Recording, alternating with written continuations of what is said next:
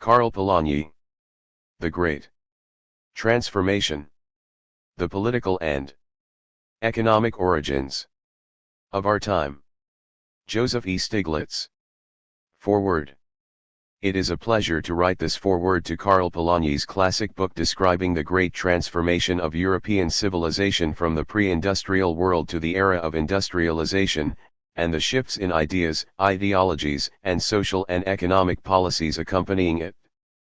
Because the transformation of European civilization is analogous to the transformation confronting developing countries around the world today, it often seems as if Polanyi is speaking directly to present-day issues.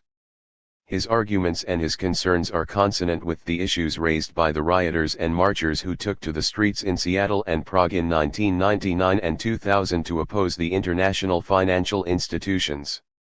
In his introduction to the 1944 first edition, written when the IMF, the World Bank, and the United Nations existed only on paper, R.M. McIlver displayed a similar prescience, noting, "Of primary importance today is the lesson it carries for the makers of the coming international organization. How much better the policies they advocated might have been had they read, and taken seriously, the lessons of this book."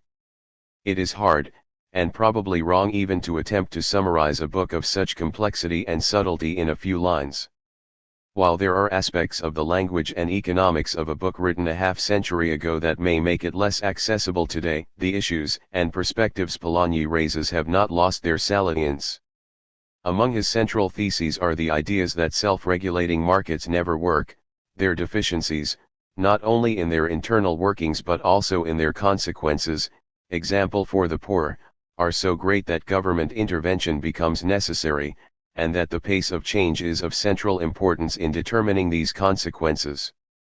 Polanyi's analysis makes it clear that popular doctrines of trickle-down economics that all, including the poor, benefit from growth have little historical support.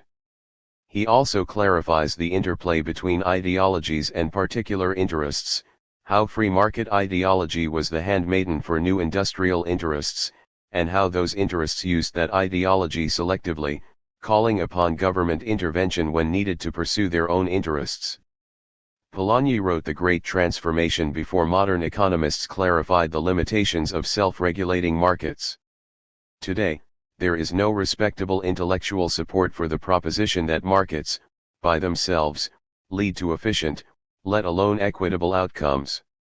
Whenever information is imperfect or markets are incomplete, that is, essentially always interventions exist that in principle could improve the efficiency of resource allocation. We have moved, by and large, to a more balanced position, one that recognizes both the power and the limitations of markets, and the necessity that government play a large role in the economy, though the bounds of that role remain in dispute. There is general consensus about the importance, for instance, of government regulation of financial markets, but not about the best way this should be done.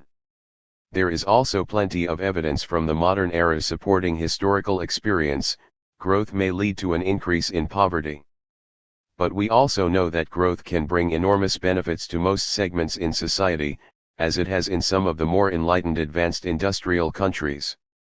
Polanyi stresses the interrelatedness of the doctrines of free labor markets, free trade, and the self-regulating monetary mechanism of the gold standard.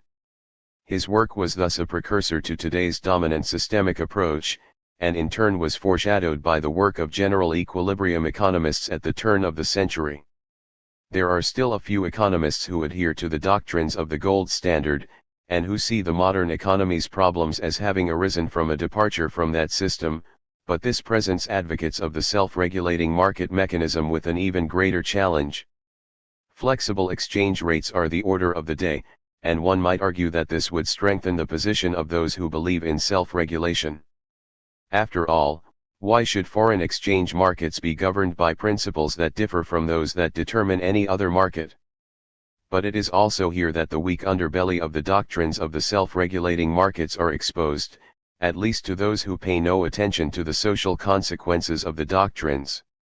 For there is ample evidence that such markets, like many other asset markets, exhibit excess volatility, that is, greater volatility than can be explained by changes in the underlying fundamentals. there is also ample evidence that seemingly excessive changes in these prices, and investor expectations more broadly, can wreak havoc on an economy. The most recent global financial crisis reminded the current generation of the lessons that their grandparents had learned in the Great Depression. The self-regulating economy does not always work as well as its proponents would like us to believe. Not even the U.S. Treasury, under Republican or Democratic administrations, or the IMF, those institutional bastions of belief in the free market system, believe that governments should not intervene in the exchange rate, though they have never presented a coherent and compelling explanation of why this market should be treated differently from other markets. The IMF's inconsistencies: while professing belief in the free market system, it is a public organization that regularly intervenes in exchange rate markets, providing funds to bail out foreign creditors while pushing for usurious interest rates that bankrupt domestic firms were foreshadowed in the ideological debates of the 19th century. Truly free markets for labor or goods have never existed. The irony is that today few even advocate the free flow of labor, and while the advanced industrial countries lecture the less developed countries on the vices of protectionism and government subsidies, they have been more adamant in opening up markets in developing countries than in opening their own markets to the goods and services that represent the developing world's comparative advantage. Today, however, the battle lines are drawn at a far different place than when Polanyi was writing. As I observed earlier, only diehards would argue for the self-regulating economy, at the one extreme, or for a government-run economy, at the other. Everyone is aware of the power of markets, all pay obeisance to its limitations. But with that said, there are important differences among economists' views. Some are easy to dispense with: ideology and special interests masquerading as economic science and good policy. The recent push for financial and capital market liberalization in developing countries, spearheaded by the IMF and the U.S. Treasury, is a case in point. Again, there was little disagreement that many countries had regulations that neither strengthened their financial system nor promoted economic growth, and it was clear that these should be stripped away. But the free marketeers went further, with disastrous consequences for countries that followed their advice, as evidenced in the recent global financial crisis. But even before these most recent episodes, there was ample evidence that such liberalization could impose enormous risks on a country, and that those risks were borne disproportionately by the poor, while the evidence that such liberalization promoted growth was scanty at best. But there are other issues where the conclusions are far from clear. Free international trade allows a country to take advantage of its comparative advantage, increasing incomes on average, though it may cost some individuals their jobs. But in developing countries with high levels of unemployment, the job destruction that results from trade liberalization may be more evident than the job creation, and this is especially the case in IMF reform packages that combine trade liberalization with high interest rates, making job and enterprise creation virtually impossible. No one should have claimed that moving workers from low productivity jobs to unemployment would either reduce poverty or increase national incomes. Believers in self-regulating markets implicitly believed in a kind of Say's law, that the supply of labor would create its own demand. For capitalists who thrive off of low wages, the high unemployment may even be a benefit, as it puts downward pressure on workers' wage demands. But for economists, the unemployed workers demonstrate a malfunctioning economy, and in all too many countries we see overwhelming evidence of this and other malfunctions. Some advocates of the self-regulating economy put part of the blame for these malfunctions on government itself, but whether this is true or not, the point is that the myth of the self-regulating economy is, today, virtually dead. But Polanyi stresses a particular defect in the self-regulating economy that only recently has been brought back into discussions. It involves the relationship between the economy and society, with how economic systems, or reforms, can affect how individuals relate to one another. Again, as the importance of social relations has increasingly become recognized, the vocabulary has changed. We now talk, for instance, about social capital. We recognize that the extended periods of unemployment, the persistent high levels of inequality, and the pervasive poverty and squalor in much of Latin America has had a disastrous effect on social cohesion, and been a contributing force to the high and rising levels of violence there. We recognize that the manner in which and the speed with which reforms were put into place in Russia eroded social relations, destroyed social capital, and led to the creation and perhaps the dominance of the Russian mafia. We recognize that the IMF's elimination of food subsidies in Indonesia, just as wages were plummeting and unemployment rates were soaring, led to predictable, and predicted, political and social turmoil, a possibility that should have been especially apparent given the country's history. In each of these cases, not only did economic policies contribute to a breakdown in long-standing, albeit in some cases, fragile, social relations, the breakdown in social relations itself had very adverse economic effects. Investors were wary about putting their money into countries where social tension seemed so high, and many within those countries took their money out, thereby creating a negative dynamic. Most societies have evolved ways of caring for their poor, for their disadvantaged. The industrial age made it increasingly difficult for individuals to take full responsibility for themselves. To be sure, a farmer might lose his crop, and a subsistence farmer has a hard time putting aside money for a rainy day, or more accurately a drought season. But he never lacks for gainful employment. In the modern industrial age, individuals are buffeted by forces beyond their control. If unemployment is high, as it was in the Great Depression, and as it is today in many developing countries, there is little individuals can do. They may or may not buy into lectures from free marketeers about the importance of wage flexibility, code words for accepting being laid off without compensation, or accepting with alacrity a lowering of wages, but they themselves can do little to promote such reforms, even if they had the desired promised effects of full employment. And it is simply not the case that individuals could, by offering to work for a lower wage, immediately obtain employment. Efficiency wage theories, insider-outsider theories, and a host of other theories have provided cogent explanations of why labor markets do not work in the manner that advocates of the self-regulating market suggested. But whatever the explanation, the fact of the matter is that unemployment is not a phantasm. Modern societies need ways of dealing with it, and the self-regulating market economy has not done so, at least in ways that are socially acceptable. There are even explanations for this, but this would draw me too far away from my main themes. Rapid transformation destroys old coping mechanisms, old safety nets, while it creates a new set of demands, before new coping mechanisms are developed.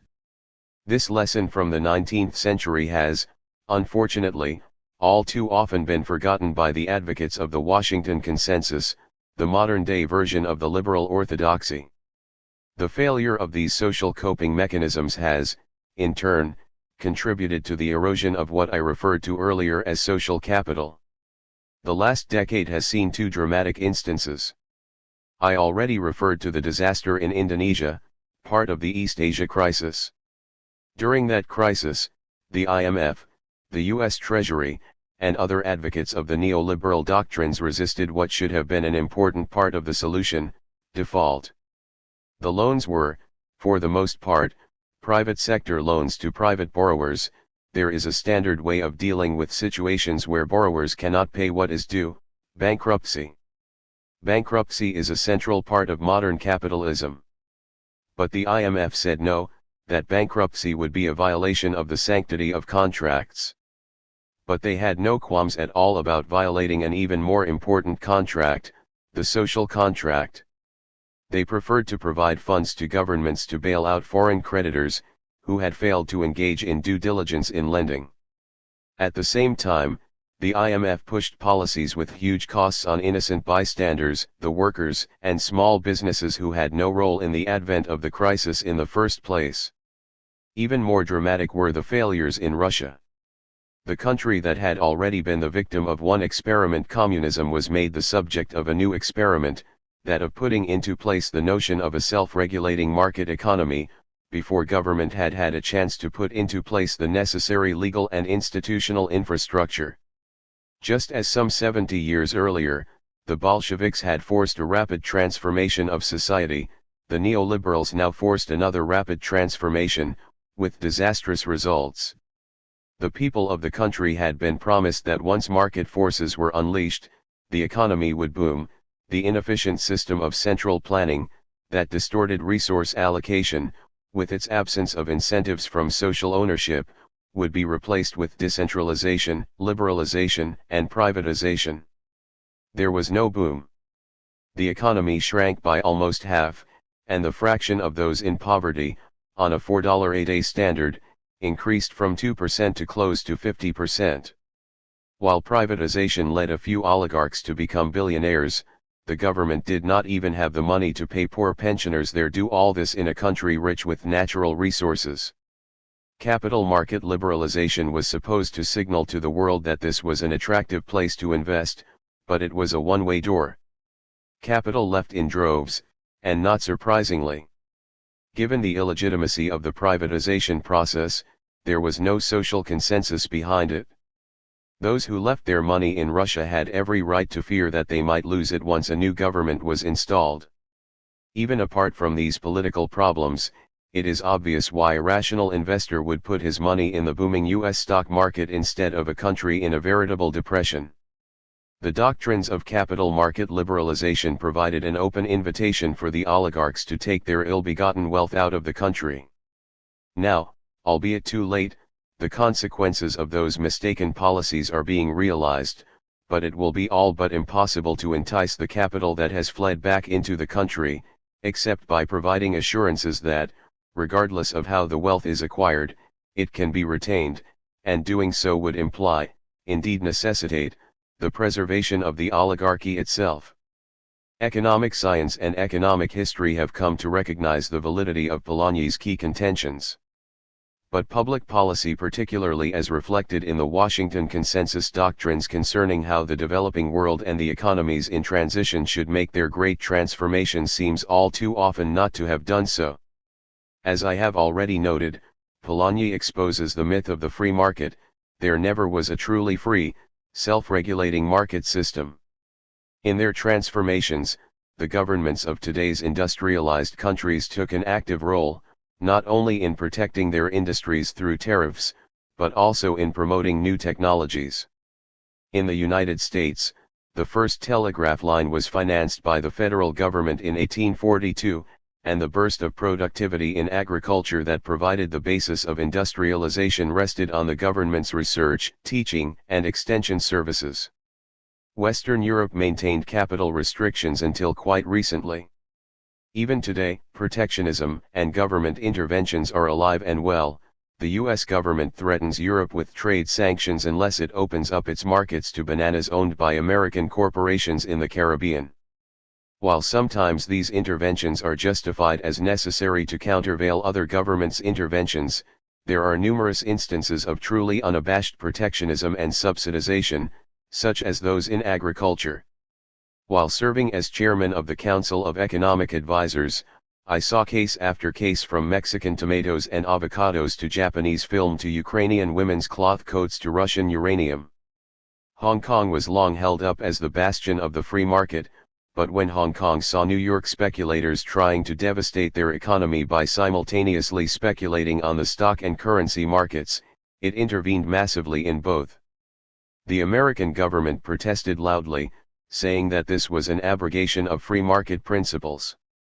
Yet Hong Kong's intervention paid off. It managed to stabilize both markets, warding off future threats on its currency, and making large amounts of money on the deals to boot. The advocates of the neoliberal Washington Consensus emphasize that it is government interventions that are the source of the problem. The key to transformation is getting prices right and getting the government out of the economy through privatization and liberalization. In this view, development is little more than the accumulation of capital and improvements in the efficiency with which resources are allocated, purely technical matters.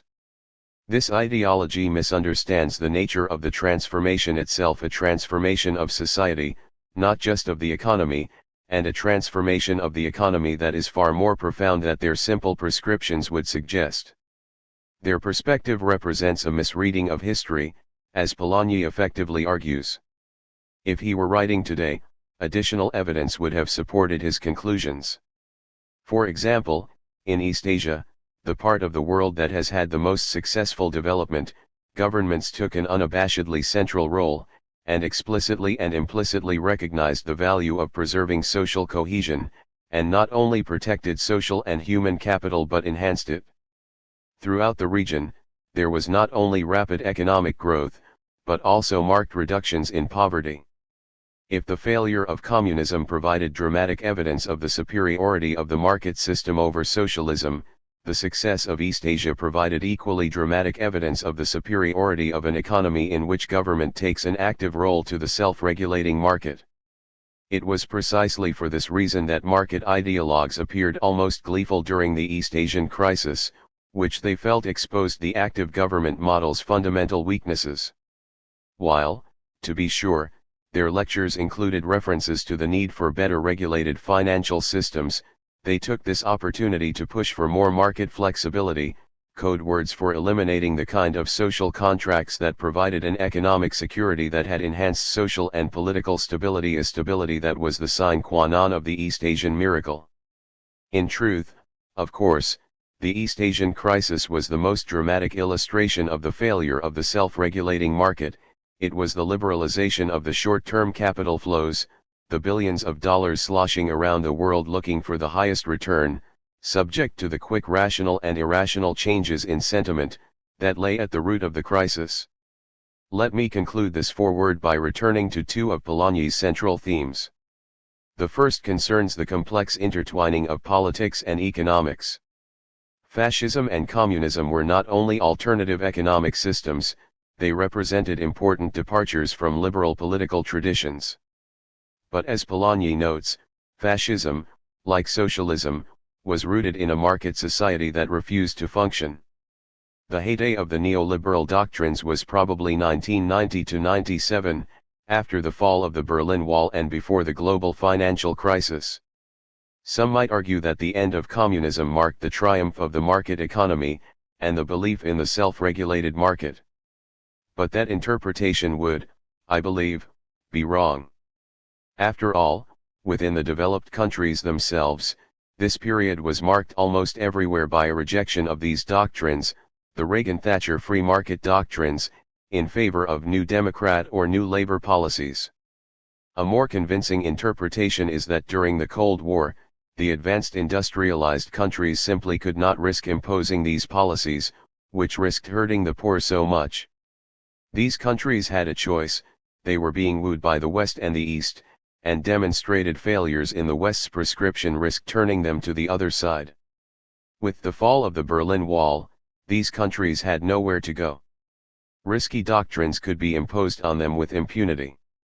But this perspective is not only uncaring, it is also unenlightened, for there are myriad unsavory forms that the rejection of a market economy that does not work, at least for the majority, or a large minority, can take. A so-called self-regulating market economy may evolve into mafia capitalism and a mafia political system, a concern that has unfortunately become all too real in some parts of the world. Polanyi saw the market as part of the broader economy, and the broader economy as part of a still broader society. He saw the market economy not as an end in itself, but as means to more fundamental ends. All too often privatization, liberalization, and even macro-stabilization have been treated as the objectives of reform. Scorecards were kept on how fast different countries were privatizing. Never mind that privatization is really easy, all one has to do is give away the assets to one's friends, expecting a kickback in return. But all too often no scorecard was kept on the number of individuals who were pushed into poverty, or the number of jobs destroyed versus those created, or on the increase in violence, or on the increase in the sense of insecurity or the feeling of powerlessness. Polanyi talked about more basic values.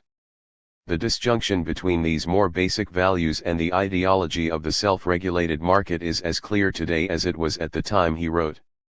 We tell developing countries about the importance of democracy, but then, when it comes to the issues they are most concerned with, those that affect their livelihoods, the economy, they are told, the iron laws of economics give you little or no choice, and since you, through your democratic political process, are likely to mess things up, you must cede key economic decisions, say concerning macroeconomic policy, to an independent central bank, almost always dominated by representatives of the financial community, and to ensure that you act in the interests of the financial community, you are told to focus exclusively on inflation, never mind jobs or growth, and to make sure that you do just that, you are told to impose on the central bank rules, such as expanding the money supply at a constant rate, and when one rule fails to work as had been hoped, another rule is brought out, such as inflation targeting. In short, as we seemingly empower individuals in the former colonies through democracy with one hand, we take it away with the other. Polanyi ends his book, quite fittingly, with a discussion of freedom in a complex society. Franklin Delano Roosevelt said, in the midst of the Great Depression, we have nothing to fear but fear itself. He talked about the importance not only of the classical freedoms, free speech, free press, freedom of assemblage, freedom of religion, but also of freedom from fear and from hunger. Regulations may take away someone's freedom, but in doing so they may enhance another's. The freedom to move capital in and out of a country at will is a freedom that some exercise, at enormous cost to others. In the economist's jargon, there are large externalities.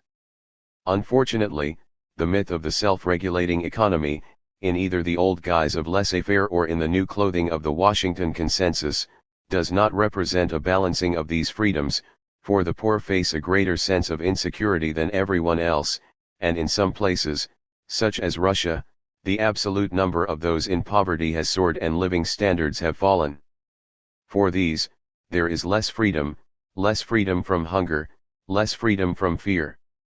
Were he writing today, I am sure Polanyi would suggest that the challenge facing the global community today is whether it can redress these imbalances before it is too late. Fred Bloch. Introduction. An eminent economic historian, reviewing the reception and influence over the years of the Great Transformation, remarked that some books refuse to go away. It is an apt statement. Although written in the early 1940s, the relevance and importance of Karl Polanyi's work has continued to grow. Although few books these days have a shelf life of more than a few months or years, after more than a half a century the Great Transformation remains fresh in many ways. Indeed, it is indispensable for understanding the dilemmas facing global society at the beginning of the 21st century.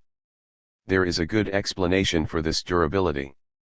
The Great Transformation provides the most powerful critique yet produced of market liberalism, the belief that both national societies and the global economy can and should be organized through self-regulating markets.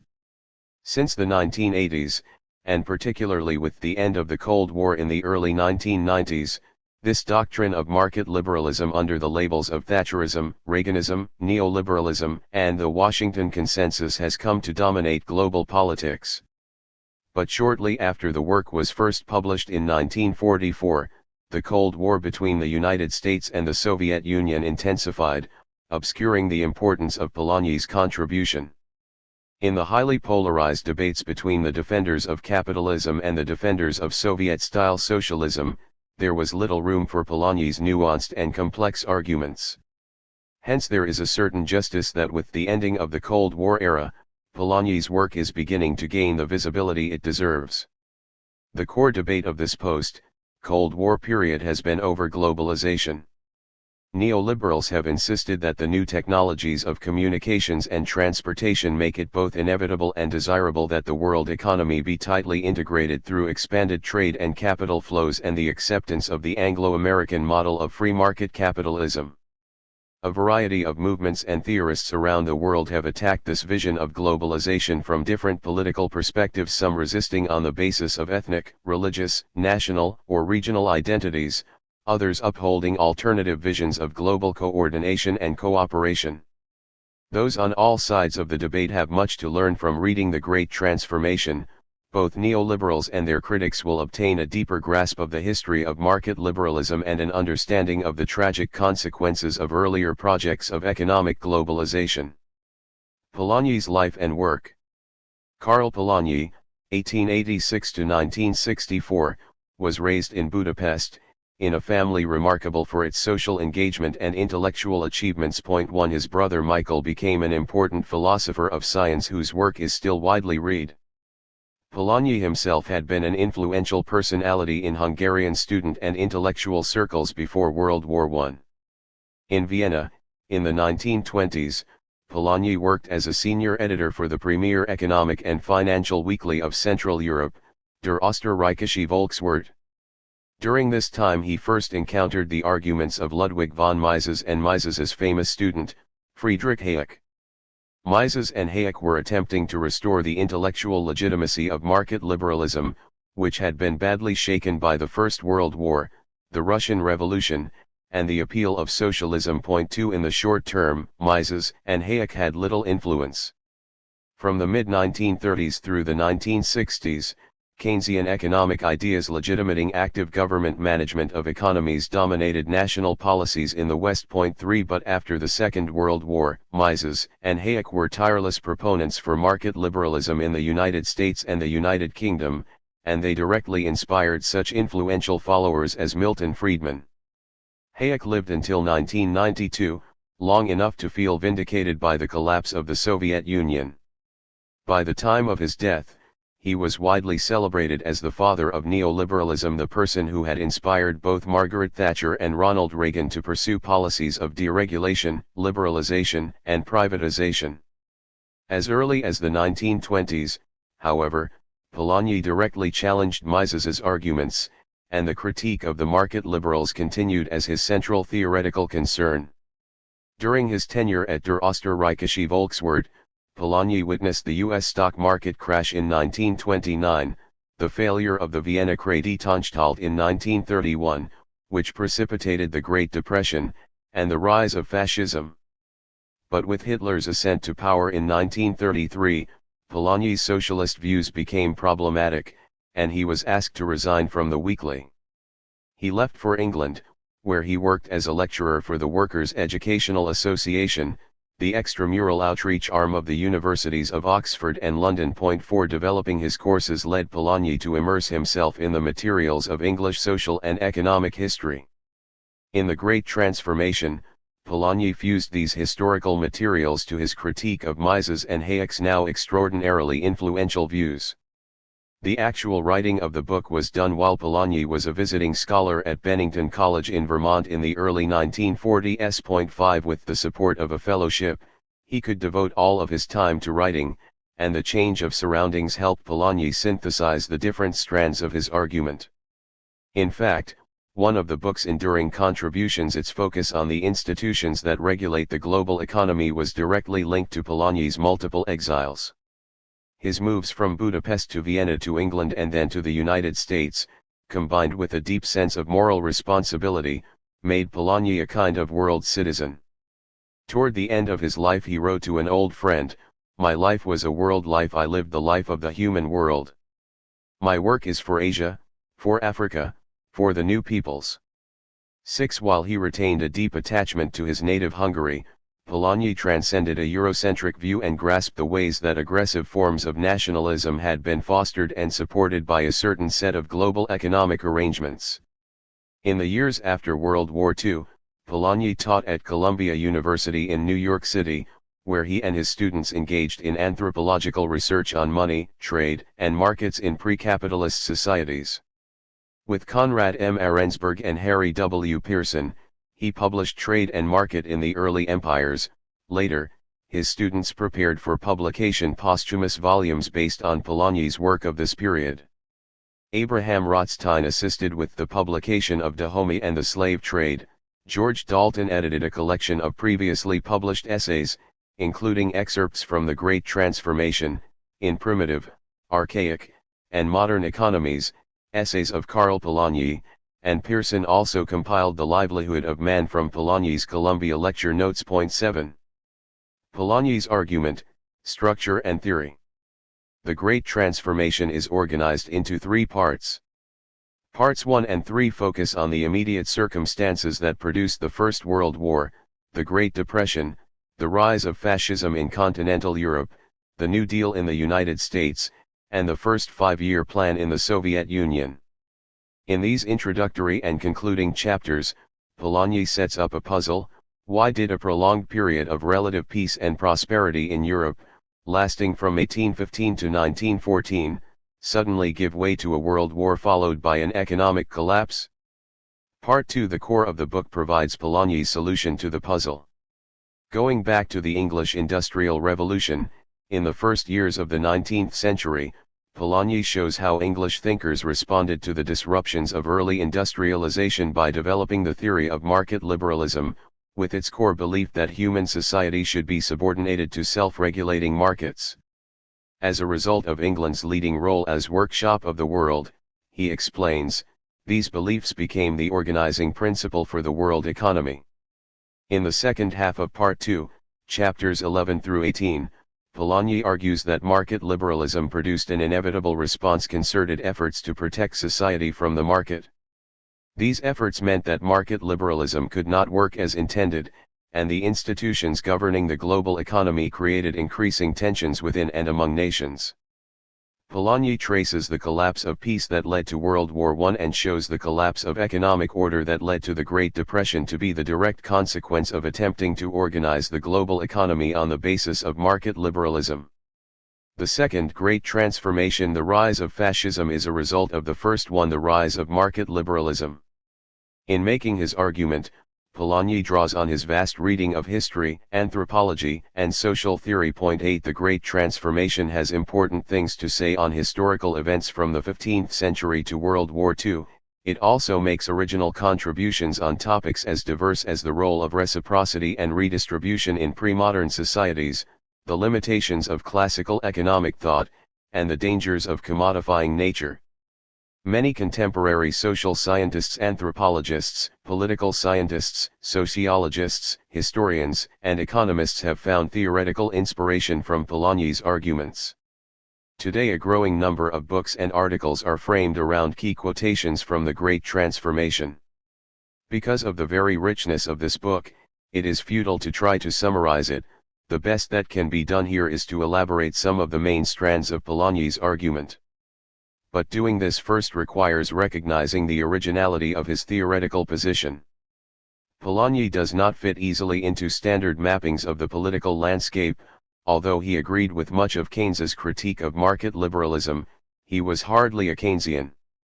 He identified throughout his life as a socialist, but he had profound differences with economic determinism of all varieties, including mainstream Marxism. Point 9. His very definition of capitalism and socialism diverges from customary understandings of those concepts. Polanyi's concept of embeddedness. The logical starting point for explaining Polanyi's thinking is his concept of embeddedness. Perhaps his most famous contribution to social thought, this concept has also been a source of enormous confusion. Polanyi starts by emphasizing that the entire tradition of modern economic thought, continuing up to the present moment, rests on the concept of the economy as an interlocking system of markets that automatically adjusts supply and demand through the price mechanism.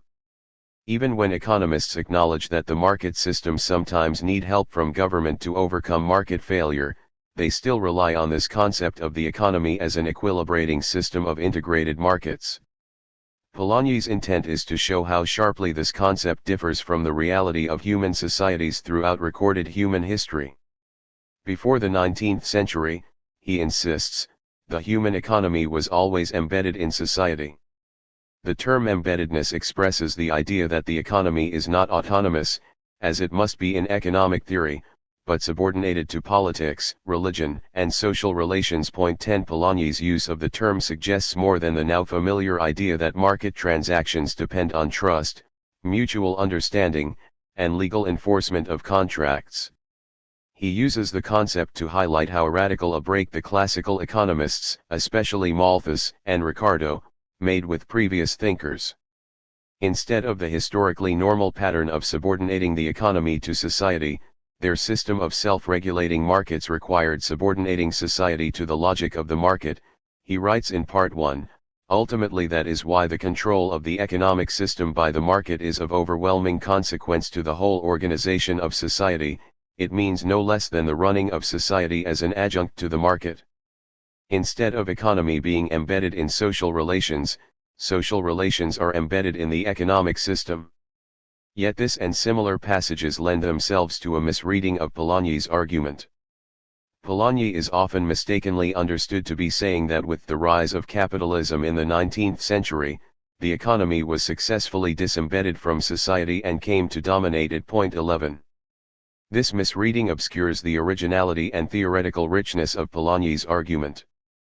Polanyi does say that the classical economists wanted to create a society in which the economy had been effectively disembedded, and they encouraged politicians to pursue this objective. Yet he also insists that they did not and could not achieve this goal. In fact, Polanyi repeatedly says that the goal of a disembedded, fully self-regulating market economy is a utopian project. It is something that cannot exist. On the opening page of Part 1, for example, he writes, "Our thesis is that the idea of a self-adjusting market implied a stark utopia. Such an institution could not exist for any length of time without annihilating the human and natural substance of society. It would have physically destroyed man and transformed his surroundings into a wilderness.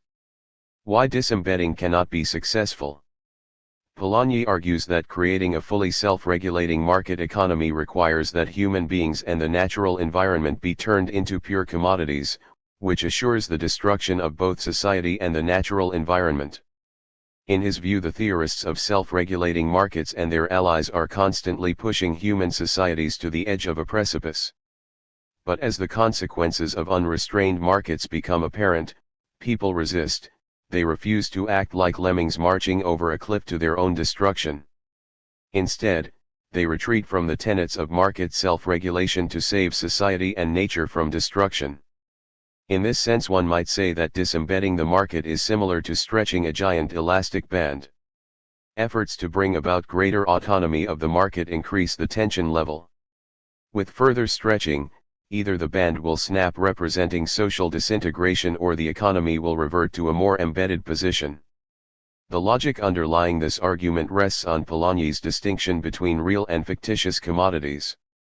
For Polanyi, the definition of a commodity is something that has been produced for sale on a market. By this definition, land, labor, and money are fictitious commodities because they were not originally produced to be sold on a market.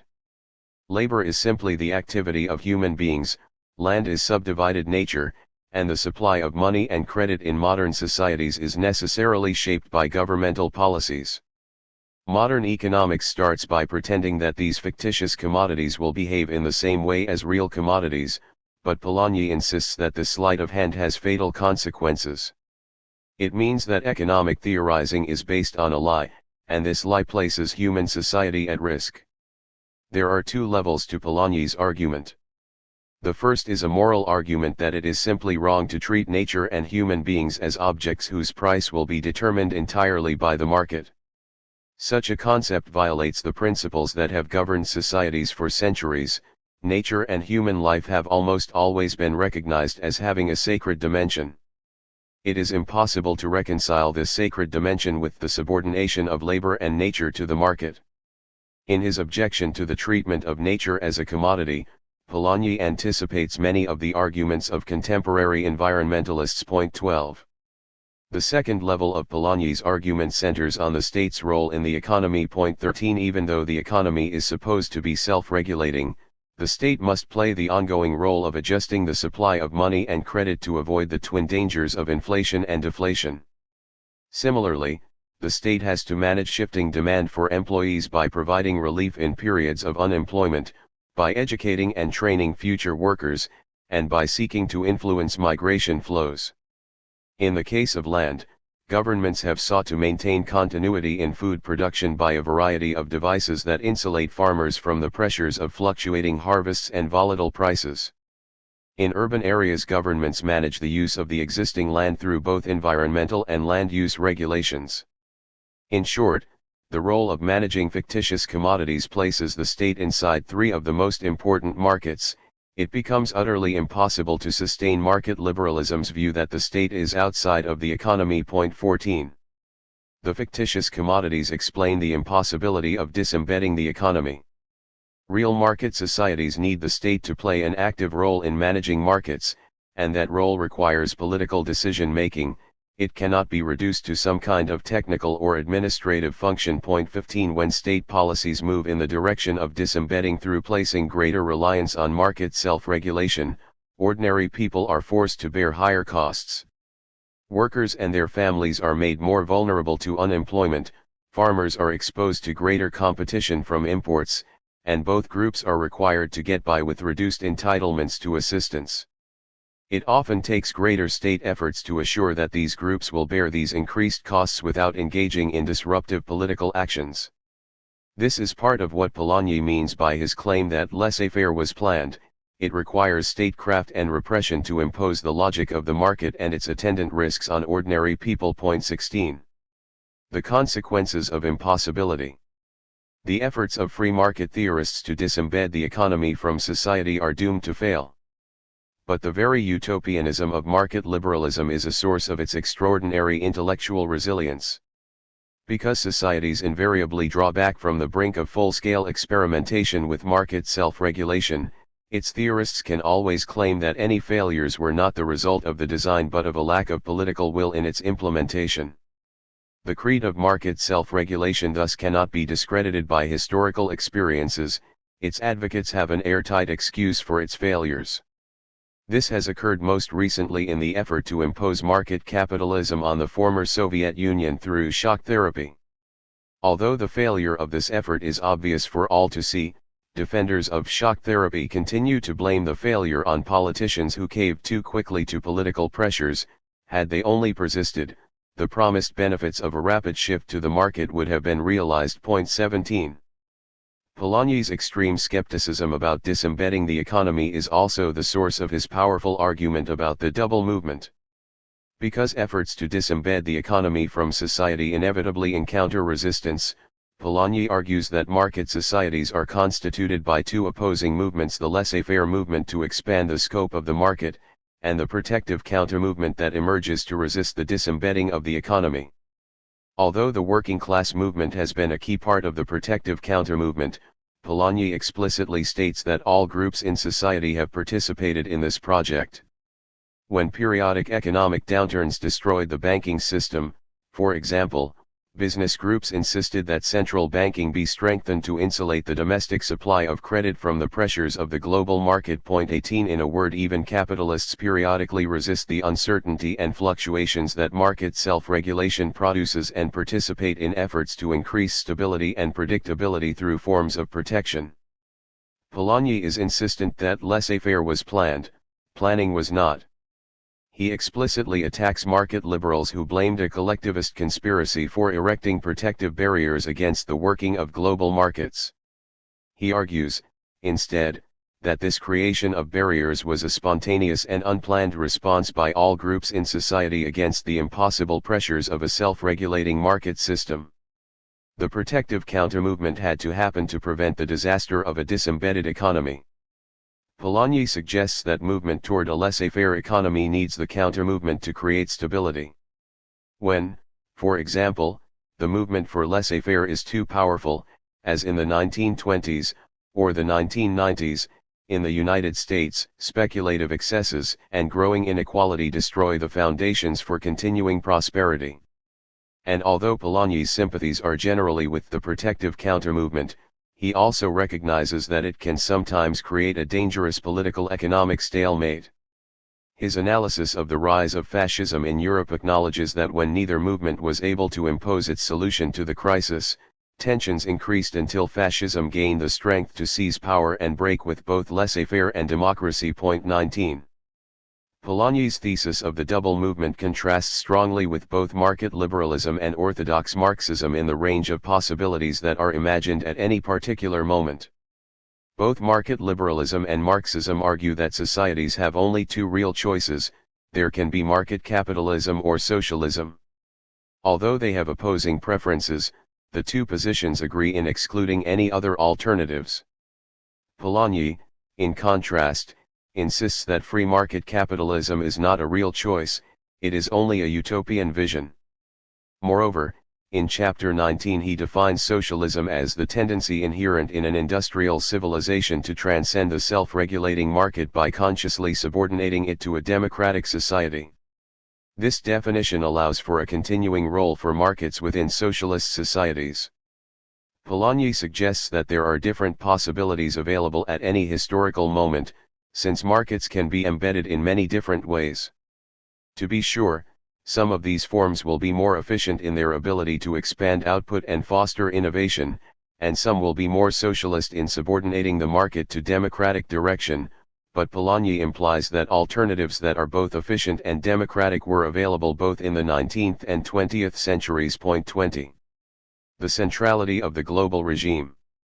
Yet Polanyi is far too sophisticated a thinker to imagine that individual countries are free to choose the particular way in which they want to reconcile the two sides of the double movement. On the contrary, Polanyi's argument is relevant to the current global situation precisely because he places the rules governing the world economy at the center of his framework. His argument about the rise of fascism in the interwar period pivots on the role of the international gold standard in constraining the political options that were available to actors within countries. To understand this part of Polanyi's argument requires a brief excursion into the logic of the gold standard, but this excursion is hardly a digression, because the underlying purposes of the gold standard continue to exert a powerful influence on contemporary market liberals. Polanyi saw the gold standard as an extraordinary intellectual achievement. 21 It was an institutional innovation that put the theory of self-regulating markets into practice, and once in place it had the power to make self-regulating markets appear to be natural. Market liberals wanted to create a world with maximal opportunities to extend the scope of markets internationally, but they had to find a way that people in different countries with different currencies could freely engage in transactions with each other. They reasoned that if every country conformed to three simple rules, the global economy would have the perfect mechanism for global self-regulation. First, each country would set the value of its currency in relation to a fixed amount of gold and would commit to buying and selling gold at that price. Second, each country would base its domestic money supply on the quantity of gold that it held in its reserves. Its circulating currency would be backed by gold. Third, each country would endeavor to give its residents maximal freedom to engage in international economic transactions. The gold standard put a fantastic machinery of global self-regulation into place. Firms in England were able to export goods and invest in all parts of the world, confident that the currencies they earned would be as good as gold. In theory, if a country is in a deficit position in a given year because its citizens spent more abroad than they earned, gold flows out of that country's reserves to clear payments due to foreigners. Point 22 The domestic supply of money and credit automatically shrinks, interest rates rise, prices and wages fall, demand for imports declines, and exports become more competitive. The country's deficit would therefore be self-liquidating. Without the heavy hand of government, each nation's international accounts would reach a balance. The globe would be unified into a single marketplace without the need for some kind of world government or global financial authority. Sovereignty would remain divided among many nation-states whose self-interest would lead them to adopt the gold standard rules voluntarily. Consequences of the gold standard. The gold standard was intended to create an integrated global marketplace that reduced the role of national units and national governments, but its consequences were exactly the opposite. Point 23 Polanyi shows that when it was widely adopted in the 1870s, it had the ironic effect of intensifying the importance of the nation as a unified entity. Although market liberals dreamed of a pacified world in which the only international struggles would be those of individuals and firms to outperform their competitors, their efforts to realize these dreams through the gold standard produced two horrific world wars. The reality was that the simple rules of the gold standard imposed on people economic costs that were literally unbearable. When a nation's internal price structure diverged from international price levels, the only legitimate means for that country to adjust to the drain of gold reserves was by deflation. This meant allowing its economy to contract until declining wages reduced consumption enough to restore external balance. This implied dramatic declines in wages and farm income, increases in unemployment, and a sharp rise in business and bank failures. It was not just workers and farmers who found the costs of this type of adjustment to be high. The business community itself could not tolerate the resulting uncertainty and instability. Hence, almost as soon as the gold standard mechanism was in place, entire societies began to collude in trying to offset its impact. A first recourse was for countries to increase their use of protective tariffs for both agricultural and manufactured goods. 24 By making trade flows less sensitive to price changes, countries could gain some degree of greater predictability in their international transactions and be less vulnerable to sudden and unanticipated gold outflows. A further expedient was the rush by the major European powers, the United States, and Japan to establish formal colonies in the last quarter of the 19th century. The logic of free trade had been strongly anti-colonial, because the costs of empire would not be offset by corresponding benefits if all traders had access to the same markets and investment opportunities. But with the rise of protectionism in international trade, this calculation was reversed. Newly acquired colonies would be protected by the imperial powers' tariffs, and the colonizers' traders would have privileged access to the colony's markets and raw materials. The rush to empire of this period intensified the political, military, and economic rivalry between England and Germany that culminated in the First World War. 25. For Polanyi, the imperialist impulse cannot be found somewhere in the genetic code of nations, rather, it materializes as nations struggle to find some way to protect themselves from the relentless pressures of the gold standard system. The flow of resources from a lucrative colony might save the nation from a wrenching crisis caused by a sudden outflow of gold, and the exploitation of the overseas populations might help keep domestic class relations from becoming even more explosive. Polanyi argues that the utopianism of the market liberals led them to invent the gold standard as a mechanism that would bring a borderless world of growing prosperity. Instead, the relentless shocks of the gold standard forced nations to consolidate themselves around heightened national and then imperial boundaries. The gold standard continued to exert disciplinary pressure on nations, but its functioning was effectively undermined by the rise of various forms of protectionism, from tariff barriers to empires. And yet, even when this entire contradictory system came crashing down with the First World War, the gold standard was so taken for granted that statesmen mobilized to restore it. The whole drama was tragically played out again in the 1920s and 1930s, as nations were forced to choose between protecting the exchange rate and protecting their citizens. It was out of the stalemate that fascism emerged. In Polanyi's view, the fascist impulse to protect society from the market by sacrificing human freedom was universal, but local contingencies determined where fascist regimes were successful in taking power. Contemporary relevance. Polanyi's arguments are so important for contemporary debates about globalization because neoliberals embrace the same utopian vision that inspired the gold standard. Since the end of the Cold War, they have insisted that the integration of the global economy is making national boundaries obsolete and is laying the basis for a new era of global peace. Once nations recognize the logic of the global marketplace and open their economies to free movement of goods and capital, international conflict will be replaced by benign competition to produce ever more exciting goods and services. As did their predecessors, neoliberals insist that all nations have to do is trust in the effectiveness of self-regulating markets. To be sure, the current global financial system is quite different from the gold standard. Exchange rates and national currencies are no longer fixed in relation to gold. Most currencies are allowed to fluctuate in value on the foreign exchange markets.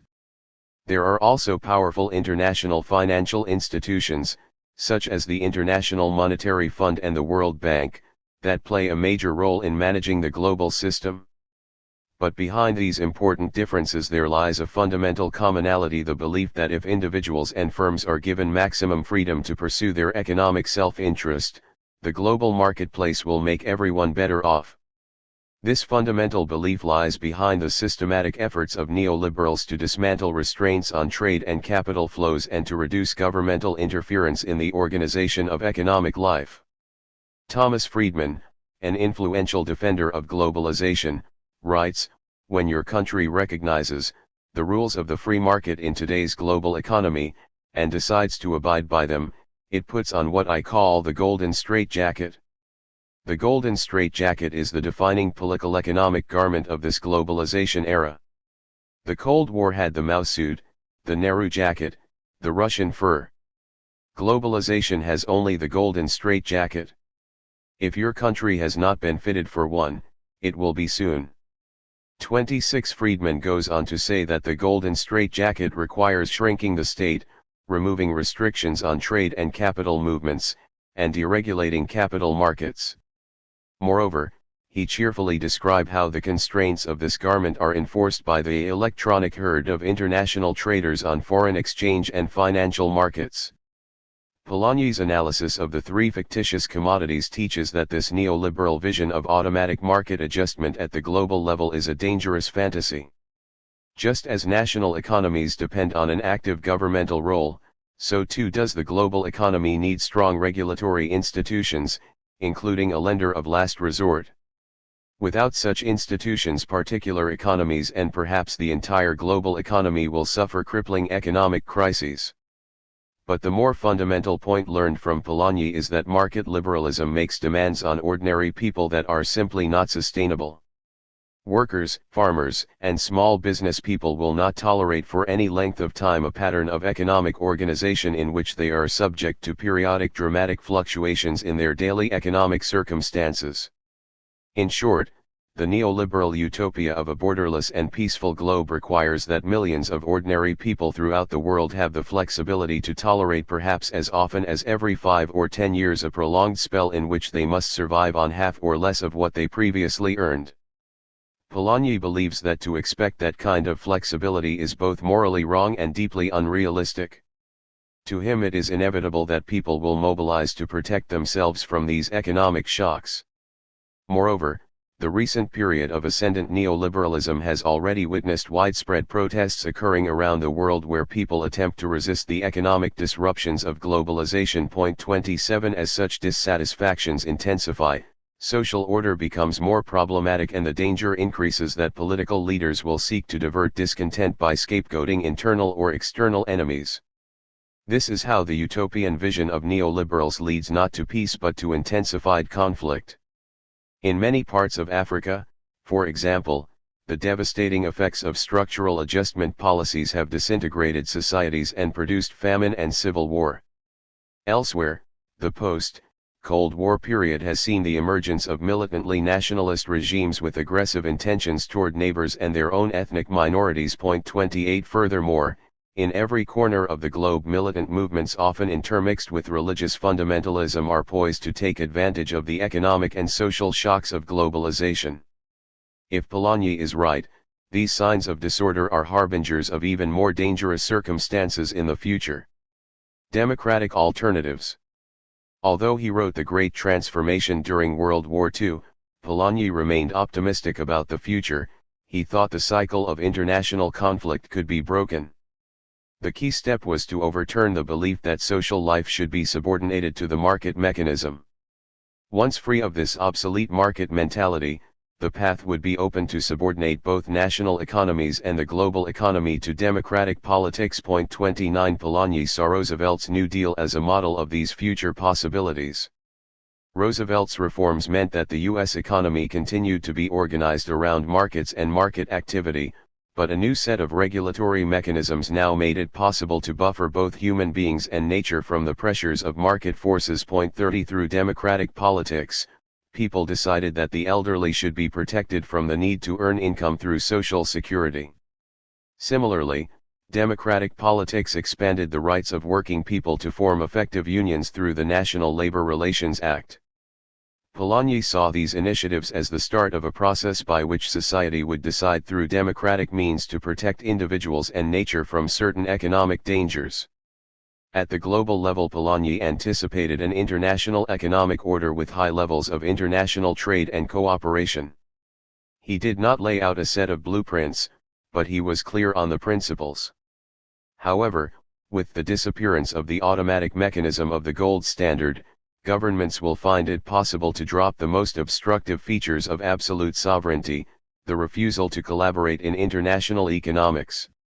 At the same time, it will become possible to tolerate willingly that other nations shape their domestic institutions according to their inclinations, thus transcending the pernicious 19th-century dogma of the necessary uniformity of domestic regimes within the orbit of world economy.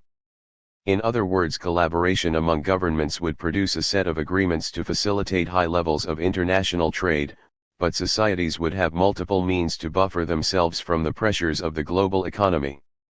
Moreover, with an end to a single economic model, developing nations would have expanded opportunities to improve the welfare of their people. This vision also assumes a set of global regulatory structures that would place limits on the play of market forces. 31. Polanyi's vision depends on expanding the role of government both domestically and internationally. He challenges the now fashionable view that more government will inevitably lead to both bad economic results and excessive state control of social life. For him, a substantial governmental role is indispensable for managing the fictitious commodities, so there is no reason to take seriously the market liberal axiom that governments are by definition ineffectual. But he also explicitly refutes the claim that the expansion of government would necessarily take an oppressive form. Polanyi argues instead that the passing of market economy can become the beginning of an era of unprecedented freedom. Juridical and actual freedom can be made wider and more general than ever before. Regulation and control can achieve freedom not only for the few, but for all. But the concept of freedom that he outlines goes beyond a reduction of economic and social injustice. He also calls for an expansion of civil liberties, stressing that in an established society, the right to nonconformity must be institutionally protected.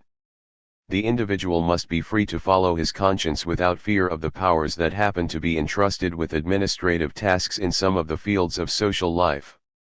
Polanyi ends the book with these eloquent words: as long as man is true to his task of creating more abundant freedom for all, he need not fear that either power or planning will turn against him and destroy the freedom he is building by their instrumentality.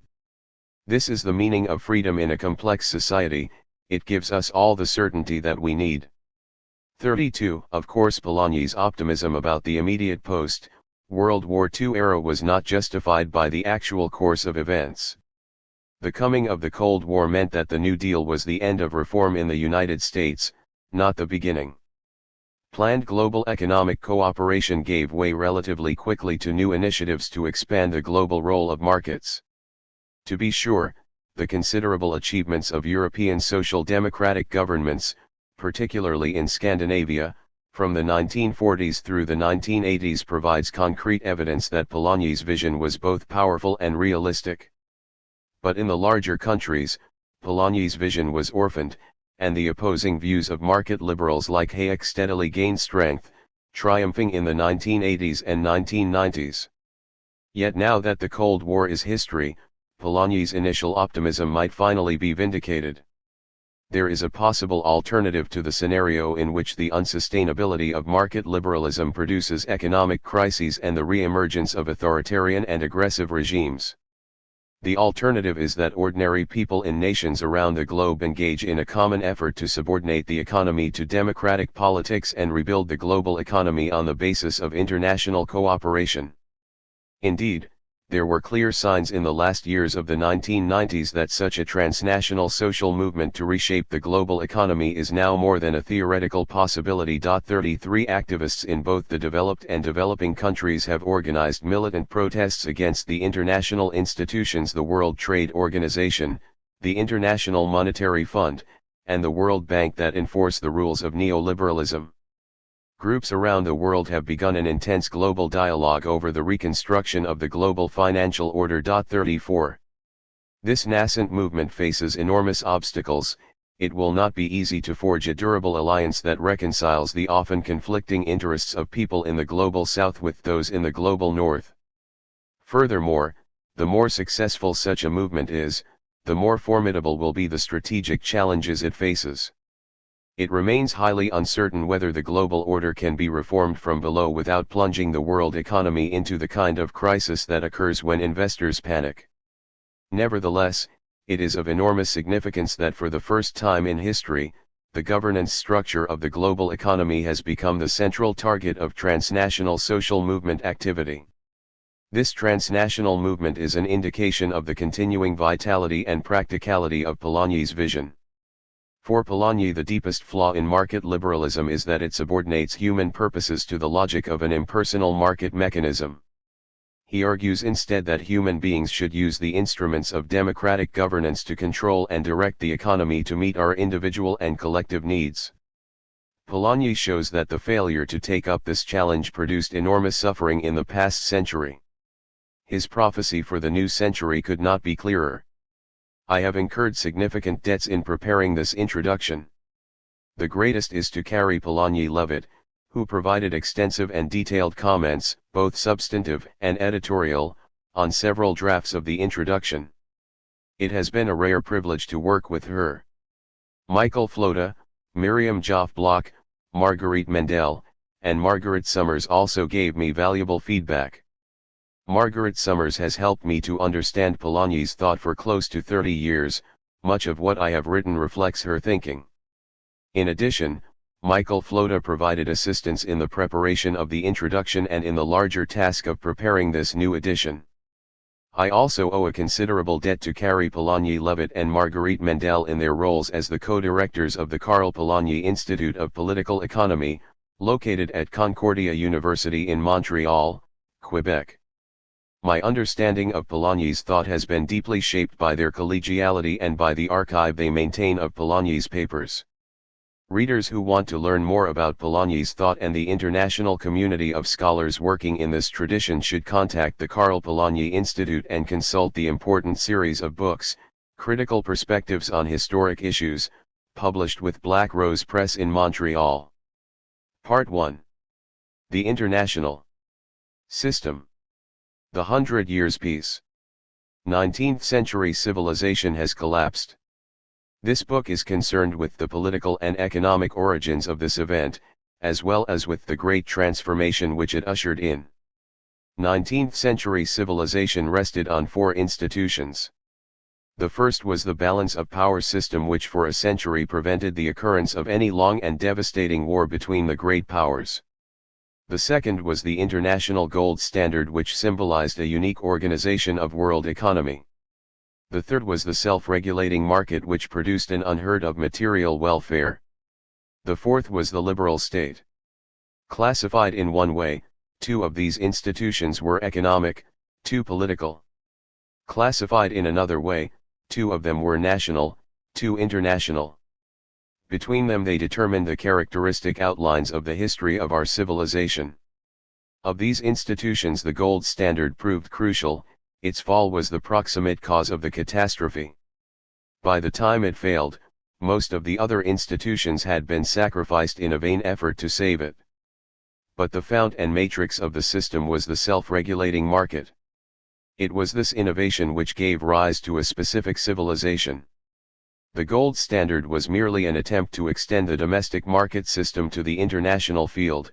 The balance of power system was a superstructure erected upon and, partly, worked through the gold standard. The liberal state was itself a creation of the self-regulating market. The key to the institutional system of the 19th century lay in the laws governing market economy. Our thesis is that the idea of a self-adjusting market implied a stark utopia. Such an institution could not exist for any length of time without annihilating the human and natural substance of society. It would have physically destroyed man and transformed his surroundings into a wilderness. Inevitably, society took measures to protect itself, but whatever measures it took impaired the self-regulation of the market, disorganized industrial life, and thus endangered society in yet another way. It was this dilemma which forced the development of the market system into a definite groove and finally disrupted the social organization based upon it. Such an explanation of one of the deepest crises in man's history must appear as all too simple. Nothing could seem more inept than the attempt to reduce a civilization, its substance and ethos, to a hard and fast number of institutions, to select one of them as fundamental and proceed to argue the inevitable self-destruction of civilization on account of some technical quality of its economic organization. Civilizations, like life itself, spring from the interaction of a great number of independent factors which are not, as a rule, reducible to circumscribed institutions. To trace the institutional mechanism of the downfall of a civilization may well appear as a hopeless endeavor. Yet it is this we are undertaking. In doing so, we are consciously adjusting our aim to the extreme singularity of the subject matter. For the civilization of the 19th century was unique precisely in that it centered on a definite institutional mechanism. No explanation can satisfy which does not account for the suddenness of the cataclysm. As if the forces of change had been pent up for a century, a torrent of events is pouring down on mankind. A social transformation of planetary range is being topped by wars of an entirely new type in which a score of states have crashed, and the contours of new empires are emerging out of a sea of blood. But this fact of demoniac violence is merely superimposed on a swift, silent current of change which swallows up the past often without so much as a ripple on the surface. A reasoned analysis of the catastrophe must account both for the tempestuous action and the quiet dissolution. Ours is not a historical work. What we are searching for is not a convincing sequence of outstanding events, but an explanation of their trend in terms of human institutions. We shall feel free to dwell on scenes of the past with the sole object of throwing light on matters of the present. We shall make detailed analyses of critical periods and almost completely disregard the connecting stretches of time. We shall encroach upon the field of several disciplines in the pursuit of a single aim. First, we shall deal with the collapse of the international system. We shall try to show that the balance of power system could not ensure peace once the world economy on which it rested had failed. This accounts for the abruptness with which the break occurred, the inconceivable rapidity of the dissolution. But if the breakdown of our civilization was timed by the failure of world economy, it was certainly not caused by it. Its origins lay more than 100 years back in that social and technological upheaval from which the idea of a self-regulating market system sprang in Western Europe. The end of this venture has come in our time. It closes a distinct stage in the history of industrial civilization. In the final part of the book we shall deal with the mechanism which governs social and national change in our time. We shall also deal with the human situation. Broadly, we believe that the present condition of man is to be defined in terms of the institutional origins of the crisis.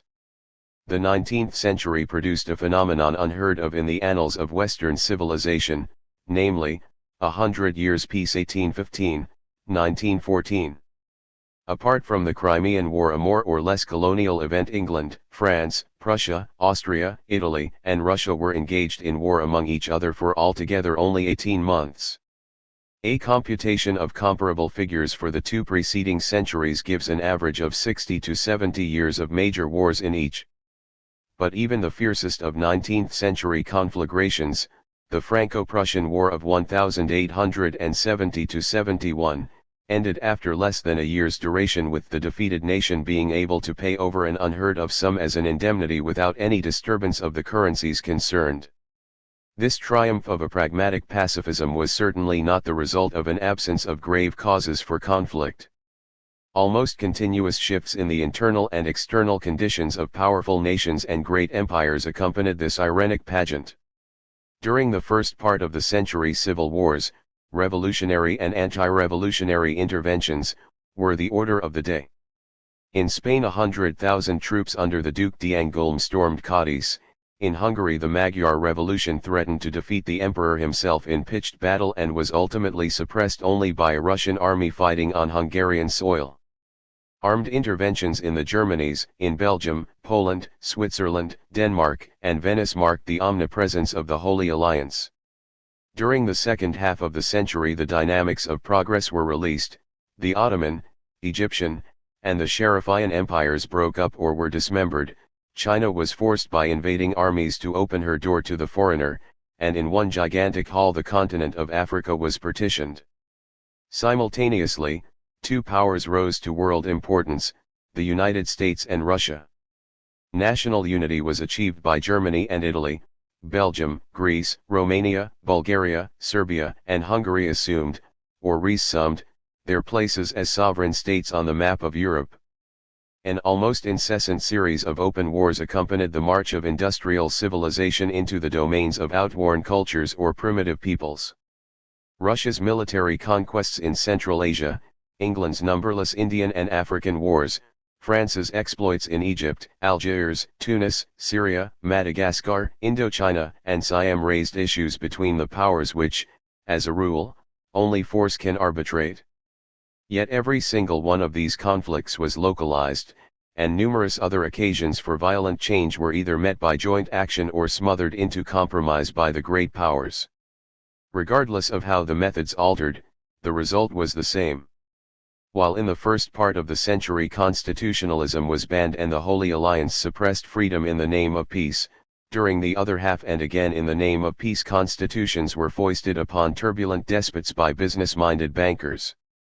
Thus under varying forms and ever-shifting ideologies, sometimes in the name of progress and liberty, sometimes by the authority of the throne and the altar, sometimes by grace of the stock exchange and the checkbook, sometimes by corruption and bribery, sometimes by moral argument and enlightened appeal, sometimes by the broadside and the bayonet, one and the same result was attained: peace was preserved. This almost miraculous performance was due to the working of the balance of power, which here produced a result that is normally foreign to it. By its nature that balance affects an entirely different result, namely, the survival of the power units involved. In fact, it merely postulates that three or more units capable of exerting power will always behave in such a way as to combine the power of the weaker units against any increase in the power of the strongest. In the realm of universal history, balance of power was concerned with states whose independence it served to maintain. But it attained this end only by continuous wars between changing partners. The practice of the ancient Greek or the northern Italian city-states was such an instance. Wars between shifting groups of combatants maintained the independence of those states over long stretches of time. The action of the same principle safeguarded for over 200 years the sovereignty of the states forming Europe at the time of the Treaty of Munster and Westphalia, 1648. When, 75 years later, in the Treaty of Utrecht, the signatories declared their formal adherence to this principle, they thereby embodied it in a system, and thus established mutual guarantees of survival for the strong and the weak alike through the medium of war. The fact that in the 19th century the same mechanism resulted in peace rather than war is a problem to challenge the historian. The entirely new factor, we submit, was the emergence of an acute peace interest. Traditionally, such an interest was regarded as being outside the scope of the system. Peace with its corollaries of crafts and arts ranked among the mere adornments of life. The Church might pray for peace as for a bountiful harvest, but in the realm of state action it would nevertheless advocate armed intervention.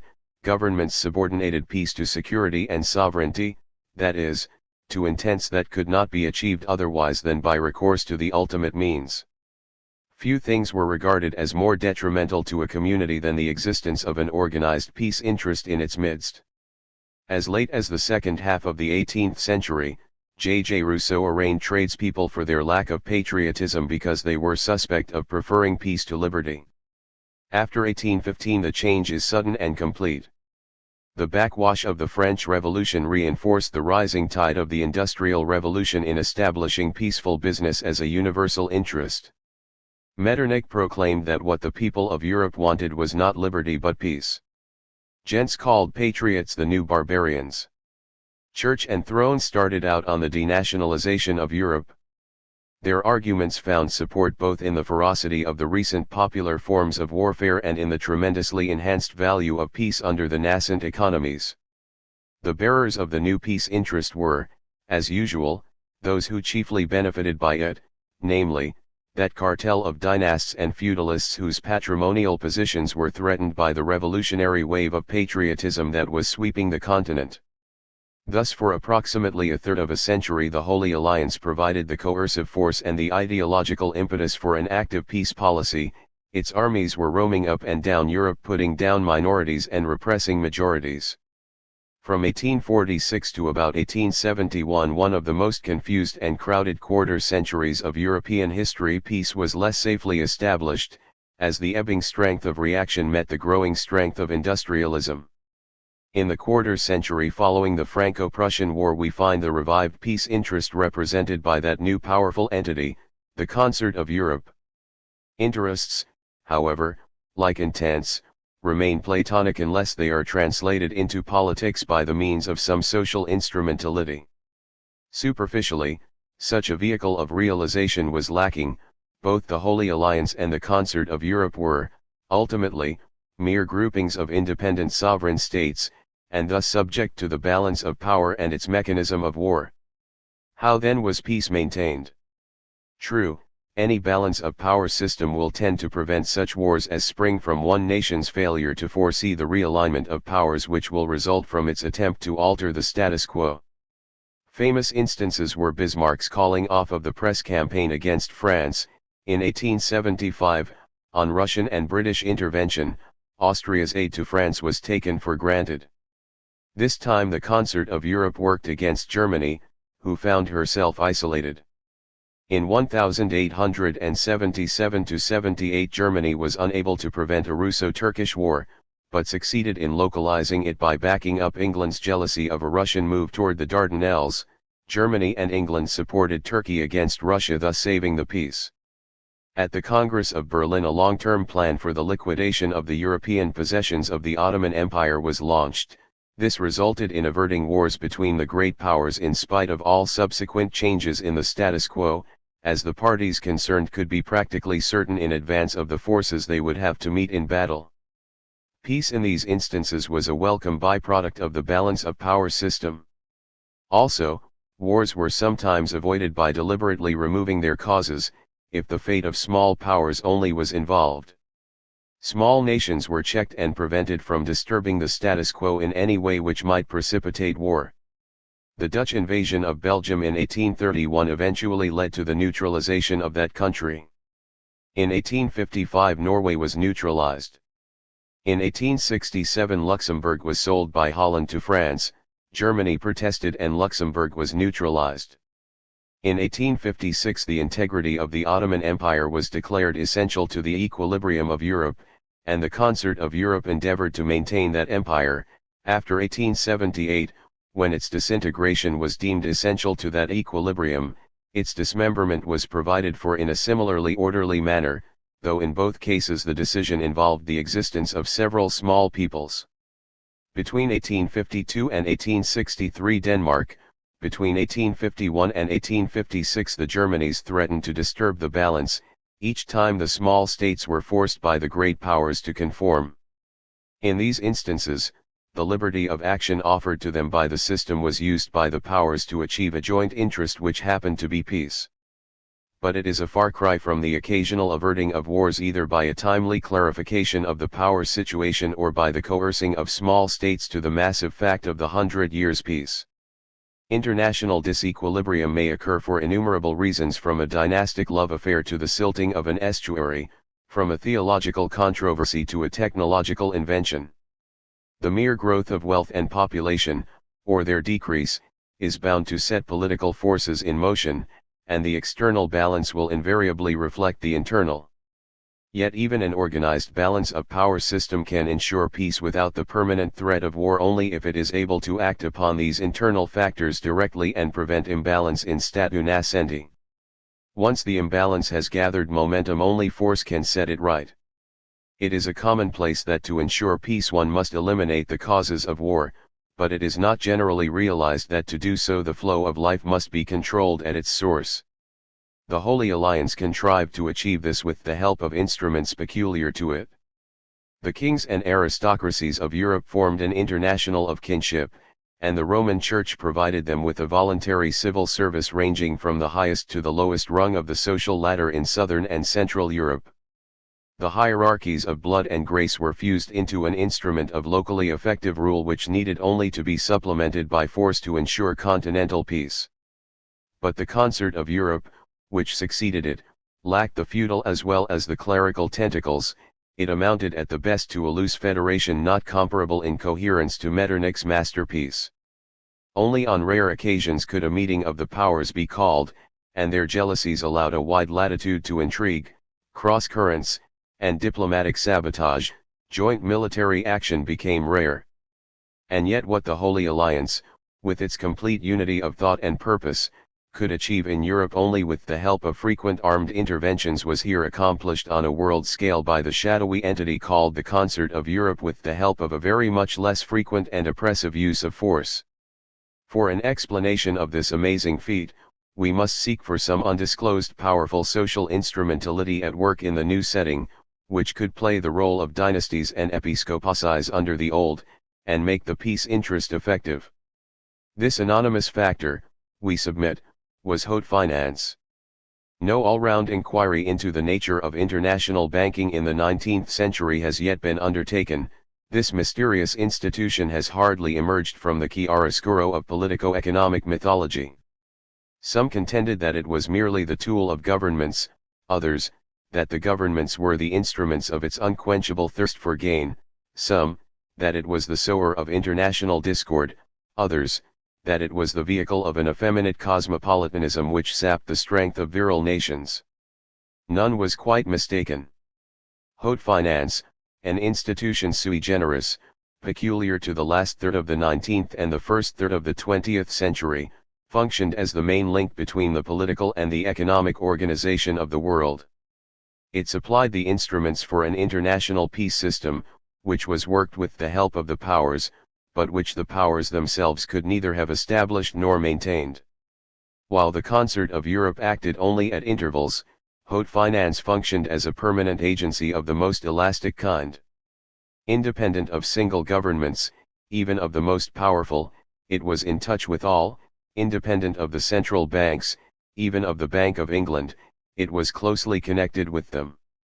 There was intimate contact between finance and diplomacy.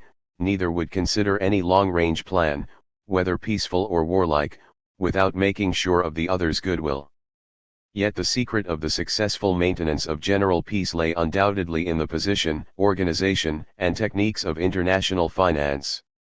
Both the personnel and the motives of this singular body invested it with a status the roots of which were securely grounded in the private sphere of strictly commercial interest. The Rothschilds were subject to no one government. As a family they embodied the abstract principle of internationalism. Their loyalty was to a firm, the credit of which had become the only supranational link between political government and industrial effort in a swiftly growing world economy. In the last resort, their independence sprang from the needs of the time which demanded a sovereign agent commanding the confidence of national statesmen and of the international investor alike. It was to this vital need that the metaphysical extraterritoriality of a Jewish banker's dynasty domiciled in the capitals of Europe provided an almost perfect solution. They were anything but pacifists. They had made their fortune in the financing of wars. They were impervious to moral consideration. They had no objection to any number of minor, short, or localized wars. But their business would be impaired if a general war between the great powers should interfere with the monetary foundations of the system. By the logic of facts it fell to them to maintain the requisites of general peace in the midst of the revolutionary transformation to which the peoples of the planet were subject. Organizationally, haute finance was the nucleus of one of the most complex institutions the history of man has produced. Transitory though it was, it compared in catholicity, in the profusion of forms and instruments, only with the whole of human pursuits in industry and trade of which it became in some sort the mirror and counterpart. Besides the international center, haute finance proper, there were some half-dozen national centers hiving around their banks of issue and stock exchanges. Also, international banking was not restricted to the financing of governments, their adventures in war and peace. It comprised foreign investment in industry, public utilities, and banks, as well as long-term loans to public and private corporations abroad. National finance again was a microcosm. England alone counted 100 different types of banks. France's and Germany's banking organization, too, was specific, and in each of these countries the practices of the treasury and its relations to private finance varied in the most striking, and, often, as to detail, most subtle way. The money market dealt with a multitude of commercial bills, overseas acceptances, pure financial bills, as well as call money and other stockbrokers' facilities. The pattern was checkered by an infinite variety of national groups and personalities, each with its peculiar type of prestige and standing, authority and loyalty. its assets of money and contact, of patronage and social aura. Haute finance was not designed as an instrument of peace, this function fell to it by accident, as historians would say, while the sociologist might prefer to call it the law of availability. The motive of haute finance was gain. To attain it, it was necessary to keep in with the governments whose end was power and conquest. We may safely neglect at this stage the distinction between political and economic power, between economic and political purposes on the part of the governments. In effect, it was the characteristic of the nation-states in this period that such a distinction had but little reality, for whatever their aims, the governments strove to achieve them through the use and increase of national power. The organization and personnel of haute finance, on the other hand, was international, yet not, on that account, independent of national organization. For haute finance as an activating center of bankers' participation in syndicates and consortia, investment groups, foreign loans, financial controls, or other transactions of an ambitious scope, was bound to seek the cooperation of national banking, national capital, national finance. Though national finance, as a rule, was less subservient to government than national industry, it was still sufficiently so to make international finance eager to keep in touch with the governments themselves. Yet to the degree to which in virtue of its position and personnel, its private fortune and affiliations it was actually independent of any single government, it was able to serve a new interest, that had no specific organ of its own, for the service of which no other institution happened to be available, and which was nevertheless of vital importance to the community, namely, peace. Not peace at all cost, not even peace at the price of any ingredient of independence, sovereignty, vested glory, or future aspirations of the powers concerned, but nevertheless peace, if it was possible to attain it without such sacrifice. Not otherwise.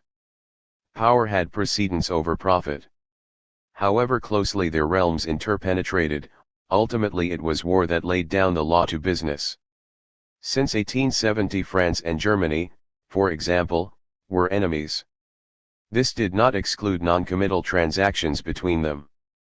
Occasional banking syndicates were formed for transitory purposes, there was private participation by German investment banks in enterprises over the border which did not appear in the balance sheets.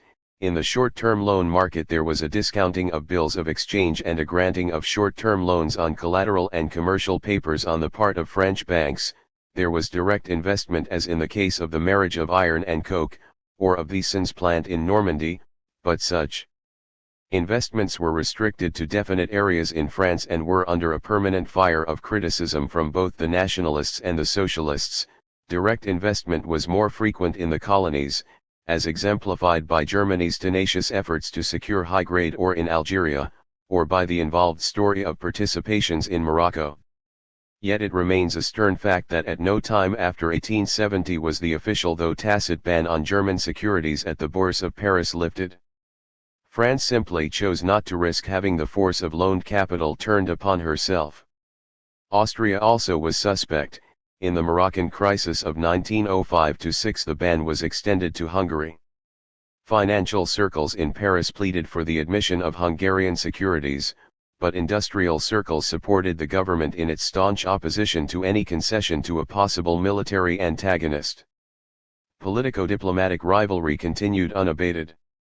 Any move that might increase the presumptive enemy's potential was vetoed by the governments. Superficially, it more than once appeared as if the conflict had been quashed, but the inside circles were aware that it had been merely shifted to points even more deeply hidden under the amicable surface. Or take Germany's eastern ambitions. Here also politics and finance intermingled, yet politics were supreme. After a quarter of a century of perilous bickering, Germany and England signed a comprehensive agreement on the Baghdad Railway, in June 1914, too late to prevent the Great War, it was often said. Others argued that, on the contrary, the signing of the agreement proved conclusively that the war between England and Germany was not caused by a clash of economic expansionism. Neither view is borne out by the facts. The agreement actually left the main issue undecided. The German railway line was still not to be carried on beyond Basra without the consent of the British government, and the economic zones of the treaty were bound to lead to a head-on collision at a future time. Meanwhile, the powers would continue to prepare for the day, which was even nearer than they reckoned. International finance had to cope with the conflicting ambitions and intrigues of the great and small powers. Its plans were thwarted by diplomatic maneuvers, its long-term investments jeopardized, its constructive efforts hampered by political sabotage and backstairs obstruction. The national banking organizations without which it was helpless often acted as the accomplices of their respective governments, and no plan was safe which did not carve out in advance the booty of each participant. However, power finance just as often was not the victim but the beneficiary of dollar diplomacy, which provided the steel lining to the velvet glove of finance. For business success involved the ruthless use of force against weaker countries, wholesale bribing of backward administrations, and the use of all the underhanded means of gaining ends familiar to the colonial and semi-colonial jungle. And yet by functional determination it fell to haute finance to avert general wars. The vast majority of the holders of government securities, as well as other investors and traders, were bound to be the first losers in such wars, especially if currencies were affected. The influence that haute finance exerted on the powers was consistently favorable to European peace. And this influence was effective to the degree to which the governments themselves depended upon its cooperation in more than one direction. Consequently, there was never a time when the peace interest was unrepresented in the councils of the concert of Europe. If we add to this the growing peace interest inside the nations where the investment habit had taken root, we shall begin to see why the awful innovation of an armed peace of dozens of practically mobilized states could hover over Europe from 1871 to 1914 without bursting forth in a shattering conflagration. Finance, this was one of its channels of influence, acted as a powerful moderator in the councils and policies of a number of smaller sovereign states. Loans, and the renewal of loans, hinged upon credit, and credit upon good behavior. Since under constitutional government, unconstitutional ones were severely frowned upon, behavior is reflected in the budget and the external value of the currency cannot be detached from the appreciation of the budget. Debtor governments were well advised to watch their exchanges carefully and to avoid policies which might reflect upon the soundness of the budgetary position. This useful maxim became a cogent rule of conduct once a country had adopted the gold standard, which limited permissible fluctuations to a minimum. Gold standard and constitutionalism were the instruments which made the voice of the City of London heard in many smaller countries which had adopted these symbols of adherence to the new international order. The Pax Britannica held its sway sometimes by the ominous poise of a heavy ship's cannon, but more frequently it prevailed by the timely pull of a thread in the international monetary network. The influence of haute finance was ensured also through its unofficial administration of the finances of vast semi-colonial regions of the world, including the decaying empires of Islam in the highly inflammable zone of the Near East and North Africa. It was here that the day's work of financiers touched upon the subtle factors underlying internal order, and provided a de facto administration for those troubled regions where peace was most vulnerable. That is how the numerous prerequisites of long-term capital investments in these areas could often be secured in the face of almost insuperable obstacles. The epic of the building of railways in the Balkans, in Anatolia, Syria, Persia, Egypt, Morocco, and China is a story of endurance and of breathtaking turns reminiscent of a similar feat on the North American continent. The chief danger, however, which stalked the capitalists of Europe was not technological or financial failure, but war, not a war between small countries, which could be easily isolated, nor war upon a small country by a great power, a frequent and often convenient occurrence, but a general war between the great powers themselves. Europe was not an empty continent, but the home of teeming millions of ancient and new peoples. Every new railroad had to thread its way across boundaries of varying solidity, some of which might be fatally weakened, others vitally reinforced, by the contact. Only the iron grip of finance on the prostrate governments of backward regions could avert catastrophe. When Turkey defaulted on its financial obligations in 1875, military conflagrations immediately broke out, lasting from 1876 to 1878, when the Treaty of Berlin was signed. For 36 years thereafter peace was maintained. That astounding peace was implemented by the decree of Muharrem of 1881, which set up the debt Ottoman in Constantinople. The representatives of haute finance were charged with the administration of the bulk of Turkish finance. In numerous cases they engineered compromises between the powers, in others, they prevented Turkey from creating difficulties on her own, in others again, they acted simply as the political agents of the powers, in all, they served the money interests of the creditors, and, if at all possible, of the capitalists who tried to make profits in that country. This task was greatly complicated by the fact that the Debt Commission was not a body representative of the private creditors, but an organ of Europe's public law on which haute finance was only unofficially represented. But it was precisely in this amphibious capacity that it was able to bridge the gap between the political and the economic organization of the age. Trade had become linked with peace.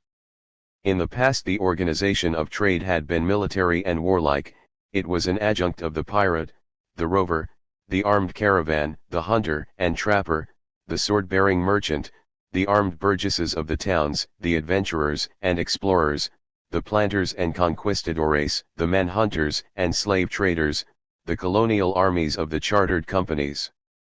Now all this was forgotten. Trade was now dependent upon an international monetary system which could not function in a general war.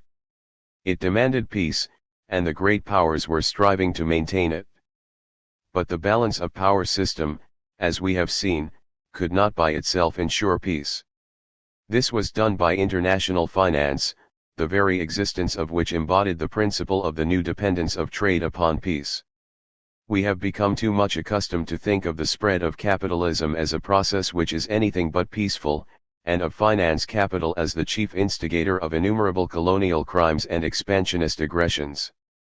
Its intimate affiliation with heavy industries made Lenin assert that finance capital was responsible for imperialism, notably for the struggle for spheres of influence, concessions, extraterritorial rights, and the innumerable forms in which the Western powers got a stranglehold on backward regions, in order to invest in railways, public utilities, ports, and other permanent establishments on which their heavy industries made profits.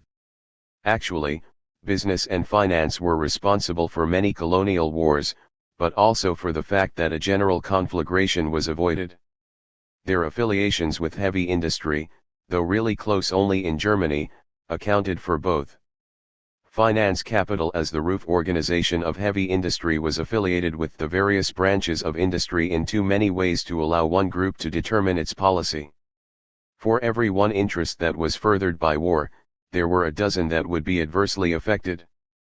International capital, of course, was bound to be the loser in case of war, but even national finance could gain only exceptionally, though frequently enough to account for dozens of colonial wars, as long as they remained isolated. Every war, almost, was organized by financiers, but peace also was organized by them. The precise nature of this strictly pragmatic system, which guarded with extreme rigor against a general war while providing for peaceful business amid an endless sequence of minor ones, is best demonstrated by the changes it brought about in international law. While nationalism and industry distinctly tended to make wars more ferocious and total, effective safeguards were erected for the continuance of peaceful business in wartime. Frederick the Great is on record for having by reprisal refused, in 1752, to honor the Silesian loan due to British subjects. No attempt of this sort has been made since, says Hershey. The wars of the French Revolution furnish us with the last important examples of the confiscation of the private property of enemy subjects found in belligerent territory upon the outbreak of hostilities. After the outbreak of the Crimean War, enemy merchantmen were allowed to leave port, a practice which was adhered to by Prussia, France, Russia, Turkey, Spain, Japan, and the United States during the 50 following years. Since the beginning of that war a very large indulgence in commerce between belligerents was allowed. Thus, in the Spanish-American War, neutral vessels, laden with American-owned cargoes other than contraband of war, cleared for Spanish ports. The view that 18th century wars were in all respects less destructive than 19th century ones is a prejudice. In respect to the status of enemy aliens, the service of loans held by enemy citizens, enemy property, or the right of enemy merchantmen to leave port, the 19th century showed a decisive turn in favor of measures to safeguard the economic system in wartime. Only the 20th century reversed this trend. Thus the new organization of economic life provided the background of the 100 Years' Peace. In the first period the nascent middle classes were mainly a revolutionary force endangering peace as witnessed in the Napoleonic upheaval. It was against this new factor of national disturbance that the Holy Alliance organized its reactionary peace. In the second period the new economy was victorious. The middle classes were now themselves the bearers of a peace interest, much more powerful than that of their reactionary predecessors had been, and nurtured by the national-international character of the new economy. But in both instances the peace interest became effective only because it was able to make the balance of power system serve its cause by providing that system with social organs capable of dealing directly with the internal forces active in the area of peace. Under the Holy Alliance these organs were feudalism and the thrones, supported by the spiritual and material power of the Church. Under the concert of Europe they were international finance and the national banking systems allied to it. There is no need to overdo the distinction. During the 30 Years' Peace, 1816–46, Great Britain was already pressing for peace and business, nor did the Holy Alliance disdain the help of the Rothschilds. Under the concert of Europe, again, international finance had often to rely on its dynastic and aristocratic affiliations. But such facts merely tend to strengthen our argument that in every case peace was maintained not simply through the chancelleries of the great powers but with the help of concrete organized agencies acting in the service of general interests. In other words, only on the background of the new economy could the balance of power system make general conflagrations avoidable. But the achievement of the concert of Europe was incomparably greater than that of the Holy Alliance, for the latter maintained peace in a limited region in an unchanging continent, while the former succeeded in the same task on a world scale while social and economic progress was revolutionizing the map of the globe. This great political feat was the result of the emergence of a specific entity, haute finance, which was the given link between the political and the economic organization of international life. It must be clear by this time that the peace organization rested upon economic organization. Yet the two were of very different consistency. Only in the widest sense of the term was it possible to speak of a political peace organization of the world, for the concert of Europe was essentially not a system of peace but merely of independent sovereignties protected by the mechanism of war. The contrary is true of the economic organization of the world. Unless we defer to the uncritical practice of restricting the term organization to centrally directed bodies acting through functionaries of their own, we must concede that nothing could be more definite than the universally accepted principles upon which this organization rested and nothing more concrete than its factual elements. Budgets and armaments, foreign trade and raw material supplies, national independence and sovereignty were now the function of currency and credit. By the fourth quarter of the 19th century, world commodity prices were the central reality in the lives of millions of continental peasants. The repercussions of the London money market were daily noted by businessmen all over the world, and governments discussed plans for the future in the light of the situation on the world capital markets. Only a madman would have doubted that the international economic system was the axis of the material existence of the race. Because this system needed peace in order to function, the balance of power was made to serve it. Take this economic system away and the peace interest would disappear from politics.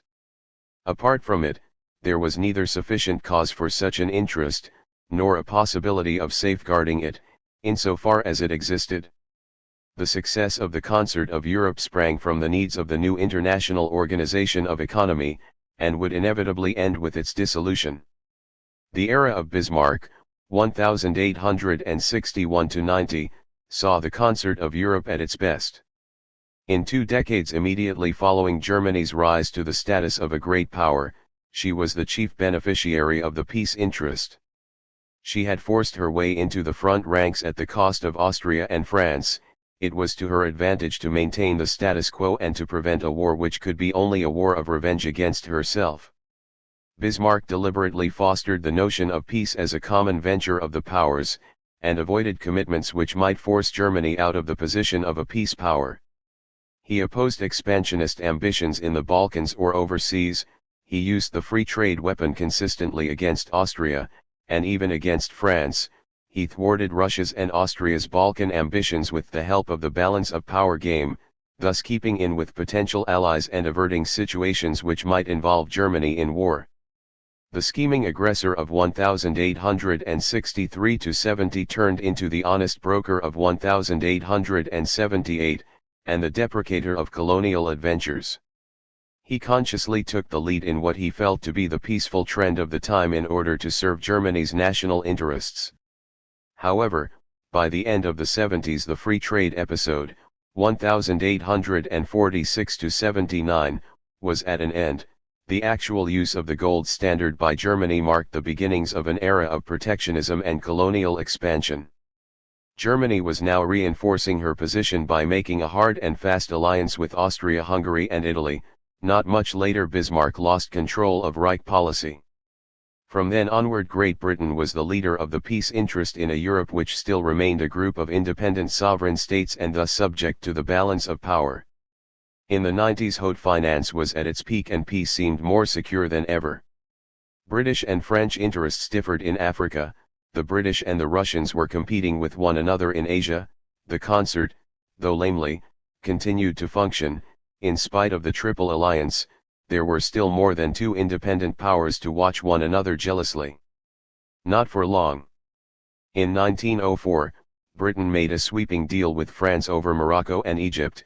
A couple of years later she compromised with Russia over Persia, and the counter-alliance was formed.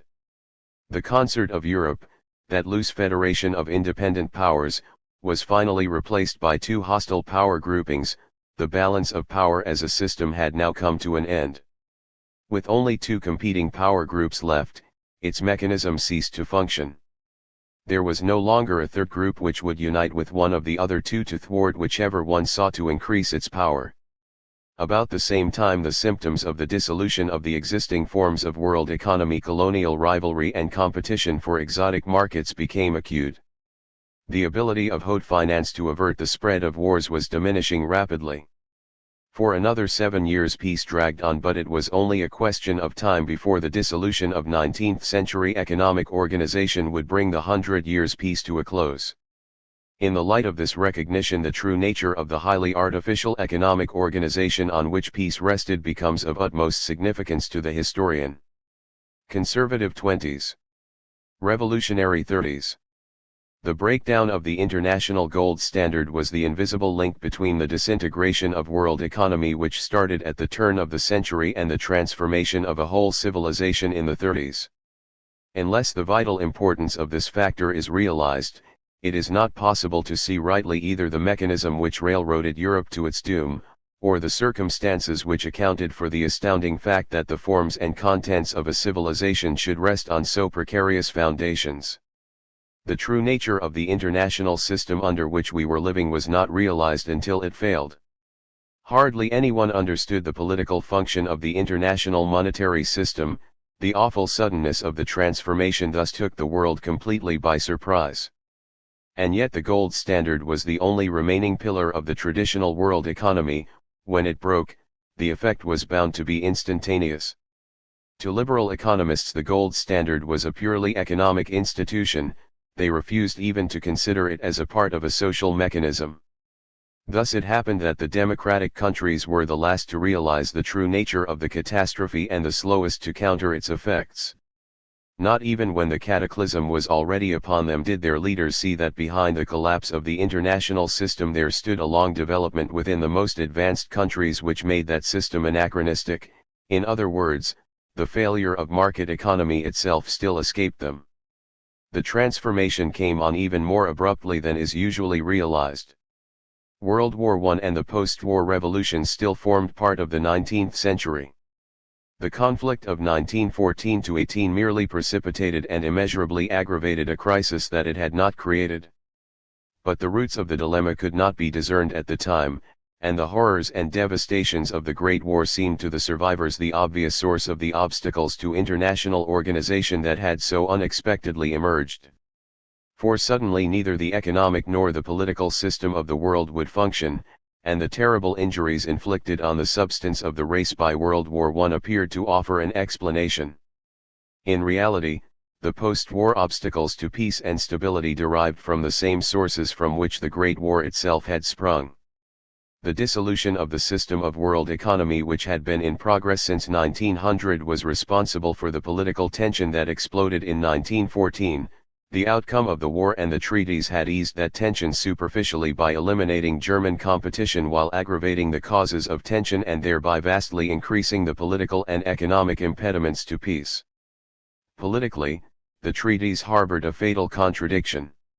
Unilateral permanent disarmament of the defeated nations forestalled any reconstruction of the balance of power system, since power is an indispensable requisite of such a system. In vain did Geneva look toward the restoration of such a system in an enlarged and improved concert of Europe called the League of Nations. In vain were facilities for consultation and joint action provided in the Covenant of the League, for the essential precondition of independent power units was now lacking. The League could never be really established, neither Article 16 on the enforcement of treaties, nor Article 19 on their peaceful revision was ever implemented. The only viable solution of the burning problem of peace, the restoration of the balance of power system, was thus completely out of reach, so much so that the true aim of the most constructive statesmen of the 20s was not even understood by the public, which continued to exist in an almost indescribable state of confusion. Faced by the appalling fact of the disarmament of one group of nations, while the other group remained armed, a situation which precluded any constructive step toward the organization of peace, the emotional attitude prevailed that the League was in some mysterious way the guarantor of an era of peace which needed only frequent verbal encouragement to become permanent. In America there was a widespread idea that if only America had joined the League, matters would have turned out quite differently. No better proof than this could be adduced for the lack of understanding of the organic weaknesses of the so-called post-war system, so-called, because, if words have a meaning, Europe was now without any political system whatever. A bare status quo such as this can last only as long as the physical exhaustion of the parties lasts. No wonder that a return to the 19th century system appeared as the only way out. In the meantime the League Council might have at least functioned as a kind of European Directorium, very much as the Concert of Europe did at its zenith, but for the fatal unanimity rule which set up the obstreperous small state as the arbiter of world peace. The absurd device of the permanent disarmament of the defeated countries ruled out any constructive solution. The only alternative to this disastrous condition of affairs was the establishment of an international order endowed with an organized power which would transcend national sovereignty. Such a course, however, was entirely beyond the horizon of the time. No country in Europe, not to mention the United States, would have submitted to such a system. Economically, the policy of Geneva was much more consistent in pressing for the restoration of world economy as a second line of defense for peace.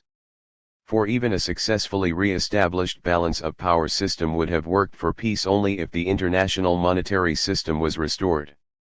In the absence of stable exchanges and freedom of trade, the governments of the various nations, as in the past, would regard peace as a minor interest, for which they would strive only as long as it did not interfere with any of their major interests.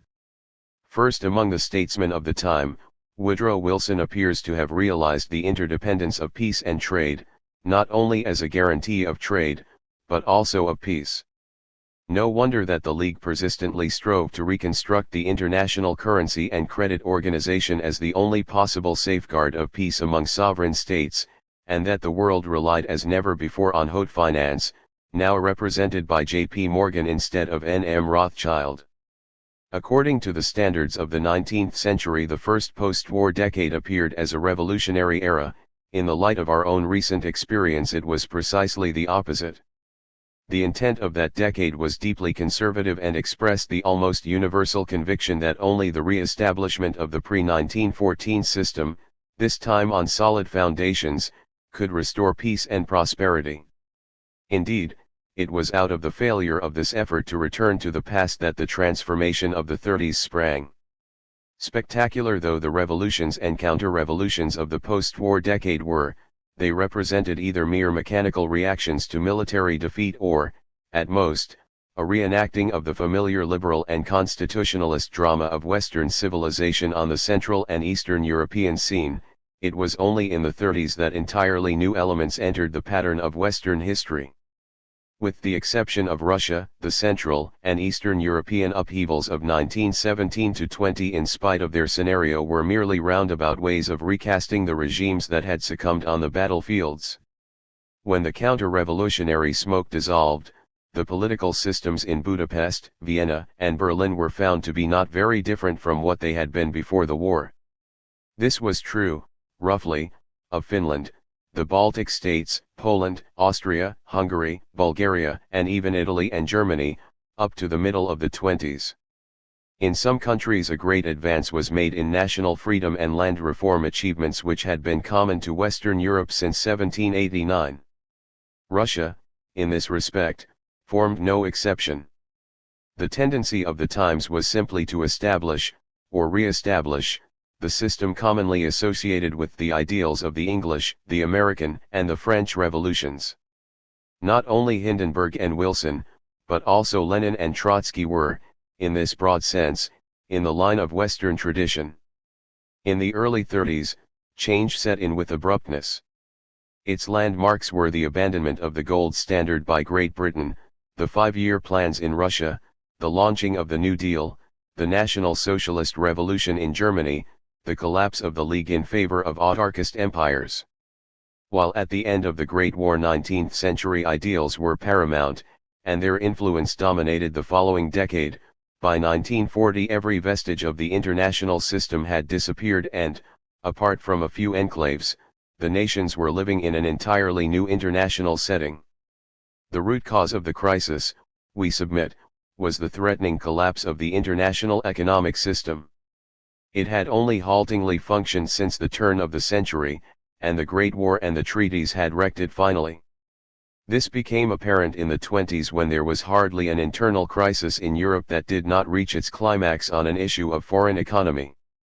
Students of politics now group the various countries, not according to continents, but according to the degree of their adherence to a sound currency. Russia had astonished the world by the destruction of the ruble, the value of which was reduced to nothing by the simple means of inflation. Germany repeated this desperate feat in order to give the lie to the treaty. The expropriation of the rentier class, which followed in its wake, laid the foundation for the Nazi Revolution. The prestige of Geneva rested on its success in helping Austria and Hungary to restore their currencies, and Vienna became the mecca of liberal economists on account of a brilliantly successful operation on Austria's krona which the patient, unfortunately, did not survive. In Bulgaria, Greece, Finland, Latvia, Lithuania, Estonia, Poland, and Romania the restoration of the currency provided counter-revolution with a claim to power. In Belgium, France, and England the left was thrown out of office in the name of sound monetary standards. An almost unbroken sequence of currency crises linked the indigent Balkans with the affluent United States through the elastic band of an international credit system, which transmitted the strain of the imperfectly restored currencies, first, from Eastern Europe to Western Europe, then from Western Europe to the United States. Ultimately, the United States itself was engulfed by the effects of the premature stabilization of European currencies. The final breakdown had begun. The first shock occurred within the national spheres. Some currencies, such as the Russian, the German, the Austrian, the Hungarian, were wiped out within a year. Apart from the unprecedented rate of change in the value of currencies, there was the circumstance that this change happened in a completely monetarized economy. A cellular process was introduced into human society, the effects of which were outside the range of experience. Internally and externally alike, dwindling currencies spelled disruption. Nations found themselves separated from their neighbors, as by a chasm, while at the same time the various strata of the population were affected in entirely different and often opposite ways. The intellectual middle class was literally pauperized, financial sharks heaped up revolting fortunes. A factor of incalculable integrating and disintegrating force had entered the scene. Flight of capital was a new thing. Neither in 1848, nor in 1866, nor even in 1871 was such an event recorded. And yet, its vital role in the overthrow of the liberal governments of France in 1925, and again in 1938, as well as in the development of a fascist movement in Germany in 1930, was patent. Currency had become the pivot of national politics. Under a modern money economy, nobody could fail to experience daily the shrinking or expanding of the financial yardstick. Populations became currency conscious, the effect of inflation on real income was discounted in advance by the masses. Men and women everywhere appeared to regard stable money as the supreme need of human society. But such awareness was inseparable from the recognition that the foundations of the currency might depend upon political factors outside the national boundaries. Thus the social bulversement which shook confidence in the inherent stability of the monetary medium shattered also the naive concept of financial sovereignty in an interdependent economy. Henceforth, internal crises associated with the currency would tend to raise grave external issues. Belief in the gold standard was the faith of the age. With some it was a naive, with some a critical, with others a Satanistic creed implying acceptance in the flesh and rejection in the spirit. Yet the belief itself was the same, namely, that banknotes have value because they represent gold. Whether the gold itself has value for the reason that it embodies labor, as the socialists held, or for the reason that it is useful and scarce, as the orthodox doctrine ran, made for once no difference. The war between heaven and hell ignored the money issue, leaving capitalists and socialists miraculously united. Where Ricardo and Marx were at one, the 19th century knew not doubt. Bismarck and La Salle, John Stuart Mill and Henry George, Philip Snowden and Calvin Coolidge, Mises and Trotsky equally accepted the faith. Karl Marx had gone to great pains to show up Proudhon's utopian labor notes, which were to replace currency, as based on self-delusion, and Das Kapital implied the commodity theory of money, in its Ricardian form. The Russian Bolshevik Sukhanikov was the first post-war statesman to restore the value of his country's currency in terms of gold. The German Social Democrat Hilferding imperiled his party by his staunch advocacy of sound currency principles. The Austrian Social Democrat Otto Bauer supported the monetary principles underlying the restoration of the krona attempted by his bitter opponent, Seipel. The English socialist, Philip Snowden, turned against Labour when he believed the pound sterling not to be safe at their hands, and the Duce had the gold value of the lira at 90 carved in stone, and pledged himself to die in its defense. It would be hard to find any divergence between utterances of Hoover and Lenin, Churchill and Mussolini, on this point. Indeed, the essentiality of the gold standard to the functioning of the international economic system of the time was the one and only tenet common to men of all nations and all classes, religious denominations and social philosophies. It was the invisible reality to which the will to live could cling, when mankind braced itself to the task of restoring its crumbling existence. The effort, which failed, was the most comprehensive the world had ever seen. The stabilization of the all but destroyed currencies in Austria, Hungary, Bulgaria, Finland, Romania, or Greece was not only an act of faith on the part of these small and weak countries, which literally starved themselves to reach the golden shores, but it also put their powerful and wealthy sponsors, the Western European victors, to a severe test. As long as the currencies of the victors fluctuated, the strain did not become apparent. They continued to lend abroad as before the war and thereby helped to maintain the economies of the defeated nations. But when Great Britain and France reverted to gold, the burden on their stabilized exchanges began to tell.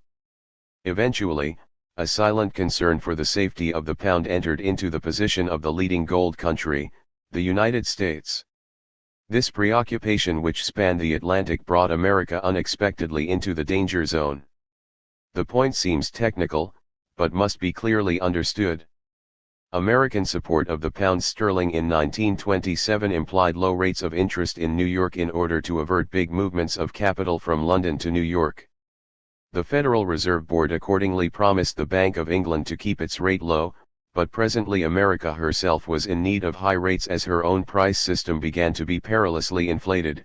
This fact was obscured by the existence of a stable price level, maintained in spite of tremendously diminished costs.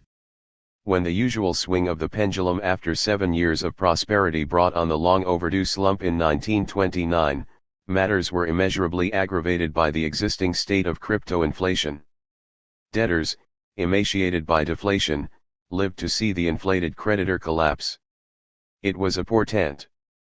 America, by an instinctive gesture of liberation, went off gold in 1933, and the last vestige of the traditional world economy vanished. Although hardly anybody discerned the deeper meaning of the event at the time, history almost at once reversed its trend. For over a decade the restoration of the gold standard had been the symbol of world solidarity. Innumerable conferences from Brussels to Spa and Geneva, from London to Locarno and Lausanne met in order to achieve the political preconditions of stable currencies. The League of Nations itself had been supplemented by the International Labour Office partly in order to equalize conditions of competition among the nations so that trade might be liberated without danger to standards of living. Currency was at the heart of the campaigns launched by Wall Street to overcome the transfer problem and, first, to commercialize, then to mobilize reparations. Geneva acted as the sponsor of a process of rehabilitation in which the combined pressure of the City of London and of the neoclassical monetary purists of Vienna was put into the service of the gold standard. Every international endeavor was ultimately directed to this end, while national governments, as a rule, accommodated their policies to the need of safeguarding the currency, particularly those policies which were concerned with foreign trade, loans, banking, and exchange. Although everybody agreed that stable currencies ultimately depended upon the freeing of trade, all except dogmatic free traders knew that measures had to be taken immediately which would inevitably restrict foreign trade and foreign payments. Import quotas, moratoria and standstill agreements, clearing systems and bilateral trade treaties, barter arrangements, embargoes on capital exports, foreign trade control, and exchange equalization funds developed in most countries to meet the same set of circumstances. Yet the incubus of self-sufficiency haunted the steps taken in protection of the currency.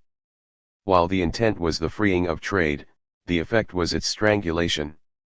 Instead of gaining access to the markets of the world, the governments, by their own acts, were barring their countries from any international nexus, and ever-increasing sacrifices were needed to keep even a trickle of trade flowing.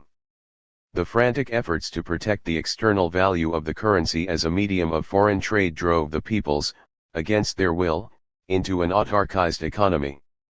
The whole arsenal of restrictive measures, which formed a radical departure from traditional economics, was actually the outcome of conservative free trade purposes.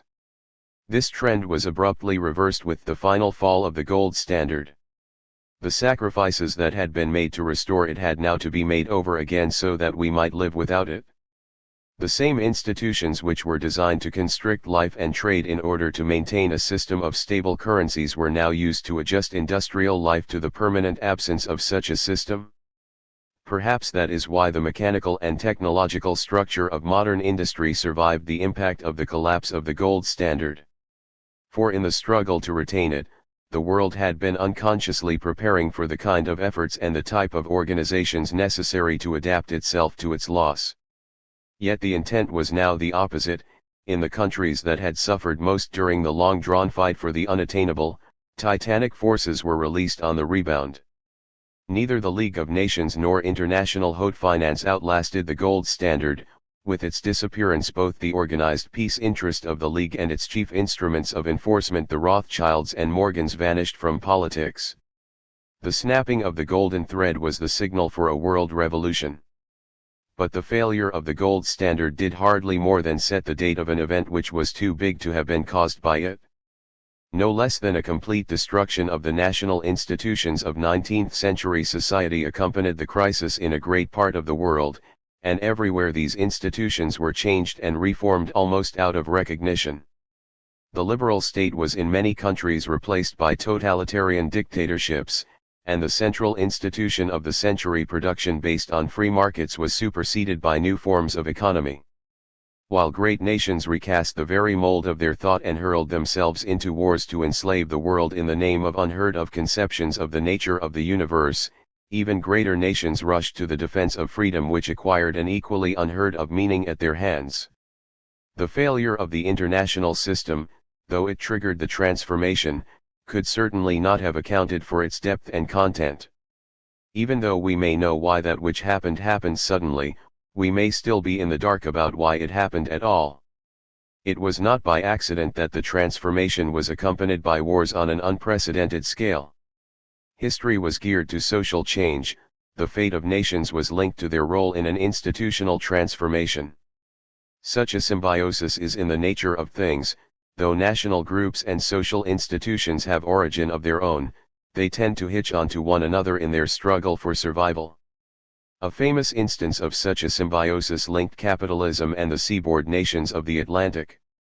The commercial revolution, so closely connected with the rise of capitalism, became the vehicle to power for Portugal, Spain, Holland, France, England, and the United States, each of them benefiting from the chances offered by that broad and deep-seated movement, while, on the other hand, capitalism itself was spreading over the planet through the instrumentality of these rising powers.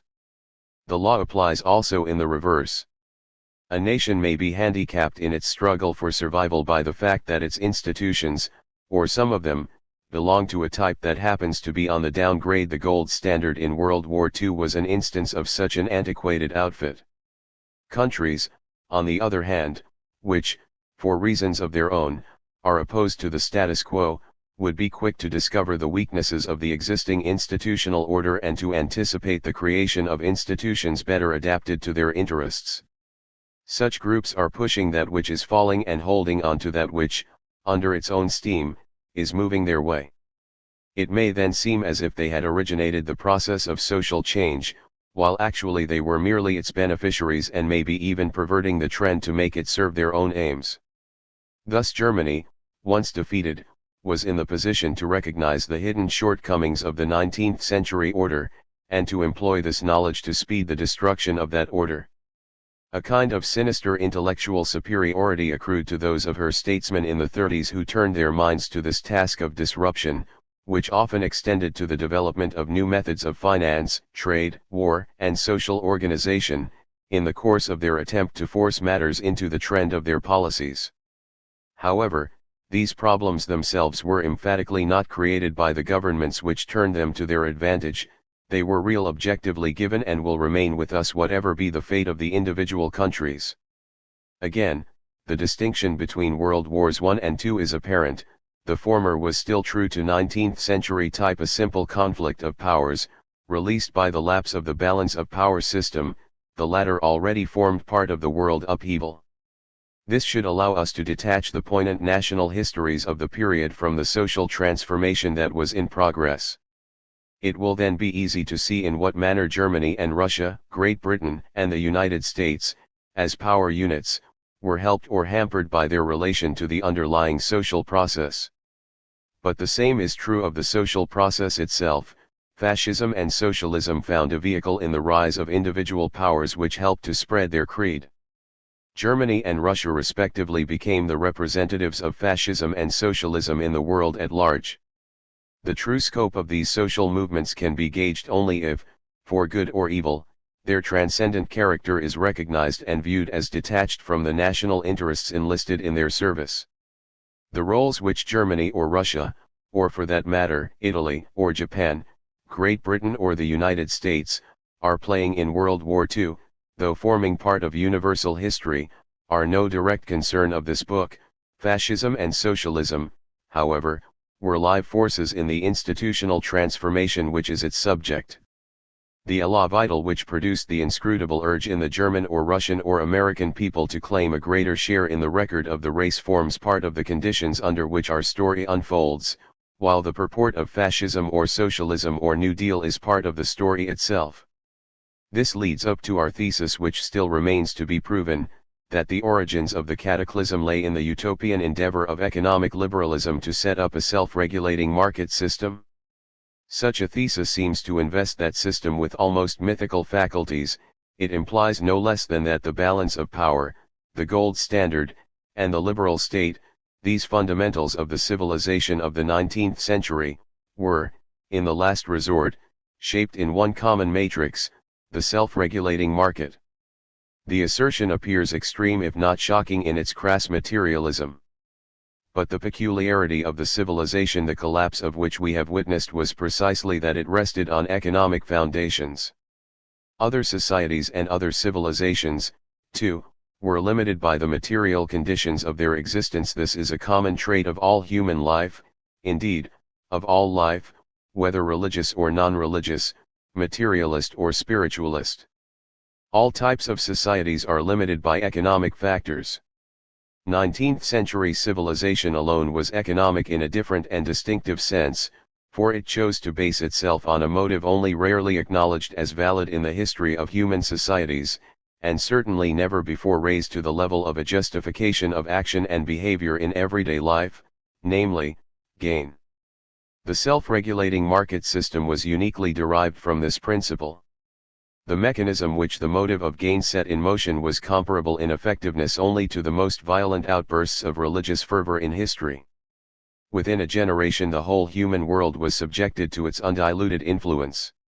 As everybody knows, it grew to maturity in England, in the wake of the Industrial Revolution, during the first half of the 19th century. It reached the continent and America about 50 years later. Eventually in England, on the continent, and even in America, similar alternatives shaped daily issues into a pattern the main traits of which were identical in all countries of Western civilization. For the origins of the cataclysm we must turn to the rise and fall of market economy. Market society was born in England, yet it was on the continent that its weaknesses engendered the most tragic complications. In order to comprehend German fascism, we must revert to Ricardian England. The 19th century, as cannot be overemphasized, was England's century. The Industrial Revolution was an English event. Market economy, free trade, and the gold standard were English inventions. These institutions broke down in the 20s everywhere in Germany, Italy, or Austria. The event was merely more political and more dramatic. But whatever the scenery and the temperature of the final episodes, the long-run factors which wrecked that civilization should be studied in the birthplace of the Industrial Revolution, England. Part 2. Rise and Fall of Market Economy. I. Satanic Mill. Habitation versus Improvement. At the heart of the Industrial Revolution of the 18th century there was an almost miraculous improvement in the tools of production, which was accompanied by a catastrophic dislocation of the lives of the common people. We will attempt to disentangle the factors that determined the forms of this dislocation, as it appeared as its worst in England about a century ago. What satanic mill ground men into masses? How much was caused by the new physical conditions? How much by the economic dependencies, operating under the new conditions? And what was the mechanism through which the old social tissue was destroyed and a new integration of man and nature so unsuccessfully attempted? Nowhere has liberal philosophy failed so conspicuously as in its understanding of the problem of change.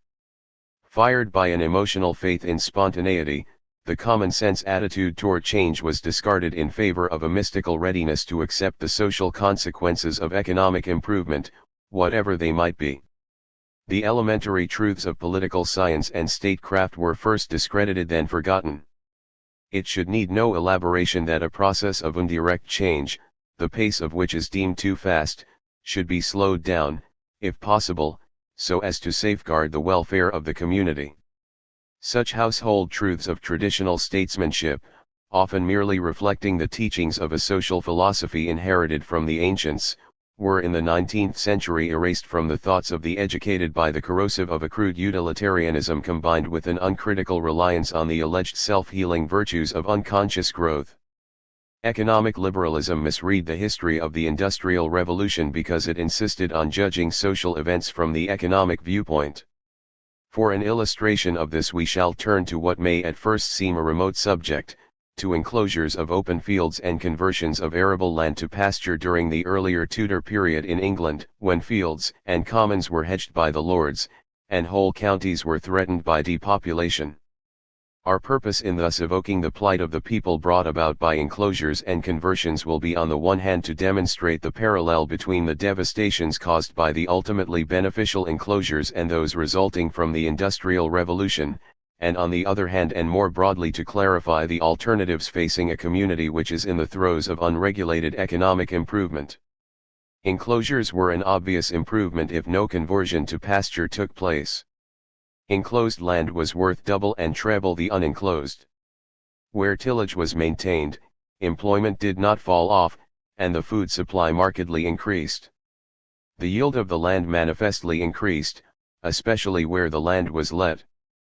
But even conversion of arable land to sheep runs was not altogether detrimental to the neighborhood in spite of the destruction of habitations and the restriction of employment it involved. Cottage industry was spreading by the second half of the 15th century, and a century later it began to be a feature of the countryside. The wool produced on the sheep farm gave employment to the small tenants and landless cottagers forced out of tillage, and the new centers of the woolen industry secured an income to a number of craftsmen. But this is the point: only in a market economy can such compensating effects be taken for granted. In the absence of such a system, the highly profitable occupation of raising sheep and selling their wool might ruin the country. The sheep which turned sand into gold could well have turned the gold into sand, as happened ultimately to the wealth of 17th century Spain, whose eroded soil never recovered from the overexpansion of sheep farming. An official document of 1607, prepared for the use of the lords of the realm, set out the problem of change in one powerful phrase: the poor man shall be satisfied in his end, habitation, and the gentleman not hindered in his desire, improvement. This formula appears to take for granted the essence of purely economic progress, which is to achieve improvement at the price of social dislocation. But it also hints at the tragic necessity by which the poor man clings to his hovel, doomed by the rich man's desire for a public improvement which profits him privately. Enclosures have appropriately been called a revolution of the rich against the poor. The lords and nobles were upsetting the social order, breaking down ancient law and custom, sometimes by means of violence, often by pressure and intimidation. They were literally robbing the poor of their share in the common, tearing down the houses which, by the hitherto unbreakable force of custom, the poor had long regarded as theirs and their heirs. The fabric of society was being disrupted.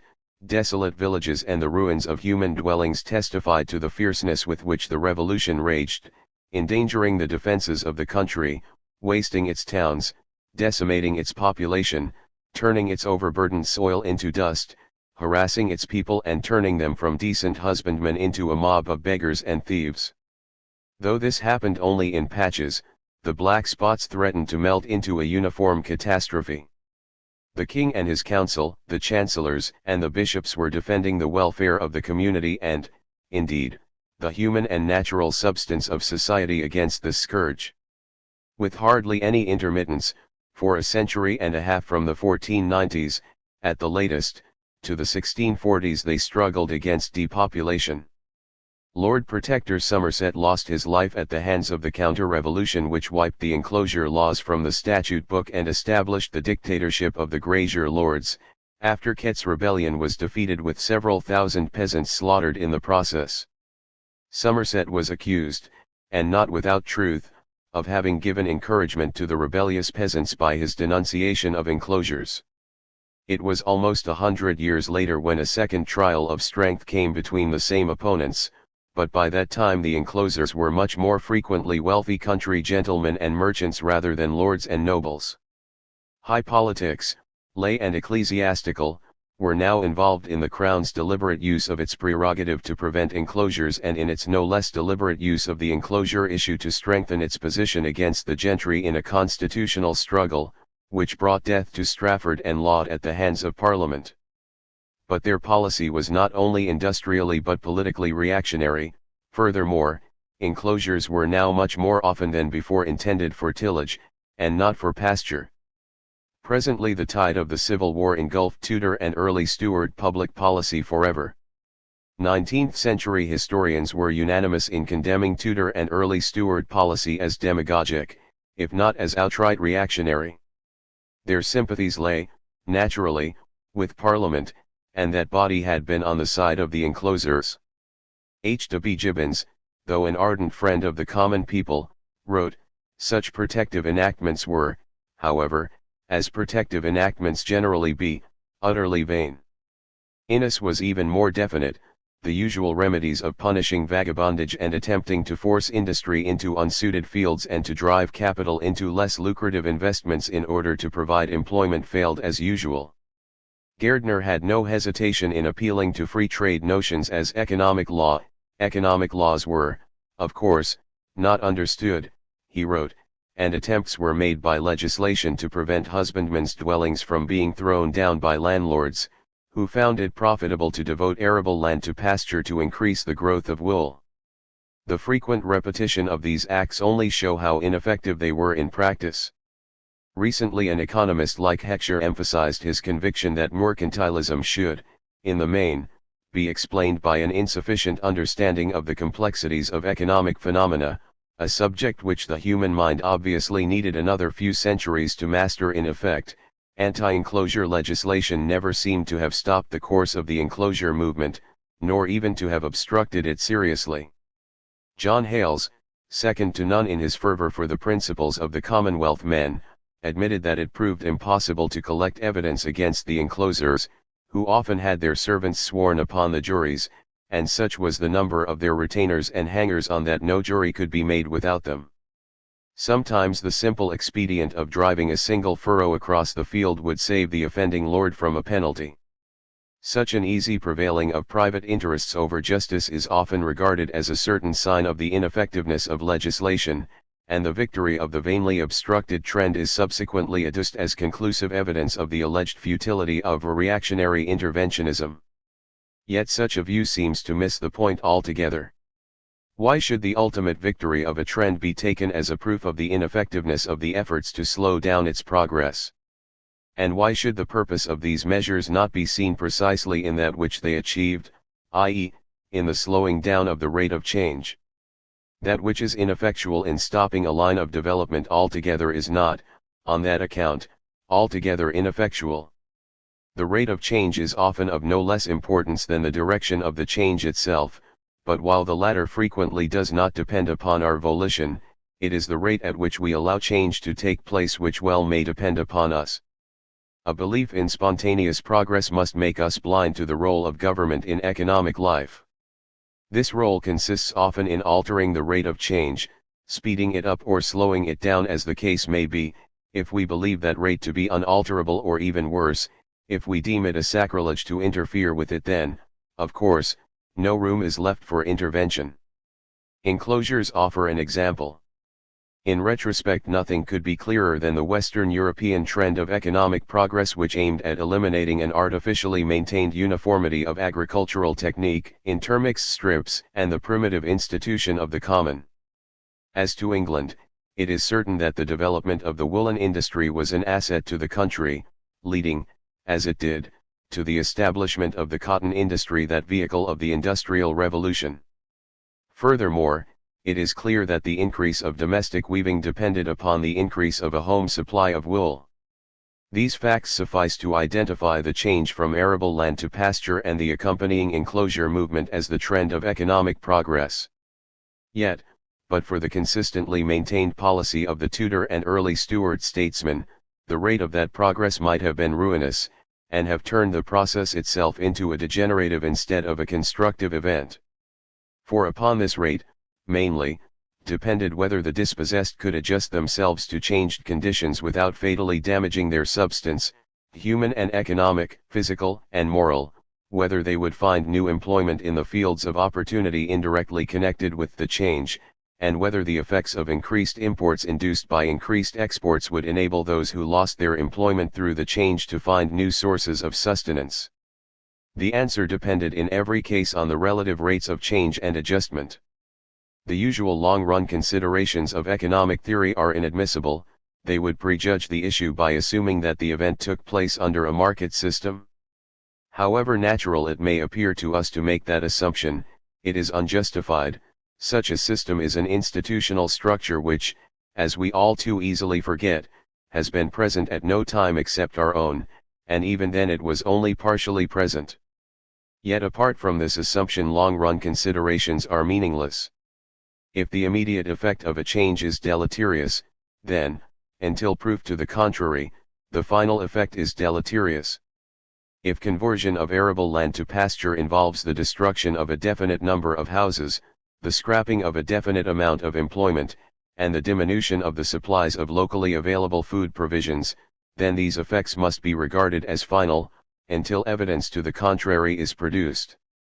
This does not exclude the consideration of the possible effects of increased exports on the income of the landowners, of the possible chances of employment created by an eventual increase in the local wool supply, or of the uses to which the landowners might put their increased incomes, whether in the way of further investments or of luxury expenditure.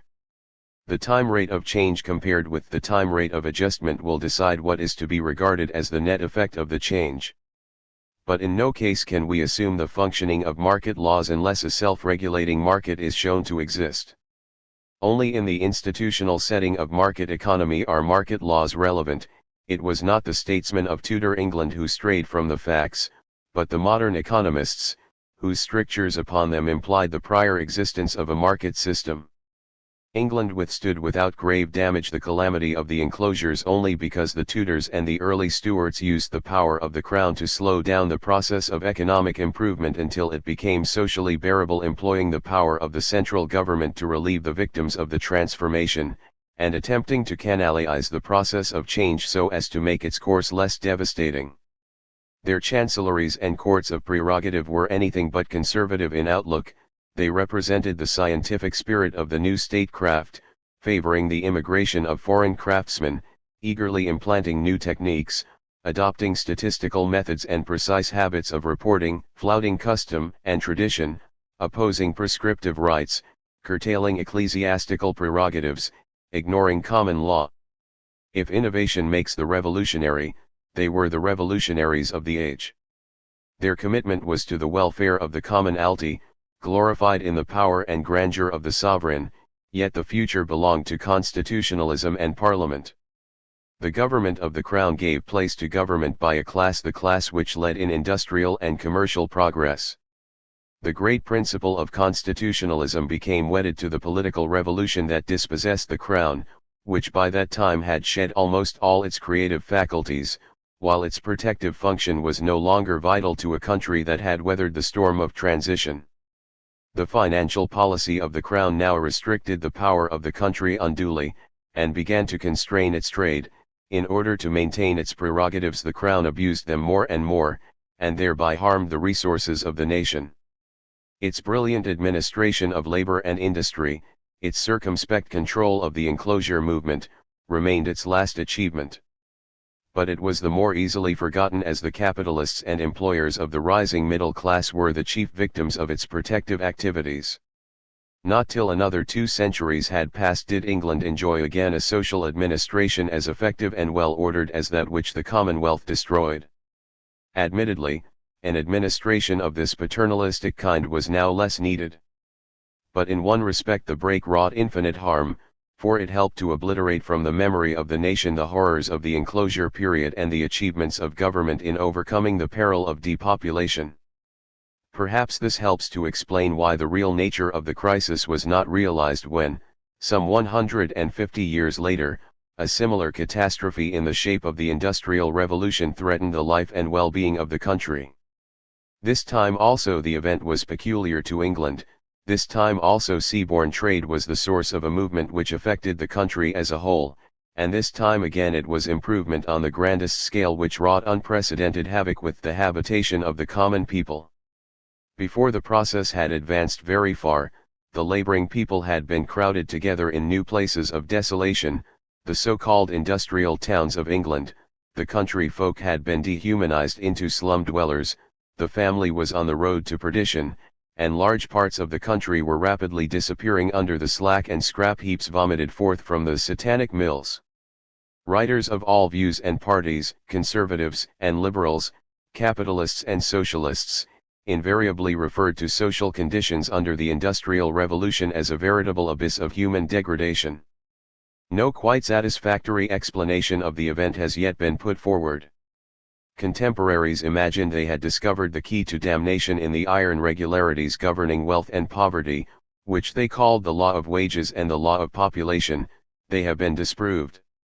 Exploitation was put forth as another explanation both of wealth and of poverty, but this was unable to account for the fact that wages on the whole continued to rise for another century. More often a convolute of causes was adduced, which again was hardly satisfactory. Our own solution is anything but simple. It actually fills the better part of this book. We submit that an avalanche of social dislocation, surpassing by far that of the enclosure period, came down upon England, that this catastrophe was the accompaniment of a vast movement of economic improvement, that an entirely new institutional mechanism was starting to act on Western society, that its dangers, which cut to the quick when they first appeared, were never really overcome, and that the history of 19th-century civilization consisted largely in attempts to protect society against the ravages of such a mechanism. The Industrial Revolution was merely the beginning of a revolution as extreme and radical as ever inflamed the minds of sectarians, but the new creed was utterly materialistic and believed that all human problems could be resolved given an unlimited amount of material commodities. The story has been told innumerable times, how the expansion of markets, the presence of coal and iron as well as a humid climate favorable to the cotton industry, the multitude of people dispossessed by the new 18th century enclosures, the existence of free institutions, the invention of the machines, and other causes interacted in such a manner as to bring about the Industrial Revolution. It has been shown conclusively that no one single cause deserves to be lifted out of the chain and set apart as the cause of that sudden and unexpected event. But how shall this revolution itself be defined? What was its basic characteristic? Was it the rise of the factory towns, the emergence of slums, the long working hours of children, the low wages of certain categories of workers, the rise in the rate of population increase, or the concentration of industries? We submit that all these were merely incidental to one basic change, the establishment of market economy, and that the nature of this institution cannot be fully grasped unless the impact of the machine on a commercial society is realized. We do not intend to assert that the machine caused that which happened, but we insist that once elaborate machines and plant were used for production in a commercial society, the idea of a self-regulating market system was bound to take shape. The use of specialized machines in an agrarian and commercial society must produce typical effects. Such a society consists of agriculturalists and of merchants who buy and sell the produce of the land. Production with the help of specialized, elaborate, expensive tools and plants can be fitted into such a society only by making it incidental to buying and selling.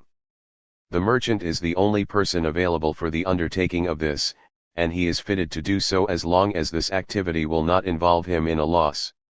He will sell the goods in the same manner in which he would otherwise sell goods to those who demand them, but he will procure them in a different way, namely, not by buying them ready-made, but by purchasing the necessary labor and raw material. The two put together according to the merchant's instructions, plus some waiting which he might have to undertake, amount to the new product. This is not a description of domestic industry or putting out only, but of any kind of industrial capitalism, including that of our own time. Important consequences for the social system follow. Since elaborate machines are expensive, they do not pay unless large amounts of goods are produced. They can be worked without a loss only if the vent of the goods is reasonably assured and if production need not be interrupted for want of the primary goods necessary to feed the machines. For the merchant this means that all factors involved must be on sale, that is, they must be available in the needed quantities to anybody who is prepared to pay for them. Unless this condition is fulfilled, production with the help of specialized machines is too risky to be undertaken both from the point of view of the merchant who stakes his money and of the community as a whole which comes to depend upon continuous production for incomes, employment, and provisions. Now, in an agricultural society such conditions would not naturally be given, they would have to be created. That they would be created gradually in no way affects the startling nature of the changes involved. The transformation implies a change in the motive of action on the part of the members of society, for the motive of subsistence, that of gain, must be substituted. All transactions are turned into money transactions, and these in turn require that a medium of exchange be introduced into every articulation of industrial life. All incomes must derive from the sale of something or other, and whatever the actual source of a person's income, it must be regarded as resulting from sale. No less is implied in the simple term market system, by which we designate the institutional pattern described. But the most startling peculiarity of the system lies in the fact that, once it is established, it must be allowed to function without outside interference. Profits are not any more guaranteed, and the merchant must make his profits on the market. Prices must be allowed to regulate themselves. Such a self-regulating system of markets is what we mean by a market economy. The transformation to the system from the earlier economy is so complete that it resembles more the metamorphosis of the caterpillar than any alteration that can be expressed in terms of continuous growth and development. Contrast, for example, the merchant-producer's selling activities with his buying activities. His sales concern only artifacts. Whether he succeeds or not in finding purchasers, the fabric of society need not be affected. But what he buys is raw materials and labor, nature and man. Machine production in a commercial society involves, in effect, no less a transformation than that of the natural and human substance of society into commodities. The conclusion, though weird, is inevitable. Nothing less will serve the purpose. Obviously, the dislocation caused by such devices must disjoint man's relationships and threaten his natural habitat with annihilation. Such a danger was, in fact, imminent. We shall perceive its true character if we examine the laws which govern the mechanism of a self-regulating market. Societies and economic systems.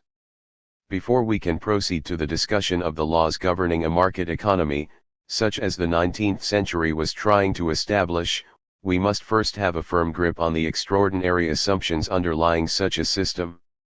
Market economy implies a self-regulating system of markets.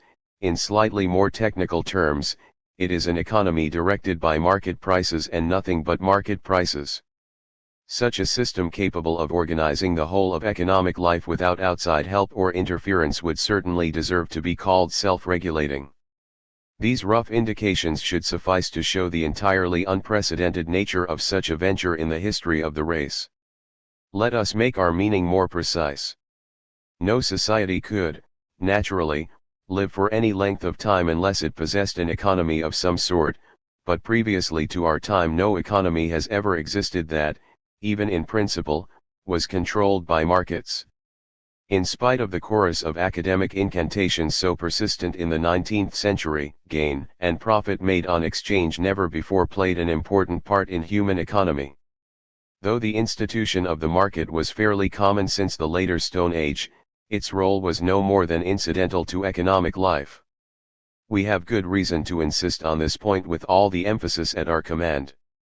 No less a thinker than Adam Smith suggested that the division of labor in society was dependent upon the existence of markets, or, as he put it, upon man's propensity to barter, truck and exchange one thing for another.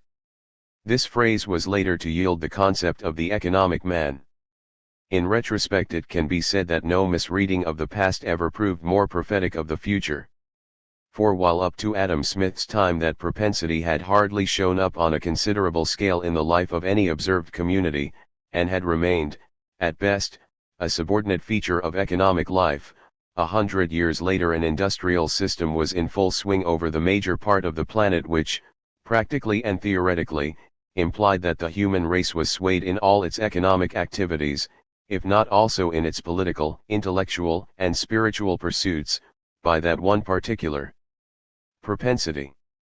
Herbert Spencer, in the second half of the 19th century, equated the principle of the division of labor with barter and exchange, and another 50 years later, Ludwig von Mises and Walter Lippmann could repeat this same fallacy. By that time there was no need for argument. A host of writers on political economy, social history, political philosophy, and general sociology had followed in Smith's wake and established his paradigm of the bartering savage as an axiom of their respective sciences. In point of fact, Adam Smith's suggestions about the economic psychology of early man were as false as Rousseau's were on the political psychology of the savage.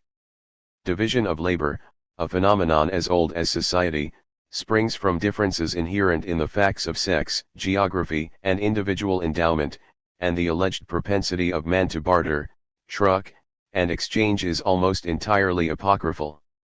While history and ethnography know of various kinds of economies, most of them comprising the institution of markets, they know of no economy prior to our own, even approximately controlled and regulated by markets. This will become abundantly clear from a bird's-eye view of the history of economic systems and of markets, presented separately. The role played by markets in the internal economy of the various countries, it will appear, was insignificant up to recent times, and the changeover to an economy dominated by the market pattern will stand out all the more clearly. To start with, we must discard some 19th-century prejudices that underlay Adam Smith's hypothesis about primitive man's alleged predilection for gainful occupations. Since his axiom was much more relevant to the immediate future than to the dim past, it induced in his followers a strange attitude toward man's early history. On the face of it, the evidence seemed to indicate that primitive man, far from having a capitalistic psychology, had, in effect, a communistic one. Later this also proved to be mistaken. Consequently, economic historians tended to confine their interest to that comparatively recent period of history in which truck and exchange were found on any considerable scale, and primitive economics was relegated to prehistory. Unconsciously, this led to a weighting of the scales in favor of a marketing psychology, for within the relatively short period of the past few centuries everything might be taken to tend toward the establishment of that which was eventually established, i.e., a market system, irrespective of other tendencies which were temporarily submerged. The corrective of such a short-run perspective would obviously have been the linking up of economic history with social anthropology, a course which was consistently avoided. We cannot continue today on these lines. The habit of looking at the past 10,000 years as well as at the array of early societies as a mere prelude to the true history of our civilization, which started approximately with the publication of The Wealth of Nations in 1776, is, to say the least, out of date.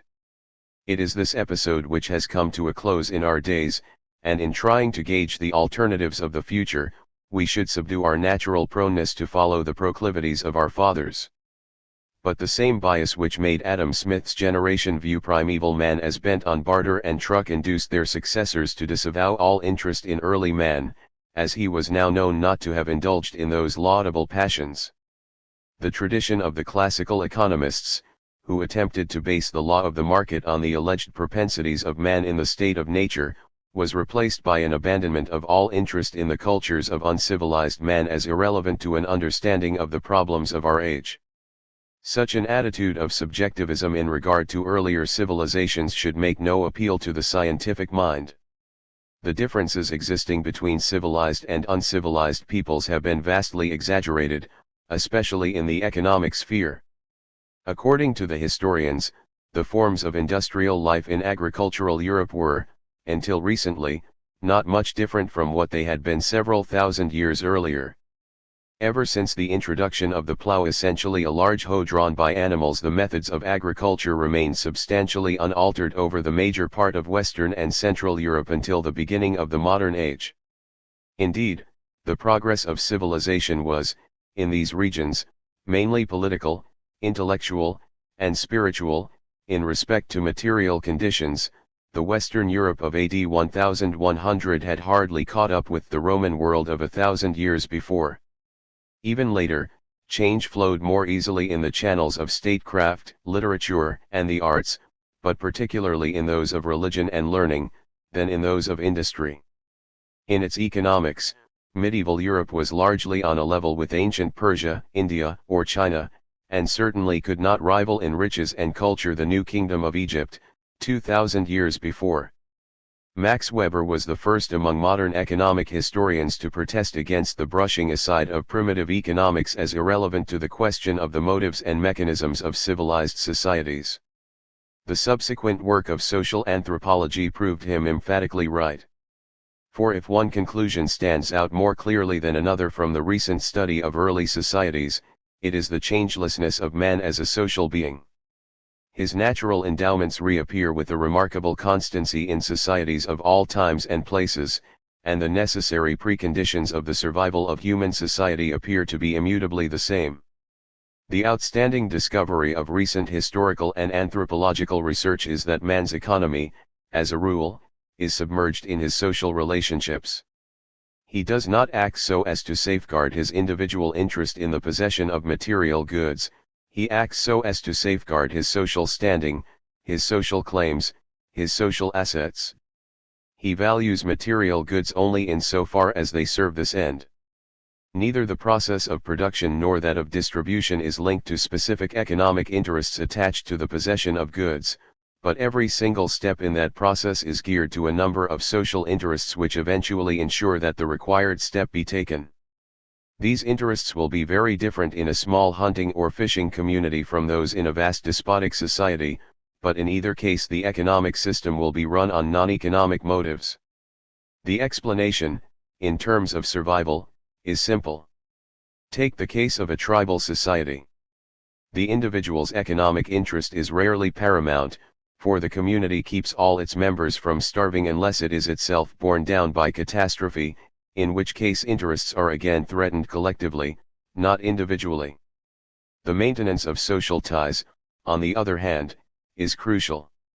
First, because by disregarding the accepted code of honor, or generosity, the individual cuts himself off from the community and becomes an outcast. Second, because, in the long run, all social obligations are reciprocal, and their fulfillment serves also the individual's give and take interests best. Such a situation must exert a continuous pressure on the individual to eliminate economic self-interest from his consciousness to the point of making him unable, in many cases, but by no means in all, even to comprehend the implications of his own actions in terms of such an interest. This attitude is reinforced by the frequency of communal activities such as partaking of food from the common catch or sharing in the results of some far-flung and dangerous tribal expedition. The premium set on generosity is so great when measured in terms of social prestige as to make any other behavior than that of utter self-forgetfulness simply not pay. Personal character has little to do with the matter. Man can be as good or evil, as social or asocial, jealous or generous, in respect to one set of values as in respect to another. Not to allow anybody reason for jealousy is, indeed, an accepted principle of ceremonial distribution, just as publicly bestowed praise is the due of the industrious, skillful, or otherwise successful gardener, unless he be too successful, in which case he may deservedly be allowed to wither away under the delusion of being the victim of black magic. The human passions, good or bad, are merely directed toward non-economic ends. Ceremonial display serves to spur emulation to the utmost, and the custom of communal labor tends to screw up both quantitative and qualitative standards to the highest pitch. The performance of acts of exchange by way of free gifts that are expected to be reciprocated, though not necessarily by the same individuals, a procedure minutely articulated and perfectly safeguarded by elaborate methods of publicity, by magic rites, and by the establishment of dualities in which groups are linked in mutual obligations, should in itself explain the absence of the notion of gain or even of wealth other than that consisting of objects traditionally enhancing social prestige. In this sketch of the general traits characteristic of a Western Melanesian community we took no account of its sexual and territorial organization, in reference to which custom, law, magic, and religion exert their influence, as we only intended to show the manner in which so-called economic motives spring from the context of social life. For it is on this one negative point that modern ethnographers agree: the absence of the motive of gain, the absence of the principle of laboring for remuneration, the absence of the principle of least effort, and, especially, the absence of any separate and distinct institution based on economic motives. But how, then, Is order in production and distribution ensured? The answer is provided in the main by two principles of behavior not primarily associated with economics, reciprocity and redistribution. With the Trobriand islanders of Western Melanesia, who serve as an illustration of this type of economy, reciprocity works mainly in regard to the sexual organization of society, that is, family and kinship. Redistribution is mainly effective in respect to all those who are under a common chief and is, therefore, of a territorial character. Let us take these principles separately. The sustenance of the family, the female and the children, is the obligation of their matrilineal relatives. The male, who provides for his sister and her family by delivering the finest specimens of his crop, will mainly earn the credit due to his good behavior, but will reap little immediate material benefit in exchange. If he is slack, it is first and foremost his reputation that will suffer. It is for the benefit of his wife and her children that the principle of reciprocity will work, and thus compensate him economically for his acts of civic virtue. Ceremonial display of food both in his own garden and before the recipient's storehouse will ensure that the high quality of his gardening be known to all. It is apparent that the economy of garden and household here forms part of the social relations connected with good husbandry and fine citizenship. The broad principle of reciprocity helps to safeguard both production and family sustenance. The principle of redistribution is no less effective.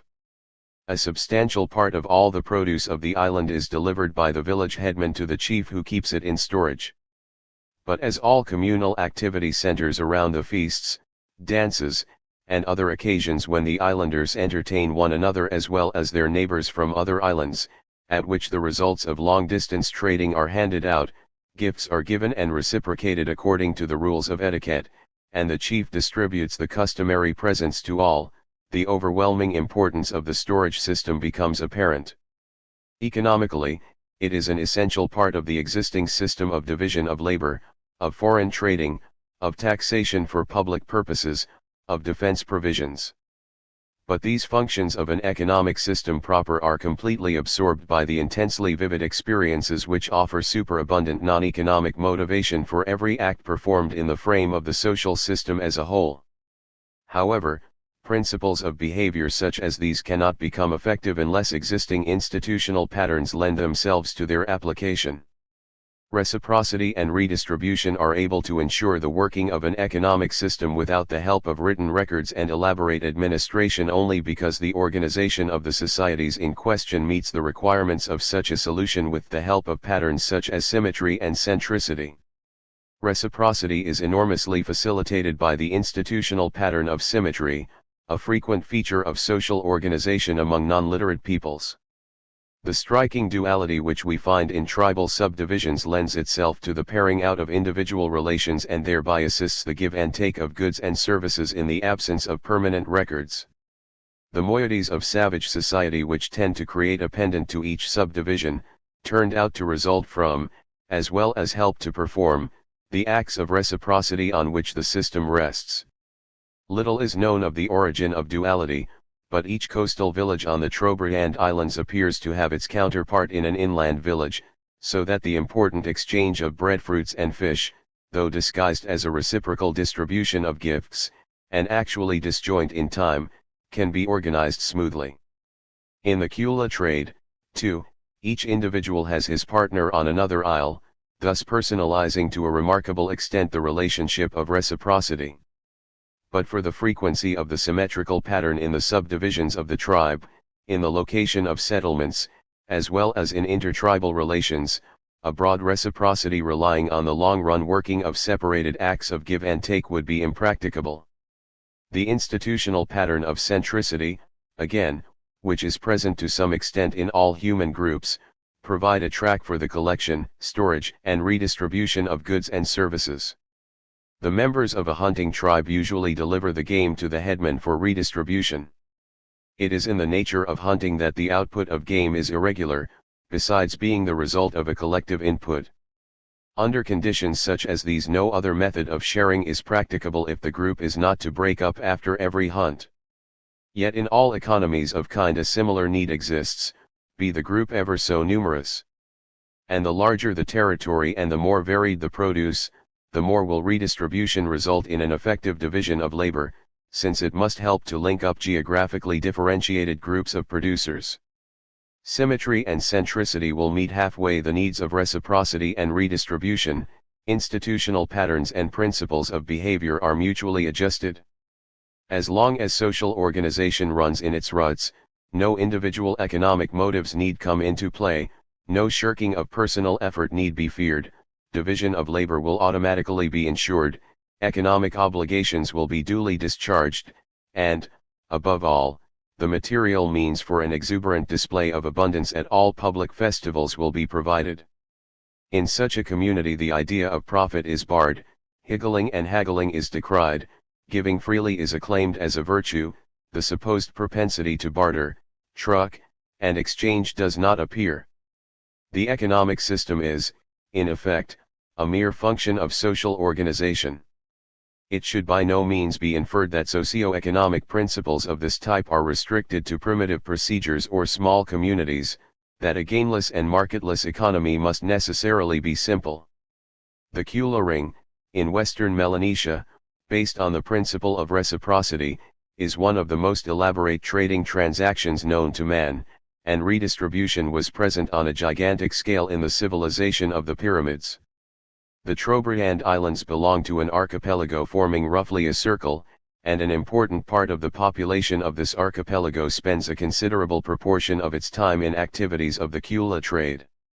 We describe it as trade though no profit is involved, either in money or in kind, no goods are hoarded or even possessed permanently, the goods received are enjoyed by giving them away, no higgling and haggling, no truck, barter, or exchange enters, and the whole proceedings are entirely regulated by etiquette and magic.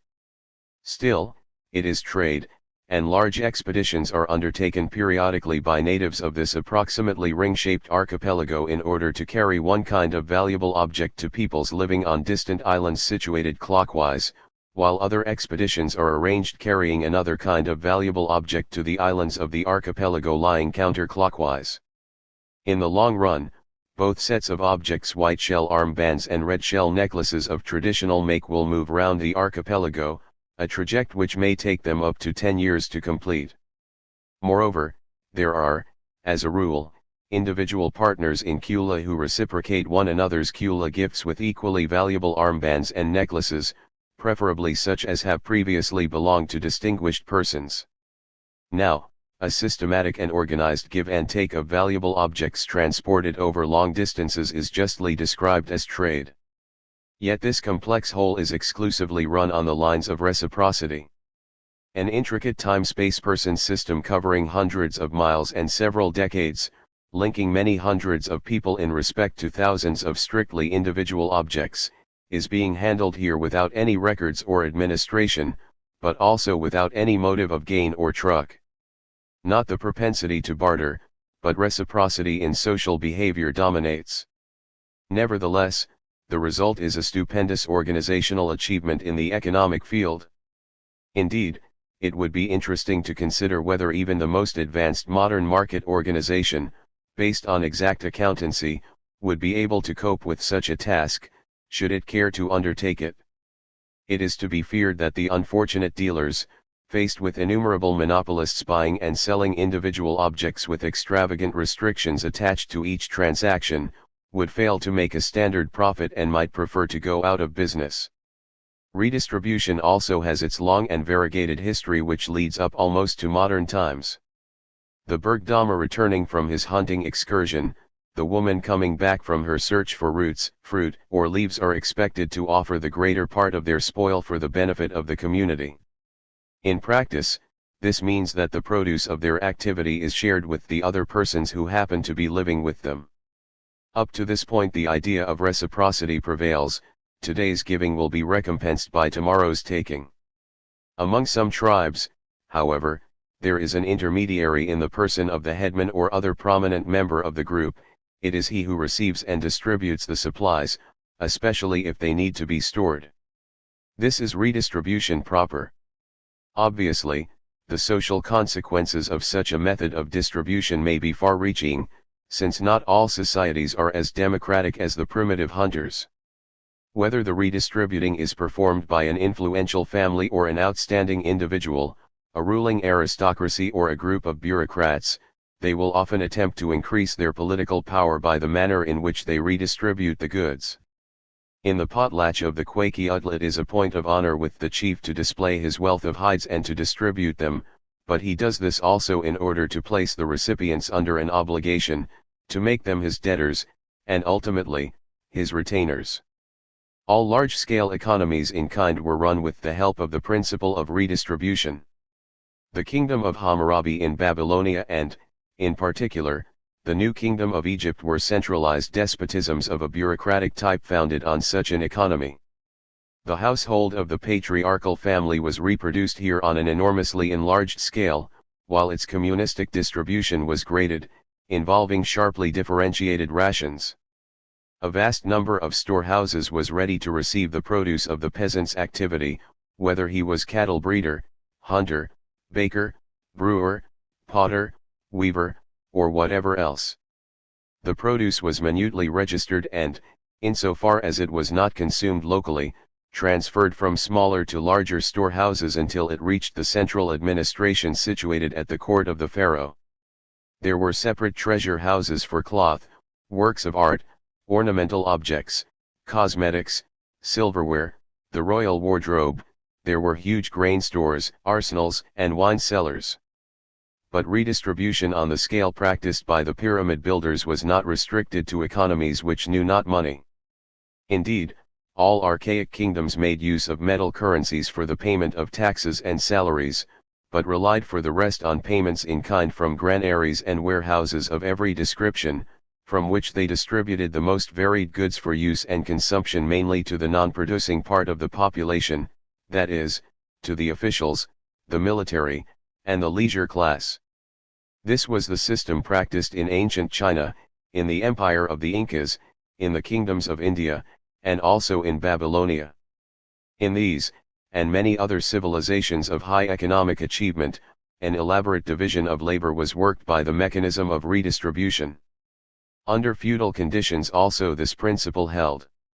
In the ethnically stratified societies of Africa it sometimes happens that the superior stratum consists of herdsmen settled among agriculturalists who are still using the digging stick or the hoe. The gifts collected by the herdsmen are mainly agricultural such as cereals and beer, while the gifts distributed by them may be animals, especially sheep or goats. In these cases there is division of labor, though usually an unequal one, between the various strata of society. Distribution may often cover up a measure of exploitation, while at the same time the symbiosis benefits the standards of both strata owing to the advantages of an improved division of labor. Politically, such societies live under a regime of feudalism, whether cattle or land be the privileged value. There are regular cattle fiefs in East Africa. Thirnwald, whom we follow closely on the subject of redistribution, could therefore say that feudalism implied everywhere a system of redistribution. Only under very advanced conditions and exceptional circumstances does the system become predominantly political, as happened in Western Europe, where the change arose out of the vassal's need for protection, and gifts were converted into feudal tributes. These instances show that redistribution also tends to enmesh the economic system proper in social relationships.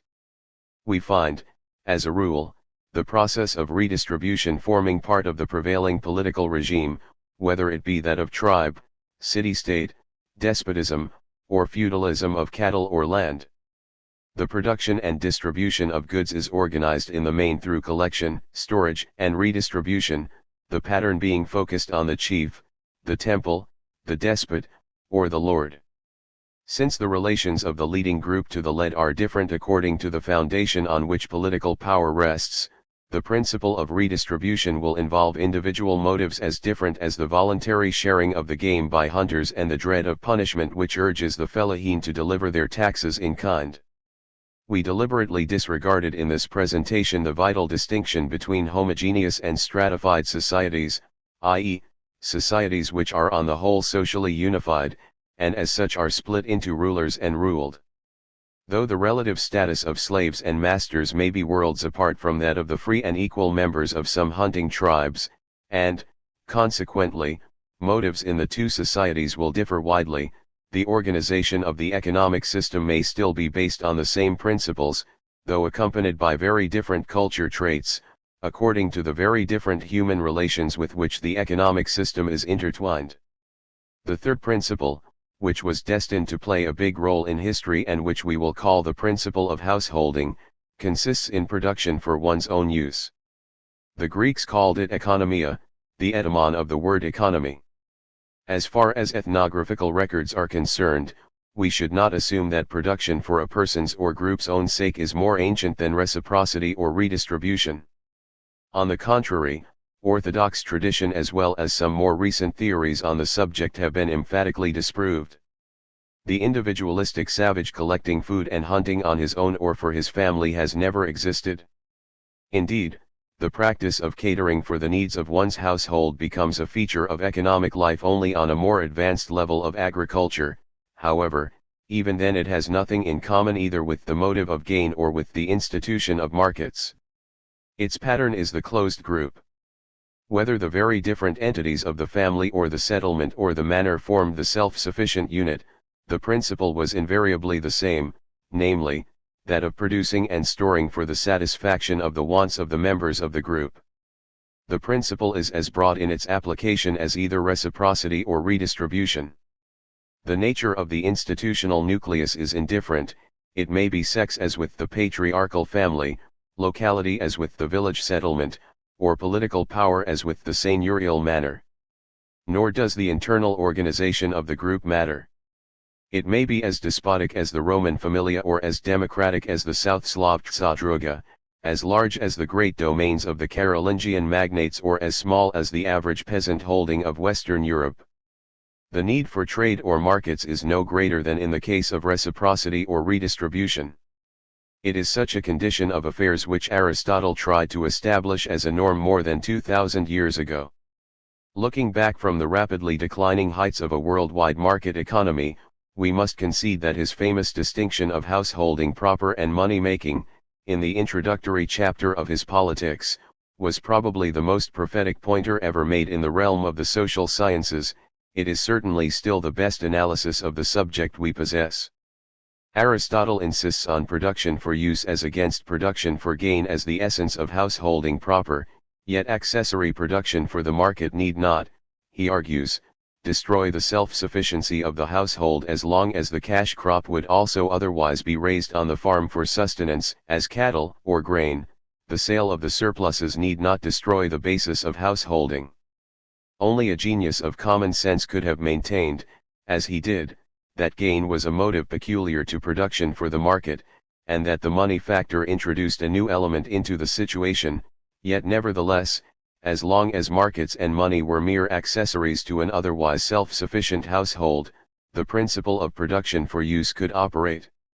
Undoubtedly, in this he was right, though he failed to see how impracticable it was to ignore the existence of markets at a time when Greek economy had made itself dependent upon wholesale trading and loaned capital.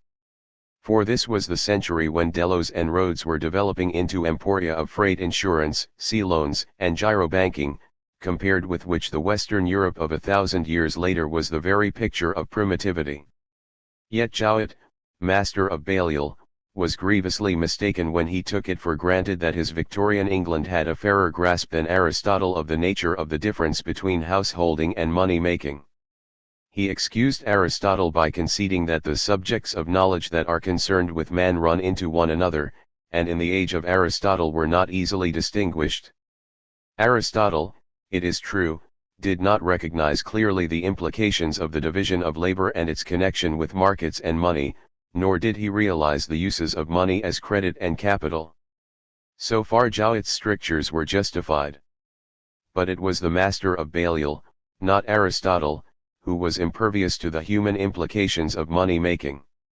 He failed to see that the distinction between the principle of use and that of gain was the key to the utterly different civilization the outlines of which Aristotle accurately forecast 2,000 years before its advent out of the bare rudiments of a market economy available to him, while Jowett, with the full-grown specimen before him, overlooked its existence.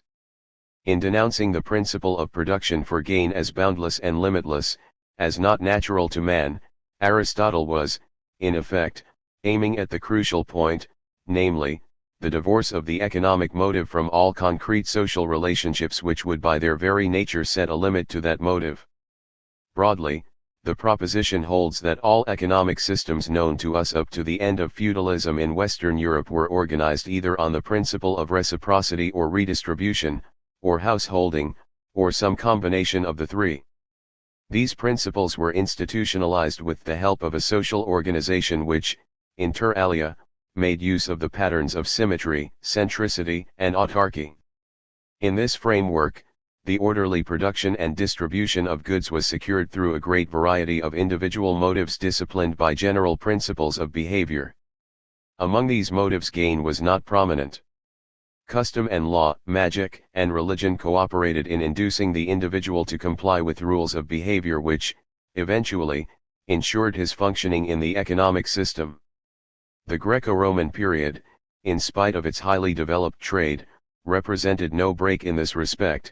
It was characterized by the grand scale on which redistribution of grain was practiced by the Roman administration in an otherwise householding economy, and it formed no exception to the rule that up to the end of the Middle Ages, markets played no important part in the economic system. Other institutional patterns prevailed. From the 16th century onward, markets were both numerous and important. Under the mercantile system they became, in effect, a main concern of government, yet there was still no sign of the coming control of markets over human society. On the contrary, regulation and regimentation were stricter than ever. The very idea of a self-regulating market was absent. To comprehend the sudden changeover to an utterly new type of economy in the 19th century, we must now turn to the history of the market, an institution we were able practically to neglect in our review of the economic systems of the past. Evolution of the market pattern. The dominating part played by markets in capitalist economy, together with the basic significance of the principle of barter or exchange in this economy, calls for a careful inquiry into the nature and origin of markets, if the economic superstitions of the 19th century are to be discarded. Barter, truck, and exchange is a principle of economic behavior dependent for its effectiveness upon the market pattern. A market is a meeting place for the purpose of barter or buying and selling. Unless such a pattern is present, at least in patches, the propensity to barter will find but insufficient scope. It cannot produce prices, for just as reciprocity is aided by a symmetrical pattern of organization, as redistribution is made easier by some measure of centralization, and householding must be based on autarky, so also the principle of barter depends for its effectiveness on the market pattern. But in the same manner in which either reciprocity, redistribution, or householding may occur in a society without being prevalent in it, the principle of barter also may take a subordinate place in a society in which other principles are in the ascendant. However, in some other respects the principle of barter is not on a strict parity with the three other principles. The market pattern, with which it is associated, is more specific than either symmetry, centricity, or autarky, which, in contrast to the market pattern, are mere traits, and do not create institutions designed for one function only. Symmetry is no more than a sociological arrangement, which gives rise to no separate institutions, but merely patterns out existing ones. Whether a tribe or a village is symmetrically patterned or not involves no distinctive institution. Centricity, though frequently creating distinctive institutions, implies no motive that would single out the resulting institution for a single specific function. The headman of a village or another central official might assume, for instance, a variety of political, military, religious, or economic functions, indiscriminately. Economic autarky, finally, is only an accessory trait of an existing closed group. The market pattern, on the other hand, being related to a peculiar motive of its own, the motive of truck or barter, is capable of creating a specific institution, namely, the market. Ultimately, that is why the control of the economic system by the market is of overwhelming consequence to the whole organization of society. it means no less than the running of society as an adjunct to the market. Instead of economy being embedded in social relations are embedded in the economic system. The vital importance of the economic factor to the existence of society precludes any other result. For once the economic system is organized in separate institutions, based on specific motives and conferring a special status, society must be shaped in such a manner as to allow that system to function according to its own laws. This is the meaning of the familiar assertion that a market economy can function only in a market society. The step which makes isolated markets into a market economy, regulated markets into a self-regulating market, is indeed crucial. The 19th century, whether hailing the fact as the apex of civilization or deploring it as a cancerous growth, naively imagined that such a development was the natural outcome of the spreading of markets. It was not realized that the gearing of markets into a self-regulating system of tremendous power was not the result of any inherent tendency of markets toward excrescence, but rather the effect of highly artificial stimulants administered to the body social in order to meet a situation which was created by the no less artificial phenomenon of the machine. The limited and unexpanding nature of the market pattern, as such, was not recognized, and yet it is this fact which emerges with convincing clarity from modern research.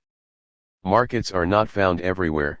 Their absence, while indicating a certain isolation and a tendency to seclusion, is not associated with any particular development any more than can be inferred from their presence.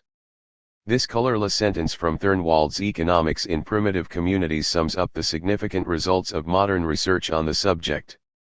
Another author repeats in respect to money what Thirnwald says of markets: the mere fact that a tribe used money differentiated it very little economically from other tribes on the same cultural level, who did not. We need hardly do more than point to some of the more startling implications of these statements. The presence or absence of markets or money does not necessarily affect the economic system of a primitive society. This refutes the 19th century myth that money was an invention, the appearance of which inevitably transformed a society by creating markets, forcing the pace of the division of labor, and releasing man's natural propensity to barter, truck, and exchange. Orthodox economic history, in effect, was based on an immensely exaggerated view of the significance of markets as such. A certain isolation, or, perhaps, a tendency to seclusion is the only economic trait that can be correctly inferred from their absence.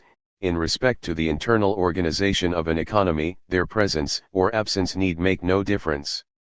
The reasons are simple.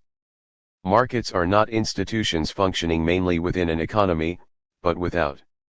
They are meeting place of long-distance trade. Local markets proper are of little consequence. Moreover, neither long-distance nor local markets are essentially competitive, and consequently there is, in either case, but little pressure to create territorial trade, a so-called internal or national market. Every one of these assertions strikes at some axiomatically held assumption of the classical economists, yet they follow closely from the facts as they appear in the light of modern research. The logic of the case is, indeed, almost the opposite of that underlying the classical doctrine. The orthodox teaching started from the individual's propensity to barter, deduced from it the necessity of local markets, as well as of division of labor, and inferred, finally, the necessity of trade, eventually of foreign trade, including even long-distance trade. In the light of our present knowledge we should almost reverse the sequence of the argument. The true starting point is long-distance trade, a result of the geographical location of goods, and of the division of labor given by location. Long-distance trade often engenders markets, an institution which involves acts of barter, and, if money is used, of buying and selling, thus, eventually, but by no means necessarily, offering to some individuals an occasion to indulge in their propensity for bargaining and haggling. The dominating feature of this doctrine is the origin of trade in an external sphere unrelated to the internal organization of economy. The application of the principles observed in hunting to the obtaining of goods found outside the limits of the district, led to certain forms of exchange which appear to us later as trade. In looking for the origins of trade, our starting point should be the obtaining of goods from a distance, as in a hunt. The Central Australian Diri every year, in July or August, make an expedition to the south to obtain the red ochre used by them for painting their bodies. Their neighbors, the Yan Truwanta, organize similar enterprises for fetching red ochre and sandstone slabs for crushing grass seed, from the Flinders Hills, 800 kilometers distant. In both cases it might be necessary to fight for the articles wanted, if the local people offer resistance to their removal. This kind of requisitioning or treasure hunting is clearly as much akin to robbery and piracy as to what we are used to regard as trade. Basically, it is a one-sided affair. It becomes two-sided, i.e., a certain form of exchange often only through blackmail practiced by the powers on the site, or through reciprocity arrangements, as in the Kula Ring, as with visiting parties of the Pengui of West Africa, or with the Kapel, where the chief monopolizes foreign trade by insisting on entertaining all the guests. True, such visits are not accidental, but in our terms, not theirs. Genuine trading journeys, the exchange of goods, however, is always conducted under the guise of reciprocal presents and usually by way of return visits. We reach the conclusion that while human communities never seem to have foregone external trade entirely, such trade did not necessarily involve markets. External trade is, originally, more in the nature of adventure, exploration, hunting, piracy, and war than of barter. It may as little imply peace as two-sidedness, and even when it implies both it is usually organized on the principle of reciprocity, not that of barter. The transition to peaceful barter can be traced in two directions, namely, in that of barter and in that of peace. A tribal expedition may have to comply, as indicated above, with the conditions set by the powers on the spot, who may exact some kind of counterpart from the strangers. This type of relationship, though not entirely peaceful, may give rise to barter. One-sided carrying will be transformed into two-sided carrying. The other line of development is that of silent trading, as in the African bush, where the risk of combat is avoided through an organized truce, and the element of peace, trust, and confidence is introduced into trade with due circumspection. At a later stage, as we all know, markets become predominant in the organization of external trade. But from the economic point of view, external markets are an entirely different matter from either local markets or internal markets. They differ not only in size, they are institutions of different function and origin. External trade is carrying. The point is the absence of some types of goods in the region. The exchange of English woolens against Portuguese wine was an instance. Local trade is limited to the goods of the region, which do not bear carrying because they are too heavy, bulky, or perishable. Thus both external trade and local trade are relative to geographical distance, the one being confined to the goods which cannot overcome it, the other to such only as can. Trade of this type is rightly described as complementary. Local exchange between town and countryside, foreign trade between different climatic zones are based on this principle. Such trade need not involve competition, and if competition would tend to disorganize trade, there is no contradiction in eliminating it.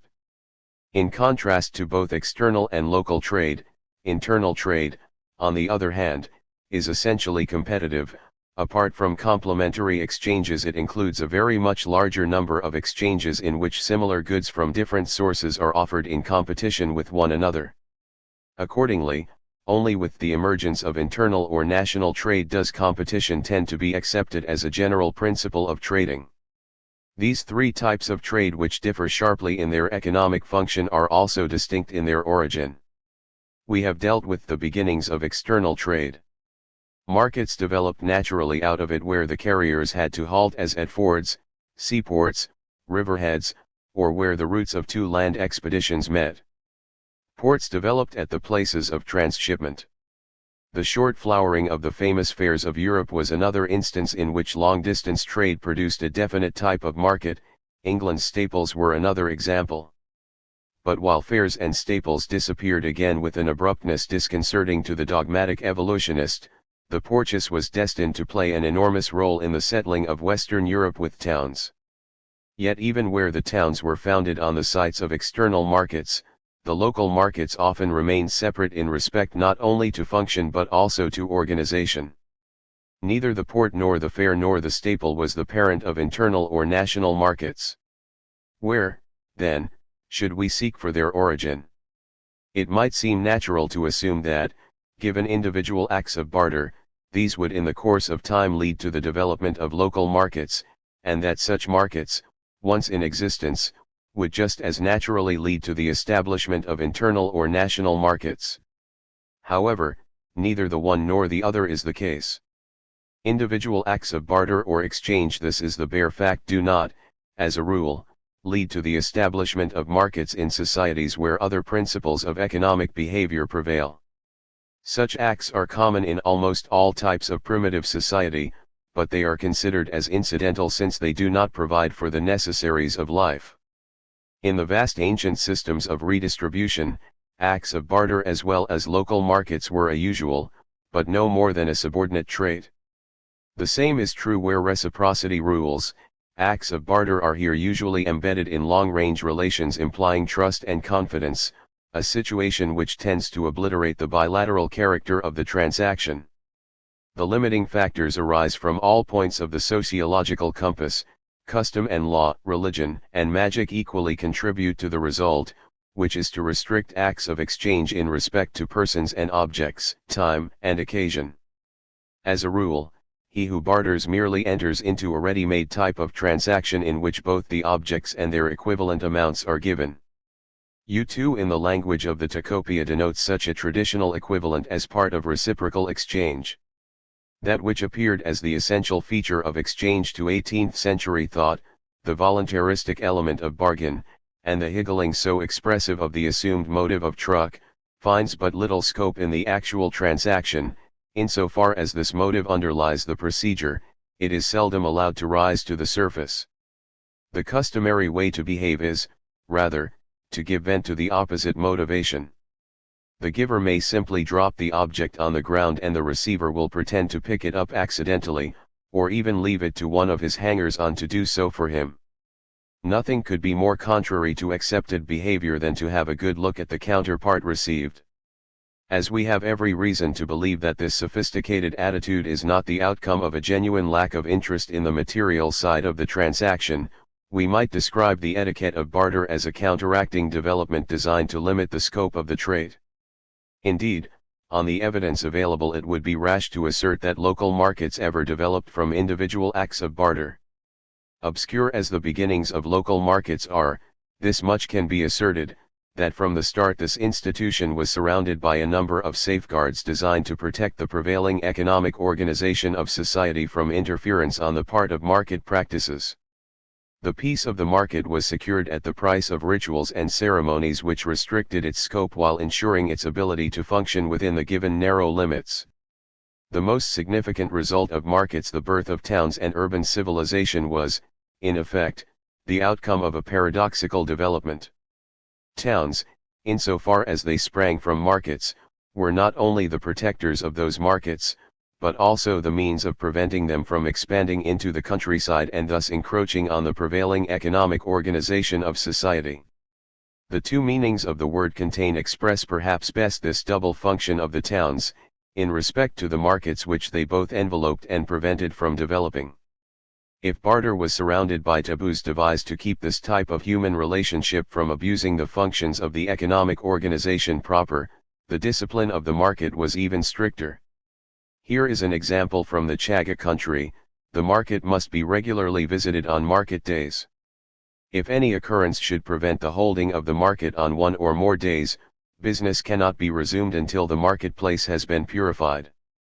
Every injury occurring on the marketplace and involving the shedding of blood necessitated immediate expiation. From that moment no woman was allowed to leave the marketplace and no goods might be touched. They had to be cleansed before they could be carried away and used for food. At the very least a goat had to be sacrificed at once.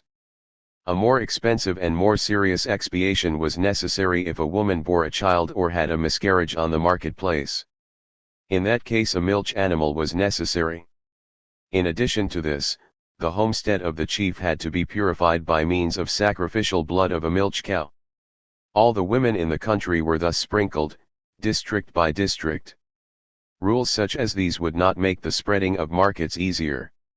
The typical local market on which housewives depend for some of their needs, and growers of grain or vegetables as well as local craftsmen offer their wares for sale, shows as to its form indifference to time and place. Gatherings of this kind are not only fairly general in primitive societies, but remain almost unchanged right up to the middle of the 18th century in the most advanced countries of Western Europe. They are an adjunct of local existence and differ but little whether they form part of Central African tribal life, or a site of Merovingian France, or a Scottish village of Adam Smith's time. But what is true of the village is also true of the town. Local markets are, essentially, neighborhood markets, and, though important to the life of the community, they nowhere show any sign of reducing the prevailing economic system to their pattern. They are not starting points of internal or national trade. Internal trade in Western Europe was actually created by the intervention of the state. Right up to the time of the commercial revolution, what may appear to us as national trade was not national, but municipal. The Hansa were not German merchants, they were a corporation of trading oligarchs, hailing from a number of North Sea and Baltic towns.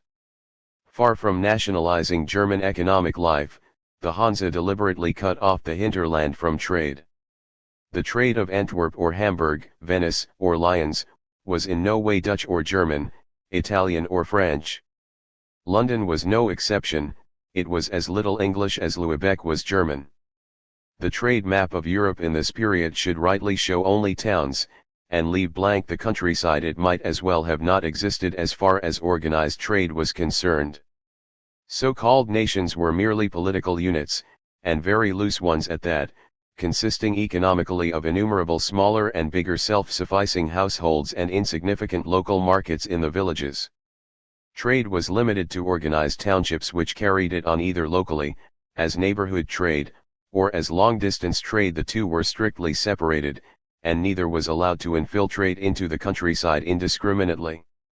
Such a permanent severance of local trade and long-distance trade within the organization of the town must come as another shock to the evolutionist, with whom things always seem so easily to grow into one another. And yet this peculiar fact forms the key to the social history of urban life in Western Europe.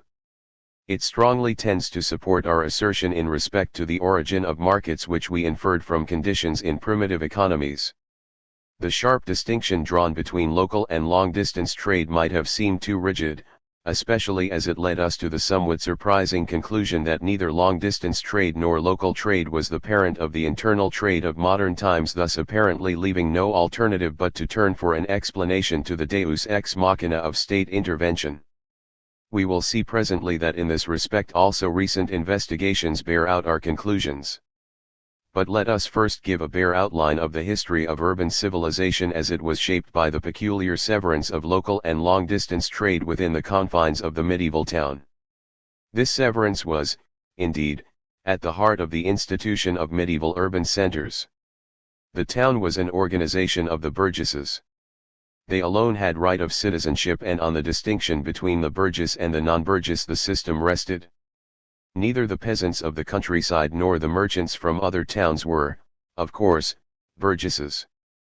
But while the military and political influence of the town made it possible to deal with the peasants of the surroundings, in respect to the foreign merchants such authority could not be exerted. Consequently, the burgesses found themselves in an entirely different position in respect to local trade and long-distance trade.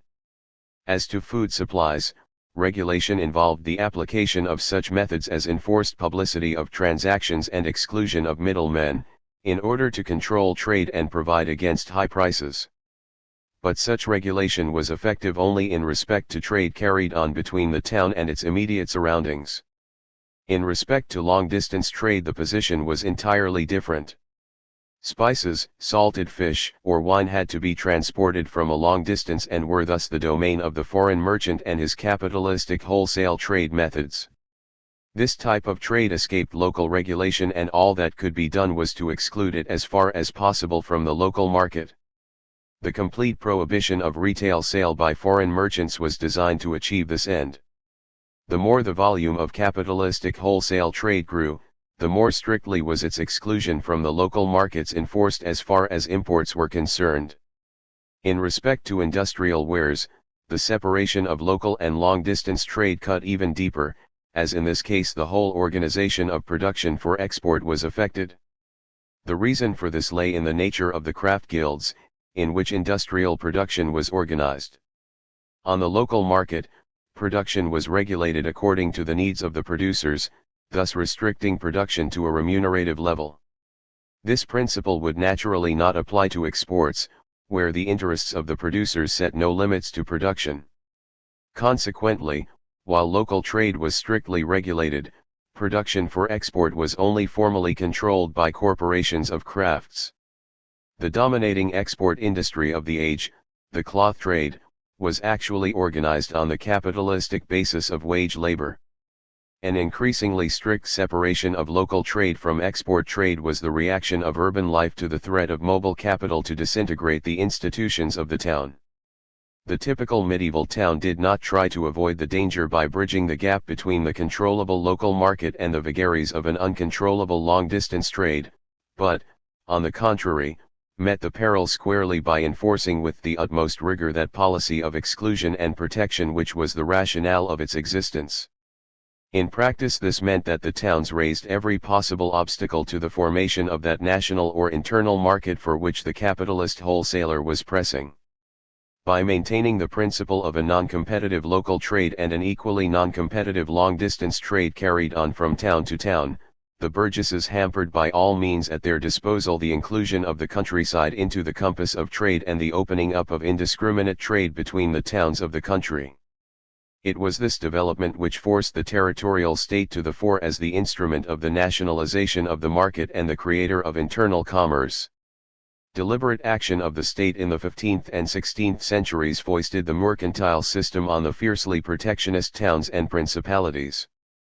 Mercantilism destroyed the outworn particularism of local and intermunicipal trading by breaking down the barriers separating these two types of non-competitive commerce and thus clearing the way for a national market which increasingly ignored the distinction between town and countryside as well as that between the various towns and provinces. The mercantile system was, in effect, a response to many challenges. Politically, the centralized state was a new creation called forth by the commercial revolution which had shifted the center of gravity of the Western world from the Mediterranean to the Atlantic seaboard and thus compelled the backward peoples of larger agrarian countries to organize for commerce and trade. In external politics the setting up of sovereign power was the need of the day. Accordingly, mercantilist statecraft involved the marshalling of the resources of the whole national territory to the purposes of power in foreign affairs. In internal politics, unification of the countries atomized by feudal and municipal particularism was the necessary byproduct of such an endeavor. Economically, the instrument of unification was capital, i.e., private resources available in form of money hoards and thus peculiarly suitable for the development of commerce. Finally, the administrative technique underlying the economic policy of the central government was supplied by the extension of the traditional municipal system to the larger territory of the state. In France, where the craft guilds tended to become state organs, the guild system was uniformly extended over the whole territory of the country. In England, where the decay of the walled towns had weakened that system fatally, the countryside was industrialized without the supervision of the guilds, while in both countries trade and commerce spread over the whole territory of the nation and became the dominating form of economic activity. This also accounts for the often puzzling domestic trade policy of mercantilism. State intervention, which had freed trade from the confines of the privileged town, was now called to deal with two closely connected dangers which the town had successfully met, namely, monopoly and competition. That competition must ultimately lead to monopoly was a truth well understood at the time, while monopoly was feared even more than later as it often concerned the necessaries of life and thus easily waxed into a peril to the community. All-round regulation of economic life, only this time on a national, no more on a merely municipal, scale was the given remedy. What to the modern mind may easily appear as a short-sighted exclusion of competition was in reality the means of safeguarding the functioning of markets under the given conditions. For any temporary intrusion of buyers or sellers in the market must destroy the balance and disappoint regular buyers or sellers, with the result that the market will cease to function.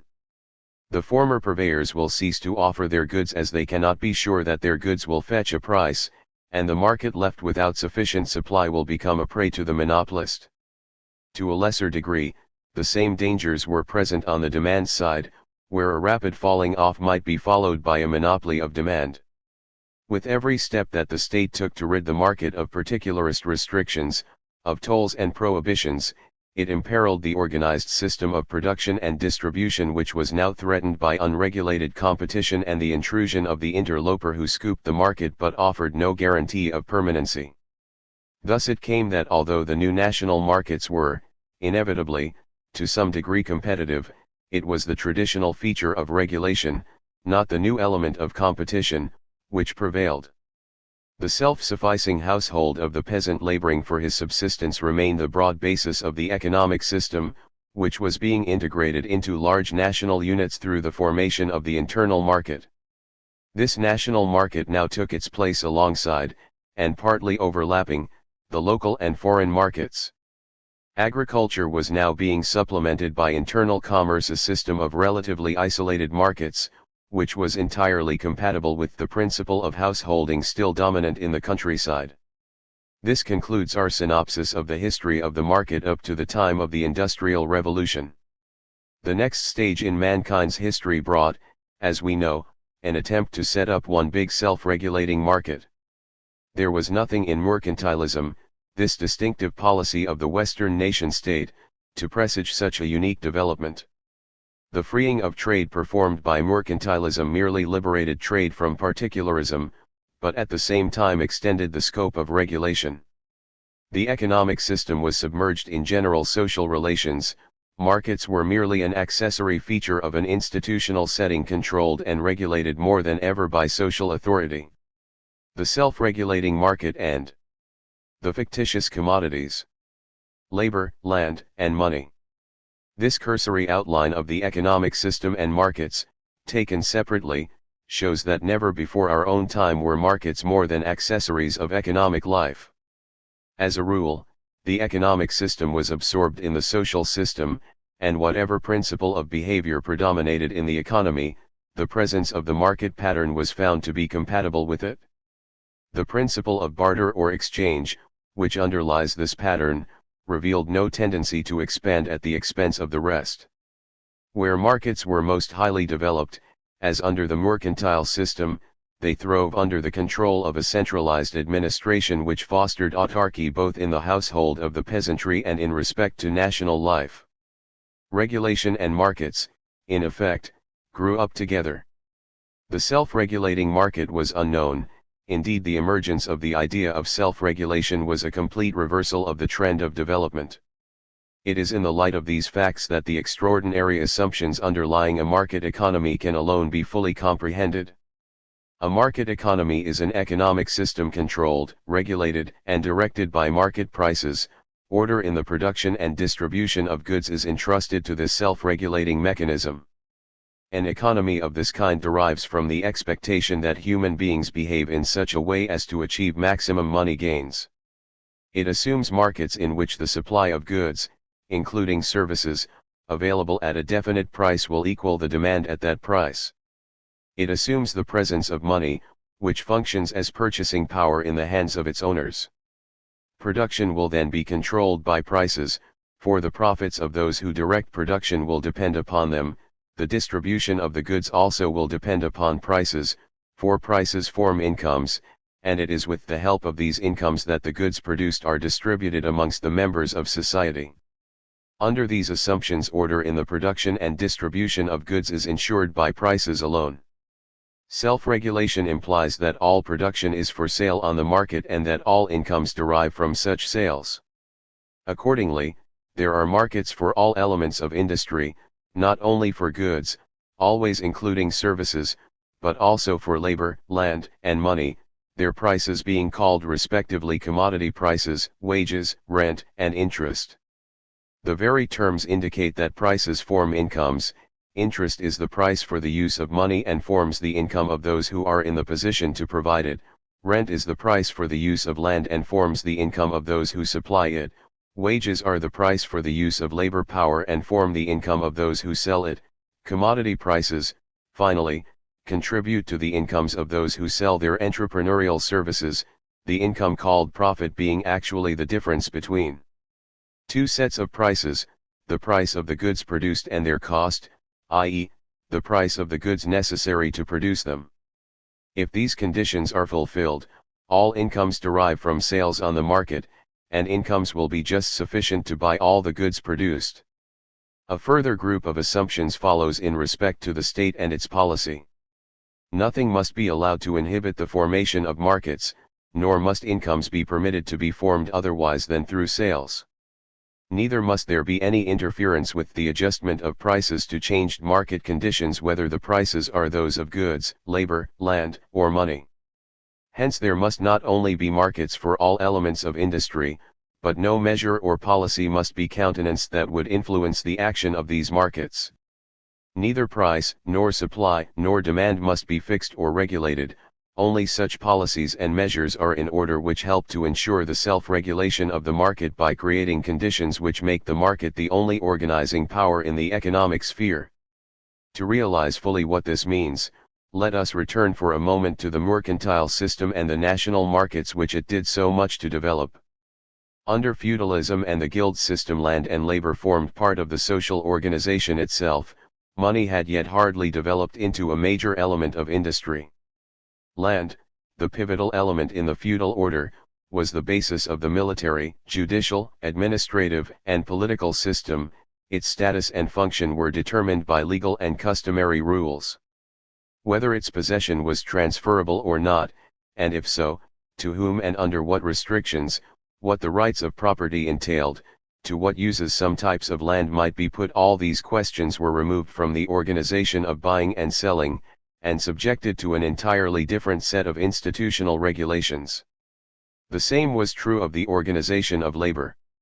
Under the guild system, as under every other economic system in previous history, the motives and circumstances of productive activities were embedded in the general organization of society.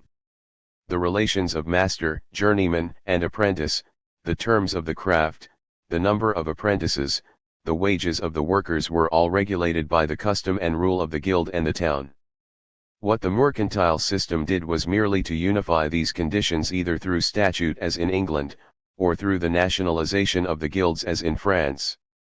As to land, its feudal status was abolished only insofar as it was linked with provincial privileges. For the rest, land remained extra commercium, in England as in France.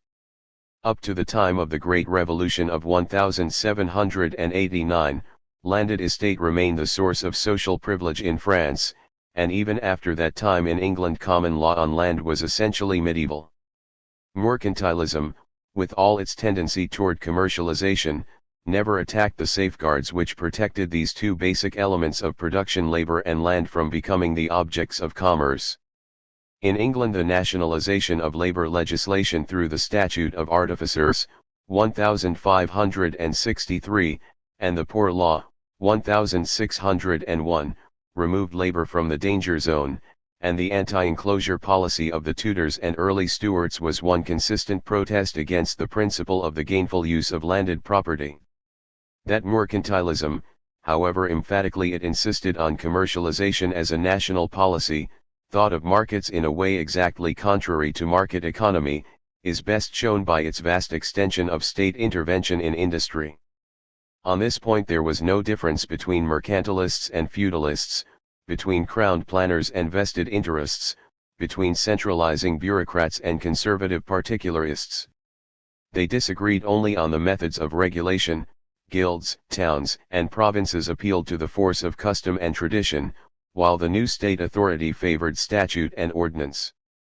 But they were all equally averse to the idea of commercializing labor and land, the precondition of market economy. Craft guilds and feudal privileges were abolished in France only in 1790, In England the Statute of Artificers was repealed only in 1813-14, the Elizabethan Poor Law in 1834. Not before the last decade of the 18th century was, in either country, the establishment of a free labor market even discussed, and the idea of the self-regulation of economic life was utterly beyond the horizon of the age. The mercantilist was concerned with the development of the resources of the country, including full employment through trade and commerce. The traditional organization of land and labor he took for granted. He was in this respect as far removed from modern concepts as he was in the realm of politics, where his belief in the absolute powers of an enlightened despot was tempered by no intimations of democracy. And just as the transition to a democratic system and representative politics involved a complete reversal of the trend of the age, the change from regulated to self-regulating markets at the end of the 18th century represented a complete transformation in the structure of society. A self-regulating market demands nothing less than the institutional separation of society into an economic and a political sphere. Such a dichotomy is, in effect, merely the restatement, from the point of view of society as a whole, of the existence of a self-regulating market.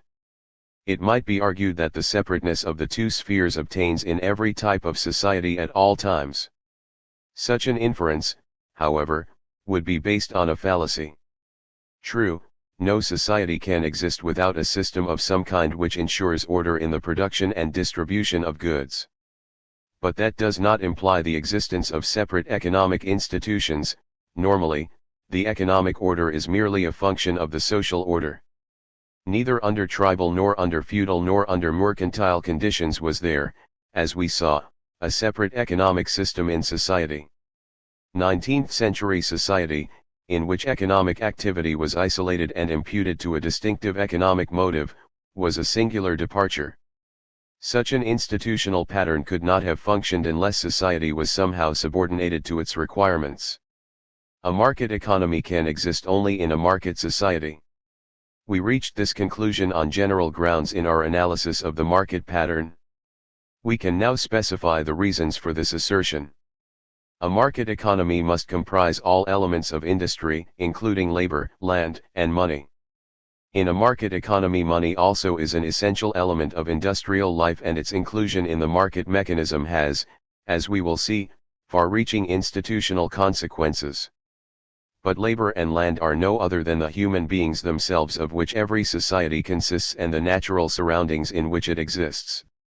To include them in the market mechanism means to subordinate the substance of society itself to the laws of the market. We are now in the position to develop in a more concrete form the institutional nature of a market economy, and the perils to society which it involves. We will, first, describe the methods by which the market mechanism is enabled to control and direct the actual elements of industrial life. Secondly, we will try to gauge the nature of the effects of such a mechanism on the society which is subjected to its action. It is with the help of the commodity concept that the mechanism of the market is geared to the various elements of industrial life. Commodities are here empirically defined as objects produced for sale on the market. Markets, again, are empirically defined as actual contacts between buyers and sellers. Accordingly, every element of industry is regarded as having been produced for sale, as then and then only will it be subject to the supply and demand mechanism interacting with price. In practice, this means that there must be markets for every element of industry, that in these markets each of these elements is organized into a supply and a demand group, and that each element has a price which interacts with demand and supply. These markets, and they are numberless, are interconnected and form one big market. The crucial point is this: labor, land, and money are essential elements of industry. They also must be organized in markets. In fact, these markets form an absolutely vital part of the economic system. But labor, land, and money are obviously not commodities. The postulate that anything that is bought and sold must have been produced for sale is emphatically untrue in regard to them. In other words, according to the empirical definition of a commodity, they are not commodities. Labor is only another name for a human activity which goes with life itself, which in its turn is not produced for sale but for entirely different reasons, nor can that activity be detached from the rest of life, be stored or mobilized. Land is only another name for nature, which is not produced by man. Actual money, finally, is merely a token of purchasing power which, as a rule, is not produced at all, but comes into being through the mechanism of banking or state finance. None of them is produced for sale. The commodity description of labor, land, and money is entirely fictitious. Nevertheless, it is with the help of this fiction that the actual markets for labor, land, and money are organized. These are being actually bought and sold on the market, their demand and supply are real magnitudes, and any measures or policies that would inhibit the formation of such markets would ipso facto endanger the self-regulation of the system. The commodity fiction, therefore, supplies a vital organizing principle in regard to the whole of society affecting almost all its institutions in the most varied way, namely, the principle according to which no arrangement or behavior should be allowed to exist that might prevent the actual functioning of the market mechanism on the lines of the commodity fiction. Now, in regard to labor, land, and money, such a postulate cannot be upheld. To allow the market mechanism to be sole director of the fate of human beings and their natural environment, indeed, even of the amount and use of purchasing power, would result in the demolition of society. For the alleged commodity labor power cannot be shoved about, used indiscriminately, or even left unused, without affecting also the human individual who happens to be the bearer of this peculiar commodity. In disposing of a man's labor power, the system would, incidentally, dispose of the physical, psychological, and moral entity man attached to that tag. Robbed of the protective covering of cultural institutions, human beings would perish from the effects of social exposure, they would die as the victims of acute social dislocation through vice, perversion, crime, and starvation. Nature would be reduced to its elements, neighborhoods and landscapes defiled, rivers polluted, military safety jeopardized, the power to produce food and raw materials destroyed. Finally, the market administration of purchasing power would periodically liquidate business enterprise, for shortages and surfeits of money would prove as disastrous to business as floods and droughts in primitive society. Undoubtedly, labor, land, and money markets are essential to a market economy. But no society could stand the effects of such a system of crude fictions even for the shortest stretch of time unless its human and natural substance as well as its business organization was protected against the ravages of this satanic mill. The extreme artificiality of market economy is rooted in the fact that the process of production itself is here organized in the form of buying and selling.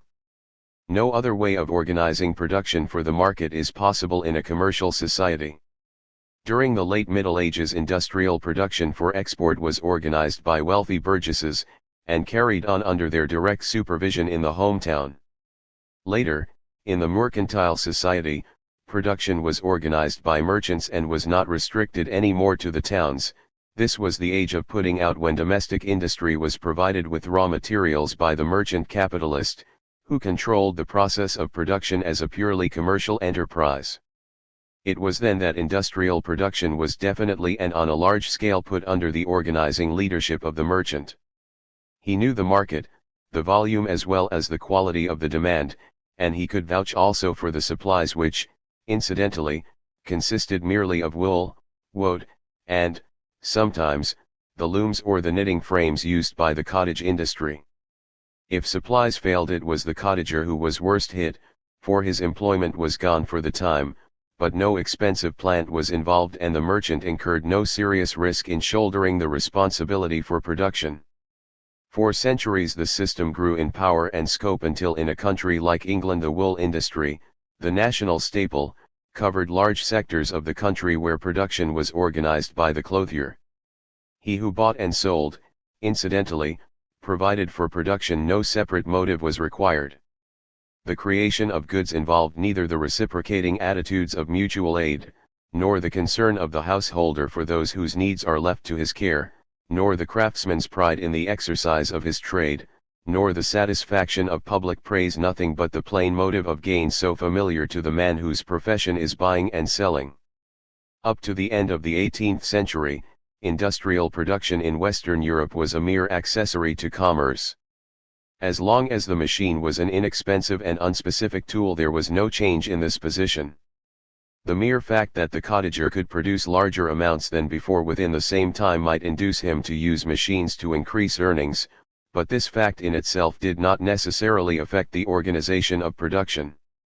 Whether the cheap machinery was owned by the worker or by the merchant made some difference in the social position of the parties, and almost certainly made a difference in the earnings of the worker, who was better off as long as he owned his tools, but it did not force the merchant to become an industrial capitalist, or to restrict himself to lending his money to such persons as were. The vent of goods rarely gave out. The greater difficulty continued to be on the side of supply of raw materials, which was sometimes unavoidably interrupted. But, even in such cases, the loss to the merchant who owned the machines was not substantial. It was not the coming of the machine as such, but the invention of elaborate and therefore specific machinery and plant which completely changed the relationship of the merchant to production. Although the new productive organization was introduced by the merchant, a fact which determined the whole course of the transformation, the use of elaborate machinery and plant involved the development of the factory system, and therewith a decisive shift in the relative importance of commerce and industry in favor of the latter. Industrial production ceased to be an accessory of commerce organized by the merchant as a buying and selling proposition. It now involved long-term investment with corresponding risks. Unless the continuance of production was reasonably assured, such a risk was not bearable. But the more complicated industrial production became, the more numerous were the elements of industry the supply of which had to be safeguarded. Three of these, of course, were of outstanding importance: labor, land, and money. In a commercial society their supply could be organized in one way only, by being made available for purchase. Hence, they would have to be organized for sale on the market, in other words, as commodities. The extension of the market mechanism to the elements of industry, labor, land, and money was the inevitable consequence of the introduction of the factory system in a commercial society. The elements of industry had to be on sale. This was synonymous with the demand for a market system. We know that profits are ensured under such a system only if self-regulation is safeguarded through interdependent competitive markets. As the development of the factory system had been organized as part of a process of buying and selling, therefore labor, land, and money had to be transformed into commodities in order to keep production going. They could, of course, not be really transformed into commodities, as actually they were not produced for sale on the market.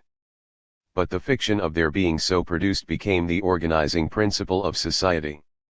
Of the three, one stands out. Labor is the technical term used for human beings. Insofar as they are not employers but employed, it follows that henceforth the organization of labor would change concurrently with the organization of the market system. But as the organization of labor is only another word for the forms of life of the common people, this means that the development of the market system would be accompanied by a change in the organization of society itself.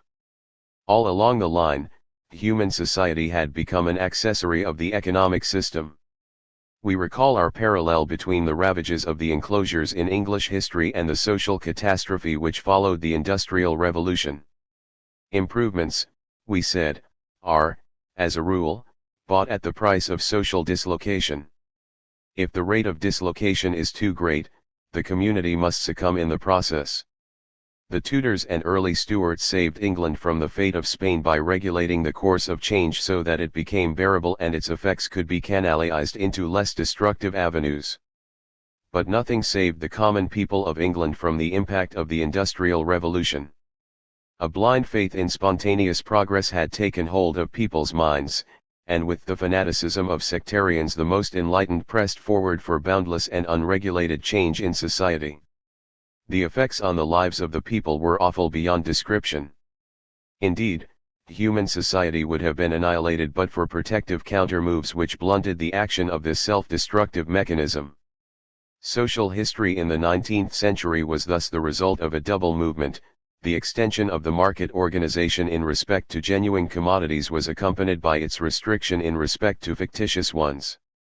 While on the one hand markets spread all over the face of the globe and the amount of goods involved grew to unbelievable dimensions, On the other hand, a network of measures and policies was integrated into powerful institutions designed to check the action of the market relative to labor, land, and money. While the organization of world commodity markets, world capital markets, and world currency markets under the aegis of the gold standard gave an unparalleled momentum to the mechanism of markets, a deep-seated movement sprang into being to resist the pernicious effects of a market-controlled economy. Society protected itself against the perils inherent in a self-regulating market system. This was the one comprehensive feature in the history of the age. Speen Hamland, 1795. 18th century society unconsciously resisted any attempt at being made into a mere appendage of the market.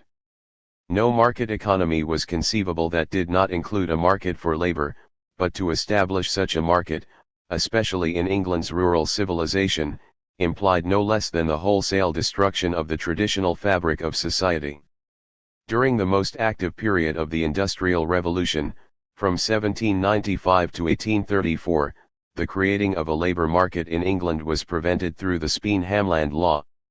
The market for labor was, in effect, the last of the markets to be organized under the new industrial system, and this final step was taken only when market economy was set to start, and when the absence of a market for labor was proving a greater evil even to the common people themselves than the calamities that were to accompany its introduction.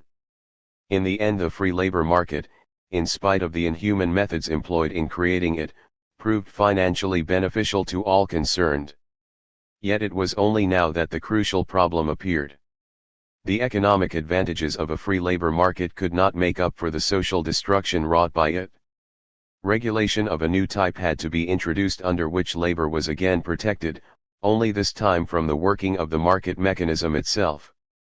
Though the new protective institutions, such as trade unions and factory laws, were adapted, as far as possible, to the requirements of the economic mechanism, they nevertheless interfered with its self-regulation and, ultimately, destroyed the system. In the broad logic of this development, the Speen Hamland Law occupied a strategic position. In England, both land and money were mobilized before labor was. The latter was prevented from forming a national market by strict legal restrictions on its physical mobility, since the laborer was practically bound to his parish.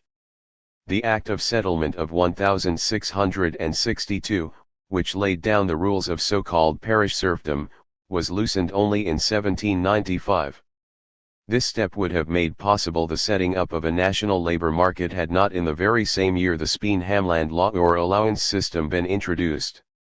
The tendency of this law was to the opposite, namely, toward a powerful reinforcement of the paternalistic system of labor organization as inherited from the Tudors and Stuarts.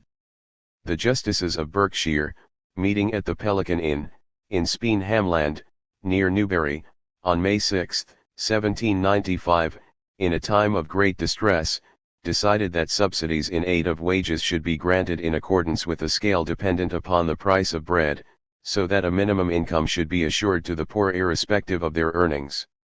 The magistrate's famous recommendation ran, when the gallon loaf of bread of a definite quality shall cost 1 shilling, then every poor and industrious person shall have for his support 3 shillings weekly, either procured by his own or his family's labor, or an allowance from the poor rates, and for the support of his wife and every other of his family, 1 shilling 6 pence, when the gallon loaf shall cost 1/6, then 4 shillings weekly, plus 110, on every pence which the bread price raises above 1 shilling he shall have 3 pence for himself and 1 pence for the others. The figures varied somewhat in various counties, but in most cases the Speen Hamland scale was adopted. This was meant as an emergency measure and was informally introduced. Although commonly called a law, the scale itself was never enacted. Yet it became the law of the land over most of the countryside, and even, in a much diluted form, in a number of factory towns. Actually it introduced no less a social and economic innovation than the right to live, and until abolished in 1834, it effectively prevented the establishment of a competitive labor market. 2 years earlier, in 1832, the middle class had forced its way to power, partly in order to remove this obstacle to the new capitalistic economy. Indeed, nothing could be more obvious than that the wage system imperatively demanded the withdrawal of the right to live as proclaimed in Speen-Hamland under the new regime of the economic man. Nobody would work for a wage if he could make a living by doing nothing, or not much more than nothing. Another feature of the reversal of the Speen-Hamland method was less obvious to most 19th-century writers, namely, that the wage system had to be made universal in the interest also of the wage earners themselves, even though this meant depriving them of their legal claim to subsistence. The right to live had proved a death trap to them. The paradox was merely apparent. Allegedly, Speen-Hamland meant that the poor law was to be administered liberally. Actually, it was turned into the opposite of its original intent. Under Elizabethan law the poor were forced to work at whatever wages they could get, and only those who could obtain no work were entitled to relief. Relief in aid of wages was neither intended nor given. Under the Speen-Hamland law a man was relieved even if he was in employment, as long as his wages amounted to less than the family income granted to him by the scale. Hence, no laborer had any financial interest in satisfying his employer, his income being the same whatever wages he earned. This was different only in case standard wages, i.e., the wages actually paid, exceeded the scale, an occurrence which was not the rule in the countryside since the employer could obtain labor at almost any wages, however little he paid. The subsidy from the rates brought the worker's income up to scale. Within a few years the productivity of labor began to sink to that of pauper labor, thus providing an added reason for employers not to raise wages above the scale. For once the intensity of labor, the care and efficiency with which it was performed, dropped below a definite level, it became indistinguishable from boondoggling or the semblance of work maintained for the sake of appearances. Though in principle work was still enforced, in practice outdoor relief became general, and even when relief was administered in the poorhouse, the enforced occupation of the inmates now hardly deserved the name of work. This amounted to the abandonment of Tudor legislation not for the sake of less but of more paternalism. The extension of outdoor relief, the introduction of aid in wages supplemented by separate allowances for wife and children, each item rising and falling with the bread price, meant a dramatic re-entry in regard to labor of that same regulative principle that was being rapidly eliminated in regard to industrial life as a whole. No measure was ever more universally popular. Parents were free of the care of their children, and children were no more dependent upon parents. Employers could reduce wages at will and laborers were safe from hunger whether they were busy or slack. Humanitarians applauded the measure as an act of mercy even though not of justice, and the selfish gladly consoled themselves with the thought that though it was merciful at least it was not liberal, and even ratepayers were slow to realize what would happen to the rates under a system which proclaimed the right to live whether a man earned a living wage or not. In the long run the result was ghastly. Although it took some time till the self-respect of the common man sank to the low point where he preferred poor relief to wages, his wages which were subsidized from public funds were bound eventually to be bottomless, and to force him upon the rates. Little by little the people of the countryside were pauperized. The adage once on the rates, always on the rates was a true saying. But for the protracted effects of the allowance system, it would be impossible to explain the human and social degradation of early capitalism. The Speen-Hamland episode revealed to the people of the leading country of the century the true nature of the social adventure on which they were embarking.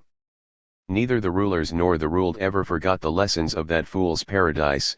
If the Reform Bill of 1832 and the Poor Law Amendment of 1834 were commonly regarded as the starting point of modern capitalism, it was because they put an end to the rule of the benevolent landlord and his allowance system. The attempt to create a capitalistic order without a labor market had failed disastrously. The laws governing such an order had asserted themselves and manifested their radical antagonism to the principle of paternalism. The rigor of these laws had become apparent and their violation had been cruelly visited upon those who had disobeyed them. Under Speen-Hamland, society was rent by two opposing influences, the one emanating from paternalism and protecting labor from the dangers of the market system, the other organizing the elements of production, including land, under a market system, and thus divesting the common people of their former status, compelling them to gain a living by offering their labor for sale, while at the same time depriving their labor of its market value. A new class of employers was being created, but no corresponding class of employees could constitute itself. A new gigantic wave of enclosures was mobilizing the land and producing a rural proletariat, while the maladministration of the poor law precluded them from gaining a living by their labor. No wonder that the contemporaries were appalled at the seeming contradiction of an almost miraculous increase in production accompanied by a near starvation of the masses. By 1834 there was a general conviction with many thinking people, a passionately held conviction that anything was preferable to the continuance of Speen-Hamland. Either machines had to be demolished, as the Luddites had tried to do, or a regular labor market had to be created.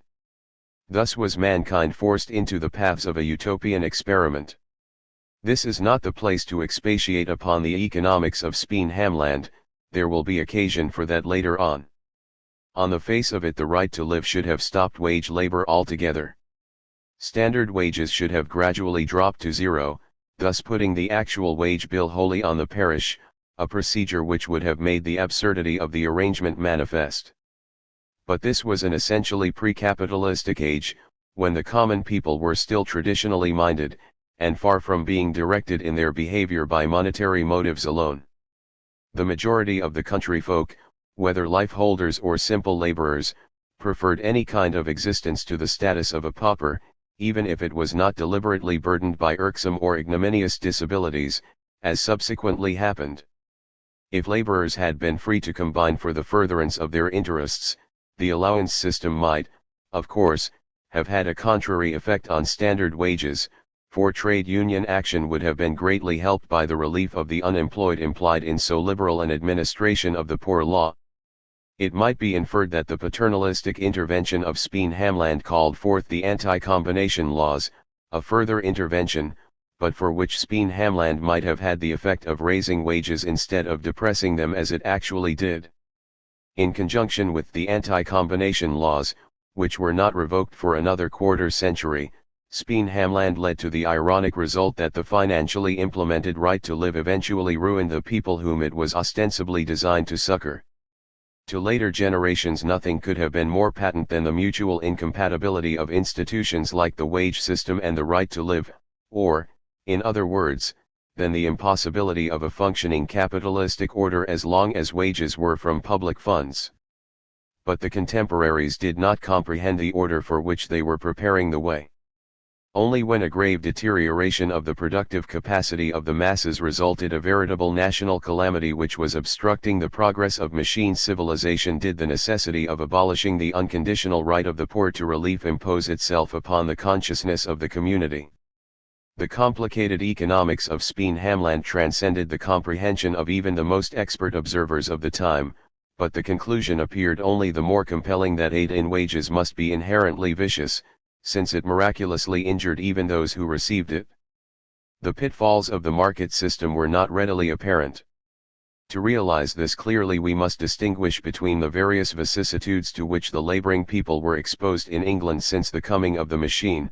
First, those of the Speen-Hamland period, 1795 to 1834, second, the hardships caused by the Poor Law Reform, in the decade following 1834, third, the deleterious effects of a competitive labor market after 1834, until in the 1870s the recognition of the trade unions offered sufficient protection. Chronologically, Speen-Hamland antedated market economy. The decade of the Poor Law Reform Act was a transition to that economy. The last period overlapping the former was that of market economy proper. The three periods differed sharply. Speen-Hamland was designed to prevent the proletarianization of the common people, or at least to slow it down. The outcome was merely the pauperization of the masses, who almost lost their human shape in the process. The Poor Law Reform of 1834 did away with this obstruction of the labor market. The right to live was abolished. The scientific cruelty of that act was so shocking to public sentiment in the 1830s and 1840s that the vehement contemporary protests blurred the picture in the eyes of posterity. Many of the most needy poor, it was true, were left to their fate as outdoor relief was withdrawn, and among those who suffered most bitterly were the deserving poor who were too proud to enter the workhouse which had become an abode of shame. Never perhaps in all modern history has a more ruthless act of social reform been perpetrated. It crushed multitudes of lives while merely pretending to provide a criterion of genuine destitution in the workhouse test. Psychological torture was coolly advocated and smoothly put into practice by mild philanthropists as a means of oiling the wheels of the labor mill. Yet the bulk of the complaints were really due to the abruptness with which an institution of old standing was uprooted and a radical transformation rushed into effect. Disraeli denounced this inconceivable revolution in the lives of the people. However, if money incomes alone had counted, the condition of the people would soon have been deemed improved. The problems of the third period went incomparably deeper. The bureaucratic atrocities committed against the poor during the decade following 1834 by the new centralized poor law authorities were merely sporadic and as nothing compared to the all-round effects of that most potent of all modern institutions, the labor market. It was similar in scope to the threat Speen-Hamland offered, with the significant difference that not the absence but the presence of a competitive labor market was now the source of danger. If Speen-Hamland had prevented the emergence of a working class, now the laboring poor were being formed into such a class by the pressure of an unfeeling mechanism. If under Speen-Hamland the people had been taken care of as none too precious beasts deserved to be, now they were expected to take care of themselves, with all the odds against them. If Speen-Hamland meant the snug misery of degradation, now the laboring man was homeless in society. If Speen-Hamland had overworked the values of neighborhood, family, and rural surroundings, now man was detached from home and kin, torn from his roots and all meaningful environment. In short, if Speen-Hamland meant the rot of immobility, now the peril was that of death through exposure. Not until 1834 was a competitive labor market established in England, hence industrial capitalism as a social system cannot be said to have existed before that date. Yet almost simultaneously the self-protection of society set in, factory laws and social legislation, and a political and industrial working class movement sprang into being. It was in this attempt to stave off the entirely new dangers of the market mechanism that protective action conflicted fatally with the self-regulation of the system. It is no exaggeration to say that the social history of the 19th century was determined by the logic of the market system proper after it was released by the Poor Law Reform Act of 1834. The starting point of this dynamic was the Speen-Hamland law. If we suggest that the study of Speen-Hamland is the study of the birth of 19th century civilization, it is not its economic and social effect that we have exclusively in mind, nor even the determining influence of these effects upon modern political history, but the fact that, mostly unknown to the present generation, our social consciousness was cast in its mold.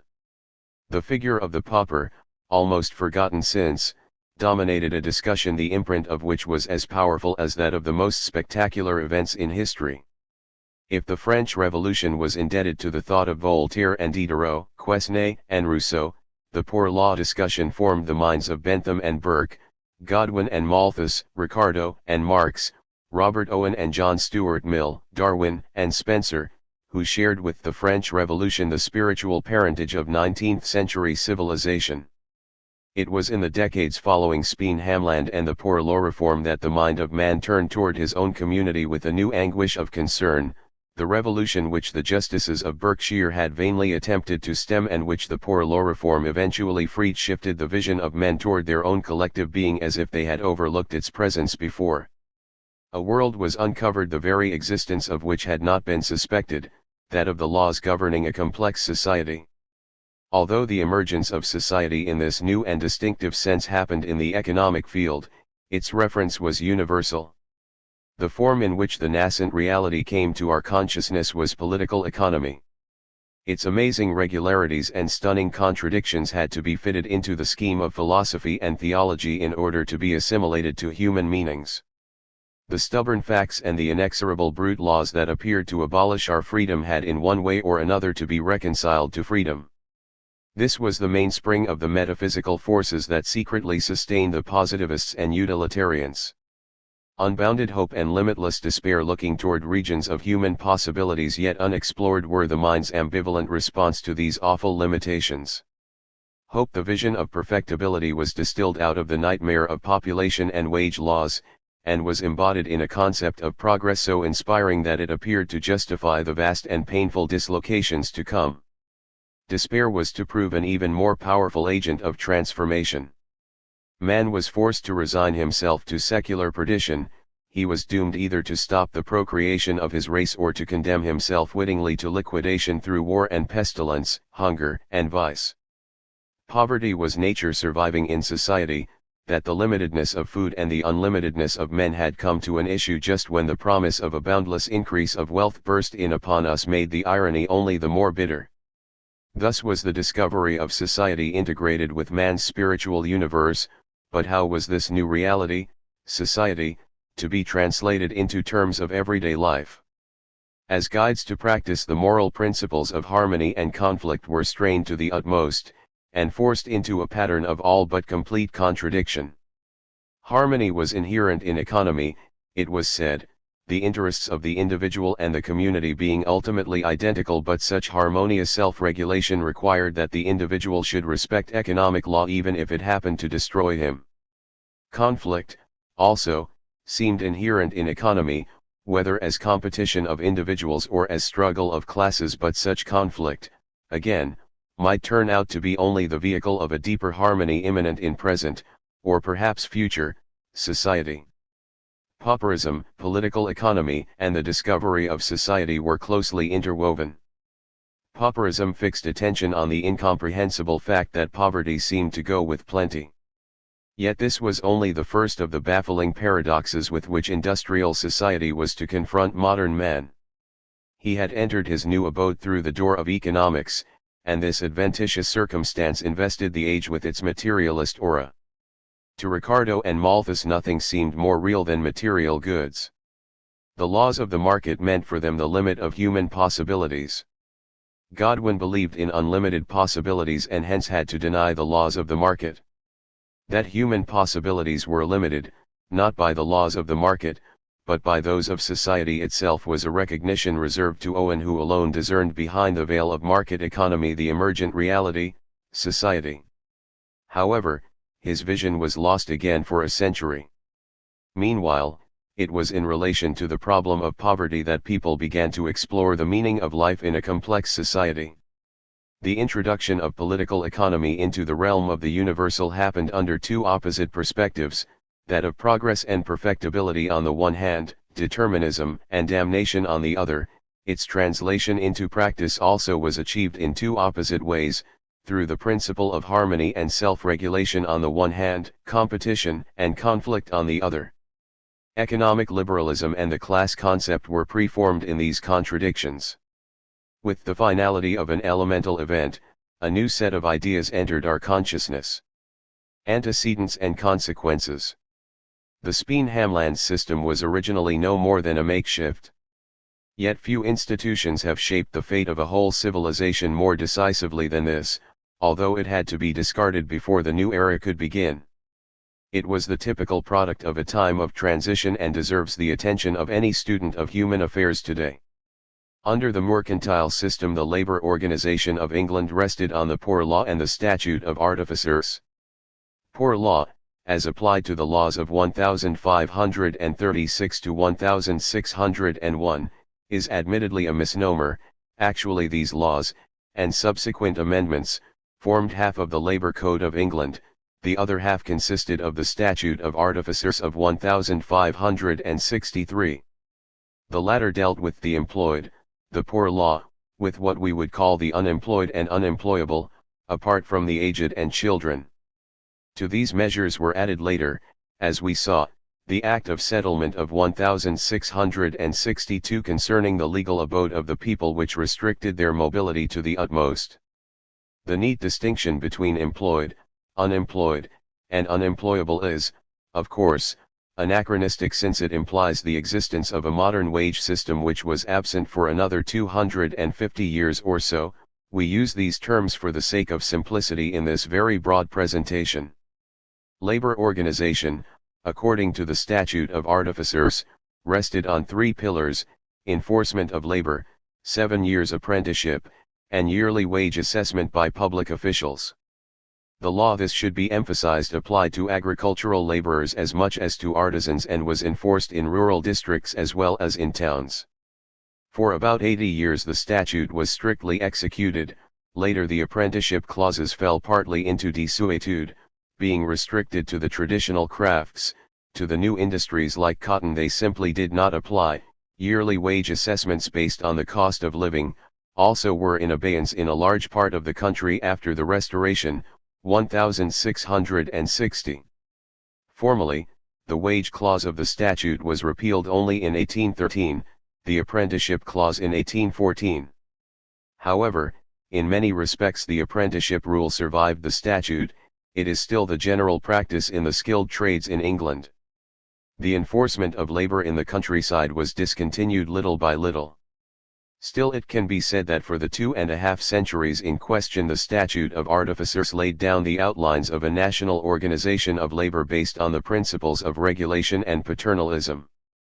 The Statute of Artificers was thus supplemented by the Poor Laws, a most confusing term in modern ears, to which poor and pauper sound much alike. Actually, the gentlemen of England judged all persons poor who did not command an income sufficient to keep them in leisure. Poor was thus practically synonymous with common people, and the common people comprised all but the landed classes. Hardly any successful merchant failed to acquire landed property. Hence the term poor meant all people who were in need and all the people, if and when they were in need. This, of course, included paupers, but not them alone. The aged, the infirm, the orphans had to be taken care of in a society which claimed that within its confines there was a place for every Christian. But over and above, there were the able-bodied poor, whom we would call the unemployed, on the assumption that they could earn their living by manual work if only they could find employment. Beggary was severely punished. Vagrancy, in case of repetition, was a capital offense. The Poor Law of 1601 decreed that the able-bodied poor should be put to work so as to earn their keep, which the parish was to supply. The burden of relief was squarely put on the parish, which was empowered to raise the necessary sums by local taxes or rates. These were to be levied upon all householders and tenants, rich and non-rich alike, according to the rental of the land or houses they occupied. The Statute of Artificers and the Poor Law together provided what might be called a code of labor. However, the Poor Law was administered locally. Every parish, a tiny unit, had its own provisions for setting the able-bodied to work, for maintaining a poorhouse, for apprenticing orphans and destitute children, for caring for the aged and the infirm, for the burial of paupers, and every parish had its own scale of rates. This sounds grander than it sometimes was. Many parishes had no poorhouses, a great many more had no reasonable provisions for the useful occupation of the able-bodied. There was an endless variety of ways in which the sluggardliness of the local ratepayers, the indifference of the overseers of the poor, the callousness of the interests centering on pauperism vitiated the working of the law. Still, by and large, the nearly 16,000 poor law authorities of the country managed to keep the social fabric of village life unbroken and undamaged. Yet under a national system of labor, the local organization of unemployment and poor relief was a patent anomaly. The greater the variety of local provisions for the poor, the greater the danger to the well-kept parish that it would be swamped by the professional pauper. After the Restoration, the Act of Settlement and Removal was passed to protect the better parishes from the influx of paupers. More than a century later, Adam Smith inveighed against this act because it immobilized the people, and thus prevented them from finding useful employment as it prevented the capitalist from finding employees. Only with the goodwill of the local magistrate and the parish authorities could a man stay in any other but his home parish. Everywhere else he was liable to expulsion even though in good standing and employed. The legal status of the people was therefore that of freedom and equality subject to incisive limitations. They were equal before the law and free as to their persons.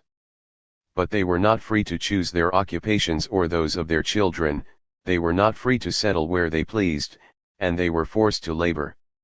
The two great Elizabethan statutes and the Act of Settlement together were a charter of liberty to the common people as well as a seal of their disabilities.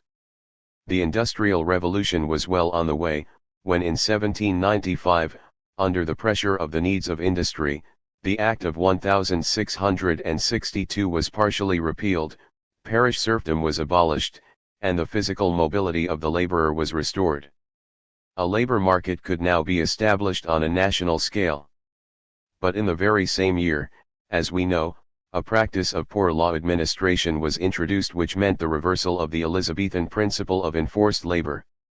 Speen Hamland ensured the right to live, grants in aid of wages were made general, family allowances were supprad, and all this was to be given in outdoor relief, i.e., without committing the recipient to the workhouse. Although the scale of relief was exiguous, it was enough for bare subsistence. This was a return to regulationism and paternalism with a vengeance, just as, it would seem, the steam engine was clamoring for freedom and the machines were crying out for human hands. Yet the Speen Hamland law coincided in time with the withdrawal of the Act of Settlement. The contradiction was patent. The Act of Settlement was being repealed because the Industrial Revolution demanded a national supply of laborers who would offer to work for wages, while Speen Hamland proclaimed the principle that no man need fear to starve and that the parish would keep him and his family, however little he earned. There was stark contradiction between the two industrial policies. What else but a social enormity could be expected from their simultaneous continued application? But the generation of Speen Hamland was unconscious of what was on its way. On the eve of the greatest industrial revolution in history, no signs and portents were forthcoming. Capitalism arrived unannounced. No one had forecast the development of a machine industry, it came as a complete surprise. For some time England had been actually expecting a permanent recession of foreign trade when the dam burst, and the old world was swept away in one indomitable surge toward a planetary economy. However, not until the 1850s could anybody have said so with assurance. The key to the comprehension of the Speen Hamland magistrates' recommendation lay in their ignorance of the wider implications of the development they were facing. In the retrospect it may seem as if they had not only attempted the impossible but had done so by means the inner contradictions of which should have been apparent to them. Actually, they were successful in achieving their aim of protecting the village against dislocation, while the effects of their policy were all the more disastrous in other, unforeseen directions. Speen Hamland policy was the outcome of a definite phase in the development of a market for labor power and should be understood in the light of the views taken of that situation by those in the position to shape policy. From this angle the allowance system will appear as a device contrived by Squire Archie to meet a situation in which physical mobility could no longer be denied to labor, while the Squire wished to avoid such unsettlement of local conditions, including higher wages, as was involved in the acceptance of a free national labor market. The dynamic of Speen Hamland was thus rooted in the circumstances of its origin. The rise in rural pauperism was the first symptom of the impending upheaval. Yet nobody seemed to have thought so at the time. The connection between rural poverty and the impact of world trade was anything but obvious. Contemporaries had no reason to link the number of the village poor with the development of commerce in the Seven Seas. The inexplicable increase in the number of the poor was almost generally put down to the method of poor law administration, and not without some good cause. Actually, beneath the surface, the ominous growth of rural pauperism was directly linked with the trend of general economic history. But this connection was still hardly perceptible. Scores of writers probed into the channels by which the poor trickled into the village, and the number as well as the variety of reasons adduced for their appearance was amazing. And yet only a few contemporary writers pointed to those symptoms of the dislocation which we are used to connect with the Industrial Revolution.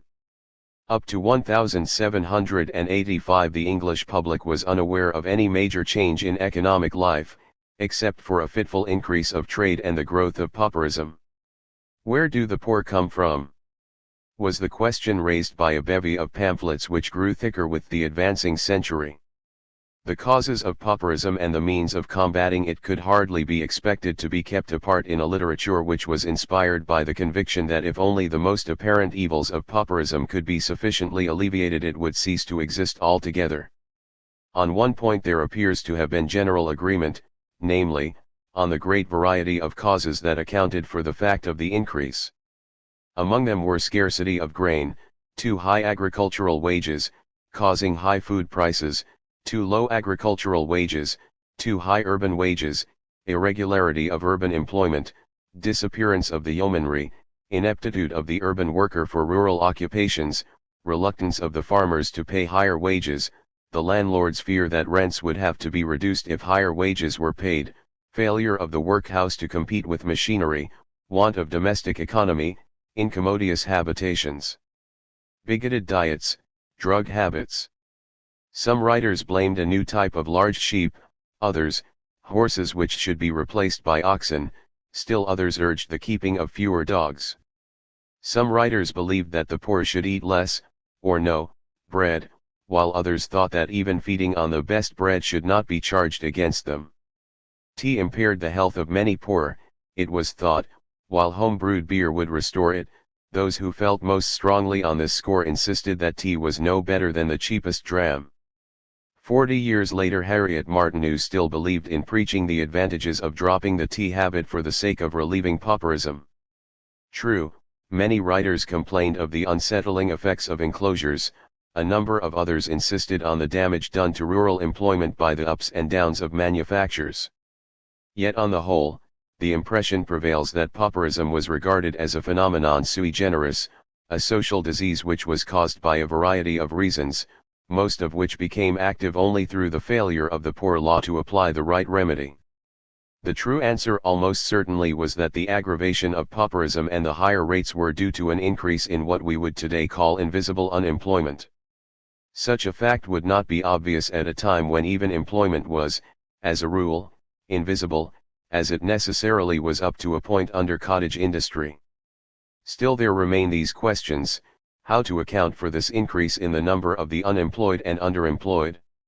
And why did the signs of imminent changes in industry escape the notice even of observant contemporaries? The explanations lies primarily in the excessive fluctuations of trade in early times which tended to cover up the absolute increase in trade. While the latter accounted for the rise in employment, the fluctuations accounted for the much bigger rise in unemployment.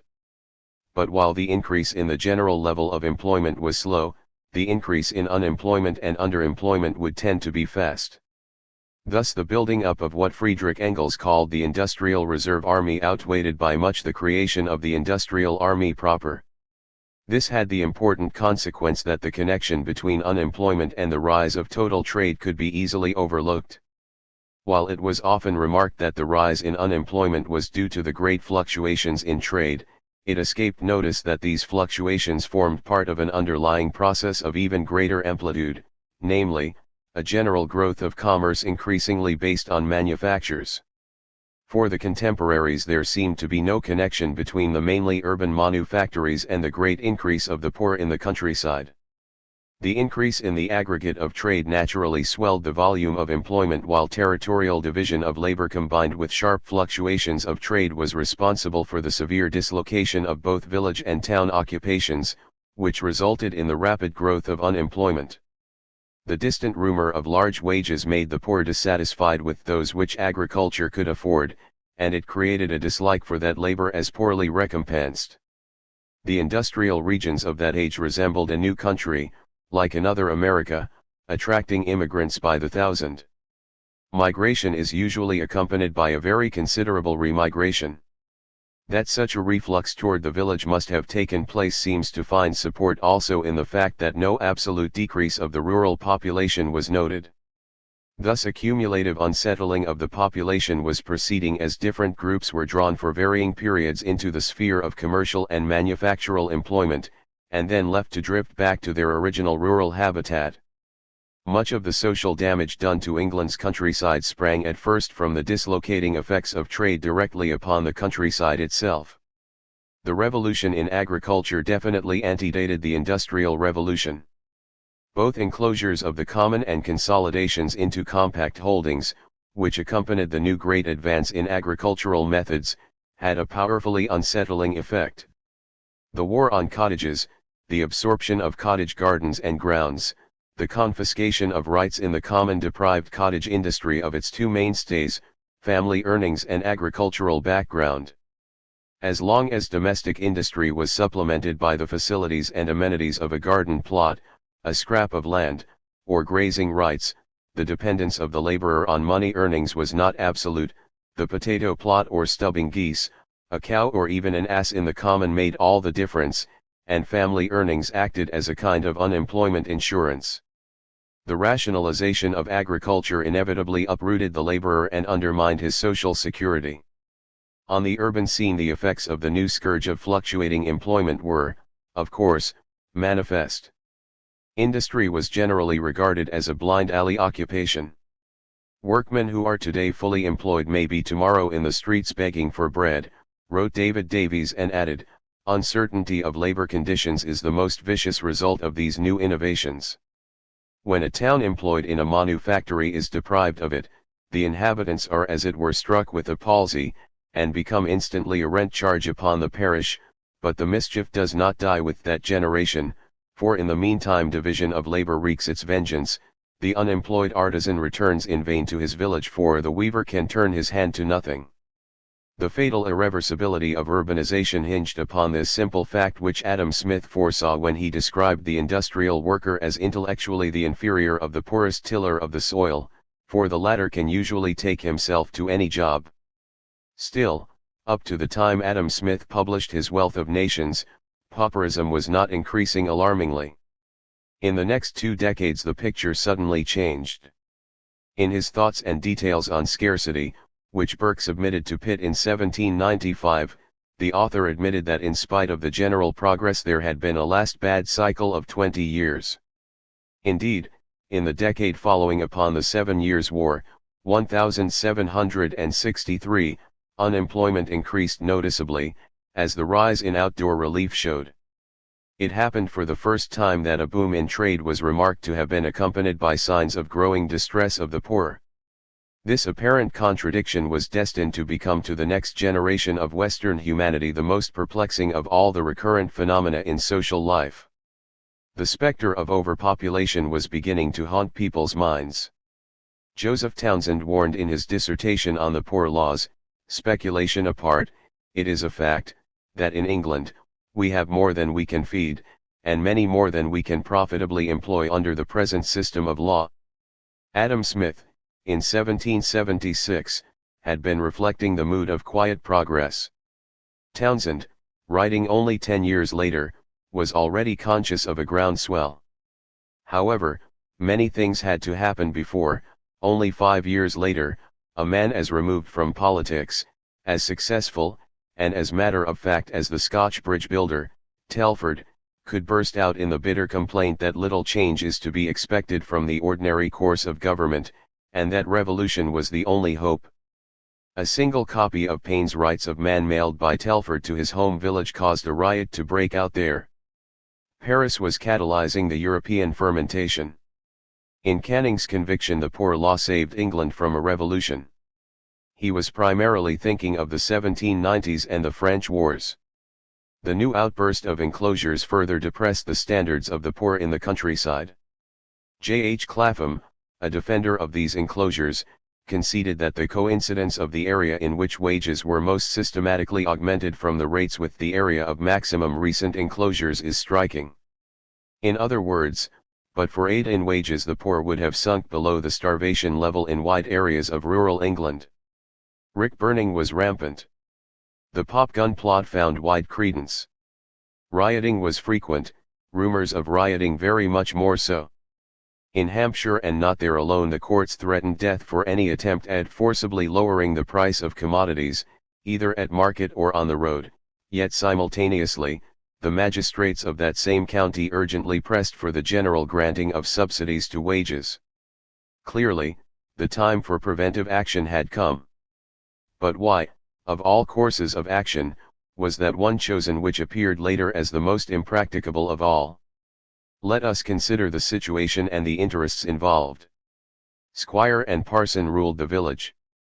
Townsend summed up the situation by saying that the landed gentleman keeps manufactures at a convenient distance because he considers that manufactures fluctuate, that the benefit which he is to derive from them will not bear proportion with the burthen which it must entail upon his property.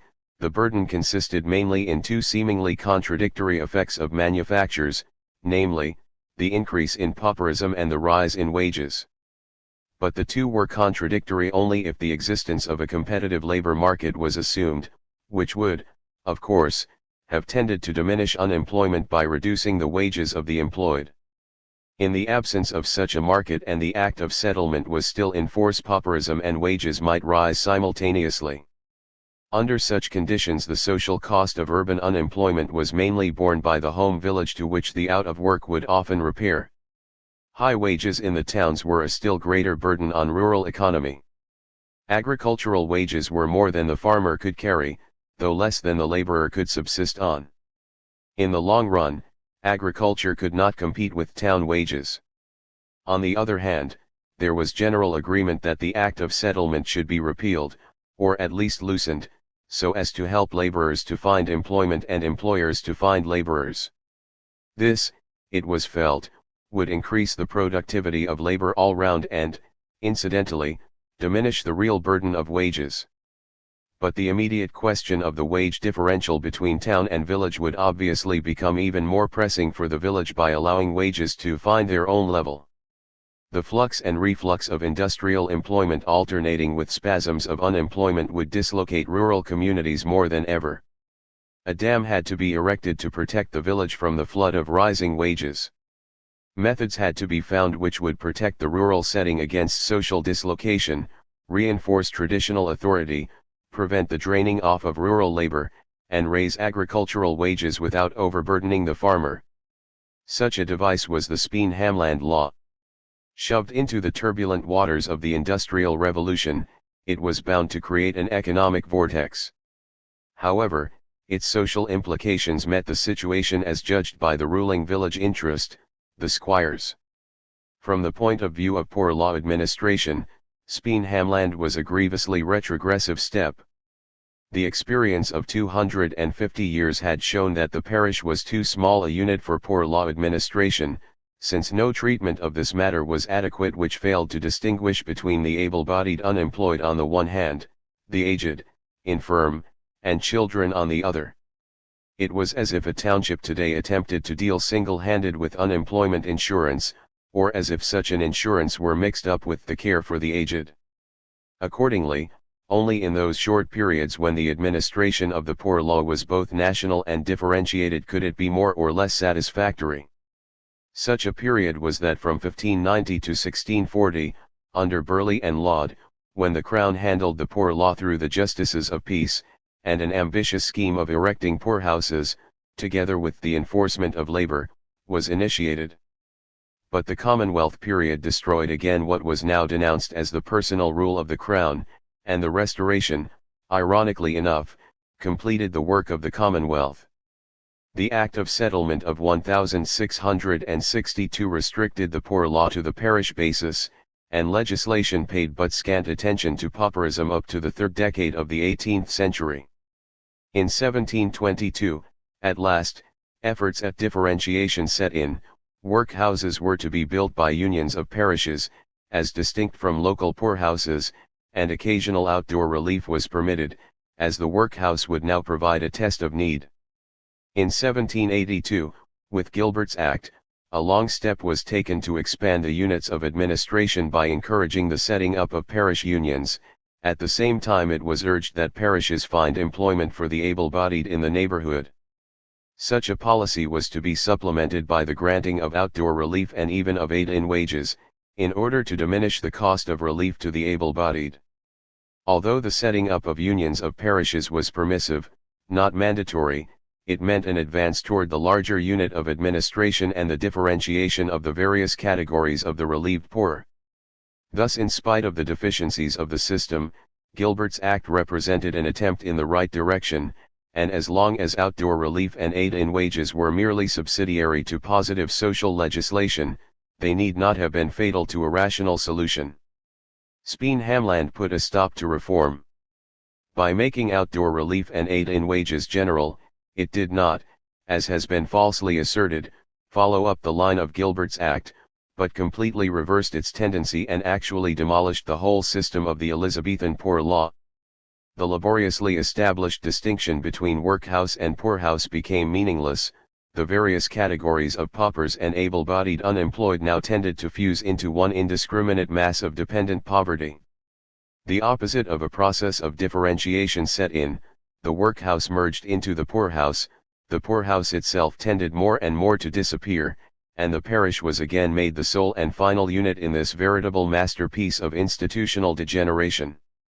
The supremacy of squire and parson was even enhanced in consequence of Speen-Hamland, if such a thing was at all possible.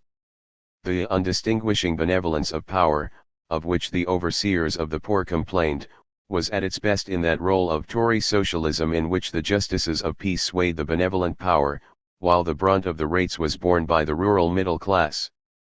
The bulk of yeomanry had long vanished in the vicissitudes of the agricultural revolution, and the remaining life holders and occupying proprietors tended to merge with the cottagers and scrap holders into one social stratum in the eyes of the potentate of the countryside. He did not too well distinguish between needy people, and people who happened to be in need. From the lofty heights from which he was watching the struggling life of the village there seemed to be no hard and fast line separating the poor from the destitute, and he may have been not unduly surprised to learn in a bad year that a small farmer was going on the rates, after having been ruined by their disastrous level. Surely such cases were not frequent, but their very possibility emphasized the fact that many ratepayers were themselves poor. On the whole, the relationship of the ratepayer and the pauper was somewhat similar to that of the employed and the unemployed of our times under various schemes of insurance which make the employed bear the burden of keeping the temporarily unemployed. Still, the typical ratepayer was usually not eligible for poor relief, and the typical agricultural laborer paid no rates. Politically, the squire's pull with the village poor was strengthened by Speen-Hamland while that of the rural middle class was weakened. The craziest aspect of the system was its economics proper. The question who paid for Speen-Hamland was practically unanswerable. Directly, the main burden fell, of course, on the ratepayers. But the farmers were partly compensated by the low wages they had to pay their laborers, a direct result of the Speen-Hamland system. Moreover, the farmer was frequently remitted a part of his rates, if he was willing to employ a villager who would otherwise fall on the rates. The consequent overcrowding of the farmer's kitchen and yard with unnecessary hands, some of them not too keen performers, had to be set down on the debit side. The labor of those who were actually on the rates was to be had even more cheaply. They had often to work as roundsmen at alternating places, being paid only their food, or being put up for auction in the village pound, for a few pence a day. How much this kind of indentured labor was worth is another question. To top it all, aids in rent were sometimes allowed to the poor, while the unscrupulous proprietor of the cottages made money by rack renting the unsanitary habitations. The village authorities were likely to close an eye as long as the rates for the hovels continued to be turned in. That such a tangle of interests would undermine any sense of financial responsibility and encourage every kind of petty corruption is evident. Still, in a broader sense, Speen-Hamland paid. It was started as aid in wages, ostensibly benefiting the employees, but actually using public means to subsidize the employers. For the main effect of the allowance system was to depress wages below the subsistence level. In the thoroughly pauperized areas, farmers did not care to employ agricultural laborers who still owned a scrap of land, because none with property was eligible for parish relief and the standard wage was so low that, without relief of some sort, it was insufficient for a married man. Consequently, in some areas only those people who were on the rates had a chance of employment. Those who tried to keep off the rates and earn a living by their own exertions were hardly able to secure a job. Yet in the country at large the great majority must have been of the latter sort, and on each of them employers as a class made an extra profit since they benefited from the lowness of wages, without having to make up for it from the rates. In the long run, a system as uneconomical as that was bound to affect the productivity of labor and to depress standard wages, and ultimately even the scale set by the magistrates for the benefit of the poor. By the 1820s the scale of bread was actually being whittled down in various counties, and the wretched incomes of the poor were reduced even further. Between 1815 and 1830 the Speen-Hamland scale, which was fairly equal all over the country, was reduced by almost one-third. This fall also was practically universal. Clapham doubts whether the total burden of the rates was as severe as the rather sudden outburst of complaints would have made one believe. Rightly. For although the rise in the rates was spectacular and in some regions must have been felt as a calamity, it seems most probable that it was not so much the burden itself as rather the economic effect of aid in wages on the productivity of labor that was at the root of the trouble. Southern England, which was most sorely hit, paid out in poor rates not quite 3.3% of its income, a very tolerable charge, Clapham thought, in view of the fact that a considerable part of this sum ought to have gone to the poor in wages. Actually, total rates were falling steadily in the 1830s, and their relative burden must have decreased even more quickly in view of the growing national welfare. In 1818 the sums actually spent on the relief of the poor totaled nearly £8 million, they fell almost continuously until they were less than £6 million in 1826, while national income was rising rapidly. And yet the criticism of Speen-Hamland became more and more violent owing to the fact, so it appears, that the dehumanization of the masses began to paralyze national life, and notably to constrain the energies of industry itself. Speen-Hamland precipitated a social catastrophe. We have become accustomed to discount the lurid presentations of early capitalism as sob stuff. For this there is no justification. The picture drawn by Harriet Martineau, the perfervid apostle of poor law reform, coincides with that of the Chartist propagandists who were leading the outcry against the poor law reform. The facts set out in the famous report of the Commission on the Poor Law, 1834, advocating the immediate repeal of the Speen-Hamland law, could have served as the material for Dickens's campaign against the Commission's policy.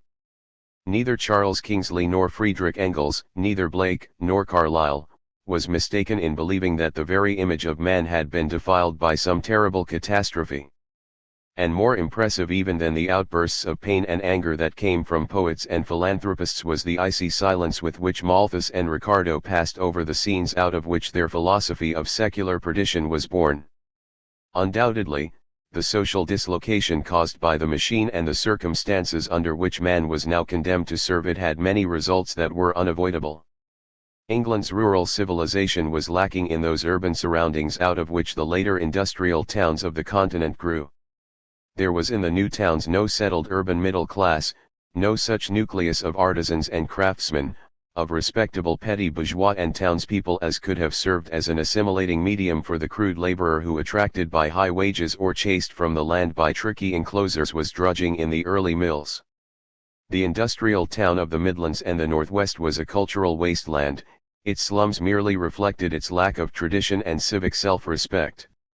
Dumped into this bleak slough of misery, the immigrant peasant, or even the former yeoman or copy holder, was soon transformed into a nondescript animal of the mire.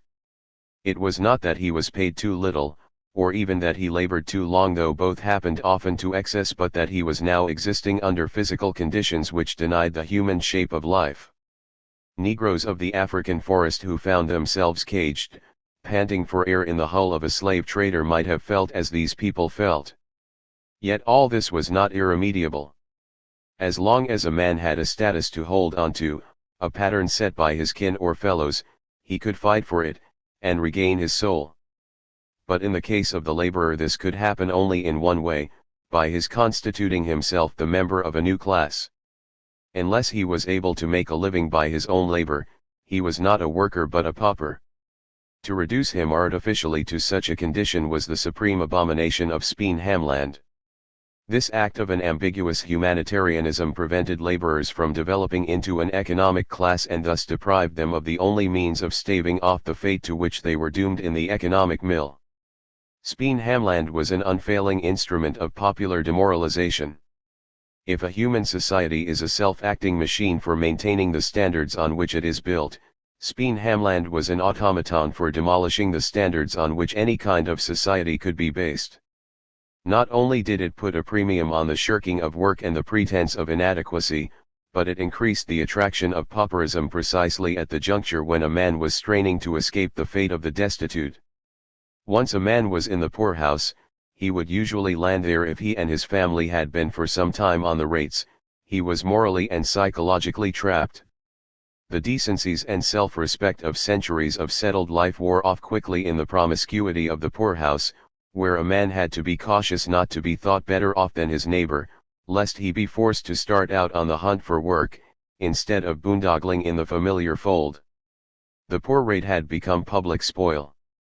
To obtain their share the brutal bullied the administrators, the profligate exhibited their bastards which must be fed, the idle folded their arms and waited till they got it, ignorant boys and girls married upon it, poachers, thieves, and prostitutes extorted it by intimidation, country justices lavished it for popularity, and guardians for convenience.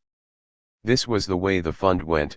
Instead of the proper number of laborers to till his land, laborers paid by himself, the farmer was compelled to take double the number, whose wages were paid partly out of the rates, and these men, being employed by compulsion on him, were beyond his control, worked or not as they chose, let down the quality of his land, and disabled him from employing the better men who would have toiled hard for independence.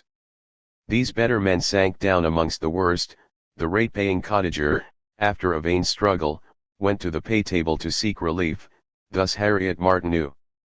Bashful latter-day liberals ungratefully neglected the memory of this outspoken apostle of their creed. Yet even her exaggerations, which they now feared, put the highlights in the right place. She herself belonged to that struggling middle class, whose genteel poverty made them all the more sensitive to the moral intricacies of the poor law. She understood and clearly expressed the need of society for a new class, a class of independent laborers. They were the heroes of her dreams, and she makes one of them a chronically unemployed laborer who refuses to go on relief. Say proudly to a colleague who decides to go on the rates, "Here I stand, and defy anybody to despise me. I could set my children into the middle of the church aisle and dare anyone to taunt at them about the place they hold in society. There may be some wiser, there may be many richer, but there are none more honorable." The big men of the ruling class were still far from comprehending the need for this new class.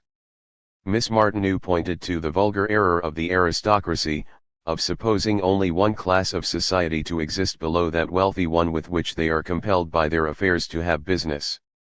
Lord Eldon, she complained, like others who must know better, included under one head the lower classes, everybody below the wealthiest, bankers, manufacturers, tradesmen, artisans, laborers, and paupers, but it was the distinction between these last two, she passionately insisted, that the future of society depended upon.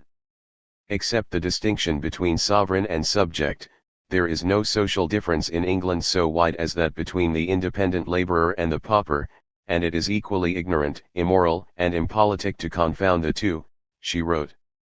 This, of course, was hardly a statement of fact. The difference between the two strata had become non-existent under Speen-Hamland.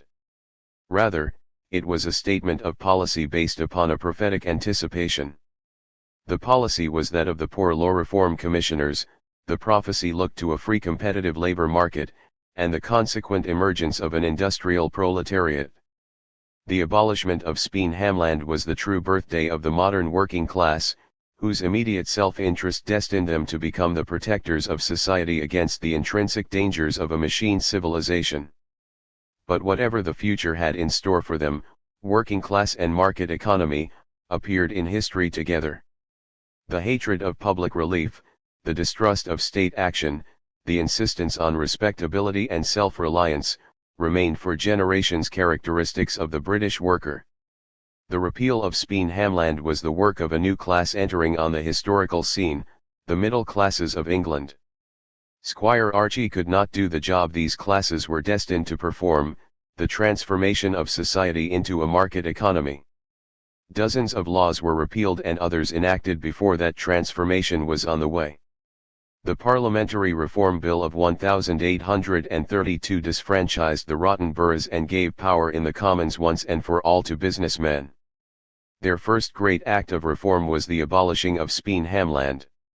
Now that we realize the degree to which its paternalist methods were merged with the life of the country, we will understand why even the most radical supporters of reform hesitated to suggest a shorter period of transition than 10 or 15 years.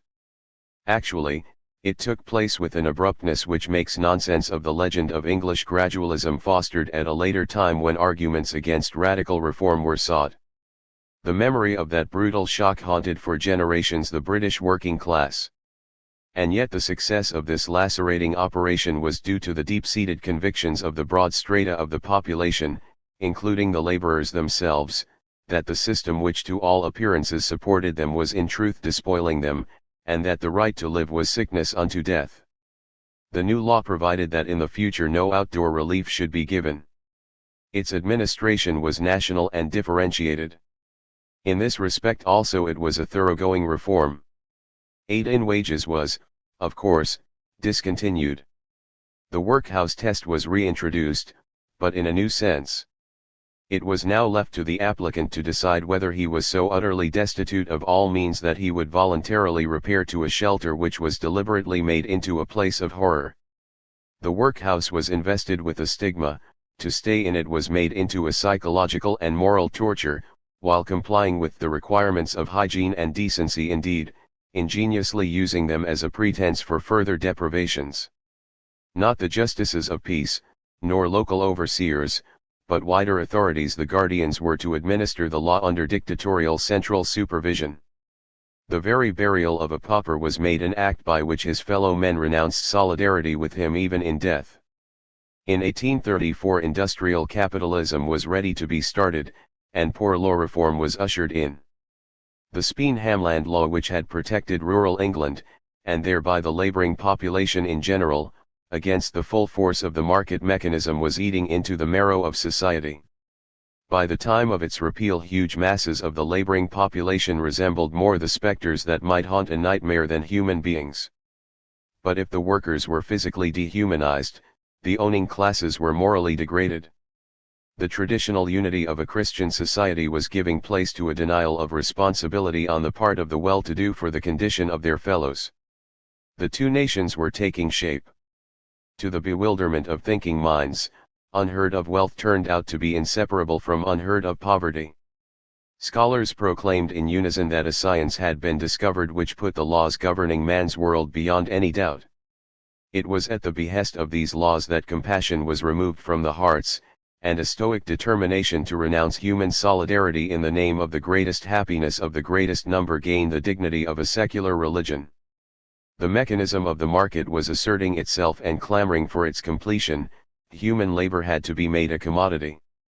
Reactionary paternalism had in vain tried to resist this necessity. Out of the horrors of Speen-Hamland men rushed blindly for the shelter of a utopian market economy. Pauperism and utopia. The problem of poverty centered around two closely related subjects, pauperism and political economy. Though we will deal with their impact on modern consciousness separately, they formed part of one indivisible whole, the discovery of society. Up to the time of Speen-Hamland no satisfactory answer could be found to the question of where the poor came from.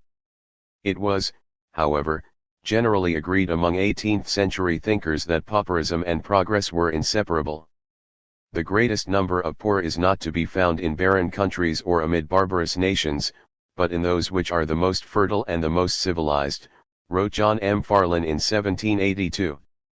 Gaia Maria Orts, the Italian economist, pronounced it an axiom that the wealth of a nation corresponds with its population, and its misery corresponds with its wealth, 1774.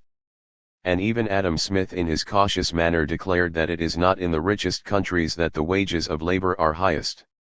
Macfarlane was not, therefore, venturing an unusual view when he expressed his belief that, as England had now approached the meridian of her greatness, the number of poor will continue to increase. Again, for an Englishman to forecast commercial stagnation was merely to echo a widely held opinion. If the rise in exports during the half-century preceding 1782 was striking, the ups and downs of trade were even more so. Trade was just starting to recover from a slump which had reduced export figures to the level of almost half a century before. To contemporaries, the great expansion of trade and apparent growth of national prosperity which followed upon the 7 Years' War merely signified that England too had had her chance after Portugal, Spain, Holland, and France. Her steep rise was now a matter of the past, and there was no reason to believe in the continuance of her progress, which seemed merely the result of a lucky war. Almost unanimously, as we saw, a falling off of trade was expected. In actual fact, prosperity was just round the corner, a prosperity of gigantic proportions which was destined to become a new form of life not only for one nation but for the whole of mankind. But neither statesmen nor economists had the slightest intimation of its oncoming. As for the statesmen, this may have been a matter of indifference, as for another 2 generations the rocketing trade figures only dented the edge of popular misery. But in the case of the economists it was singularly unfortunate, as their whole theoretical system was erected during this spate of abnormalcy, when a tremendous rise in trade and production happened to be accompanied by an enormous increase in human misery. In effect, the apparent facts on which the principles of Malthus, Ricardo, and James Mill were grounded reflected merely paradoxical tendencies prevailing during a sharply defined period of transition. The situation was indeed puzzling. It was in the first half of the 16th century that the poor first appeared in England. They became conspicuous as individuals unattached to the manor, or to any feudal superior, and their gradual transformation into a class of free laborers was the combined result of the fierce persecution of vagrancy and the fostering of domestic industry, which was powerfully helped by a continuous expansion of foreign trade. During the course of the 17th century there was less mention of pauperism. Even the incisive measure of the Act of Settlement was passed without public discussion. When by the end of the century discussion revived, Thomas More's Utopia and the early Poor Laws were more than 150 years old, the dissolution of the monasteries and Kett's rebellion were long forgotten. Some enclosing and engrossing had been going on all the time, for example, during the reign of Charles I, but the new classes as a whole had become settled. Also, while the poor in the middle of the 16th century were a danger to society, on which they descended like hostile armies, at the end of the 17th century they were merely a burden on the rates. On the other hand, this was no more a semi-feudal society but a semi-commercial one, the representative members of which were favoring work for its own sake and could accept neither the medieval view that poverty was no problem, nor that of the successful encloser that the unemployed were merely able-bodied idlers. From this time onward, opinions about pauperism began to reflect philosophical outlook, very much as theological questions had before. Views on the poor mirrored more and more views on existence as a whole. Hence the variety and seeming confusion in these views, but also their paramount interest to the historian of our civilization. The Quakers, these pioneers in the exploring of the possibilities of modern existence, were the first to recognize that involuntary unemployment must be the outcome of some defect in the organization of labor. With their strong faith in business-like methods they applied to the poor among themselves that principle of collective self-help which they occasionally practiced as conscientious objectors when wishing to avoid supporting the authorities by paying for their keep in prison. Lawson, a zealous Quaker, published an appeal to the Parliament concerning the poor that there be no beggar in England as a platform, in which he suggested the establishment of labor exchanges in the modern sense of a public employment agency. This was in 1660, an office of addresses and encounters had been proposed 10 years before by Henry Robinson. But the Restoration government favored more pedestrian methods. The tendency of the Act of Settlement in 1662 was directly contrary to any rational system of labor exchanges, which would have created a wider market for labor. Settlement, a term used for the first time in the Act, bound labor to the parish. After the Glorious Revolution, Quaker philosophy produced in John Bellers a veritable prognosticator of the trend of social ideas of the distant future. It was out of the atmosphere of the meetings of sufferings, in which statistics were now often used to give scientific precision to religious policies of relief, that, in 1696, his suggestion for the establishment of colleges of industry was born, in which the involuntary leisure of the poor could be turned to good account. Not the principles of a labor exchange, but the very different ones of exchange of labor underlay the scheme. The former was associated with the conventional idea of finding an employer for the unemployed, the latter implied no less than that laborers need no employer as long as they can exchange their products directly. The labor of the poor being the mines of the rich, as Bellers said, why should they not be able to support themselves by exploiting those riches for their own benefit, leaving even something over? All that was needed was to organize them in a college or corporation, where they could pool their efforts. This was at the heart of all later socialist thought on the subject of poverty, whether it took the form of Owen's villages of union, Fourier's phalanstères, Proudhon's banks of exchange, Louis Blanc's ateliers nationaux, Lassalle's National Werkstätten, or for that matter, Stalin's 5-year plans. Bellers's book contained in news most of the proposals that have been connected with the solution of this problem ever since the first appearance of those great dislocations that the machine produced in modern society. This college fellowship will make labor and not money the standard to value all necessaries by. It was planned as a college of all sorts of useful trades that shall work for one another without relief. The linking of labor notes, self-help, and cooperation is significant. The laborers, to the number of 300, were to be self-supporting, and work in common for their bare existence, what any doth more, to be paid for it. Thus subsistence and payment according to results were to be combined. In the case of some minor experiments of self-help, the financial surplus had gone to the meeting of sufferings and was spent for the benefit of other members of the religious community. This surplus was destined to have a great future. The novel idea of profits was the panacea of the age. Bellers's national scheme for the relief of unemployment was actually to be run for profit by capitalists. In the same year, 1696, John Carey promoted the Bristol Corporation for the Poor, which, after some initial success, failed to yield profits as did, ultimately, all other ventures of the kind. Bellers's proposal was built on the same assumption as John Locke's labor rate system, put forward also in 1696, according to which the village poor should be allocated to the local ratepayers for work, in the proportion in which these latter were contributing to the rates.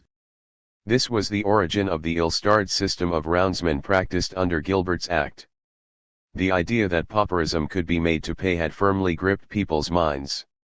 It was exactly a century later that Jeremy Bentham, the most prolific of all social projectors, formed the plan of using paupers on a large scale to run machinery devised by his even more inventive brother, Samuel, for the working of wood and metal. Bentham, says Sir Leslie Stephen, had joined his brother and they were looking out for a steam engine. It had now occurred to them to employ convicts instead of steam. This was in 1794. Jeremy Bentham's panopticon plan, with the help of which jails could be designed so as to be cheaply and effectively supervised, had been in existence for a couple of years, and he now decided to apply it to his convict-run factory. The place of the convicts was to be taken by the poor. Presently the Bentham brothers' private business venture merged into a general scheme of solving the social problem as a whole. The decision of the Speen Hamland magistrates, Whitbread's minimum wage proposal, and, above all, Pitt's privately circulated draft of a comprehensive bill for the reform of the poor law had made pauperism a topic among statesmen. Bentham, whose criticism of Pitt's bill was supposed to have brought about its withdrawal, now came forward in Arthur Young's Annals with elaborate proposals of his own, 1797. His industry houses, on the Panopticon plan, 5 stories in 12 sectors for the exploitation of the labor of the assisted poor, were to be ruled by a central board set up in the capital and modelled on the Bank of England's board, all members with shares worth £5 or £10 having a vote. A text published a few years later ran, 1. The management of the concerns of the poor throughout South Britain to be vested in one authority, and the expense to be charged upon one fund. 2. This authority, that of a joint stock company under some such name as that of the National Charity Company.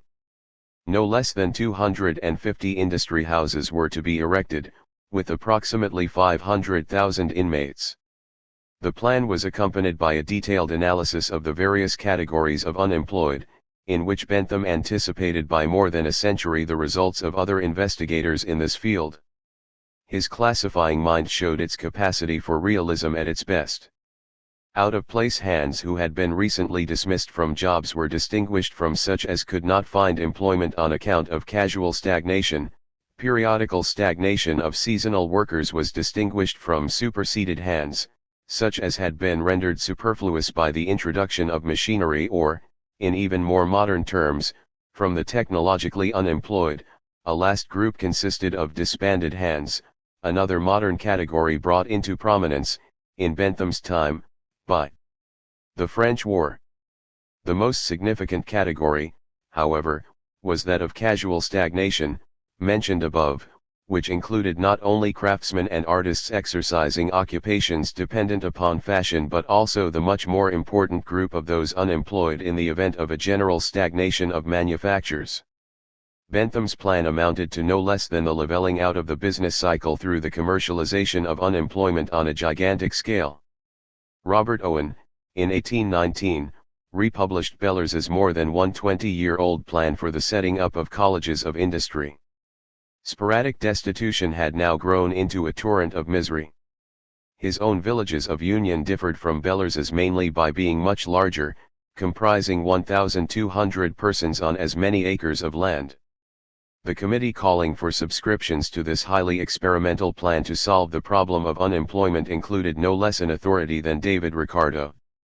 But no subscribers appeared.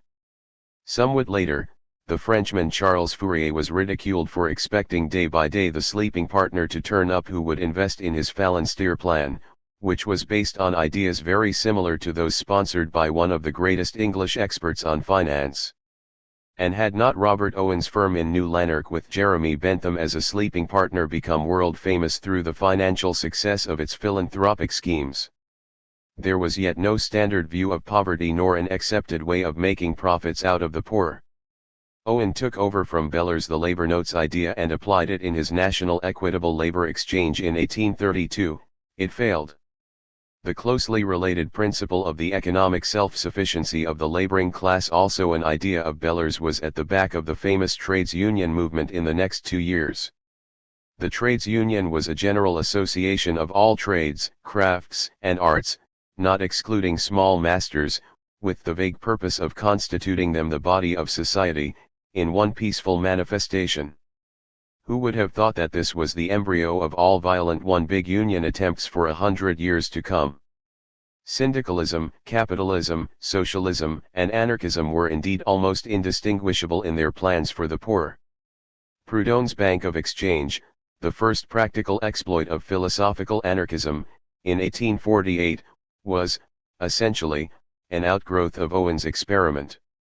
Marx, the state socialist, sharply assailed Proudhon's ideas, and henceforth it was the state that would be called upon to supply the capital for collectivist schemes of this type, of which Louis Blanc's and Lassalle's went down to history.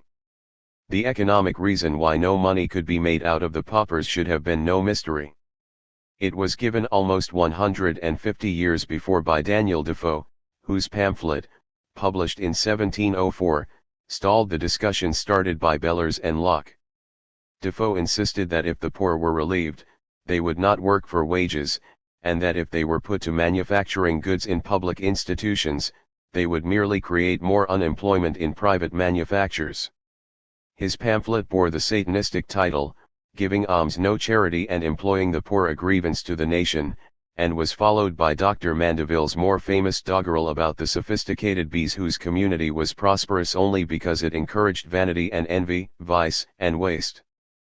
But while the whimsical doctor indulged in a shallow moral paradox, the pamphleteer had hit upon basic elements of the new political economy. His essay was soon forgotten outside the circles of inferior politics, as problems of policing were called in the 18th century, while Mandeville's cheap brilliance exercised minds of the quality of a Berkeley, Hume, and Smith. Evidently, in the first half of the 18th century, mobile wealth was still a moral issue, while poverty was not yet one. The Puritan classes were shocked by the feudal forms of conspicuous waste which their conscience condemned as luxury and vice, while they had reluctantly to agree with Mandeville's bees that but for those evils commerce and trade would quickly decay. Later these wealthy merchants were to be reassured about the morality of business. The new cotton mills did not cater any more for idle ostentation but for drab daily needs, and subtle forms of waste developed which pretended to be less conspicuous while managing to be even more wasteful than the old. Defoe's jibe at the perils of relieving the poor was not topical enough to penetrate consciences preoccupied with the moral dangers of wealth. The Industrial Revolution was still to come. And yet, as far as it went, Defoe's paradox was a forecast of the perplexities to come. Giving alms no charity, for in taking away the edge of hunger one hindered production and merely created famine; employing the poor, a grievance to the nation, for by creating public employment one merely increased the glut of the goods on the market and hastened the ruin of private traders.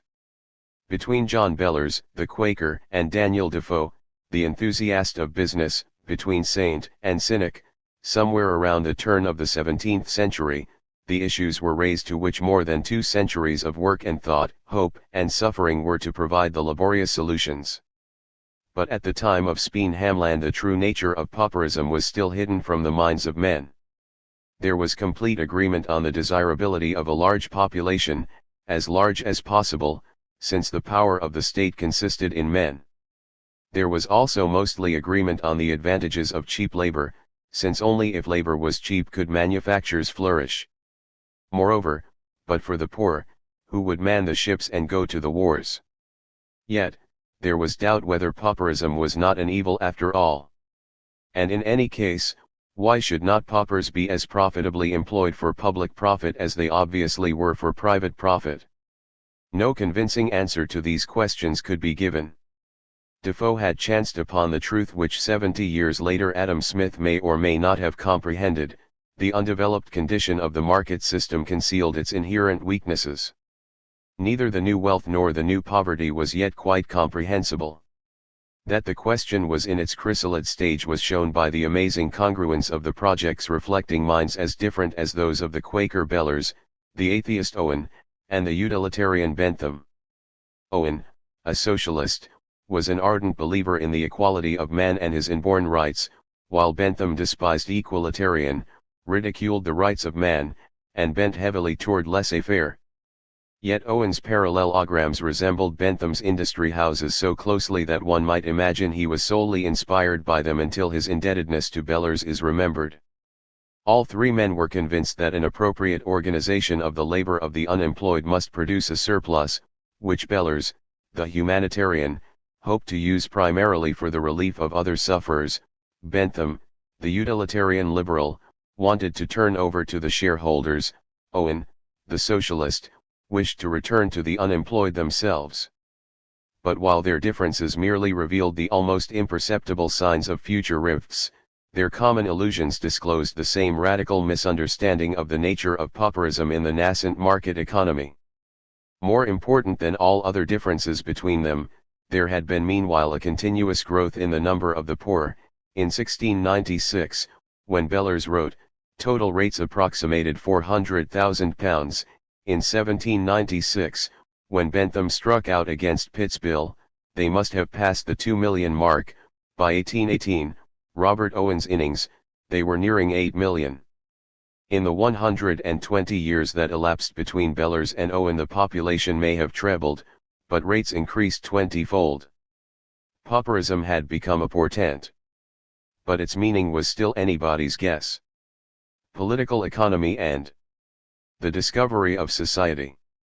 When the significance of poverty was realized, the stage was set for the 19th century.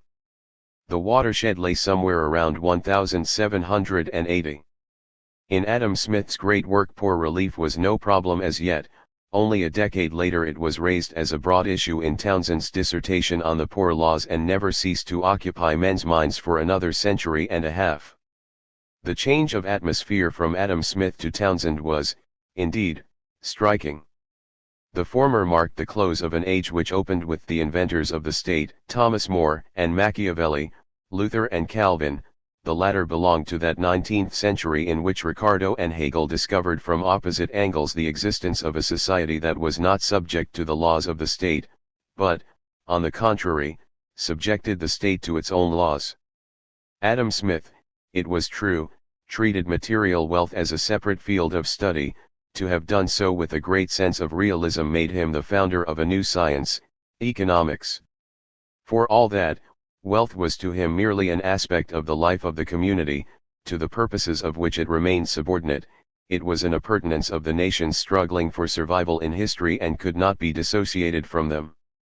In his view, one set of conditions which governed the wealth of nations derived from the improving, stationary, or declining state of the country as a whole, another set derived from the paramountcy of safety and security as well as the needs of the balance of power, still another was given by the policy of the government as it favored town or countryside, industry or agriculture.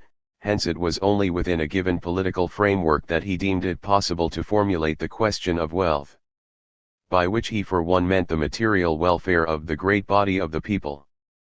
There is no intimation in his work that the economic interests of the capitalists laid down the law to society, no intimation that they were the secular spokesmen of the divine providence which governed the economic world as a separate entity. The economic sphere, with him, is not yet subject to laws of its own that provide us with a standard of good and evil. Smith wished to regard the wealth of the nations as a function of their national life, physical and moral. That is why his naval policy fitted in so well with Cromwell's navigation laws and his notions of human society harmonized with John Locke's system of natural rights. In his view, nothing indicates the presence of an economic sphere in society that might become the source of moral law and political obligation. Self-interest merely prompts us to do what, intrinsically, will also benefit others, as the butcher's self-interest will ultimately supply us with a dinner. A broad optimism pervades Smith's thinking, since the laws governing the economic part of the universe are consonant with man's destiny as are those that govern the rest. No hidden hand tries to impose upon us the rights of cannibalism in the name of self-interest. The dignity of man is that of a moral being, who is, as such, a member of the civic order of family, state, and the great society of mankind. Reason and humanity set a limit to piecework. Emulation and gain must give way to them.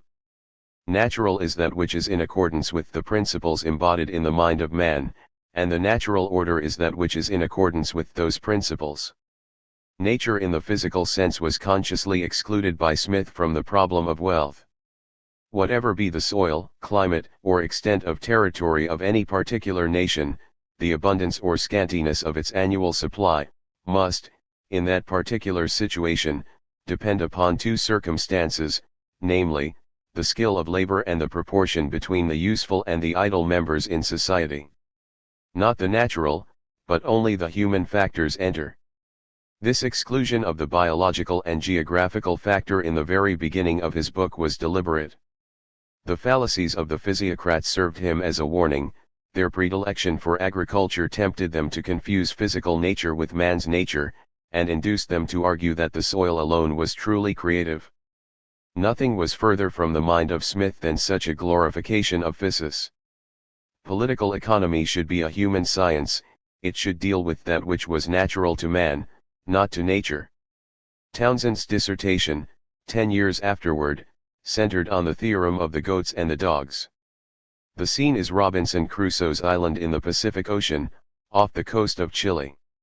On this island Juan Fernandez landed a few goats to provide meat in case of future visits. The goats had multiplied at a biblical rate and became a convenient store of food for the privateers, mostly English, who were molesting Spanish trade. In order to destroy them, the Spanish authorities landed a dog and a bitch, which also, in the course of time, greatly multiplied, and diminished the number of goats on which they fed. Then a new kind of balance was restored, wrote Townsend. The weakest of both species were among the first to pay the debt of nature, the most active and vigorous preserved their lives. To which he added, it is the quantity of food which regulates the number of the human species. We note that a search in the sources failed to authenticate the story. Juan Fernandez duly landed the goats, but the legendary dogs were described by William Funnell as beautiful cats, and neither dogs nor cats are known to have multiplied. Also the goats were inhabiting inaccessible rocks, while the beaches on this all reports agree were teeming with fat seals, which would have been a much more engaging prey for the wild dogs. However, the paradigm is not dependent upon empirical support. Lack of antiquarian authenticity can detract nothing from the fact that Malthus and Darwin owed their inspiration to the source. Malthus learned of it from Condorcet, Darwin from Malthus. Yet neither Darwin's theory of natural selection, nor Malthus's population laws might have exerted any appreciable influence on modern society but for the following maxims which Townsend deduced from his goats and dogs and wished to have applied to the reform of the poor law. Hunger will tame the fiercest animals, it will teach decency and civility, obedience and subjection, to the most perverse. In general it is only hunger which can spur and goad them the poor on to labor, yet our laws have said they shall never hunger. The laws, it must be confessed, have likewise said, they shall be compelled to work.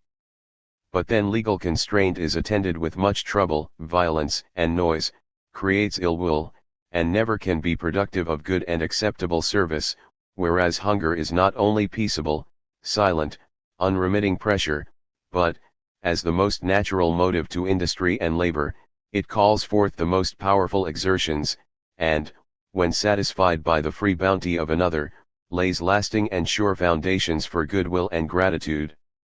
The slave must be compelled to work, but the free man should be left to his own judgment, and discretion, should be protected in the full enjoyment of his own, be it much or little, and punished when he invades his neighbor's property.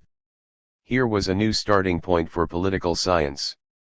By approaching human community from the animal side, Townsend bypassed the supposedly unavoidable question as to the foundations of government, and in doing so introduced a new concept of law into human affairs, that of the laws of nature.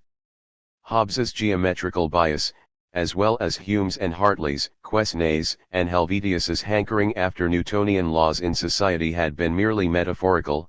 They were burning to discover a law as universal in society as gravitation was in nature, but they thought of it as a human law, for instance, a mental force such as fear with Hobbes, association in Hartley's psychology, self-interest with Quesnay, or the quest for utility with Helvetius. There was no squeamishness about it. Quesnay, like Plato, occasionally took the breeder's view of man, and Adam Smith did certainly not ignore the connection between real wages and long-run supply of labor. However, Aristotle had taught that only gods or beasts could live outside society, and man was neither. To Christian thought also the chasm between man and beast was constitutive. No excursions into the realm of physiological facts could confuse theology about the spiritual roots of the human commonwealth. If, to Hobbes, man was as wolf to man, it was because outside of society men behaved like wolves, not because there was any biological factor which men and wolves had in common. Ultimately, this was so because no human community had yet been conceived of which was not identical with law and government. But on the island of Juan Fernandez there was neither government nor law, and yet there was balance between goats and dogs. That balance was maintained by the difficulty the dogs found in devouring the goats which fled into the rocky part of the island, and the inconveniences the goats had to face when moving to safety from the dogs.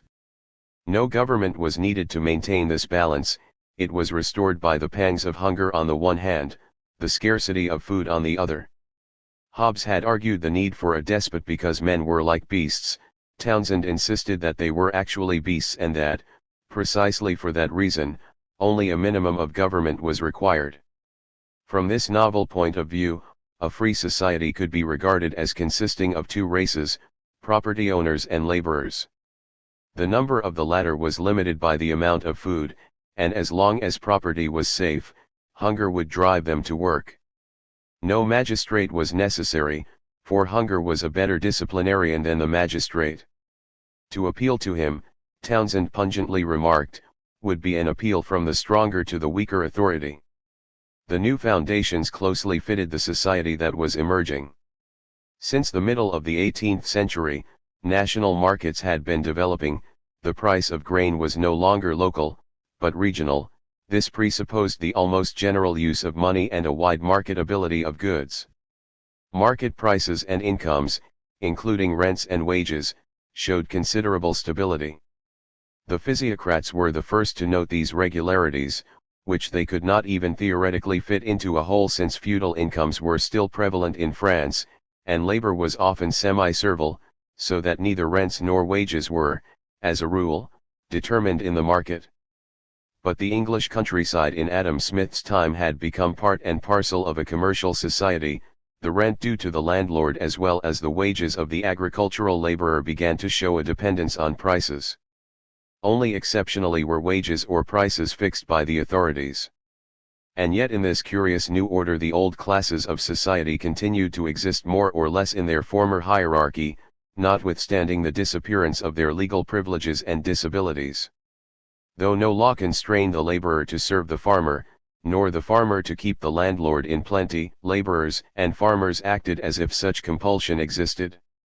By what law was the laborer ordained to obey a master, to whom he was bound by no legal bond? What force kept the classes of society apart as if they were different kinds of human beings? And what maintained balance and order in this human collective which neither invoked nor even tolerated the intervention of political government? The paradigm of the goats and the dogs seemed to offer an answer. The biological nature of man appeared as the given foundation of a society that was not of a political order. Thus it came to pass that economists presently relinquished Adam Smith's humanistic foundations, and incorporated those of Townsend. Malthus's population law and the law of diminishing returns as handled by Ricardo made the fertility of man and soil constitutive elements of the new realm the existence of which had been uncovered. Economic society had emerged as distinct from the political state. The circumstances under which the existence of this human aggregate a complex society became apparent were of the utmost importance for the history of 19th-century thought. Since the emerging society was no other than the market system, human society was now in danger of being shifted to foundations utterly foreign to the moral world of which the body politic hitherto had formed part. The apparently insoluble problem of pauperism was forcing Malthus and Ricardo to endorse Townsend's lapse into naturalism. Burke approached the issue of pauperism squarely from the angle of public security. Conditions in the West Indies convinced him of the danger of nurturing a large slave population without any adequate provision for the safety of the white masters, especially as the Negroes were often allowed to go armed. Similar considerations, he thought, applied to the increase of the number of the unemployed at home, seeing that the government had no police force at its disposal. Although an out-and-out defender of patriarchal traditions, he was a passionate adherent of economic liberalism, in which he saw also the answer to the administrative problem of pauperism. Local authorities were gladly taking advantage of the unexpected demand of the cotton mills for destitute children whose apprenticing was left to the care of the parish. Many hundreds were indentured with manufacturers, often in distant parts of the country. Altogether the new towns developed a healthy appetite for paupers. Factories were even prepared to pay for the use of the poor. Adults were assigned to any employer who would take them for their keep, just as they would be billeted out in turn among the farmers of the parish, in one or another form of the roundsman system. Farming out was cheaper than the running of jails without guilt, as workhouses were sometimes called. From the administrative angle this meant that the more persistent and more minutely detailed authority of the employer took the place of the government's and the parish's enforcement of work. Clearly, a question of statesmanship was involved. Why should the poor be made a public charge and their maintenance put on the parish, if ultimately the parish discharged its obligation by farming out the able-bodied to the capitalist entrepreneurs, who were so eager to fill their mills with them that they would even spend money to obtain their services? Did this not clearly indicate that there was also a less expensive way of compelling the poor to earn their keep than the parish way? The solution lay in the abolishment of the Elizabethan legislation without replacing it by any other. No assessment of wages, no relief for the able-bodied unemployed, but no minimum wages either, nor a safeguarding of the right to live. Labor should be dealt with as that which it was, a commodity which must find its price in the market. The laws of commerce were the laws of nature and consequently the laws of God. What else was this than an appeal from the weaker magistrate to the stronger, from the justice of the peace to the all-powerful pangs of hunger? To the politician and administrator, laissez-faire was simply a principle of the insurance of law and order, at minimum cost. Let the market be given charge of the poor, and things will look after themselves. It was precisely on this point that Bentham, the rationalist, agreed with Burke, the traditionalist. The calculus of pain and pleasure required that no avoidable pain should be inflicted. If hunger would do the job, no other penalty was needed. To the question, what can the law do relative to subsistence? Bentham answered, nothing, directly. Poverty was nature surviving in society, its physical sanction was hunger. The force of the physical sanction being sufficient, the employment of the political sanction would be superfluous. All that was needed was the scientific and economical treatment of the poor. Bentham was strongly opposed to Pitt's Poor Law Bill, which would have amounted to an enactment of Speen Hamland, as it permitted both outdoor relief and aid in wages. Yet Bentham, unlike his pupils, was at this time no rigid economic liberal, nor was he a Democrat. His industry houses were a nightmare of minute utilitarian administration enforced by all the chicanery of scientific management. He maintained that there always would be a need for them, as the community could not quite disinterest itself in the fate of the indigent. Bentham believed that poverty was part of plenty. In the highest stage of social prosperity, he said, the great mass of the citizens will most probably possess few other resources than their daily labor, and consequently will always be near to indigence. Hence he recommended that a regular contribution should be established for the wants of indigence, though thereby in theory want is decreased and thus industry hit, as he regretfully added, since from the utilitarian point of view the task of the government was to increase want in order to make the physical sanction of hunger effective. The acceptance of near indigency of the mass of the citizens as the price to be paid for the highest stage of prosperity was accompanied by very different human attitudes. Townsend righted his emotional balance by indulging in prejudice and sentimentalism. The improvidence of the poor was a law of nature, for servile, sordid, and ignoble work would otherwise not be done. Also, what would become of the fatherland unless we could rely on the poor? For what is it but distress and poverty which can prevail upon the lower classes of the people to encounter all the horrors which await them on the tempestuous ocean or on the field of battle? But this display of a rugged patriotism still left room for more tender sentiments. Poor relief should, of course, be abolished outright. The poor laws proceed from principles which border on absurdity, as professing to accomplish that which, in the very nature and constitution of the world, is impracticable. But once the indigent were left to the mercy of the well-to-do, who can doubt that the only difficulty is to restrain the impetuosity of the latter's benevolence? And are the sentiments of charity not far nobler than those that flow from hard and fast legal obligations? Can in nature anything be more beautiful than the mild complacency of benevolence? He cried out, contrasting it with the cold heartlessness of a parish pay-table, which knew not those scenes of an artless expression of unfeigned gratitude for unexpected favors. When the poor are obliged to cultivate the friendship of the rich will never want inclination to relieve the distress of the poor. No one who has read this touching portrayal of the intimate life of the two nations can doubt that, unconsciously, it was from the island of the goats and dogs that Victorian England drew its sentimental education. Edmund Burke was a man of different stature. Where men like Townsend failed in a small way, he failed in a great way. His genius exalted brutal fact into tragedy, and invested sentimentality with the halo of mysticism. When we affect to pity as poor those who must labor or the world cannot exist, we are trifling with the condition of mankind. This was undoubtedly better than coarse indifference, empty lamentations, or the cant of sympathetic uplift. But the virility of this realistic attitude was impaired by the subtle complacency with which he spotlighted the scenes of aristocratic pageantry. The result was to out-Herod Herod, but to underestimate the chances of timely reform. It is a fair guess that had Burke lived, the Parliamentary Reform Bill of 1832, which put an end to the Ancien regime, would have been passed only at the cost of an avoidable bloody revolution. And yet, Burke might have countered, once the masses were fated by the laws of political economy to toil in misery, What else was the idea of equality but a cruel bait to goad mankind into self-destruction?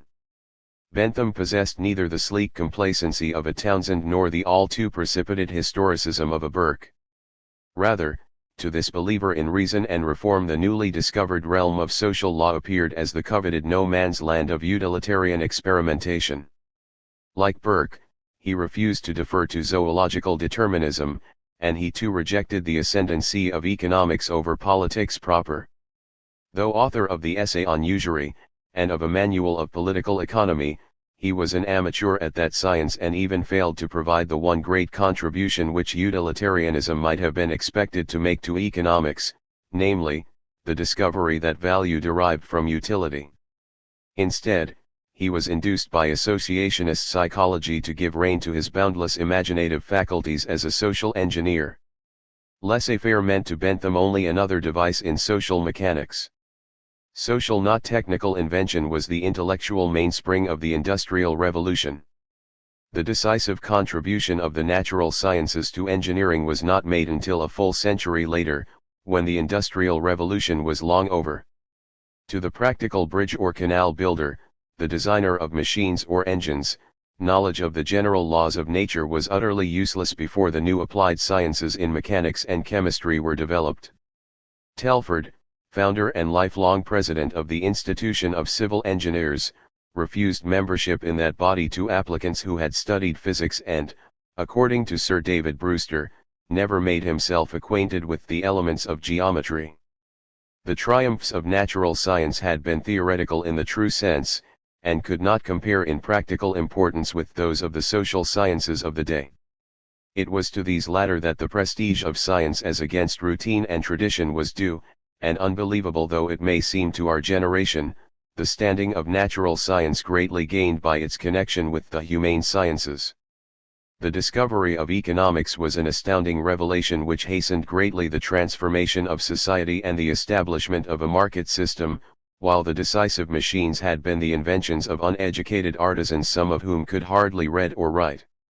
It was thus both just and appropriate that not the natural but the social sciences should rank as the intellectual parents of the mechanical revolution which subjected the powers of nature to man. Bentham himself was convinced that he had discovered a new social science, that of morals and legislation. It was to be founded on the principle of utility, which allowed of exact calculation with the help of associationist psychology. Science, precisely because it became effective within the circumference of human affairs, meant in 18th century England invariably a practical art based on empirical knowledge. The need for such a pragmatic attitude was indeed overwhelming. As no statistics were available, it was often not possible to say whether population was on the increase or decrease, what the trend of the balance of foreign trade was, or which class of the population was gaining on the other. It was frequently a mere matter of guesswork whether the wealth of the country was waxing or waning, where the poor came from, what the situation of credit, banking, or profits was. An empirical instead of a purely speculative or antiquarian approach to matters such as these was what was in the first place meant by science, and as practical interests were naturally paramount, it fell to science to suggest how to regulate and organize the vast realm of the new phenomena. We have seen how puzzled the saints were by the nature of poverty, and how ingeniously they experimented with the forms of self-help, how the notion of profits was hailed as a cure-all for the most diverse ills, how none could say whether pauperism was a good or a bad sign, how bewildered scientific workhouse managements were to find themselves unable to make money out of the poor, how Owen made his fortune by running his factories on the lines of a conscious philanthropy, and how a number of other experiments which seemed to involve the same technique of enlightened self-help failed pitifully, thus causing dire perplexity to their philanthropic authors. Had we extended our purview from pauperism to credit, specie, monopolies, savings, insurance, investing, public finance, or, for that matter, prisons, education, and lotteries, we might have easily adduced as many new types of ventures in respect to each of them. With Bentham's death, approximately, this period comes to an end, since the 1840s projectors in business were simply promoters of definite ventures, not any more the alleged discoverers of new applications of the universal principles of mutuality, trust, risk, and other elements of human enterprise. Henceforth businessmen imagined they knew what forms their activities should take, they rarely inquired into the nature of money before founding a bank. Social engineers were now usually found only amongst cranks or frauds, and then often confined behind iron bars. The spate of industrial and banking systems which from Patterson and John Law to the Peer Ayers had flooded stock exchanges with the projects of religious, social, and academic sectarians had now become a mere trickle. With those engaged in the routine of business, analytical ideas were at a discount. The exploration of society, at least so it was thought, was concluded, no white spots were left on the human map. A man of Bentham's stamp had become impossible for a century. Once the market organization of industrial life had become dominant, all other institutional fields were subordinated to this pattern, the genius for social artifacts was homeless. Bentham's panopticon was not only a mill to grind rogues honest, and idle men industrious, it would also pay dividends like the Bank of England. He sponsored proposals as different as an improved system for patents, limited liability companies, a decennial census of population, the establishment of a Ministry of Health, interest-bearing notes to make savings general, a frigidarium for vegetables and fruit, armament factories on new technical principles, eventually run by convict labor, or alternatively, by the assisted poor, a Chrestomathic day school to teach utilitarianism to the upper middle classes, a general register of real property, a system of public account keeping, reforms of public instruction, uniform registration, freedom from usury, the relinquishment of colonies, the use of contraceptives to keep the poor rate down, the junction of the Atlantic and the Pacific by means of a joint stock company, and others. Some of these projects harbored literally shoals of minor improvements as, for instance, that on industry houses which were a congeries of innovations for the betterment and the exploitation of man based on the achievements of associationist psychology. While Townsend and Burke linked laissez-faire with legislative quietism, Bentham saw in it no obstacle to broadsides of reform. Before we proceed to the answer which Malthus, in 1798, gave to Godwin and with which classical economics properly begins, let us remember the times. Godwin's Political Justice was written to counter Burke's Reflections on the French Revolution, 1790. It appeared just before the wave of repression started with the suspension of habeas corpus, 1794, and the persecution of the Democratic Correspondence Societies. By this time England was at war with France and the Terror made the word democracy synonymous with social revolution. Yet the democratic movement in England, which was inaugurated with Dr. Price's Old Jury Sermon, 1789, and reached its literary height in Paine's The Rights of Man, 1791, was restricted to the political field. The discontent of the laboring poor found no echo in it, the question of the Poor Law was barely mentioned in the pamphlets which raised the cry for universal suffrage and annual parliaments. Yet actually, it was in the sphere of the Poor Law that the Squire's decisive countermove came, in the form of Speen-Hamland. The parish retired behind an artificial morass under the cover of which it outlived Waterloo by 20 years. But while the evil consequences of the panicky acts of political repression of the 1790s might have been soon overcome, had they stood alone, the degenerative process started by Speen-Hamland left its indelible mark on the country. The 40 years' prolongation of Squire Archie which it produced was bought at the price of the sacrifice of the virility of the common people. When the owning classes complained of the poor rate becoming heavier and heavier, says Mantoux, they overlooked the fact that it really amounted to an insurance against revolution, while the working class, when they accepted the scanty allowance doled out to them, did not realize that it was partly obtained by a reduction of their own legitimate earnings. For the inevitable result of allowances was to keep wages down to the lowest level, and even to force them below the limit corresponding to the irreducible needs of the wage earners. The farmer or the manufacturer relied on the parish to make up the difference between the sum he paid the men and the sum on which the men could live. For why should they incur an expense which could so easily be foisted onto the body of the ratepayers? On the other hand, those in receipt of the parish relief were willing to work for a lower wage, and thus made competition quite impossible to those who received no parish help. The paradoxical result arrived at was that the so-called poor rate meant an economy for the employers, and a loss for the industrious workmen who expected nothing from public charity. Thus the pitiless interplay of interests had turned a charitable law into a bond of iron. It was this bond, we submit, on which the new law of wages and of population rested. Malthus himself, like Burke and Bentham, was violently opposed to Speen-Hamland and advocated complete repeal of the Poor Law. Neither of them had foreseen that Speen-Hamland would force the wages of the laborer down to subsistence level and below. On the contrary, they expected that it would force wages up, or at least maintain them artificially, which, but for the anti-combination laws, might well have been the case. This false anticipation helps to explain why the low level of rural wages was not traced by them to Speen-Hamland, which was its actual cause, but was regarded as incontrovertible proof of the working of the so-called iron law of wages. To this foundation of the new economic science we must now turn. Townsend's naturalism was doubtless not the only possible basis for the new science of political economy. The existence of an economic society was manifest in the regularities of prices, and the stability of the incomes dependent upon those prices. Consequently, economic law may well have been based directly on prices. What induced orthodox economics to seek its foundations in naturalism was the otherwise inexplicable misery of the great mass of the producers, which, as we know today, could never have been deduced from the laws of the market. But the facts as they appeared to contemporaries were roughly these: in times past the laboring people had habitually lived on the brink of indigence, at least, if one accounted for changing levels of customary standards.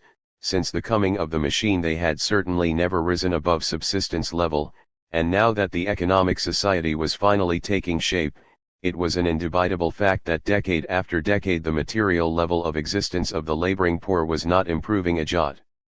If, indeed, it was not becoming worse. If ever the overwhelming evidence of the facts seemed to point in one direction, it was, therefore, in the case of the iron law of wages, which asserted that the bare subsistence level on which laborers actually lived was the result of a law which tended to keep their wages so low that no other standard was possible for them. This semblance was, of course, not only misleading but indeed implied an absurdity from the point of view of any consistent theory of prices and incomes under capitalism.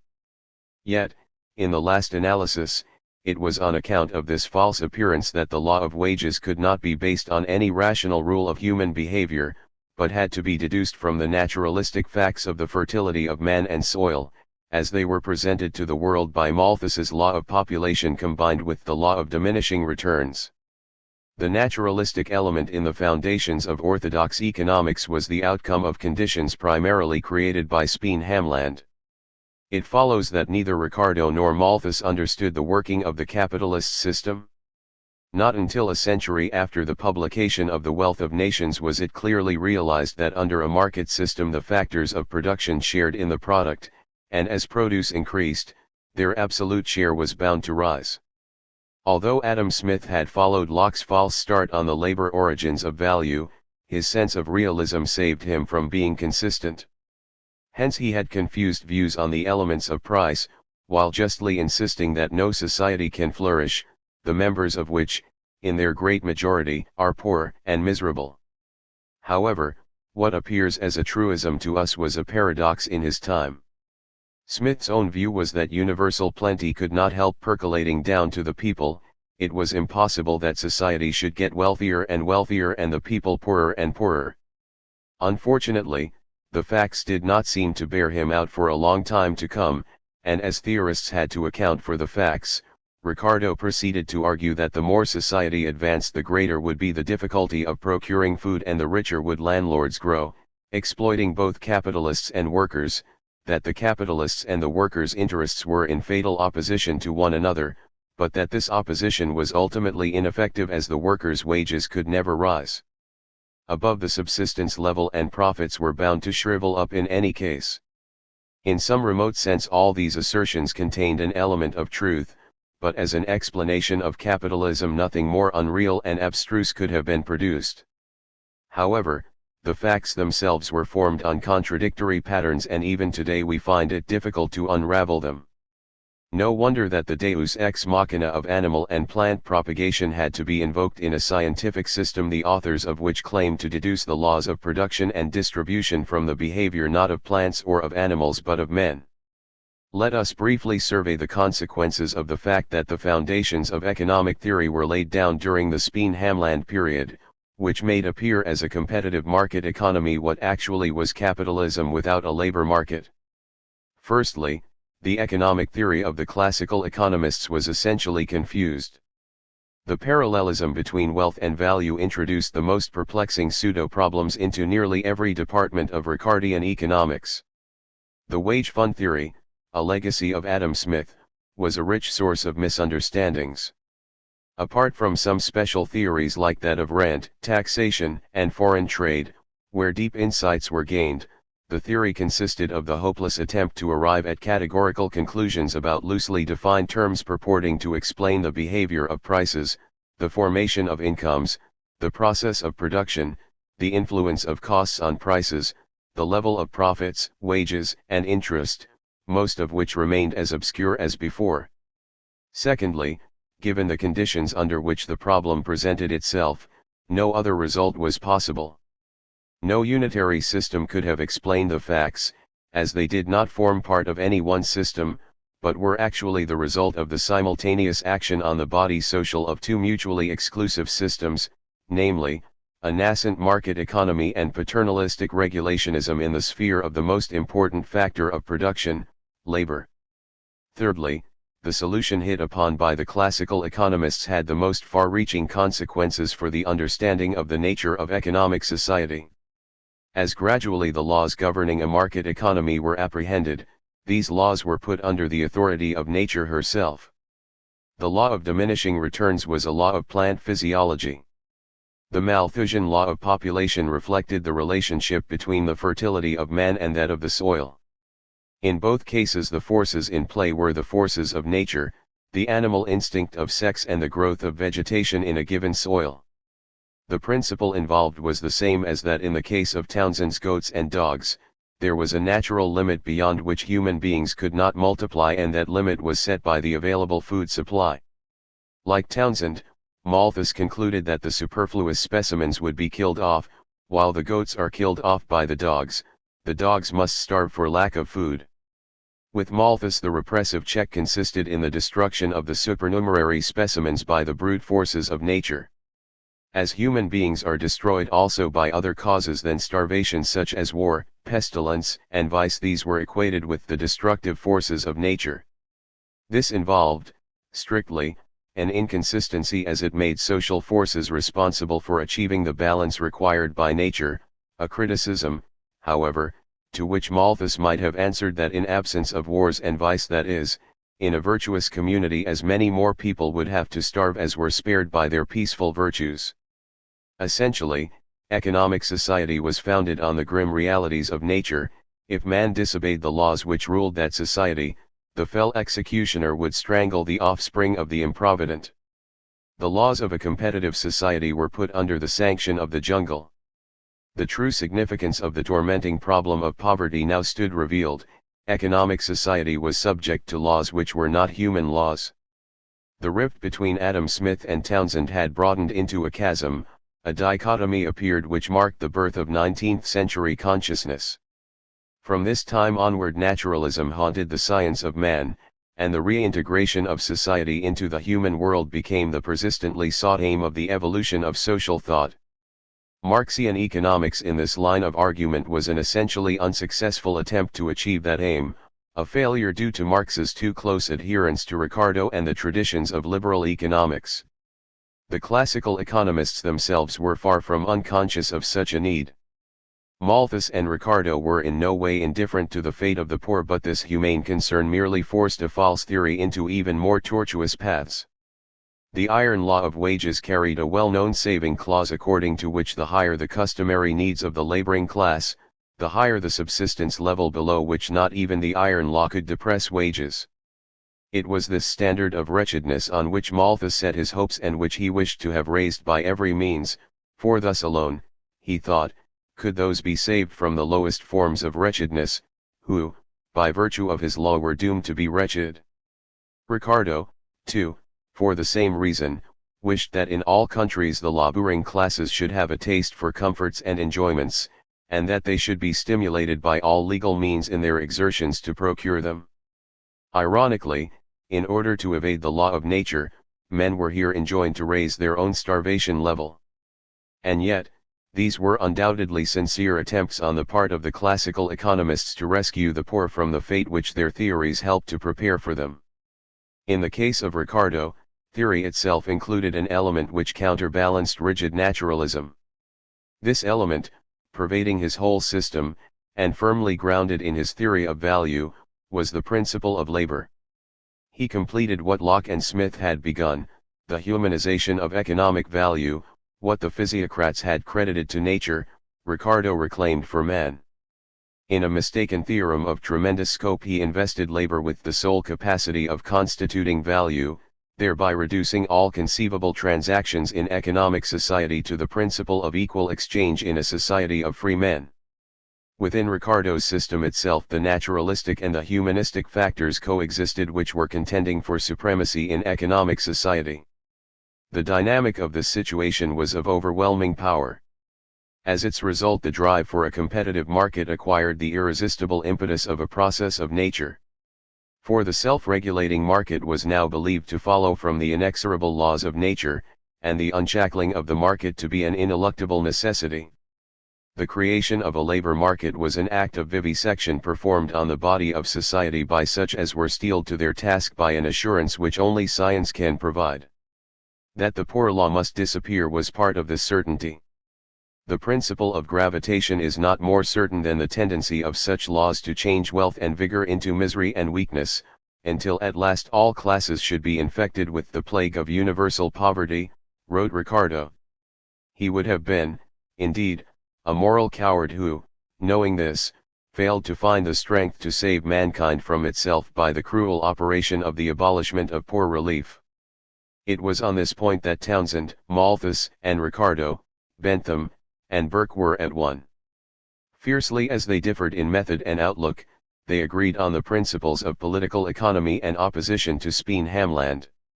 What made economic liberalism an irresistible force was this congruence of opinion between diametrically opposed outlooks, for what the ultra-reformer Bentham and the ultra-traditionalist Burke equally approved of automatically took on the character of self-evidence. One man alone perceived the meaning of the ordeal, perhaps because among the leading spirits of the age he alone possessed intimate practical knowledge of industry and was also open to inner vision. No thinker ever advanced farther into the realm of industrial society than did Robert Owen. He was deeply aware of the distinction between society and state, while harboring no prejudice against the latter, as Godwin did. He looked to the state merely for that which it could perform, helpful intervention designed to avert harm from the community, emphatically not the organizing of society. In the same way he nourished no animosity against the machine, the neutral character of which he recognized. Neither the political mechanism of the state, nor the technological apparatus of the machine hid from him the phenomenon, society. He rejected the animalistic approach to society, refuting its Malthusian and Ricardian limitations. But the fulcrum of his thought was his criticism of Christianity, which he accused of individualization, or of fixing the responsibility for character on the individual himself, thus denying, to Owen's mind, the reality of society and its all-powerful formative influence upon character. The true meaning of the attack on individualization lay in his insistence on the social origin of human motives, individualized man, and all that is truly valuable in Christianity, are so separated as to be utterly incapable of union through all eternity. His discovery of society urged him on to transcend Christianity and seek for a position beyond it.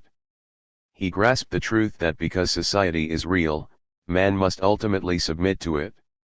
His socialism, one might say, was based on a reform of human consciousness to be reached through the recognition of the reality of society.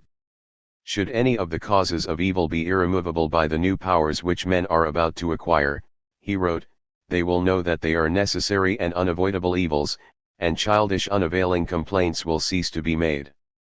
Owen may have nourished an exaggerated notion of those powers, otherwise he hardly could have suggested to the magistrates of the county of Lanark that society should be forthwith newly started from the nucleus of society which he had discovered in his village communities. Such flux of the imagination is the privilege of the man of genius, but for whom mankind could not exist for lack of understanding of itself. All the more significant was the irremovable frontier of freedom to which he pointed, that was given by the necessary limits set to the absence of evil in society. But not until man had transformed society according to the ideals of justice would this frontier become apparent, Owen felt. Then man would have to accept this frontier in the spirit of maturity which knows not childish complaint.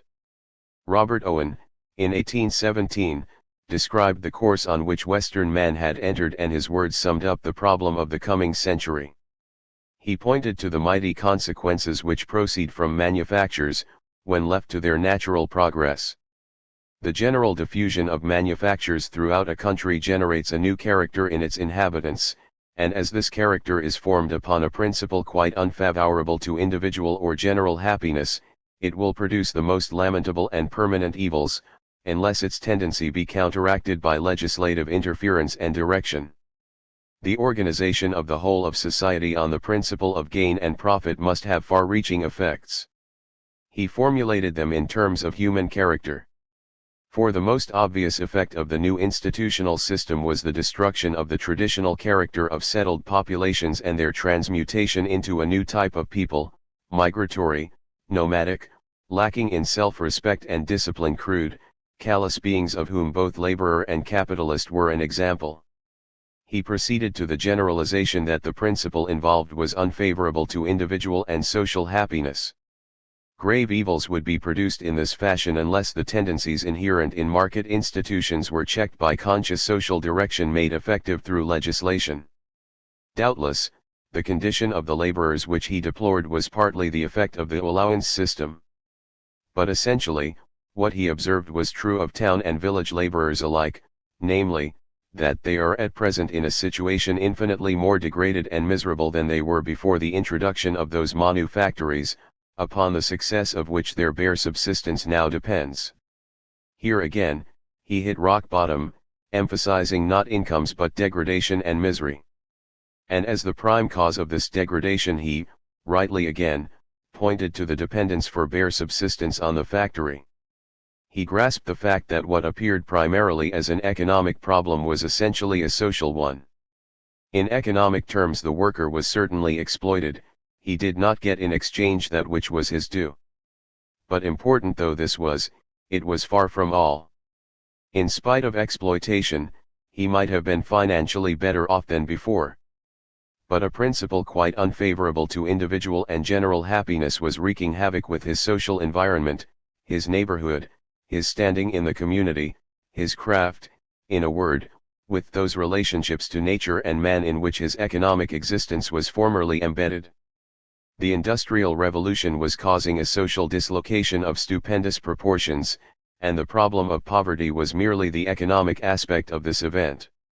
Owen justly pronounced that unless legislative interference and direction counteracted these devastating forces, great and permanent evils would follow. He did not, at that time, foresee that the self-protection of society for which he was calling would prove incompatible with the functioning of the economic system itself. Man, nature, and productive organization. For a century the dynamics of modern society was governed by a double movement. The market expanded continuously, but this movement was met by a counter-movement checking the expansion in definite directions. Vital though such a counter-movement was for the protection of society, in the last analysis it was incompatible with the self-regulation of the market, and thus with the market system itself. That system developed in leaps and bounds, it engulfed space and time, and by creating bank money it produced a dynamic hitherto unknown. By the time it reached its maximum extent, around 1914, every part of the globe, all its inhabitants and yet unborn generations, physical persons as well as huge fictitious bodies called corporations, were comprised in it. A new way of life spread over the planet with a claim to universality unparalleled since the age when Christianity started out on its career, only this time the movement was on a purely material level. Yet simultaneously a counter-movement was on foot. This was more than the usual defensive behavior of a society faced with change, it was a reaction against a dislocation which attacked the fabric of society, and which would have destroyed the very organization of production that the market had called into being. Robert Owen's was a true insight: market economy if left to evolve according to its own laws would create great and permanent evils. Production is interaction of man and nature. If this process is to be organized through a self-regulating mechanism of barter and exchange, then man and nature must be brought into its orbit, they must be subject to supply and demand, that is, be dealt with as commodities, as goods produced for sale. Such precisely was the arrangement under a market system. Man under the name of labor, nature under the name of land, were made available for sale. The use of labor power could be universally bought and sold at a price called wages, and the use of land could be negotiated for a price called rent. There was a market in labor as well as in land, and supply and demand in either was regulated by the height of wages and rents, respectively. The fiction that labor and land were produced for sale was consistently upheld.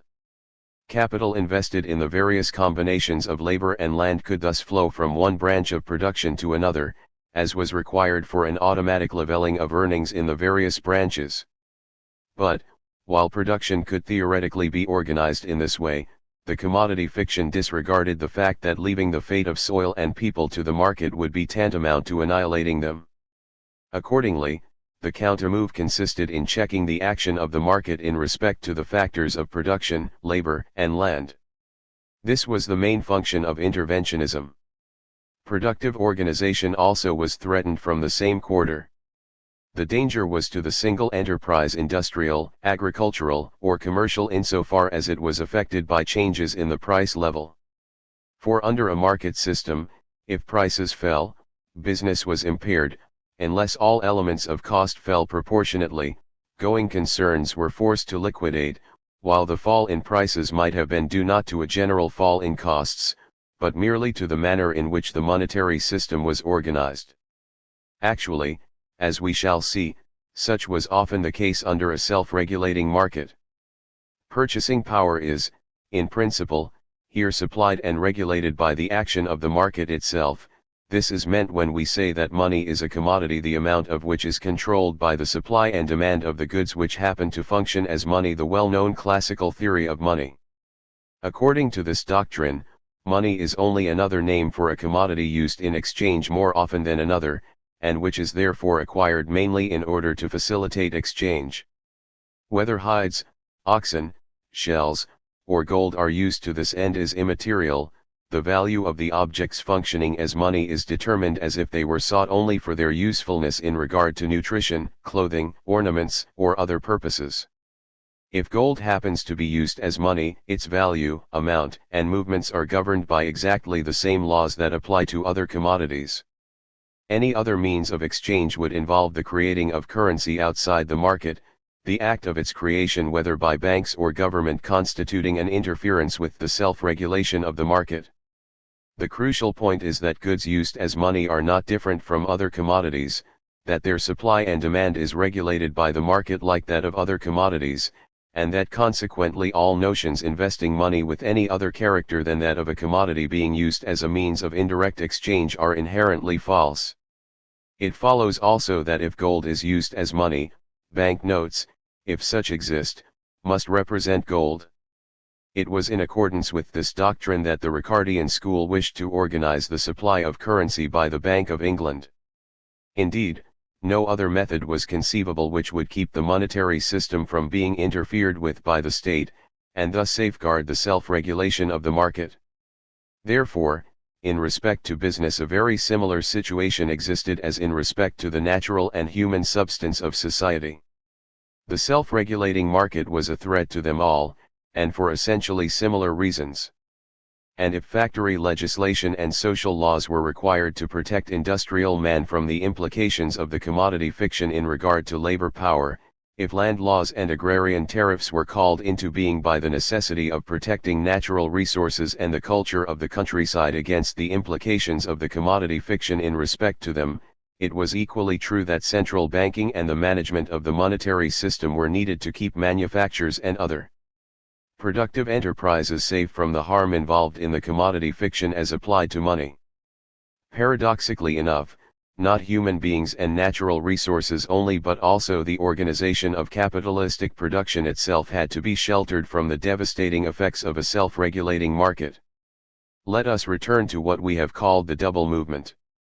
It can be personified as the action of two organizing principles in society, each of them setting itself specific institutional aims, having the support of definite social forces and using its own distinctive methods.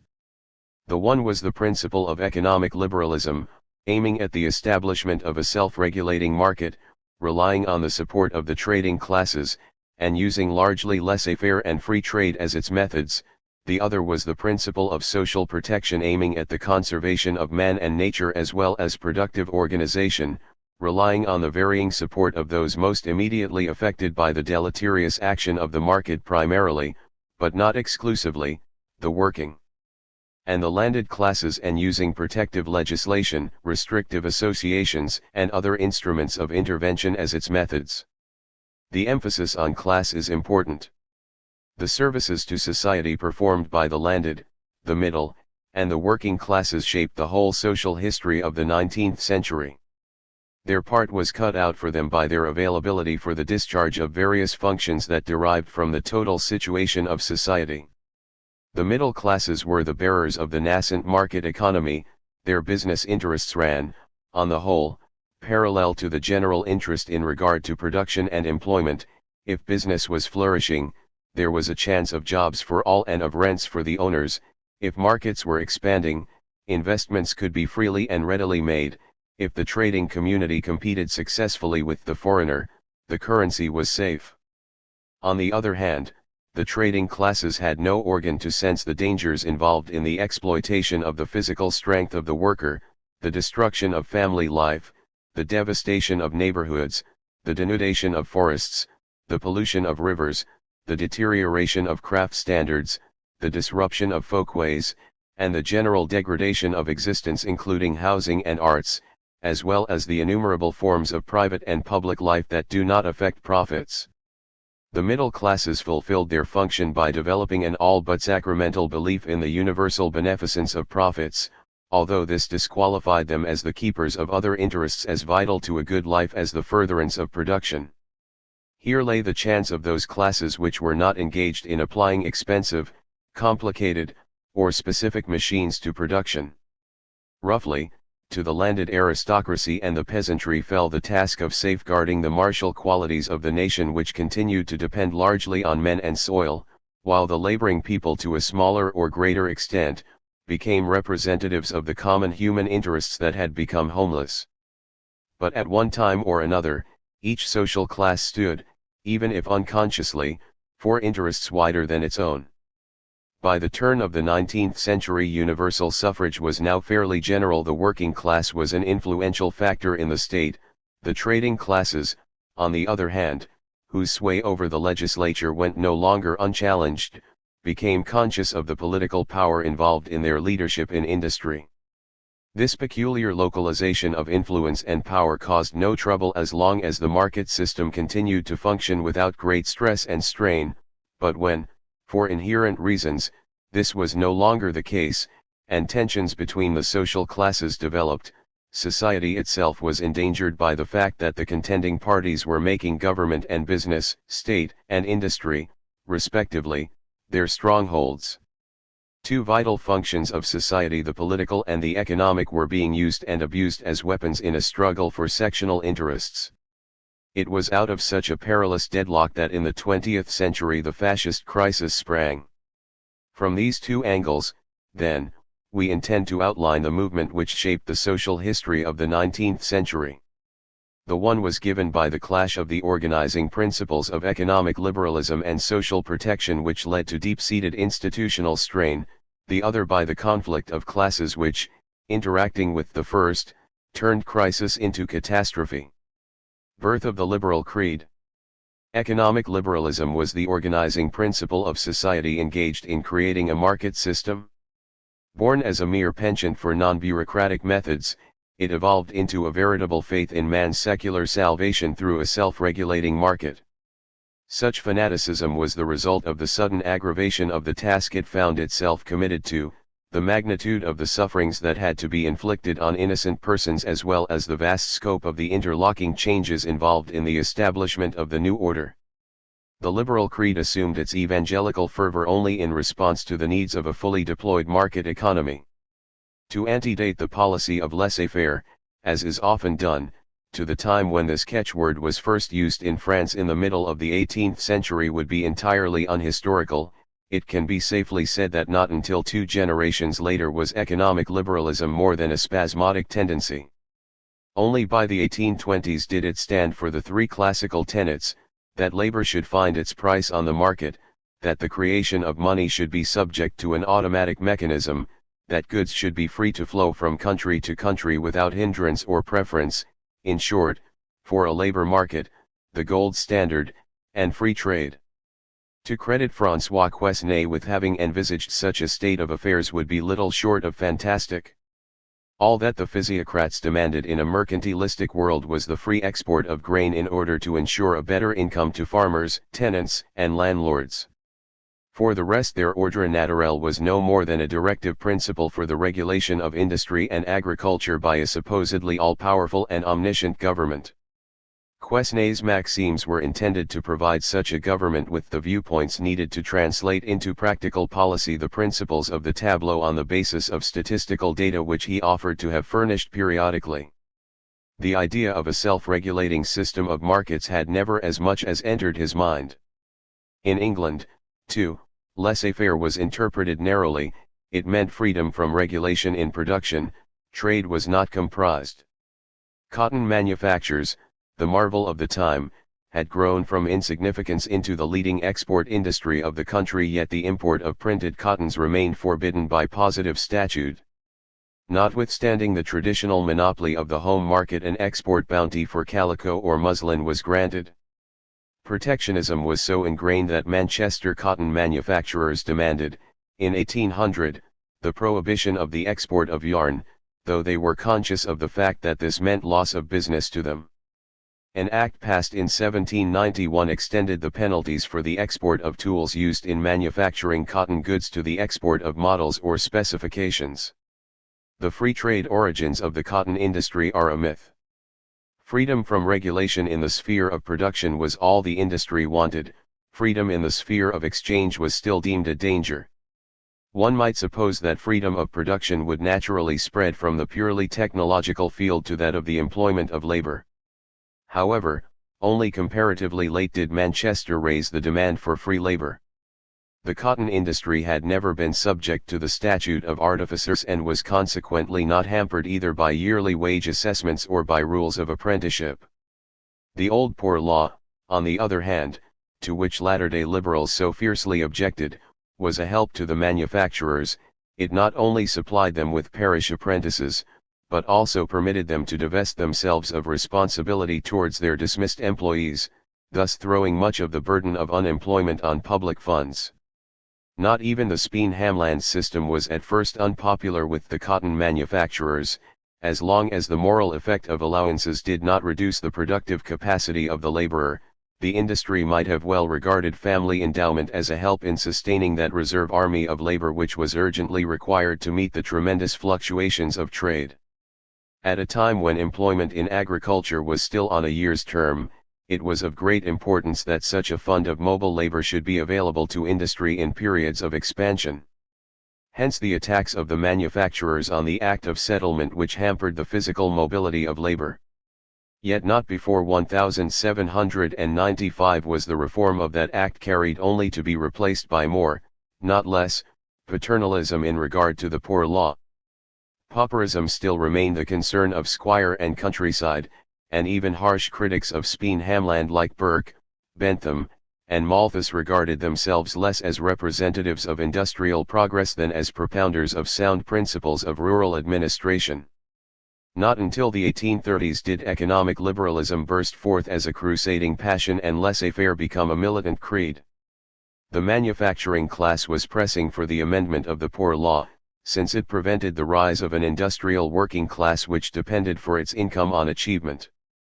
The magnitude of the venture implied in the creation of a free labor market now became apparent, as well as the extent of the misery to be inflicted on the victims of improvement. Accordingly, by the early 1830s a sharp change of mood was manifest. An 1817 reprint of Townsend's dissertation contained a preface in praise of the foresight with which the author had borne down on the poor laws and demanded their complete abandonment, but the editors warned of his rash and precipitate suggestion that outdoor relief to the poor should be abolished within so short a term as 10 years. Ricardo's Principles, which appeared in the same year, insisted on the necessity of abolishing the allowance system, but urged strongly that this should be done only very gradually. Pitt, a disciple of Adam Smith, had rejected such a course on account of the innocent suffering it would entail. And as late as 1829, Peel doubted whether the allowance system could be safely removed otherwise than gradually. Yet after the political victory of the middle class, in 1832, the Poor Law Amendment Bill was carried in its most extreme form and rushed into effect without any period of grace. Laissez-faire had been catalyzed into a drive of uncompromising ferocity. A similar keying up of economic liberalism from academic interest to boundless activism occurred in the two other fields of industrial organization, currency and trade. In respect to both, laissez-faire waxed into a fervently held creed when the uselessness of any other but extreme solutions became apparent. The currency issued was first brought home to the English community in the form of a general rise in the cost of living. Between 1790 and 1815 prices doubled. Real wages fell and business was hit by a slump in foreign exchanges. Yet not until the 1825 panic did sound currency become a tenet of economic liberalism, i.e., only when Ricardian principles were already so deeply impressed on the minds of politicians and businessmen alike that the standard was maintained in spite of the enormous number of financial casualties. This was the beginning of that unshakable belief in the automatic steering mechanism of the gold standard without which the market system could never have got underway. International free trade involved no less an act of faith. Its implications were entirely extravagant. It meant that England would depend for her food supply upon overseas sources, would sacrifice her agriculture, if necessary, and enter on a new form of life under which she would be part and parcel of some vaguely conceived world unity of the future, that this planetary community would have to be a peaceful one, or, if not, would have to be made safe for Great Britain by the power of the Navy, and that the English nation would face the prospects of continuous industrial dislocations in the firm belief in its superior inventive and productive ability. However, it was believed that if only the grain of all the world could flow freely to Britain, then her factories would be able to undersell all the world. Again, the measure of the determination needed was set by the magnitude of the proposition and the vastness of the risks involved in complete acceptance. Yet less than complete acceptance spelled certain ruin.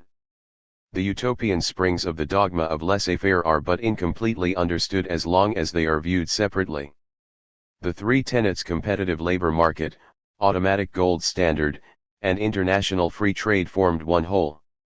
The sacrifices involved in achieving any one of them were useless, if not worse, unless the other two were equally secured. It was everything or nothing. Anybody could see that the gold standard, for instance, meant danger of deadly deflation and, maybe, of fatal monetary stringency in a panic. The manufacturer could, therefore, hope to hold his own only if he was assured of an increasing scale of production at remunerative prices, in other words, only if wages fell at least in proportion to the general fall in prices, so as to allow the exploitation of an ever-expanding world market. Thus the Anti-Corn Law Bill of 1846 was the corollary of Peel's Bank Act of 1844, and both assumed a laboring class which, since the Poor Law Amendment Act of 1834, was forced to give its best under the threat of hunger, so that wages were regulated by the price of grain. The three great measures formed a coherent whole. The true implications of economic liberalism can now be taken in at a glance. Nothing less than a self-regulating market on a world scale could ensure the functioning of this stupendous mechanism. Unless the price of labor was dependent upon the cheapest grain available, there was no guarantee that the unprotected industries would not succumb in the grip of the voluntarily accepted taskmaster, gold. The expansion of the market system in the 19th century was synonymous with the simultaneous spreading of international free trade, competitive labor market, and gold standard. They belonged together. No wonder that economic liberalism turned almost into a religion once the great perils of this venture were evident. There was nothing natural about laissez-faire. Free markets could never have come into being merely by allowing things to take their course. Just as cotton manufactures, the leading free trade industry, were created by the help of protective tariffs, export bounties, and indirect wage subsidies, laissez-faire itself was enforced by the state. The 30s and 40s saw not only an outburst of legislation repealing restrictive regulations, but also an enormous increase in the administrative functions of the state, which was now being endowed with a central bureaucracy able to fulfill the tasks set by the adherents of liberalism. To the typical utilitarian, economic liberalism was a social project which should be put into effect for the greatest happiness of the greatest number. Laissez-faire was not a method to achieve a thing, it was the thing to be achieved. True, legislation could do nothing directly, except by repealing harmful restrictions. But that did not mean that government could do nothing, especially indirectly. On the contrary, the utilitarian liberal saw in government the great agency for achieving happiness. In respect to material welfare, Bentham believed, the influence of legislation is as nothing in comparison with the unconscious contribution of the minister of the police. Of the three things needed for economic success, inclination, knowledge, and power, the private person possessed only inclination. Knowledge and power, Bentham taught, can be administered much cheaper by government than by private persons. It was the task of the executive to collect statistics and information, to foster science and experiment, as well as to supply the innumerable instruments of final realization in the field of government. Benthamite liberalism meant the replacing of parliamentary action by action through administrative organs. For this there was ample scope. Reaction in England had not governed as it did in France through administrative methods, but used exclusively parliamentary legislation to put political repression into effect.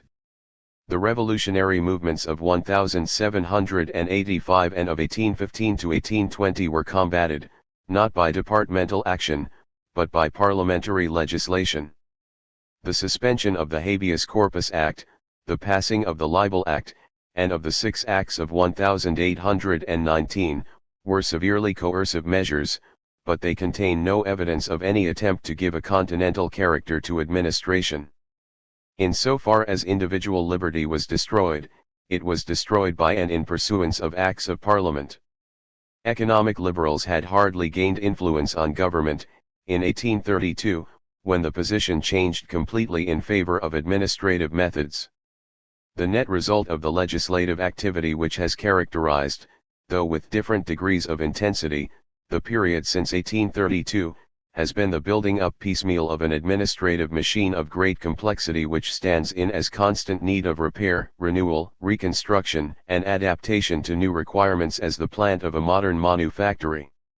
This growth of administration reflected the spirit of utilitarianism.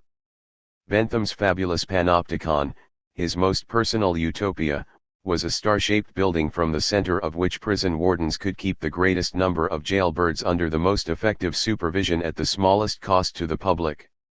Similarly, in the utilitarian state his favorite principle of inspectability ensured that the minister at the top should keep effective control over all local administration. The road to the free market was opened and kept open by an enormous increase in continuous, centrally organized and controlled interventionism. To make Adam Smith's simple and natural liberty compatible with the needs of a human society was a most complicated affair. Witness the complexity of the provisions in the innumerable enclosure laws, the amount of bureaucratic control involved in the administration of the new poor laws which for the first time since Queen Elizabeth's reign were effectively supervised by central authority, or the increase in governmental administration entailed in the meritorious task of municipal reform. And yet all these strongholds of governmental interference were erected with a view to the organizing of some simple freedom such as that of land, labor, or municipal administration. Just as, contrary to expectation, the invention of labor-saving machinery had not diminished but actually increased the uses of human labor, the introduction of free markets, far from doing away with the need for control, regulation, and intervention, enormously increased their range. Administrators had to be constantly on the watch to ensure the free working of the system. Thus even those who wished most ardently to free the state from all unnecessary duties, and whose whole philosophy demanded the restriction of state activities, could not but entrust the self-same state with the new powers, organs, and instruments required for the establishment of laissez-faire. This paradox was topped by another. While laissez-faire economy was the product of deliberate state action, subsequent restrictions on laissez-faire started in a spontaneous way. Laissez-faire was planned, planning was not. The first half of this assertion was shown above to be true. If ever there was conscious use of the executive in the service of a deliberate government-controlled policy, it was on the part of the Benthamites in the heroic period of laissez-faire. The other half was first moved by that eminent liberal, Dicey, who made it his task to inquire into the origins of the anti-laissez-faire or, as he called it, the collectivist trend in English public opinion, the existence of which was manifest since the late 1860s. He was surprised to find that no evidence of the existence of such a trend could be traced save the acts of legislation themselves. More exactly, no evidence of a collectivist trend in public opinion prior to the laws which appeared to represent such a trend could be found. As to later collectivist opinion, Dicey inferred that the collectivist legislation itself might have been its prime source. The upshot of his penetrating inquiry was that there had been complete absence of any deliberate intention to extend the functions of the state, or to restrict the freedom of the individual, on the part of those who were directly responsible for the restrictive enactments of the 1870s and 1880s. The legislative spearhead of the counter-movement against a self-regulating market as it developed in the half-century following 1860 turned out to be spontaneous, undirected by opinion, and actuated by a purely pragmatic spirit. Economic liberals must strongly take exception to such a view. Their whole social philosophy hinges on the idea that laissez-faire was a natural development, while subsequent anti-laissez-faire legislation was the result of purposeful action on the part of the opponents of liberal principles. In these two mutually exclusive interpretations of the double movement, it is not too much to say, the truth or untruth of the liberal creed is involved today. Liberal writers like Spencer and Sumner, Mises, and Lippmann offer an account of the double movement substantially similar to our own, but they put an entirely different interpretation on it. While in our view the concept of a self-regulating market was utopian, and its progress was stopped by the realistic self-protection of society, in their view all protectionism was a mistake due to impatience, greed, and short-sightedness, but for which the market would have resolved its difficulties. The question as to which of these two views is correct is perhaps the most important problem of recent social history, involving as it does no less than a decision on the claim of economic liberalism to be the basic organizing principle in society. Before we turn to the testimony of the facts, a more precise formulation of the issue is needed. Undoubtedly, our age will be credited with having seen the end of the self-regulating market. The 1920s saw the prestige of economic liberalism at its height. Hundreds of millions of people had been afflicted by the scourge of inflation, whole social classes, whole nations had been expropriated. Stabilization of currencies became the focal point in the political thought of peoples and governments. The restoration of the gold standard became the supreme aim of all organized effort in the economic field. The repayment of foreign loans and the return to stable currencies were recognized as the touchstone of rationality in politics, and no private suffering, no restriction of sovereignty, was deemed too great a sacrifice for the recovery of monetary integrity. the privations of the unemployed made jobless by deflation, the destitution of public servants dismissed without a pittance, even the relinquishment of national rights and the loss of constitutional liberties were judged a fair price to pay for the fulfillment of the requirement of sound budgets and sound currencies, these a priori of economic liberalism. The 1930s lived to see the absolutes of the 1920s called in question. After several years during which currencies were practically restored and budgets balanced, the two most powerful countries, Great Britain and the United States, found themselves in difficulties, dismissed the gold standard, and started out on the management of their currencies. International debts were repudiated wholesale and the tenets of economic liberalism were disregarded by the wealthiest and most respectable. By the middle of the 1930s, France and some other states still adhering to gold were actually forced off the standard by the treasuries of Great Britain and the United States, formerly jealous guardians of the liberal creed. In the 1940s, economic liberalism suffered an even worse defeat. Although Great Britain and the United States departed from monetary orthodoxy, they retained the principles and methods of liberalism in industry and commerce, the general organization of their economic life. This was to prove a factor in precipitating the war and a handicap in fighting it, since economic liberalism had created and fostered the illusion that dictatorships were bound for economic catastrophe. By virtue of this creed, democratic governments were the last to understand the implications of managed currencies and directed trade, even when they happened by force of circumstances to be practicing these methods themselves. Also, the legacy of economic liberalism barred the way to timely rearmament in the name of balanced budgets and stable exchanges, which were supposed to provide the only secure foundations of economic strength in war. In Great Britain, budgetary and monetary orthodoxy induced adherence to the traditional strategic principle of limited commitments upon a country actually faced with total war. In the United States, vested interests such as oil and aluminium entrenched themselves behind the taboos of liberal business and successfully resisted preparations for an industrial emergency. But for the stubborn and impassioned insistence of economic liberals on their fallacies, the leaders of the race as well as the masses of free men would have been better equipped for the ordeal of the age and might perhaps even have been able to avoid it altogether. But secular tenets of social organization embracing the whole civilized world are not dislodged by the events of a decade.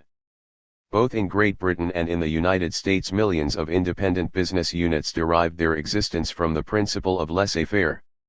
Its spectacular failure in one field did not destroy its authority in all. Indeed, its partial eclipse may have even strengthened its hold, since it enabled its defenders to argue that the incomplete application of its principles was the reason for every and any difficulty laid to its charge. This, indeed, is the last remaining argument of economic liberalism today. Its apologists are repeating in endless variations that but for the policies advocated by its critics, liberalism would have delivered the goods, that not the competitive system and the self-regulating market, but interference with that system and interventions with that market are responsible for our ills. And this argument does not find support in innumerable recent infringements of economic freedom only, but also in the indubitable fact that the movement to spread the system of self-regulating markets was met in the second half of the 19th century by a persistent countermove obstructing the free working of such an economy. The economic liberal is thus enabled to formulate a case which links the present with the past in one coherent whole. For who could deny that government intervention in business may undermine confidence? Who could deny that unemployment would sometimes be less if it were not for out-of-work benefit provided by law? That private business is injured by the competition of public works? That deficit finance may endanger private investments? That paternalism tends to damp business initiative? This being so in the present, surely it was no different in the past. When around the 1870s a general protectionist movement, social and national, started in Europe, who can doubt that it hampered and restricted trade? Who can doubt that factory laws, social insurance, municipal trading, health services, public utilities, tariffs, bounties and subsidies, cartels and trusts, embargoes on immigration, on capital movements, on imports, not to speak of less open restrictions on the movements of men, goods, and payments, must have acted as so many hindrances to the functioning of the competitive system, protracting business depressions, aggravating unemployment, deepening financial slumps, diminishing trade, and damaging severely the self-regulating mechanism of the market? The root of all evil, the liberal insists, was precisely this interference with the freedom of employment, trade, and currencies practiced by the various schools of social, national, and monopolistic protectionism since the third quarter of the 19th century, but for the unholy alliance of trade unions and labor parties with monopolistic manufacturers and agrarian interests, which in their short-sighted greed joined forces to frustrate economic liberty, the world would be enjoying today the fruits of an almost automatic system of creating material welfare.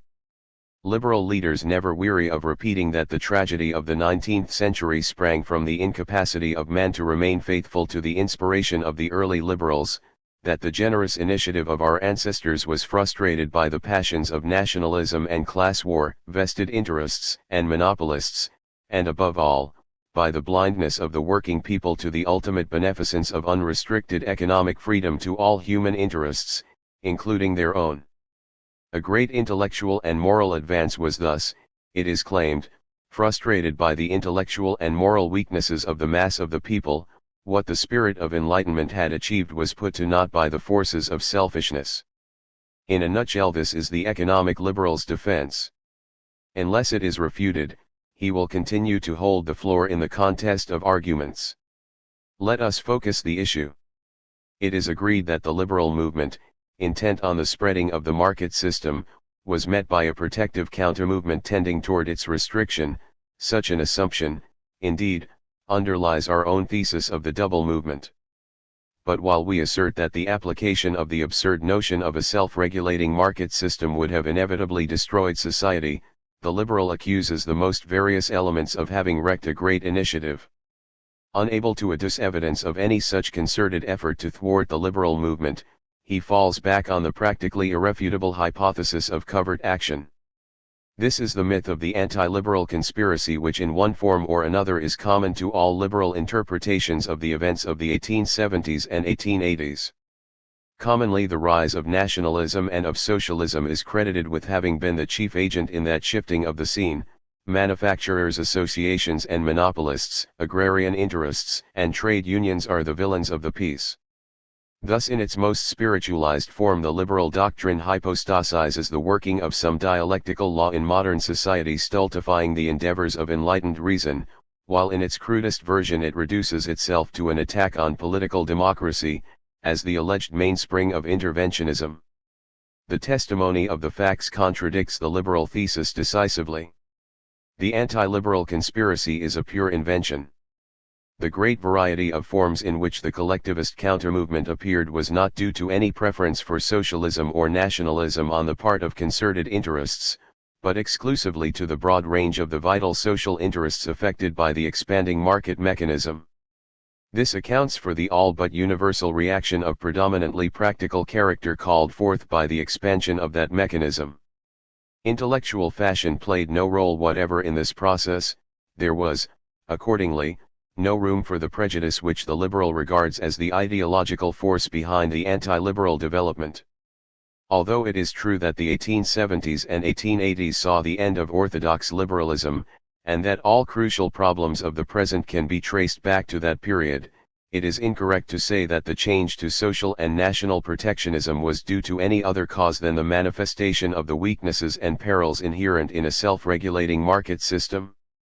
This can be shown in more than one way. Firstly, there is the amazing diversity of the matters on which action was taken. This alone would exclude the possibility of concerted action. Let us cite from a list of interventions which Herbert Spencer compiled in 1884, when charging liberals with having deserted their principles for the sake of restrictive legislation. The variety of the subjects could hardly be greater. In 1860 authority was given to provide analysts of food and drink to be paid out of local rates. There followed an act providing the inspection of gas works, an extension of the Mines Act making it penal to employ boys under 12 not attending schools and unable to read or write. In 1861 power was given to poor law guardians to enforce vaccination. Local boards were authorized to fix rates of hire for means of conveyance, and certain locally formed bodies had given them powers of taxing the locality for rural drainage and irrigation works, and for supplying water to cattle. In 1862 an act was passed making illegal a coal mine with a single shaft, an act giving the Council of Medical Education exclusive right to furnish a pharmacopoeia, the price of which is to be fixed by the Treasury. Spencer, horror-struck, filled several pages with an enumeration of these and similar measures. In 1863 came the extension of compulsory vaccination to Scotland and Ireland. There was also an act appointing inspectors for the wholesomeness, or unwholesomeness of food, a chimney sweepers act, to prevent the torture and eventual death of children set to sweep too narrow slots, a contagious diseases act, a public libraries act, giving local powers by which a majority can tax a minority for their books. Spencer adduced them as so much irrefutable evidence of an anti-liberal conspiracy. And yet each of these acts dealt with some problem arising out of modern industrial conditions and was aimed at the safeguarding of some public interest against dangers inherent either in such conditions or, at any rate, in the market method of dealing with them. To an unbiased mind they proved the purely practical and pragmatic nature of the collectivist countermove. Most of those who carried these measures were convinced supporters of laissez-faire, and certainly did not wish their consent to the establishment of a fire brigade in London to imply a protest against the principles of economic liberalism. On the contrary, the sponsors of these legislative acts were as a rule uncompromising opponents of socialism, or any other form of collectivism. Secondly, the change from liberal to collectivist solutions happened sometimes overnight and without any consciousness on the part of those engaged in the process of legislative rumination. Dicey adduced the classic instance of the Workmen's Compensation Act dealing with the employer's liability for damage done to his workmen in the course of their employment. The history of the various acts embodying this idea, since 1880, showed consistent adherence to the individualist principle that the responsibility of the employer to his employee must be regulated in a manner strictly identical with that governing his responsibility to others, example strangers. With hardly any change in opinion, in 1897, the employer was suddenly made the insurer of his workmen against any damage incurred in the course of their employment, a thoroughly collectivistic legislation, as Dicey justly remarked. No better proof could be adduced that no change either in the type of interests involved, or in the tendency of the opinions brought to bear on the matter, caused the supplanting of a liberal principle by an anti-liberal one, but exclusively the evolving conditions under which the problem arose and a solution was sought. Thirdly, there is the indirect, but most striking proof provided by a comparison of the development in various countries of a widely dissimilar political and ideological configuration. Victorian England and the Prussia of Bismarck were poles apart, and both were very much unlike the France of the Third Republic or the Empire of the Habsburgs.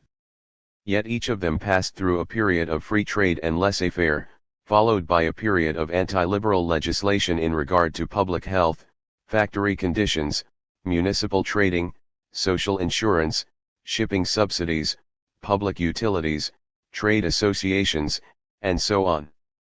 It would be easy to produce a regular calendar setting out the years in which analogous changes occurred in the various countries. Workmen's compensation was enacted in England in 1880 and 1897, in Germany in 1879, in Austria in 1887, in France in 1899, factory inspection was introduced in England in 1833, in Prussia in 1853, in Austria in 1883, in France in 1874 and 1883, municipal trading, including the running of public utilities, was introduced by Joseph Chamberlain, a dissenter and a capitalist, in Birmingham in the 1870s, by the Catholic socialist and Jew baiter, Karl in the Imperial Vienna of the 1890s, in German and French municipalities by a variety of local coalitions. The supporting forces were in some cases violently reactionary and anti-socialist as in Vienna, at other times radical imperialist as in Birmingham, or of the purest liberal hue as with the Frenchman, Edouard Herriot, mayor of Lyons. In Protestant England, conservative and liberal cabinets labored intermittently at the completion of factory legislation. In Germany, Roman Catholics and Social Democrats took part in its achievement. In Austria, the Church and its most militant supporters. In France, enemies of the Church and ardent anti-clericals were responsible for the enactment of almost identical laws. Thus, under the most varied slogans, with very different motivations, a multitude of parties and social strata put into effect almost exactly the same measures in a series of countries in respect of a large number of complicated subjects. There is, on the face of it, nothing more absurd than to infer that they were secretly actuated by the same ideological preconceptions or narrow group interests as the legend of the anti-liberal conspiracy would have it. On the contrary, everything tends to support the assumption that objective reasons of a stringent nature force the hands of the legislators.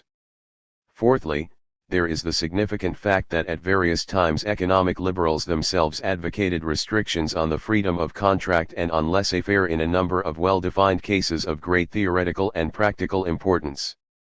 Anti-liberal prejudice could, naturally, not have been their motive.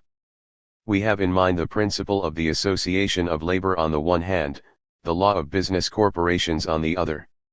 The first refers to the right of workers to combine for the purpose of raising their wages, the latter, to the right of trusts, cartels, or other forms of capitalistic combines, to raise prices. It was justly charged in both cases that freedom of contract or laissez-faire was being used in restraint of trade.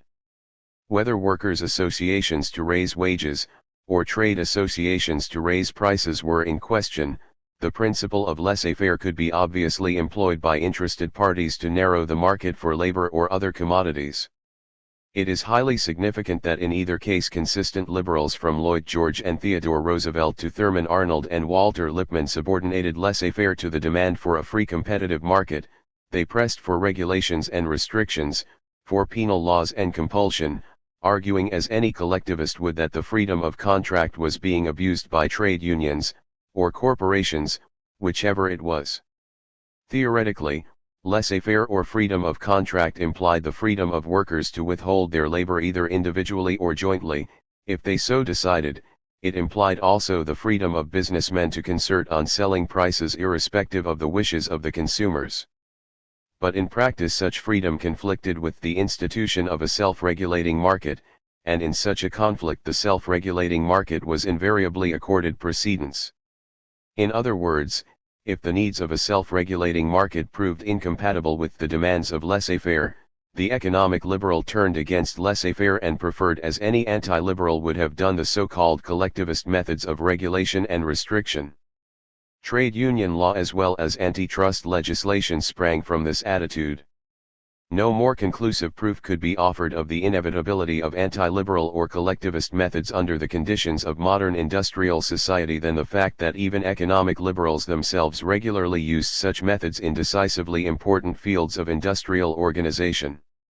Incidentally, this helps to clarify the true meaning of the term interventionism, by which economic liberals like to denote the opposite of their own policy, but merely betray confusion of thought. The opposite of interventionism is laissez-faire, and we have just seen that economic liberalism cannot be identified with laissez-faire, although in common parlance there is no harm in using them interchangeably. Strictly, economic liberalism is the organizing principle of a society in which industry is based on the institution of a self-regulating market. True, once such a system is approximately achieved, less intervention of one type is needed. However, this is far from saying that market system and intervention are mutually exclusive terms. For as long as that system is not established, economic liberals must and will unhesitatingly call for the intervention of the state in order to establish it, and once established, in order to maintain it. The economic liberal can, therefore, without any inconsistency call upon the state to use the force of law. He can even appeal to the violent forces of civil war to set up the preconditions of a self-regulating market. In America the South appealed to the arguments of laissez-faire to justify slavery, the North appealed to the intervention of arms to establish a free labor market. The accusation of interventionism on the part of liberal writers is thus an empty slogan, implying the denunciation of one and the same set of actions according to whether they happen to approve of them or not. The only principle economic liberals can maintain without inconsistency is that of the self-regulating market, whether it involves them in interventions or not. To sum up, the countermove against economic liberalism and laissez-faire possessed all the unmistakable characteristics of a spontaneous reaction.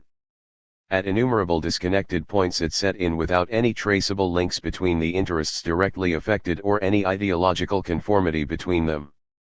Even in the settlement of one of the same problem as in the case of workmen's compensation, solutions switched over from individualistic to collectivistic, from liberal to anti-liberal, from laissez-faire to interventionist forms without any change in the economic interest, the ideological influences or political forces in play, merely as a result of the increasing realization of the nature of the problem in question. Also, it could be shown that a closely similar change from laissez-faire to collectivism took place in various countries at a definite stage of their industrial development, pointing to the depth and independence of the underlying causes of the process so superficially credited by economic liberals to changing moods or sundry interests. Finally, analysis reveals that not even radical adherents of economic liberalism could escape the rule which makes laissez-faire inapplicable to advanced industrial conditions, for in the critical case of trade union law and antitrust regulations extreme liberals themselves had to call for manifold interventions of the state, in order to secure against monopolistic compacts the preconditions for the working of a self-regulating market. Even free trade and competition required intervention to be workable. The liberal myth of the collectivist conspiracy of the 1870s and 1880s is contrary to all the facts. Our own interpretation of the double movement on the other hand is borne out by the evidence. For if market economy was a threat to the human and natural components of the social fabric, as we insisted, what else would one expect than an urge on the part of a great variety of people to press for some sort of protection? This was what we found. Also, one would expect this to happen without any theoretical or intellectual preconceptions on their part, and irrespective of their attitudes toward the principles underlying a market economy. Again, this was the case. Moreover, we suggested that comparative history of government might offer quasi-experimental support of our thesis if particular interests could be shown to be independent of the specific ideologies present in a number of different countries. For this also we could adduce striking evidence. Finally, the behavior of liberals themselves proved that the maintenance of freedom of trade in our terms, of a self-regulating market far from excluding intervention, in effect, demanded such action, and that liberals themselves regularly called for compulsory action on the part of the state as in the case of trade union law and antitrust laws. Thus nothing could be more decisive than the evidence of history as to which of the two contending interpretations of the double movement was correct, that of the economic liberal who maintained that his policy never had a chance, but was strangled by short-sighted trade unionists, Marxist intellectuals, greedy manufacturers, and reactionary landlords, or that of his critics, who can point to the universal collectivist reaction against the expansion of market economy in the second half of the 19th century as conclusive proof of the peril to society inherent in the utopian principle of a self-regulating market. Birth of the liberal creed, continued. Class interest and social change. The liberal myth of the collectivist conspiracy must be completely dissipated before the true basis of 19th century policies can be laid bare. This legend has it that protectionism was merely the result of sinister interests of agrarians, manufacturers, and trade unionists, who blindly wrecked the automatic machinery of the market. In another form, and, of course, with an opposite political tendency, Marxian parties argued in equally sectional terms. That the essential philosophy of Marx centered on the totality of society and the non-economic nature of man is irrelevant here. Marx himself followed Ricardo in defining classes in economic terms, and economic exploitation was undoubtedly a feature of the bourgeois age. In popular Marxism this led to a crude class theory of social development. Pressure for markets and zones of influence was simply ascribed to the profit motive of a handful of financiers. Imperialism was explained as a capitalist conspiracy to induce governments to launch wars in the interests of big business. Wars were held to be caused by these interests in combination with armament firms who miraculously gained the capacity to drive whole nations into fatal policies, contrary to their vital interests. Liberals and Marxists agreed, in effect, in deducing the protectionist movement from the force of sectional interests, in accounting for agrarian tariffs by the political pull of reactionary landlords, in making the profit hunger of industrial magnates accountable for the growth of monopolistic forms of enterprise, in presenting war as the work of business rampant. The liberal economic outlook thus found powerful support in a narrow class theory. Upholding the viewpoint of opposing classes, liberals and Marxists stood for identical propositions. They established a watertight case for the assertion that 19th-century protectionism was the result of class action, and that such action must have primarily served the economic interests of the members of the classes concerned. Between them they all but completely obstructed an overall view of market society, and of the function of protectionism in such a society. Actually, class interests offer only a limited explanation of long-run movements in society. The fate of classes is more frequently determined by the needs of society than the fate of society is determined by the needs of classes. Given a definite structure of society, the class theory works, but what if that structure itself undergoes a change? A class that has become functionless may disintegrate and be supplanted overnight by a new class or classes. Also, the chances of classes in a struggle will depend upon their ability to win support from outside their own membership, which again will depend upon their fulfillment of tasks set by interests wider than their own. Thus neither the birth nor the death of classes, neither their aims nor the degree to which they attain them, neither their cooperations nor their antagonisms can be understood apart from the interests of society, given by its situation as a whole.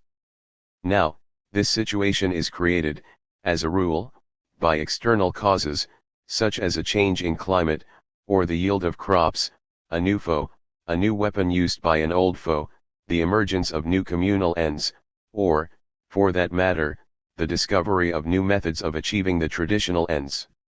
To such a total situation must sectional interests be ultimately related if their function in social development should become clear. The essential role played by class interests in social change is in the nature of things. For any widespread form of change must affect the various parts of the community in different fashions, if for no other reason than that of differences of geographical location, and of economic and cultural equipment. Sectional interests are thus the natural vehicle of social and political change. Whether the source of the change be war or trade, startling inventions, or shifts in natural conditions, the various sections in society will stand for different methods of adjustment, including forcible ones, and adjust their interests in a different way from those of other groups to whom they may seek to give a lead. Hence only when one can point to the group or groups that effected a change is it explained how the change has taken place. Yet the ultimate cause is set by external forces, and it is for the mechanism of the change only that society relies on internal forces. The challenge is to society as a whole, the response comes through groups, sections, and classes. Mere class interest cannot offer, therefore, a satisfactory explanation for any long-run social process. First, because the process in question may decide about the existence of the class itself. Second, because the interests of given classes determine only the aim and purpose toward which those classes are striving, not also the success or failure of their endeavors. There is no magic in class interest which would secure to members of one class the support of members of other classes. Yet such support is an everyday occurrence. Protectionism itself is an instance.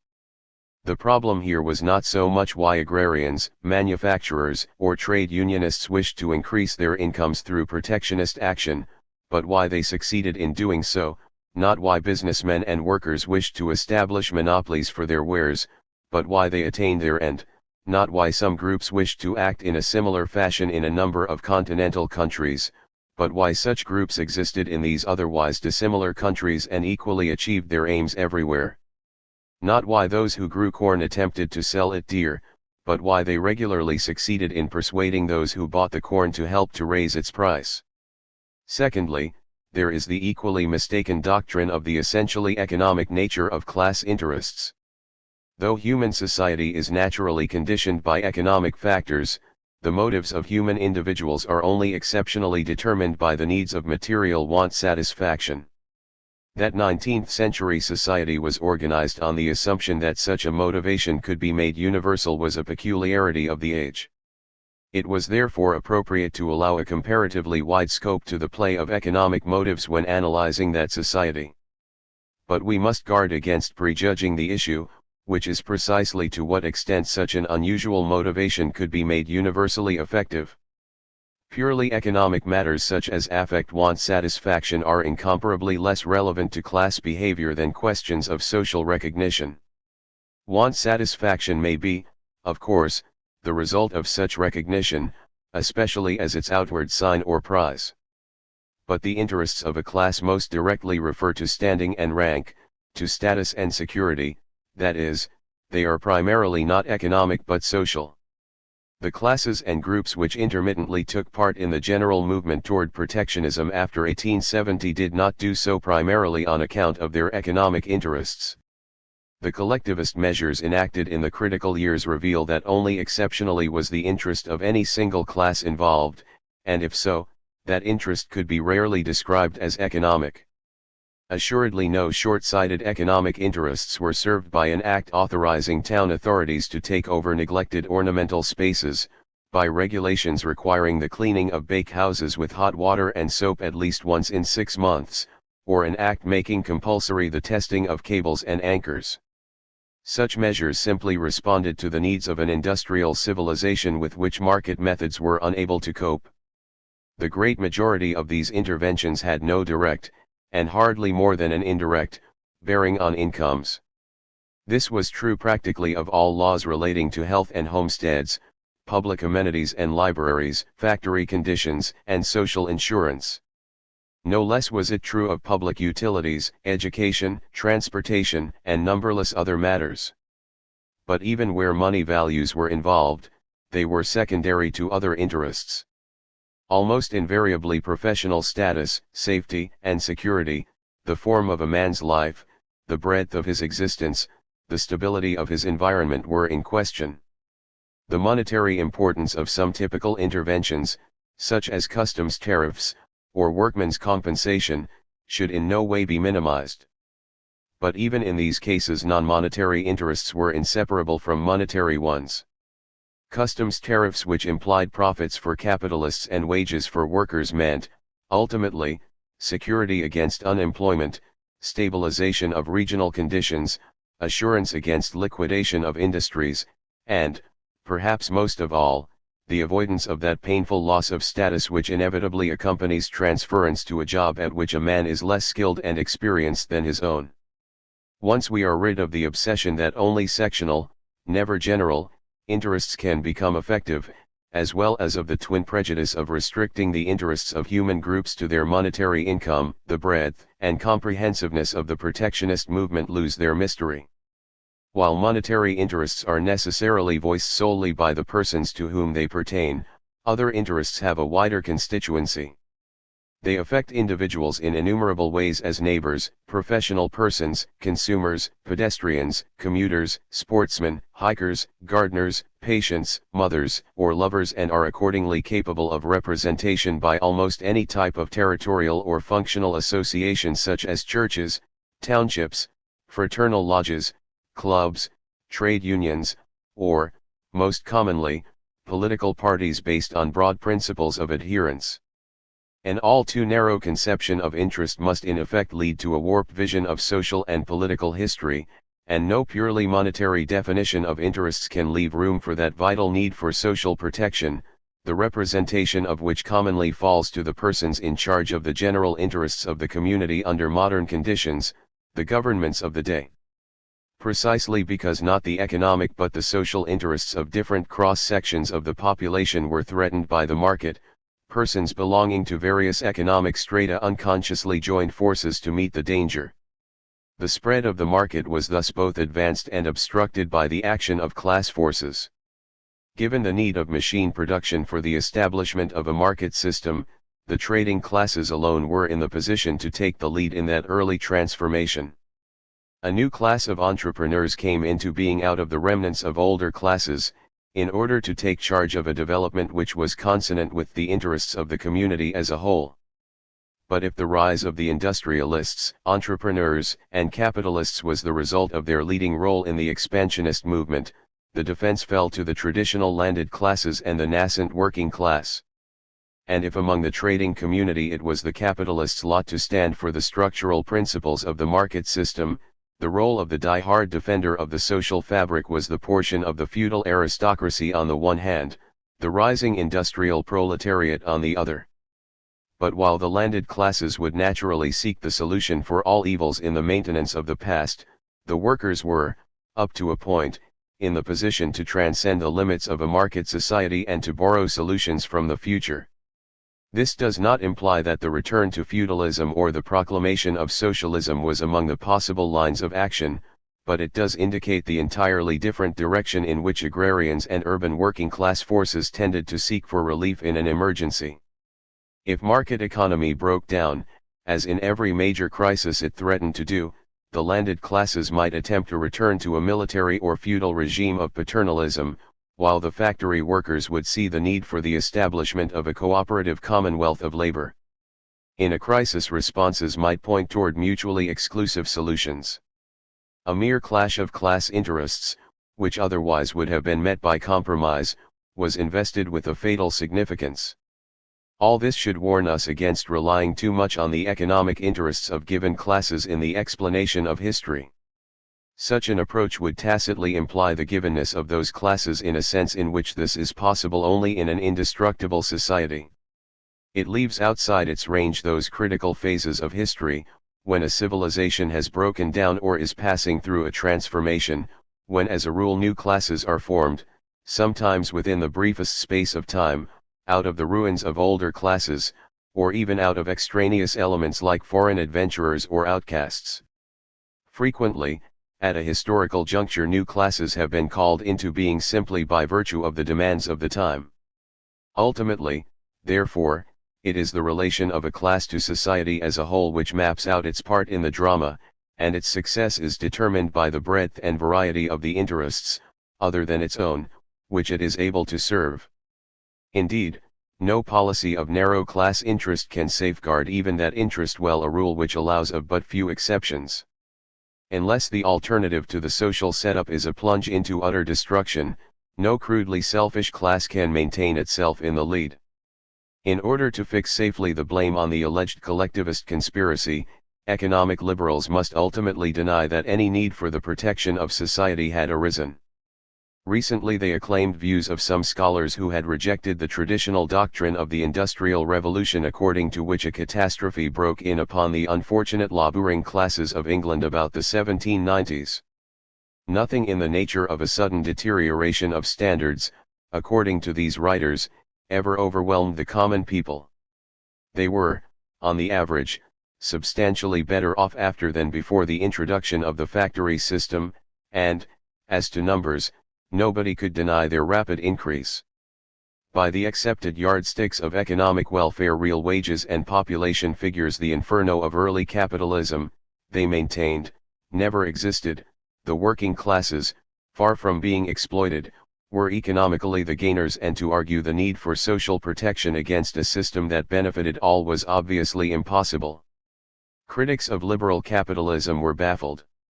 For some 70 years, scholars and royal commissions alike had denounced the horrors of the Industrial Revolution, and a galaxy of poets, thinkers, and writers had branded its cruelties. It was deemed an established fact that the masses were being sweated and starved by the callous exploiters of their helplessness, that enclosures had deprived the country folk of their homes and plots, and thrown them on the labor market created by the Poor Law reform, and that the authenticated tragedies of the small children who were sometimes worked to death in mines and factories offered ghastly proof of the destitution of the masses. Indeed, the familiar explanation of the Industrial Revolution rested on the degree of exploitation made possible by 18th-century enclosures, or the low wages offered to homeless workers, which accounted for the high profits of the cotton industry as well as the rapid accumulation of capital in the hands of the early manufacturers. And the charge against them was exploitation, a boundless exploitation of their fellow citizens that was the root cause of so much misery and debasement. All this was now apparently refuted. Economic historians proclaimed the message that the black shadow that overcast the early decades of the factory system had been dispelled. For how could there be social catastrophe where there was undoubtedly economic improvement? Actually, of course, a social calamity is primarily a cultural, not an economic phenomenon that can be measured by income figures or population statistics. Cultural catastrophes involving broad strata of the common people can naturally not be frequent, but neither are cataclysmic events like the Industrial Revolution and economic earthquake which transformed within less than half a century vast masses of the inhabitants of the English countryside from settled folk into shiftless migrants.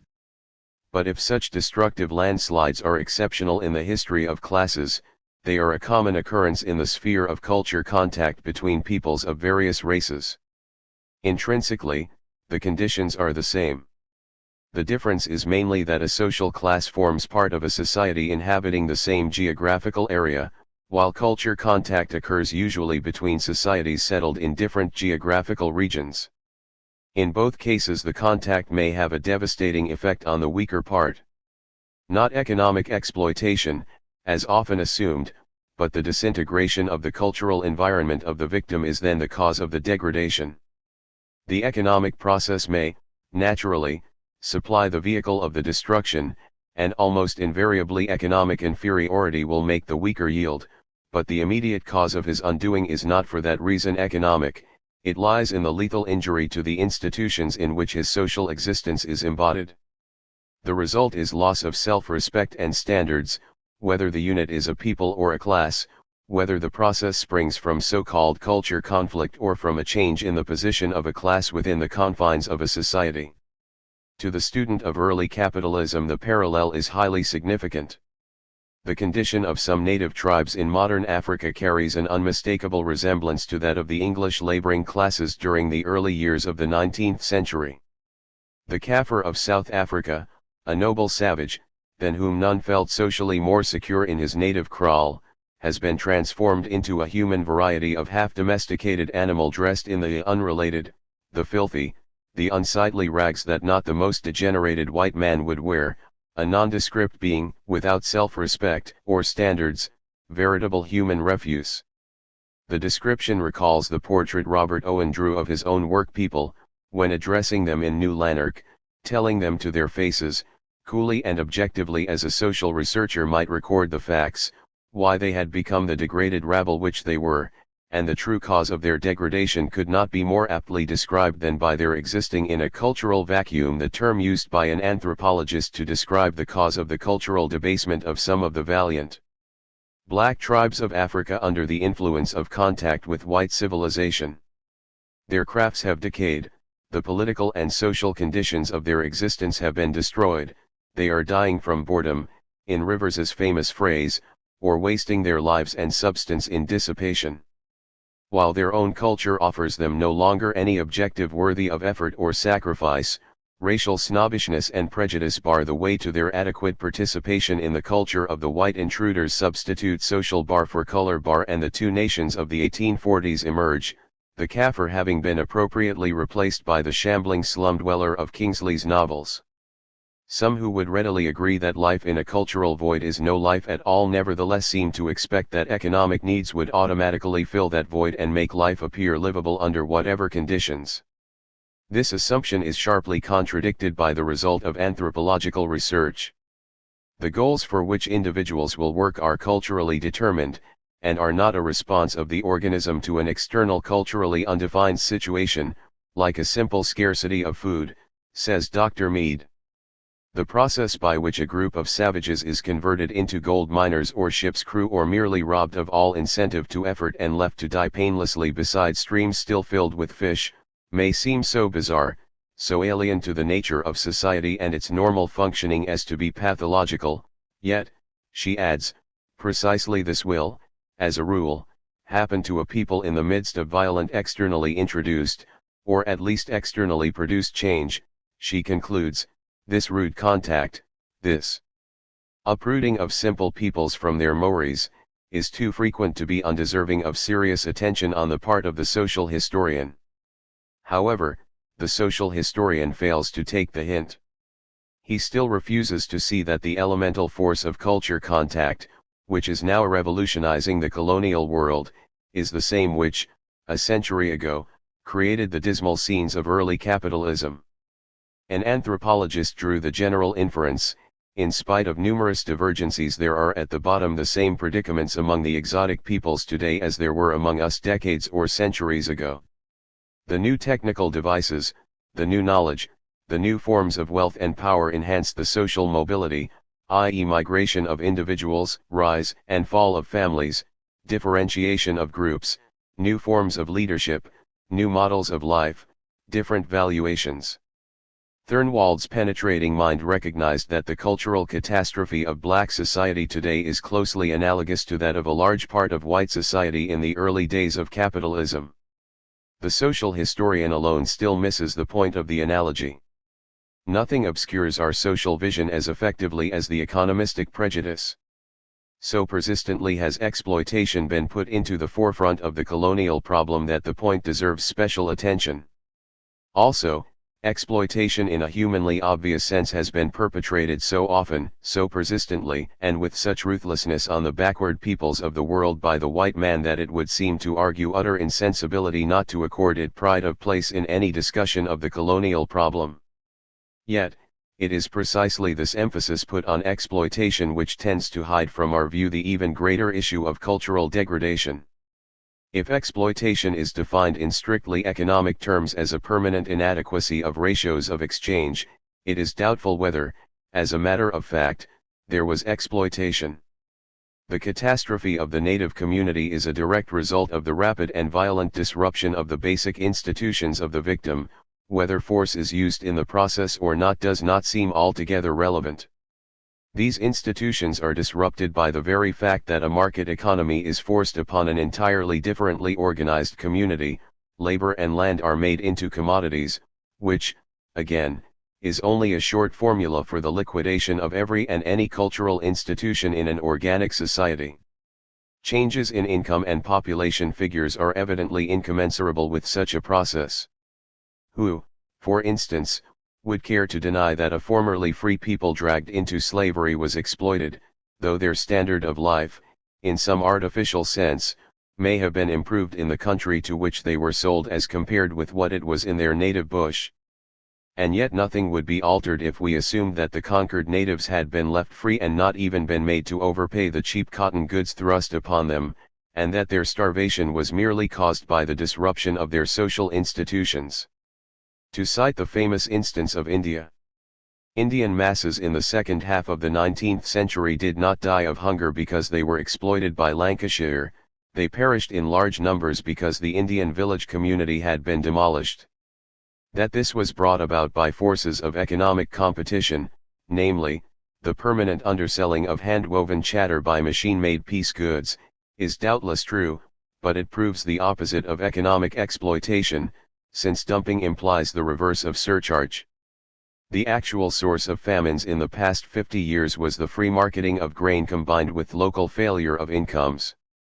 Failure of crops was, of course, part of the picture, but dispatch of grain by rail made it possible to send relief to the threatened areas. The trouble was that the people were unable to buy the corn at rocketing prices, which on a free but incompletely organized market were bound to be the reaction to a shortage. In former times small local stores had been held against harvest failure, but these had been now discontinued or swept away into the big market. Famine prevention for this reason now usually took the form of public works to enable the population to buy at enhanced prices. The 3 or 4 large famines that decimated India under British rule since the rebellion were thus neither a consequence of the elements, nor of exploitation, but simply of the new market organization of labor and land which broke up the old village without actually resolving its problems. While under the regime of feudalism and of the village community, noblesse oblige, clan solidarity, and regulation of the corn market checked famines, under the rule of the market the people could not be prevented from starving according to the rules of the game. The term exploitation describes but ill a situation which became really grave only after the East India Company's ruthless monopoly was abolished and free trade was introduced into India. Under the monopolists the situation had been fairly kept in hand with the help of the archaic organization of the countryside, including free distribution of corn, while under free and equal exchange Indians perished by the million. Economically, India may have been and, in the long run, certainly was benefited, but socially she was disorganized and thus thrown a prey to misery and degradation. In some cases at least, the opposite of exploitation, if we may say so, started the disintegrating culture contact. The forced land allotment made to the American Indians, in 1887, benefited them individually, according to our financial scale of reckoning. Yet the measure all but destroyed the race in its physical existence, the outstanding case of cultural degeneration on record. The moral genius of a John Collier retrieved the position almost half a century later by insisting on the need for a return to tribal land holdings.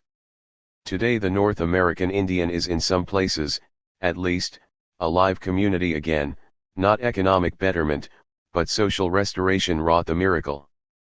The shock of a devastating culture contact was recorded by the pathetic birth of the famous ghost dance version of the Pawnee hand game about 1890, exactly at the time when improving economic conditions made the aboriginal culture of these Red Indians anachronistic. Furthermore, the fact that not even an increasing population, the other economic index, need exclude a cultural catastrophe is equally borne out by anthropological research. Natural rates of increase of population may actually be an index either of cultural vitality or of cultural degradation. The original meaning of the word proletarian, linking fertility and mendicity, is a striking expression of this ambivalence. Economistic prejudice was the source both of the crude exploitation theory of early capitalism and of the no less crude, though more scholarly, misapprehension which later denied the existence of a social catastrophe. The significant implication of this latter and more recent interpretation of history was the rehabilitation of laissez-faire economy. For if liberal economics did not cause disaster, then protectionism, which robbed the world of the benefits of free markets, was a wanton crime.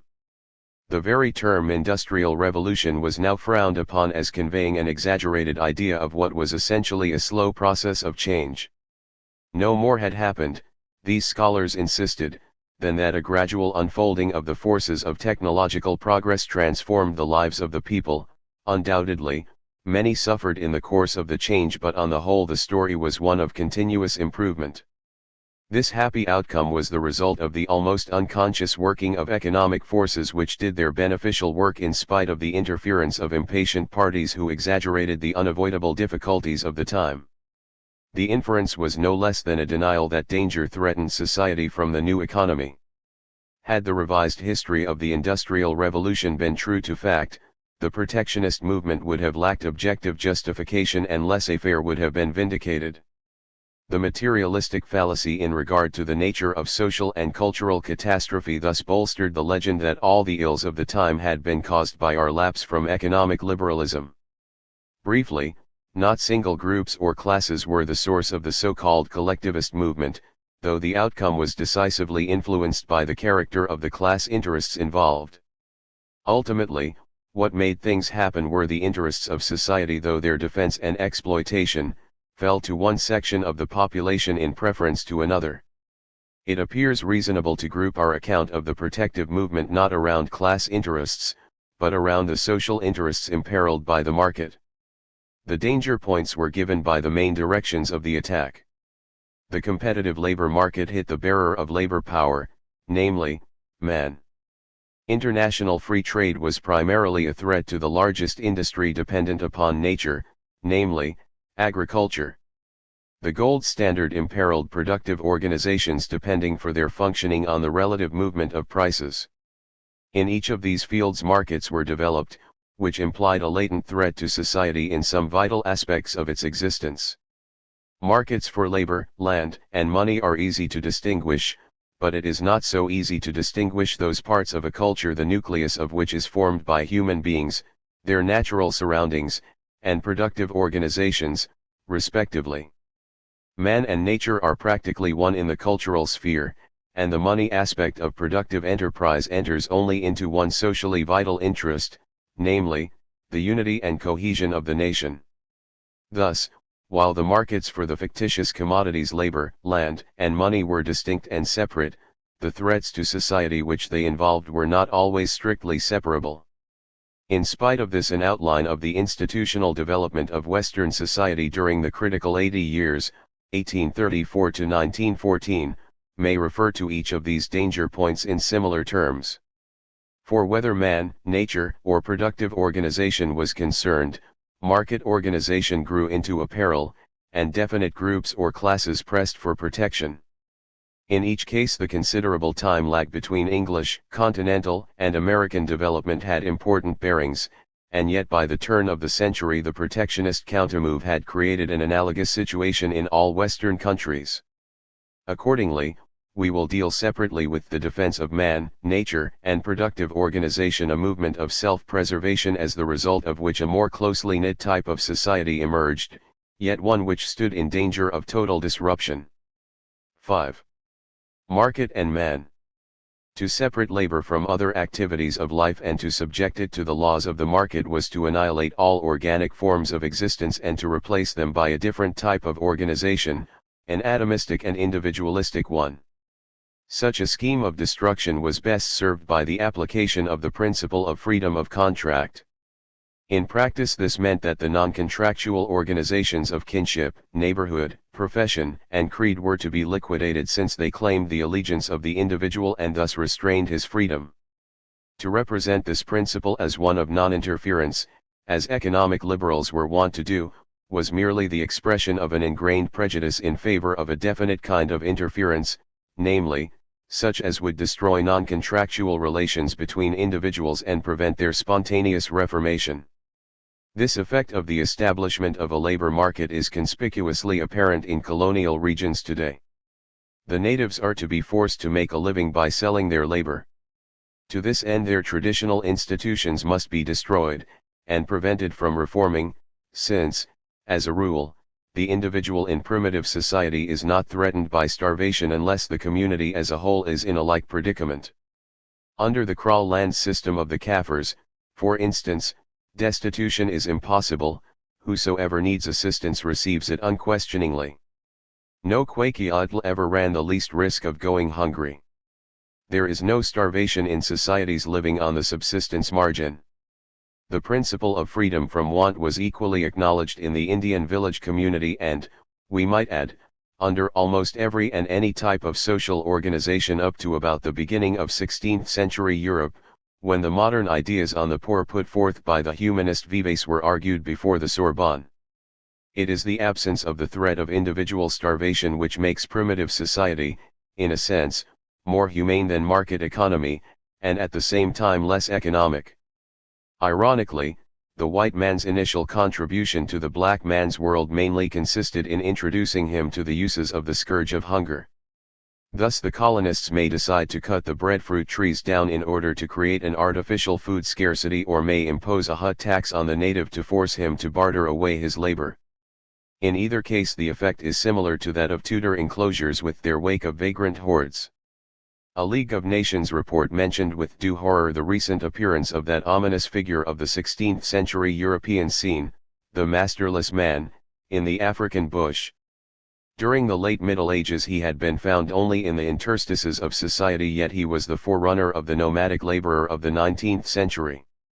Now, what the white man may still occasionally practice in remote regions today, namely, the smashing up of social structures in order to extract the element of labor from them, was done in the 18th century to white populations by white men for similar purposes. Hobbes's grotesque vision of the state, a human leviathan whose vast body was made up of an infinite number of human bodies, was dwarfed by the Ricardian construct of the labor market, a flow of human lives the supply of which was regulated by the amount of food put at their disposal. Although it was acknowledged that there existed a customary standard below which no laborer's wages could sink, this limitation was thought to become effective only if the laborer was reduced to the choice of being left without food or of offering his labor in the market for the price it would fetch. This explains, incidentally, and otherwise inexplicable omission of the classical economists, namely, why only the penalty of starvation, not also the allurement of high wages, was deemed capable of creating a functioning labor market. Here also colonial experience confirmed their own. For the higher the wages, the smaller the inducement to exertion on the part of the native, who unlike the white man was not compelled by his cultural standards to make as much money as he possibly could. The analogy was all the more striking as the early laborer, too, abhorred the factory, where he felt degraded and tortured, like the native who often resigned himself to work in our fashion only when threatened with corporal punishment, if not physical mutilation. The lions manufacturers of the 18th century urged low wages primarily for social reasons. Only an overworked and downtrodden laborer would forego to associate with his like in order to escape from that state of personal servitude under which he could be made to do whatever his master required from him. Legal compulsion and parish serfdom as in England, the rigors of an absolutist labor police as on the continent, indentured labor as in the early Americas were the prerequisite of the willing worker. But the final stage was reached with the application of nature's penalty, hunger. In order to release it, it was necessary to liquidate organic society, which refused to let the individual starve. The protection of society, in the first instance, falls to the rulers, who can directly enforce their will. However, it is all too easily assumed by economic liberals that economic rulers tend to be beneficial, while political rulers do not. Adam Smith did not seem to think so when he urged that direct British rule should replace administration through a chartered company in India. Political rulers, he argued, would have parallel interests with the ruled whose wealth would swell their revenue, while the merchant's interests were naturally antagonistic to those of his customers. By interest and inclination it fell to the landlords of England to protect the lives of the common people from the onrush of the Industrial Revolution. Speenhamland was a moat erected in defense of the traditional rural organization, when the turmoil of change was sweeping the countryside, and, incidentally, making agriculture a precarious industry. In their natural reluctance to bow to the needs of the manufacturing towns, the squires were the first to make a stand in what proved to be a centuries losing fight. Yet their resistance was not in vain. It averted ruin for several generations and allowed time for almost complete readjustment. Over a critical span of 40 years it retarded economic progress, and when, in 1834, the Reform Parliament abolished Speenhamland, the landlords shifted their resistance to the factory laws. The church and the manor were now rousing the people against the mill owner whose predominance would make the cry for cheap food irresistible, and thus, indirectly, threatened to sap rents and tithes. Osler, for one, was a churchman, a Tory, and a protectionist. Moreover, he was also a humanitarian. So were also, with varying mixtures of these ingredients of Tory socialism, the other great fighters in the factory movement, Sadler, Southey, and Lord Shaftesbury. But the premonition of threatening pecuniary losses which prompted the bulk of their followers proved only too well grounded. Manchester exporters were soon clamoring for lower wages involving cheaper grain. The repeal of Speenhamland and the growth of the factories actually prepared the way for the success of the anti-corn law agitation, in 1846. Yet, for adventitious reasons, the ruin of agriculture was postponed in England for a whole generation. Meanwhile Disraeli grounded Tory socialism on a protest against the Poor Law Reform Act, and the conservative landlords of England forced radically new techniques of life upon an industrial society.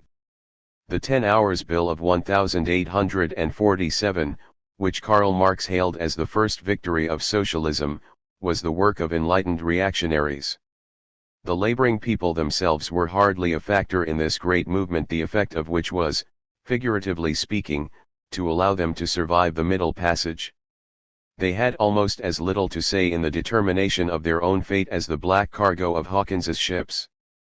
Yet it was precisely this lack of active participation on the part of the British working class in deciding its own fate that determined the course of English social history and made it, for better or for worse, so different from that of the continent.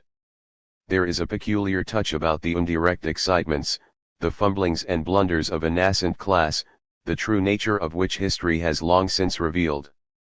Politically, the British working class was defined by the Parliamentary Reform Act of 1832, which refused them the vote.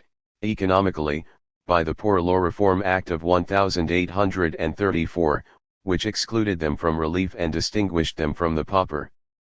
For some time to come the industrial working class to be was uncertain whether its salvation did not lie after all in a return to rural existence and conditions of handicraft. In the 2 decades following Speen-Hamland its endeavors were focused on the stopping of the free use of machinery either by the enforcement of the apprenticeship clauses of the Statute of Artificers or by direct action as in Luddism.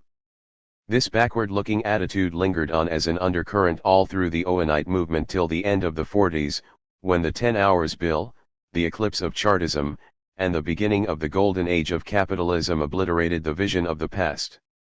Up to that time the British working class in statu nascendi was a riddle unto itself, and only if one follows with understanding its half-unconscious stirrings is it possible to gauge the immensity of the loss England suffered through the exclusion of the working class from an equal share in national life. When Owenism and Chartism had burned themselves out, England had become poorer by that substance out of which the Anglo-Saxon ideal of a free society could have drawn its strength for centuries to come. Even if the Owenite movement had resulted only in inconsiderable local activities, it would have formed a monument to the creative imagination of the race, and even if Chartism had never penetrated beyond the confines of that nucleus which conceived of the idea of a national holiday to gain the rights of the people, it would have shown that some of the people were still able to dream their own dreams, and were taking the measure of a society which had forgotten the shape of man. Yet neither the one nor the other was the case. Owenism was not the inspiration of a minute sect, nor was Chartism restricted to a political elite. Both movements comprised hundreds of thousands of craftsmen and artisans, laborers and working people, and with their vast following ranked among the biggest social movements in modern history. And yet different as they were and similar only in the measure of their failure, they served to prove how inevitable from the first the necessity was of protecting man against the market. The Owenite movement originally was neither political nor working class. It represented the cravings of the common people, smitten by the coming of the factory, to discover a form of existence which would make man master of the machine. Essentially, it aimed at what would appear to us as a bypassing of capitalism. Such a formula would, of course, be bound to be somewhat misleading, since the organizing role of capital and the nature of a self-regulating market were still undisclosed. Yet it expresses perhaps best the spirit of Owen, who emphatically was not an enemy of the machine. In spite of the machine, he believed, man should remain his own employer. The principle of cooperation or union would solve the problem of the machine without sacrificing either individual freedom or social solidarity, either man's dignity or his sympathy with his fellows. The strength of Owenism was that its inspiration was eminently practical, and yet its methods were based on an appreciation of man as a whole. Although the problems were intrinsically those of everyday life such as the quality of food, housing, and education, the level of wages, the avoidance of unemployment, support in sickness and the like, the issues involved were as broad as the moral forces they appealed to. The conviction that, if only the right method was found, man's existence could be restored enabled the roots of the movement to penetrate into that deeper layer where personality itself is formed. There rarely was a less intellectualized social movement of a similar scope. The convictions of those engaged in it imbued even their seemingly most trivial activities with meaning, so that no set creed was needed. Indeed, their faith was prophetic, since they insisted on methods of reconstruction which transcended market economy. Owenism was a religion of industry, the bearer of which was the working class. Its wealth of forms and initiatives was unrivaled. Practically, it was the beginning of the modern trade union movement. Cooperative societies were founded, mainly engaged in retail to their members. These were not, of course, regular consumers' cooperatives, but rather stores backed by enthusiasts determined to devote the profits of the venture to the furtherance of Owenite plans, preferably to the establishment of villages of cooperation. Their activities were quite as much educational and propagandist as commercial. Their aim was the creation of the new society by their associated effort. The union shops erected by members of trade unions were more in the nature of producers' cooperatives. Unemployed artisans could find work there, or, in case of strikes, earn some money in lieu of strike pay. In the Owenite labor exchange, the idea of the cooperative store was developed into an institution sui generis. At the heart of the exchange or bazaar there was reliance on the complementary nature of the crafts. By providing for one another's needs, artisans would emancipate themselves, it was thought, from the ups and downs of the market. This was, later, accompanied by the use of labor notes which had a considerable circulation. Such a device might seem fantastic today, but in Owen's time the character not only of wage labor, but also of bank notes, was still unexplored. Socialism was not essentially different from those projects and inventions with which the Benthamite movement was teeming. Not only the rebellious opposition, but also the respectable middle class was still in an experimentative mood. Jeremy Bentham himself invested in Owen's futuristic education scheme in New Lanark, and earned a dividend. The Owenite societies proper were associations or clubs designed to support plans of villages of cooperation such as we described in connection with the relief of the poor. This was the origin of the agricultural producers cooperative, an idea which had a long and distinguished career. The first national producers' organization with syndicalist aims was the Operative Builders Union, which attempted to regulate the building trade directly by creating buildings upon the most extensive scale, introducing a currency of its own, and exhibiting the means of realizing the Great Association for the Emancipation of the Productive Classes. The industrial producers' cooperatives of the 19th century date from this venture.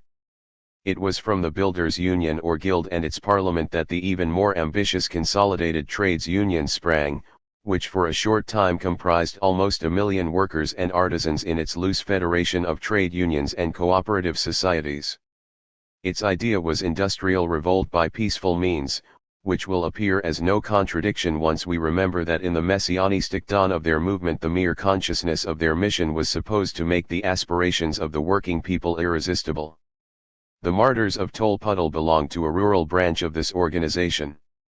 Propaganda for factory legislation was carried on by regeneration societies, while later on ethical societies were founded, the forerunners of the secularist movement.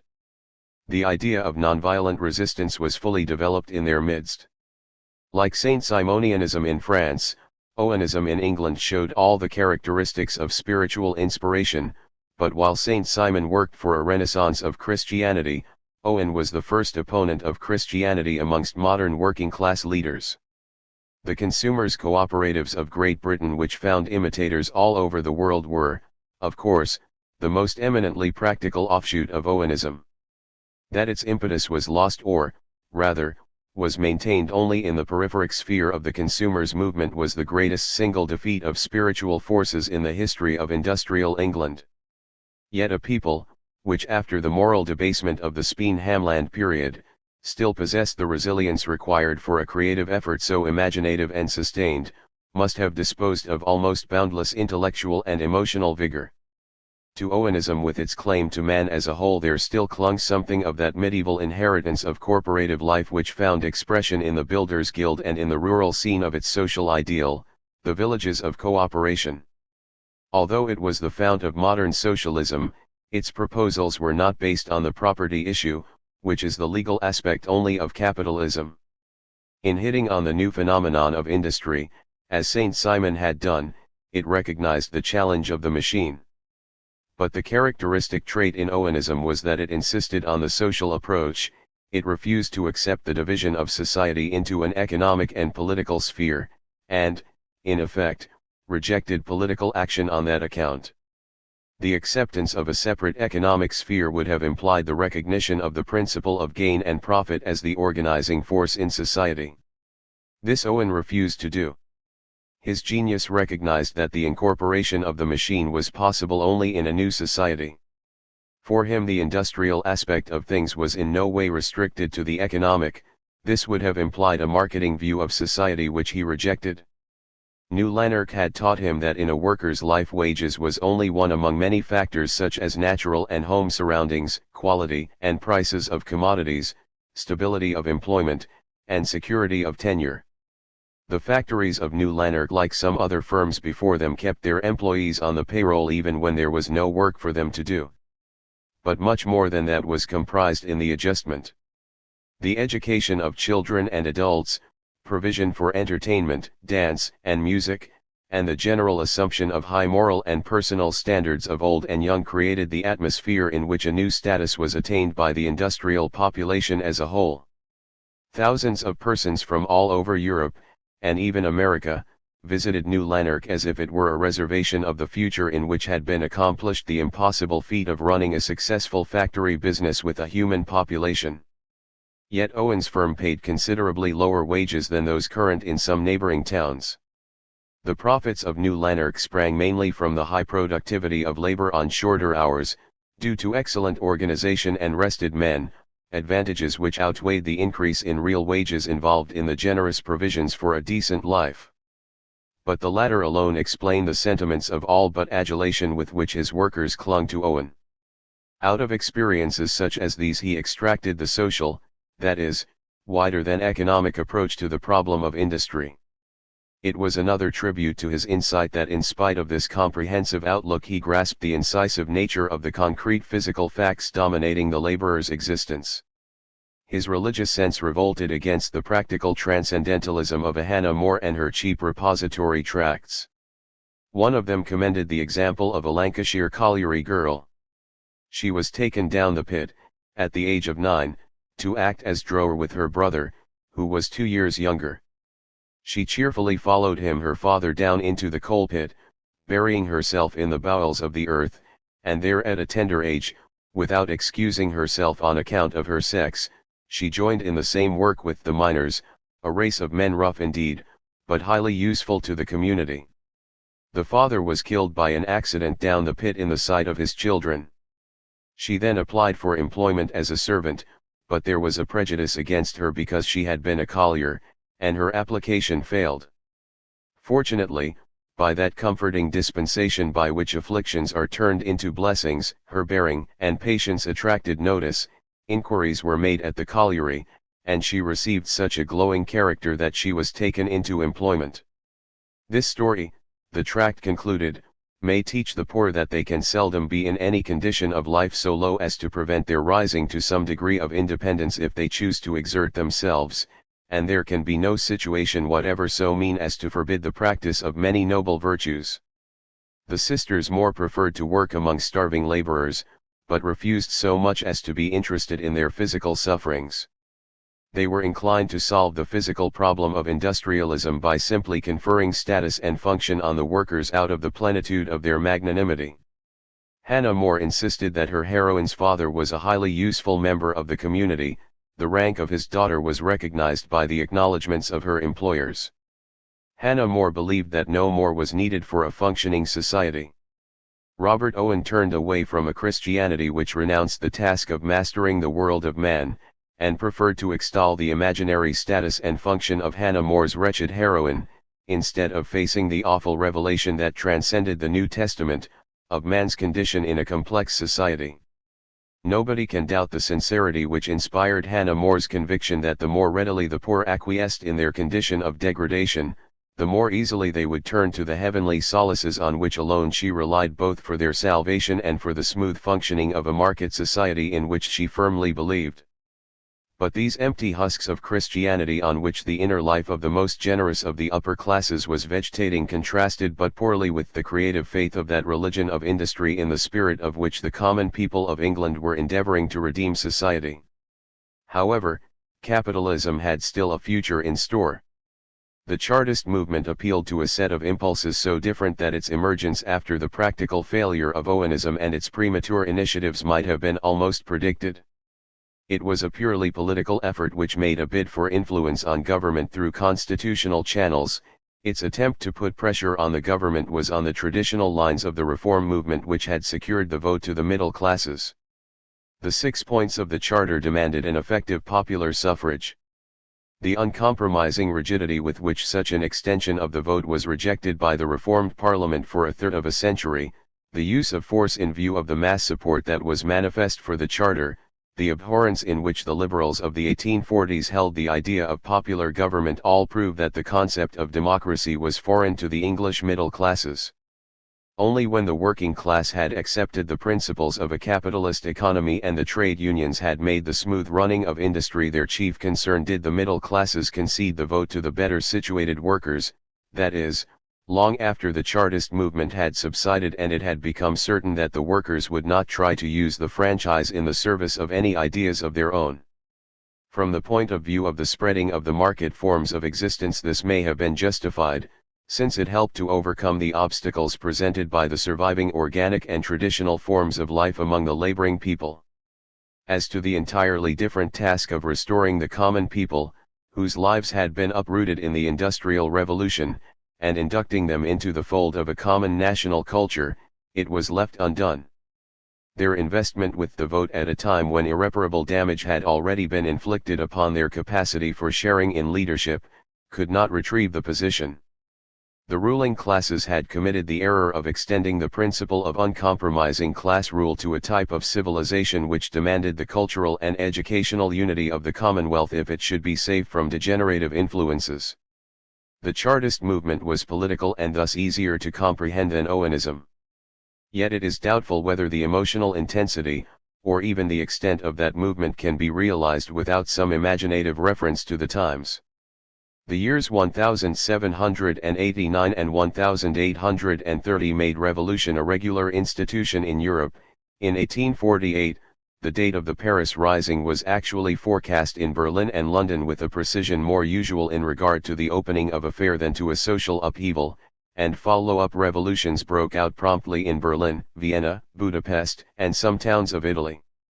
In London also there was high tension, for everybody, including the Chartists themselves, expected violent action to compel Parliament to grant the vote to the people. Less than 15% of adult males were entitled to vote. Never in all the history of England was there a comparable concentration of force put in readiness for the defense of law and order as on April 12, 1848, hundreds of thousands of citizens were prepared in the capacity of special constables to turn their arms against the Chartists on that day. The Paris Revolution came too late to carry a popular movement in England to victory. By that time the spirit of revolt roused by the Poor Law Reform Act as well as by the sufferings of the hungry forties was waning, the wave of rising trade was boosting employment, and capitalism began to deliver the goods. The Chartists dispersed peacefully. Their case was not even considered by Parliament until a later time, when their application was defeated by a 5-to-1 majority in the House of Commons. In vain had millions of signatures been collected. In vain had the Chartists behaved as law-abiding citizens. Their movement was ridiculed out of existence by the victors. Thus ended the greatest political effort of the people of England to constitute that country a popular democracy. A year or two later Chartism was all but forgotten. The Industrial Revolution reached the continent half a century later. There the working class had not been forced off the land by an enclosure movement, rather, the allurements of higher wages and urban life made the semi-servile agricultural laborer desert the manor and migrate to the town, where he consorted with the traditional lower middle class, and had a chance of acquiring an urban tone. Far from feeling debased, he felt elevated by his new environment. Doubtless housing conditions were abominable, alcoholism and prostitution were rampant among the lower strata of town laborers as late as the beginning of the 20th century. Yet there was no comparison between the moral and cultural catastrophe of the English cottager or copyholder of decent ancestry, who found himself hopelessly sinking in the social and physical slums of some northwestern factory neighborhood, and the Slovakian or, for that matter, Pomeranian agricultural laborer changing almost overnight from a stable-dwelling peon into an industrial worker in a modern metropolis. An Irish or Welsh day laborer or Western Highlander might have had a similar experience when slouching through the alleys of early Manchester or Liverpool, but the English yeoman's son or the evicted cottager certainly did not feel his status raised. Not only had the recently emancipated farm laborer of the continent a fair chance of rising into the lower middle class of craftsmen and traders with their ancient cultural traditions, but even the bourgeoisie, which socially towered above him, was politically in the same boat, being almost as removed from the ranks of the actual ruling class as he was himself. Against feudal aristocracy and Roman episcopacy, the forces of the rising middle and working classes were closely allied. The intelligentsia, particularly the university students, cemented the union between these two classes in their common attack on absolutism and privilege. In England, the middle classes, whether squires and merchants as in the 17th century, or farmers and tradesmen as in the 19th, were strong enough to vindicate their rights alone, and not even in their near-revolutionary effort in 1832 did they look to the labourers for support. Moreover, the English aristocracy unfailingly assimilated the wealthiest of the newcomers and broadened the top ranks of the social hierarchy, while on the continent the still semi-feudal aristocracy did not intermarry with the sons and daughters of the bourgeoisie, and the absence of the institution of primogeniture hermetically insulated them from the other classes.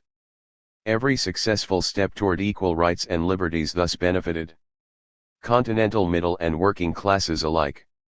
Since 1830, if not since 1789, it was part of the continental tradition that the working class would help to fight the battles of the bourgeoisie against feudalism, if only, as the saying ran, to be cheated by the middle class of the fruits of victory. But whether the working class won or lost, its experience was enhanced, and its aims raised to a political level. This was what was meant by becoming class conscious. Marxian ideologies crystallized the outlook of the urban worker, who had been taught by circumstances to use his industrial and political strength as a weapon of high policy. While the British worker developed an incomparable experience in the personal and social problems of unionism, and left national politics to his betters, the Central European worker became a political socialist, expected to deal with problems of statecraft, though primarily with those that concerned his own interests. If there was a time lag of some half a century between the industrialization of Great Britain and the continent, there was a much greater lag in respect to the establishment of national unity. Italy and Germany arrived only during the second half of the 19th century at that stage of unification which England achieved centuries before, and smaller East European states reached unity even later.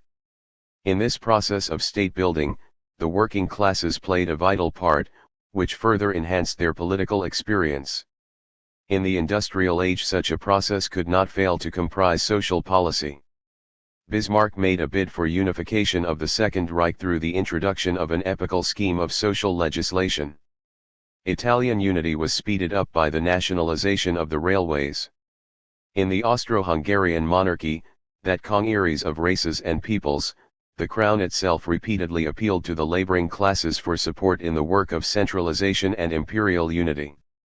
In this wider sphere also, through their influence on legislation, the socialist parties and trade unions found many openings for serving the interests of the industrial worker. Economistic preconceptions have blurred the outlines of the working class problem. British writers have found it difficult to comprehend the terrible impression that early capitalistic conditions in Lancashire made on continental observers.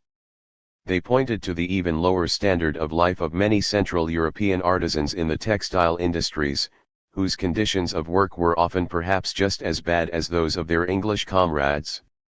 Yet such a comparison obscured the salient point, which was precisely the rise in the social and political status of the labourer on the continent in contrast to a fall in that status in England.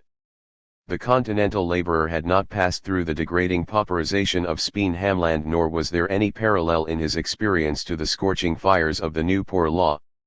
From the status of a villain he changed, or rather rose, to that of a factory worker, and very soon to that of an enfranchised and unionized worker. Thus he escaped the cultural catastrophe which followed in the wake of the Industrial Revolution in England.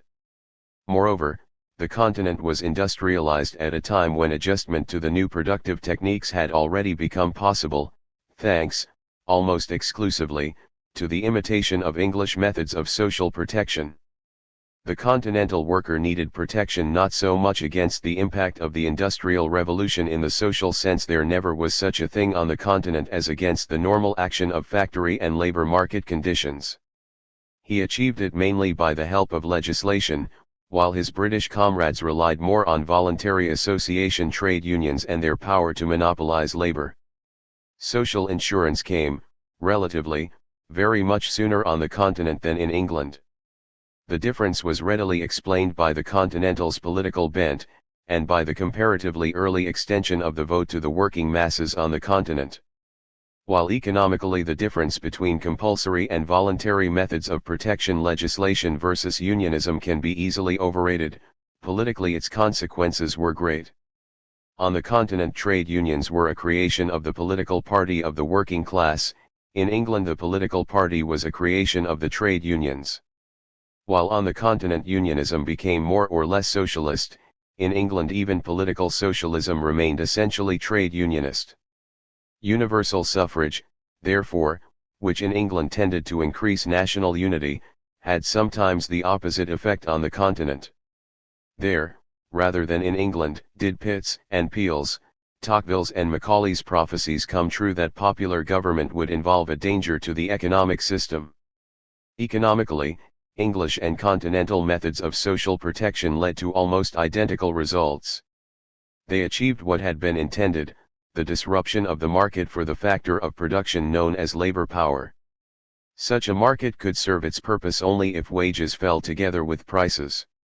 In human terms such a postulate implied for the worker extreme instability of earnings, utter absence of professional standards, abject readiness to be shoved and pushed about indiscriminately, complete dependence on the whims of the market. Mises justly argued that if workers did not act as trade unionists, but reduced their demands and changed their locations and occupations according to the requirements of the labor market, they could eventually find work. This sums up the position under a system based on the postulate of the commodity character of labor.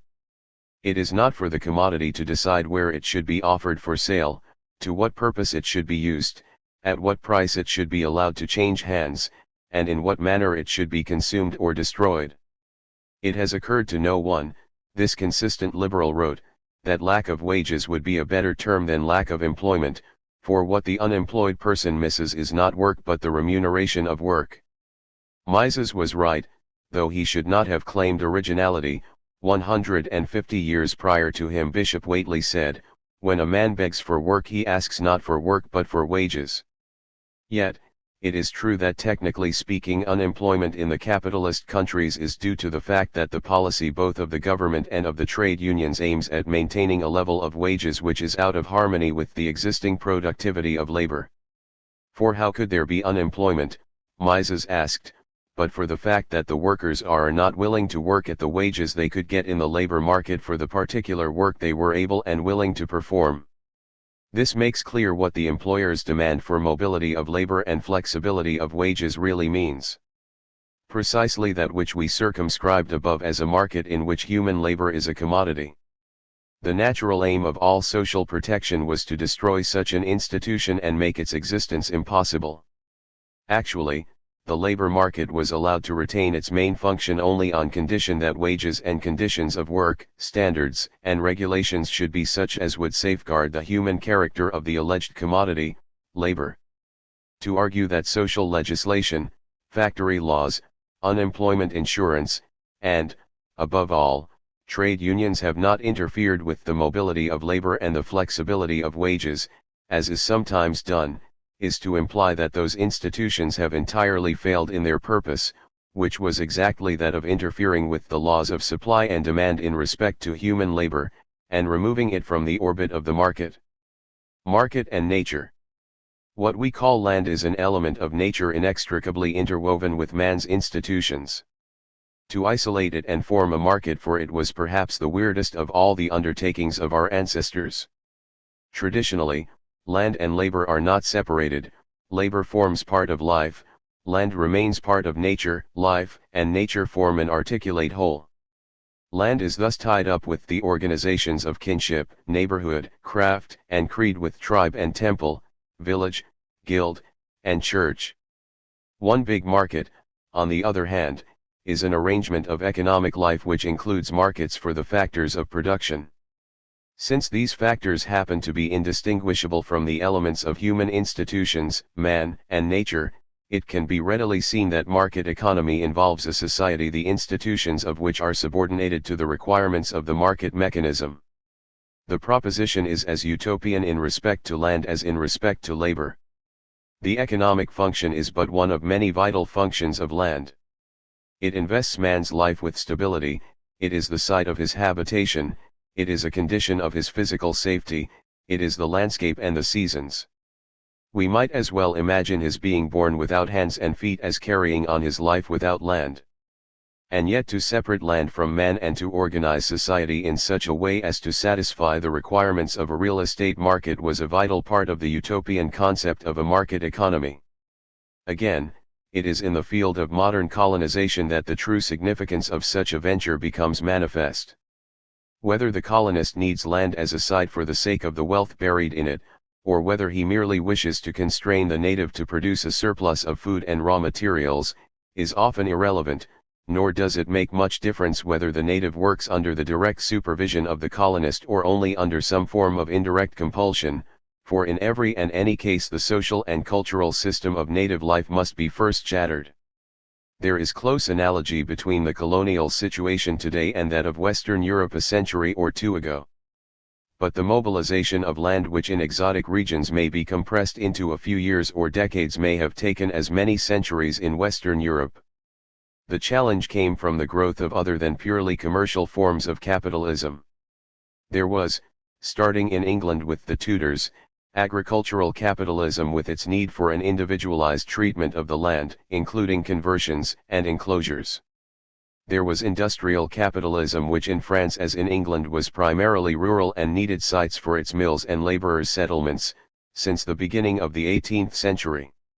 Most powerful of all, though affecting more the use of the land than its ownership, there was the rise of industrial towns with their need for practically unlimited food and raw material supplies in the 19th century.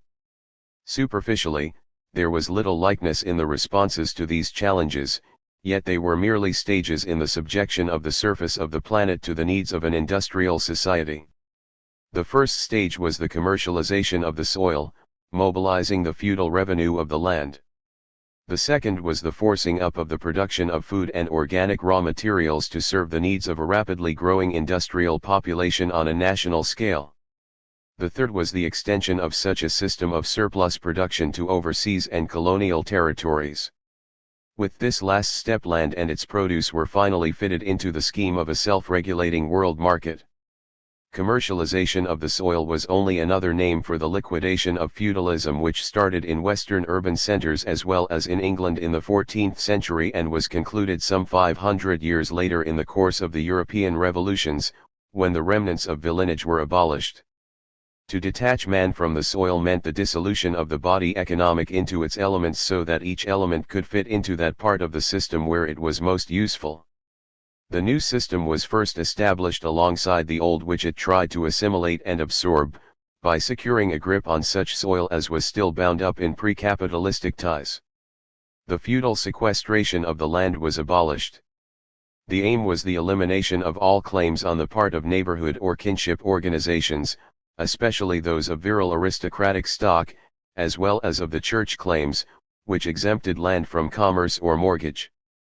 Some of this was achieved by individual force and violence, some by revolution from above or below, some by war and conquest, some by legislative action, some by administrative pressure, some by spontaneous small-scale action of private persons over long stretches of time. Whether the dislocation was swiftly healed or whether it caused an open wound in the body social depended primarily on the measures taken to regulate the process. Powerful factors of change and adjustment were introduced by the governments themselves. Secularization of church lands, for instance, was one of the fundaments of the modern state up to the time of the Italian Risorgimento and, incidentally, one of the chief means of the ordered transference of land into the hands of private individuals. The biggest single steps were taken by the French Revolution and by the Benthamite reforms of the 1830s and 1840s. The condition most favorable to the prosperity of agriculture exists, wrote Bentham, when there are no entails, no unalienable endowments, no common lands, no right or redemptions, no tithes. Such freedom in dealing with property, and especially property in land, formed an essential part of the Benthamite conception of individual liberty. To extend this freedom in one way or another was the aim and effect of legislation such as the Prescriptions Acts, the Inheritance Act, the Fines and Recoveries Act, the Real Property Act, the General Enclosure Act of 1801 and its successors, as well as the Copyhold Acts from 1841 up to 1926.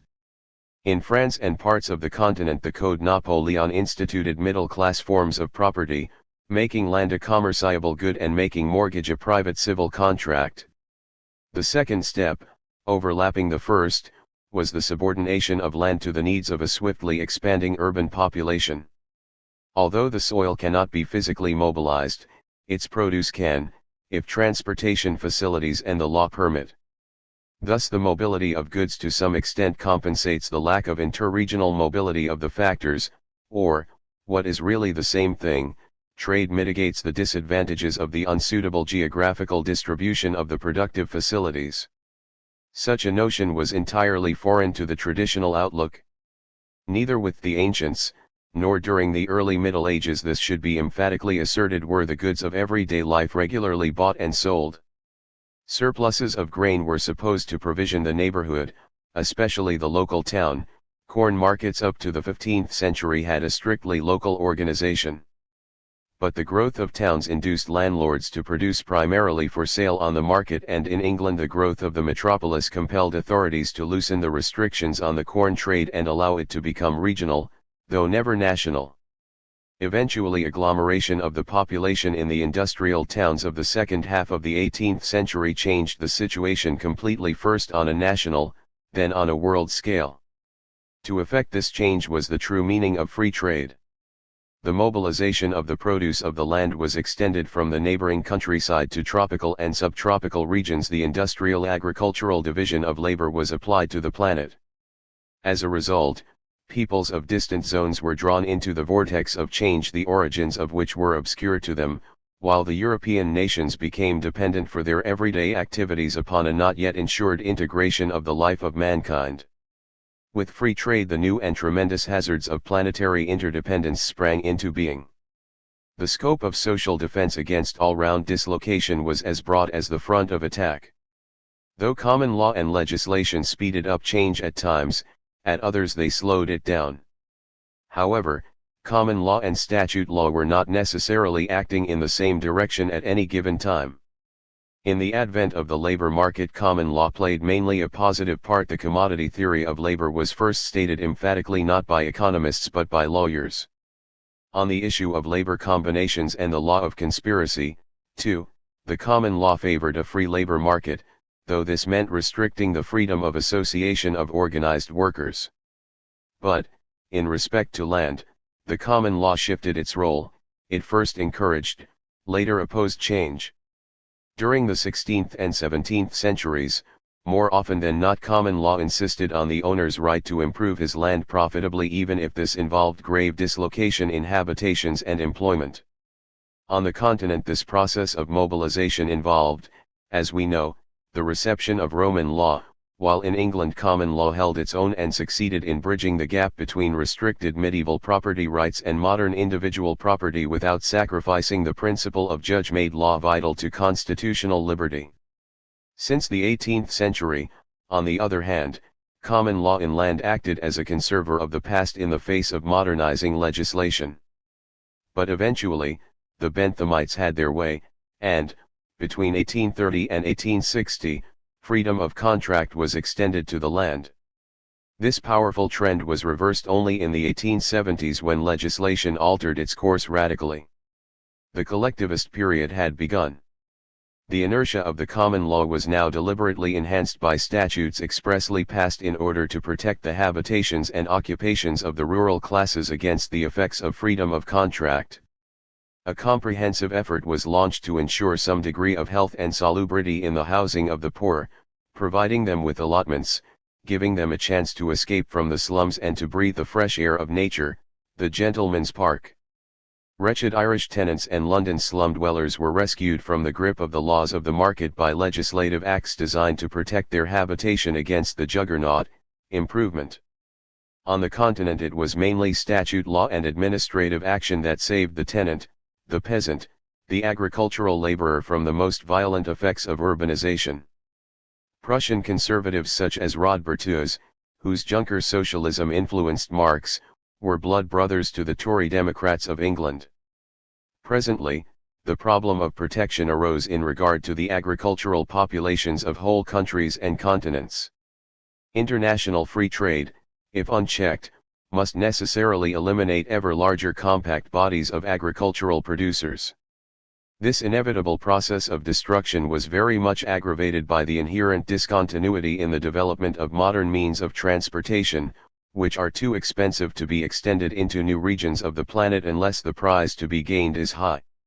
Once the great investments involved in the building of steamships and railroads came to fruition, whole continents were opened up and an avalanche of grain descended upon unhappy Europe.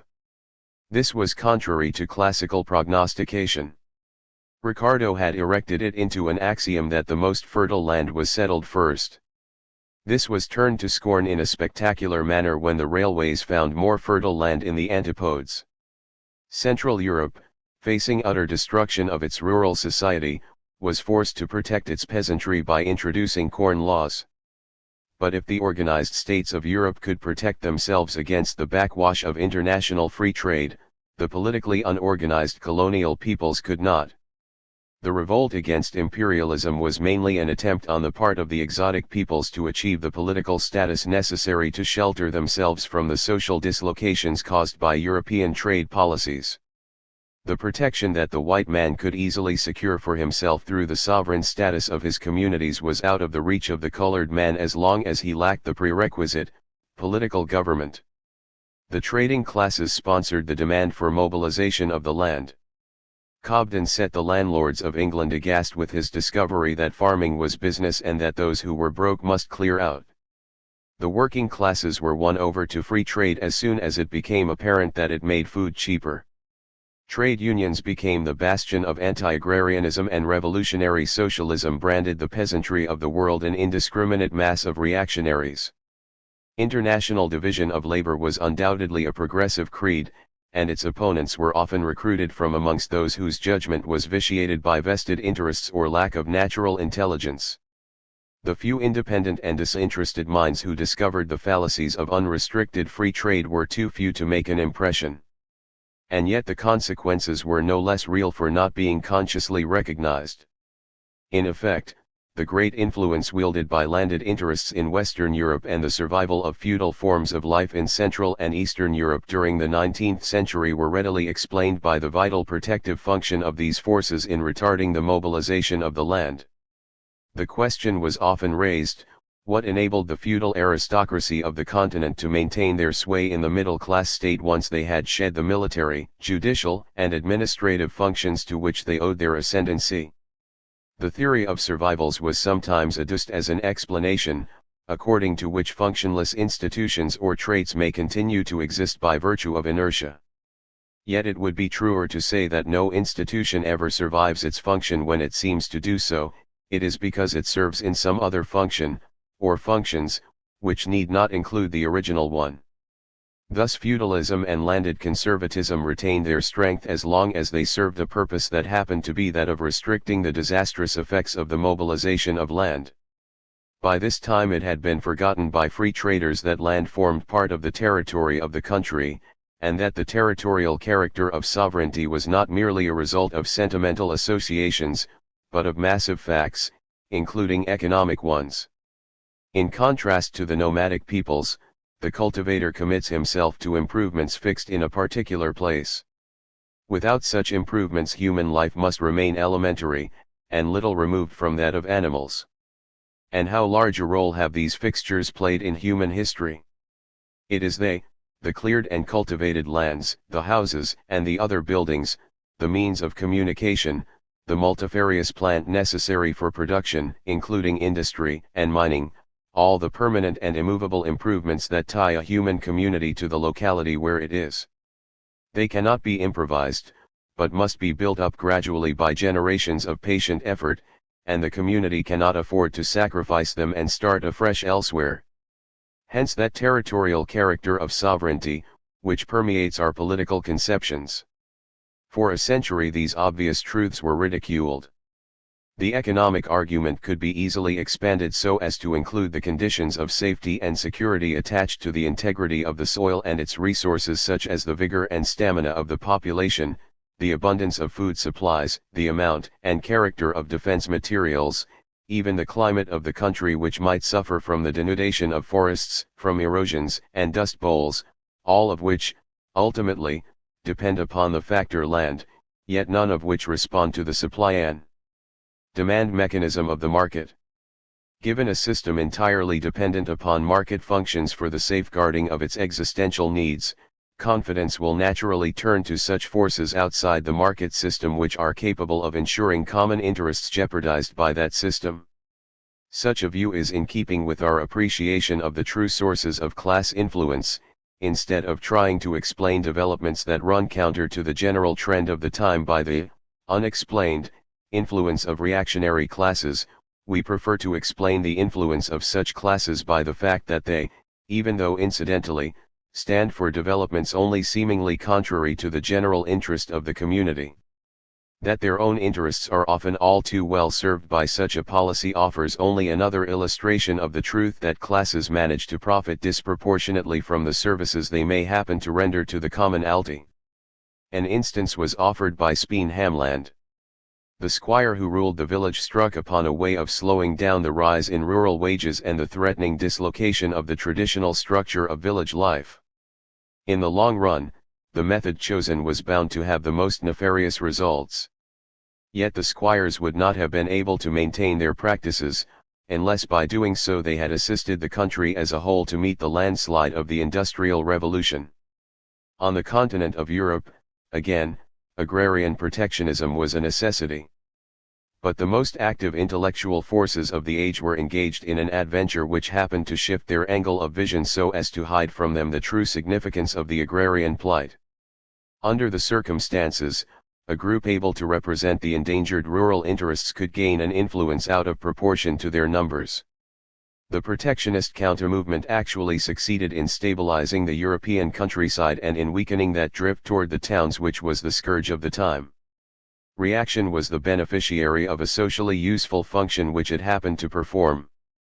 The identical function which allowed reactionary classes in Europe to make play with traditional sentiments in their fight for agrarian tariffs was responsible in America about a half-century later for the success of the TVA and other progressive social techniques. The same needs of society which benefited democracy in the New World strengthened the influence of the aristocracy in the Old. Opposition to mobilization of the land was the sociological background of that struggle between liberalism and reaction that made up the political history of continental Europe in the 19th century. In this struggle the military and the higher clergy were allies of the landed classes, who had almost completely lost their more immediate functions in society.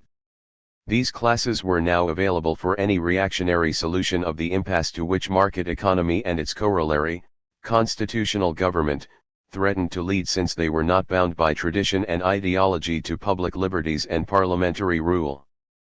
Briefly, economic liberalism was wedded to the liberal state, while landed interests were not. This was the source of their permanent political significance on the continent, which produced the cross-currents of Prussian politics under Bismarck, fed clerical and militarist revanche in France, ensured court influence for the aristocracy in the Habsburg Empire, and made church and army the guardians of crumbling thrones.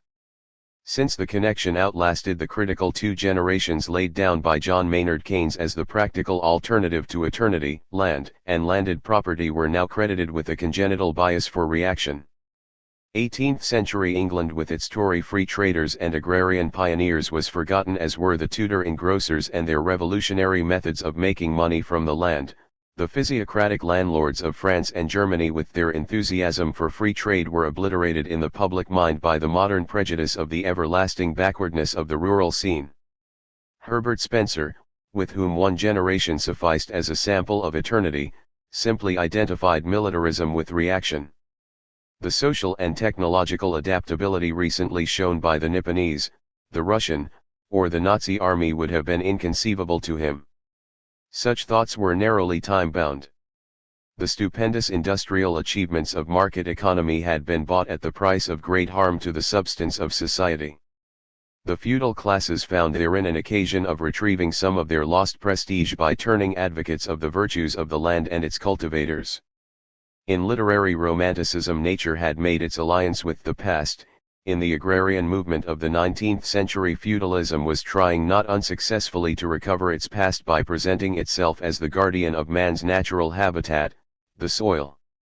Had the danger not been genuine, the stratagem could not have worked. But army and church gained prestige also by being available for the defense of law and order, which now became highly vulnerable, while the ruling middle class was not fitted to ensure this requirement of the new economy. The market system was more allergic to rioting than any other economic system we know. Tudor governments relied on riots to call attention to local complaints. A few ringleaders might be hanged, otherwise no harm was done. The rise of the financial market meant a complete break with such an attitude. After 1797, rioting ceases to be a popular feature of London life. Its place is gradually taken by meetings at which, at least in principle, the hands are counted which otherwise would be raining blows. The Prussian king, who proclaimed that to keep the peace was the subject's first and foremost duty, became famous for this paradox, yet very soon it was a commonplace. In the 19th century, breaches of the peace, if committed by armed crowds, were deemed an incipient rebellion and an acute danger to the state. Stocks collapsed and there was no bottom in prices. A shooting affray in the streets of the metropolis might destroy a substantial part of the nominal national capital. And yet the middle classes were now unsold dearly.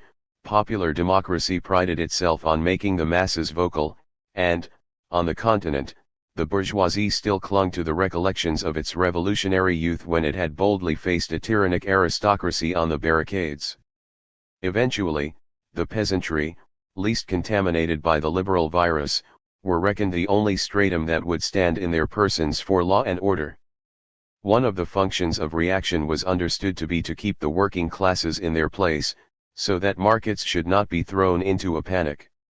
Though this service was only very infrequently required, the availability of the peasantry as the defenders of property rights was an asset to the agrarian camp. The history of the 1920s would be otherwise inexplicable. When, in Central Europe, the social structure broke down under the strain of war and defeat, the working class alone was available for the task of keeping things going. Everywhere power was thrust upon the trade unions and social democratic parties. Austria, Hungary, even Germany, were declared republics, although no active Republican Party had ever been known to exist in any of these countries before. But hardly had the acute danger of dissolution passed and the services of the trade unions become superfluous than the middle classes tried to exclude the working class from all influence on public life. This is known as the counter-revolutionary phase of the post-war period. Actually, there was never any serious danger of a communist regime, since the workers were organized in parties and unions actively hostile to the communists. Hungary had a Bolshevik episode literally forced upon the country when defense against French invasion left no alternative to the nation. The peril was not Bolshevism, but disregard of the rules of market economy on the part of trade unions and working class parties, in an emergency. For under a market economy otherwise harmless interruptions of public order and trading habits might constitute a lethal threat, since they could cause the breakdown of the economic regime upon which society depended for its daily bread. This explained the remarkable shift in some countries from a supposedly imminent dictatorship of the industrial workers to the actual dictatorship of the peasantry. Right through the 1920s the peasantry determined economic policy in a number of states in which they normally played but a modest role. They now happened to be the only class available to maintain law and order in the modern high-strung sense of the term. The fierce agrarianism of post-war Europe was a sidelight on the preferential treatment accorded to the peasant class for political reasons. From the Lapo movement in Finland to the Austrian Heim, where the peasants proved the champions of market economy, this made them politically indispensable. The scarcity of food in the first post-war years, to which their ascendancy was sometimes credited, had little to do with this. Austria, for instance, in order to benefit the peasants financially, had to lower her food standards by maintaining duties for grain, though she was heavily dependent upon imports for her food requirements. but the peasant interest had to be safeguarded at all cost, even though agrarian protectionism might mean misery to the town dwellers and an unreasonably high cost of production to the exporting industries. The formerly uninfluential class of peasants gained in this manner an ascendancy quite disproportionate to their economic importance. Fear of Bolshevism was the force which made their political position impregnable. And yet that fear, as we saw, was not fear of a working-class dictatorship. Nothing faintly similar was on the horizon, but rather the dread of a paralysis of market economy, unless all forces were eliminated from the political scene that, under duress, might set aside the rules of the market game. As long as the peasants were the only class able to eliminate these forces, their prestige stood high and they could hold the urban middle class in ransom. As soon as the consolidation of the power of the state, and even before that the forming of the urban lower middle class into storm troops by the fascists, freed the bourgeoisie from dependence upon the peasantry, the latter's prestige was quickly deflated. Once the internal enemy in town and factory had been neutralized or subdued, the peasantry was relegated to its former modest position in industrial society. The big landowners' influence did not share in this eclipse. A more constant factor worked in their favor: the increasing military importance of agricultural self-sufficiency.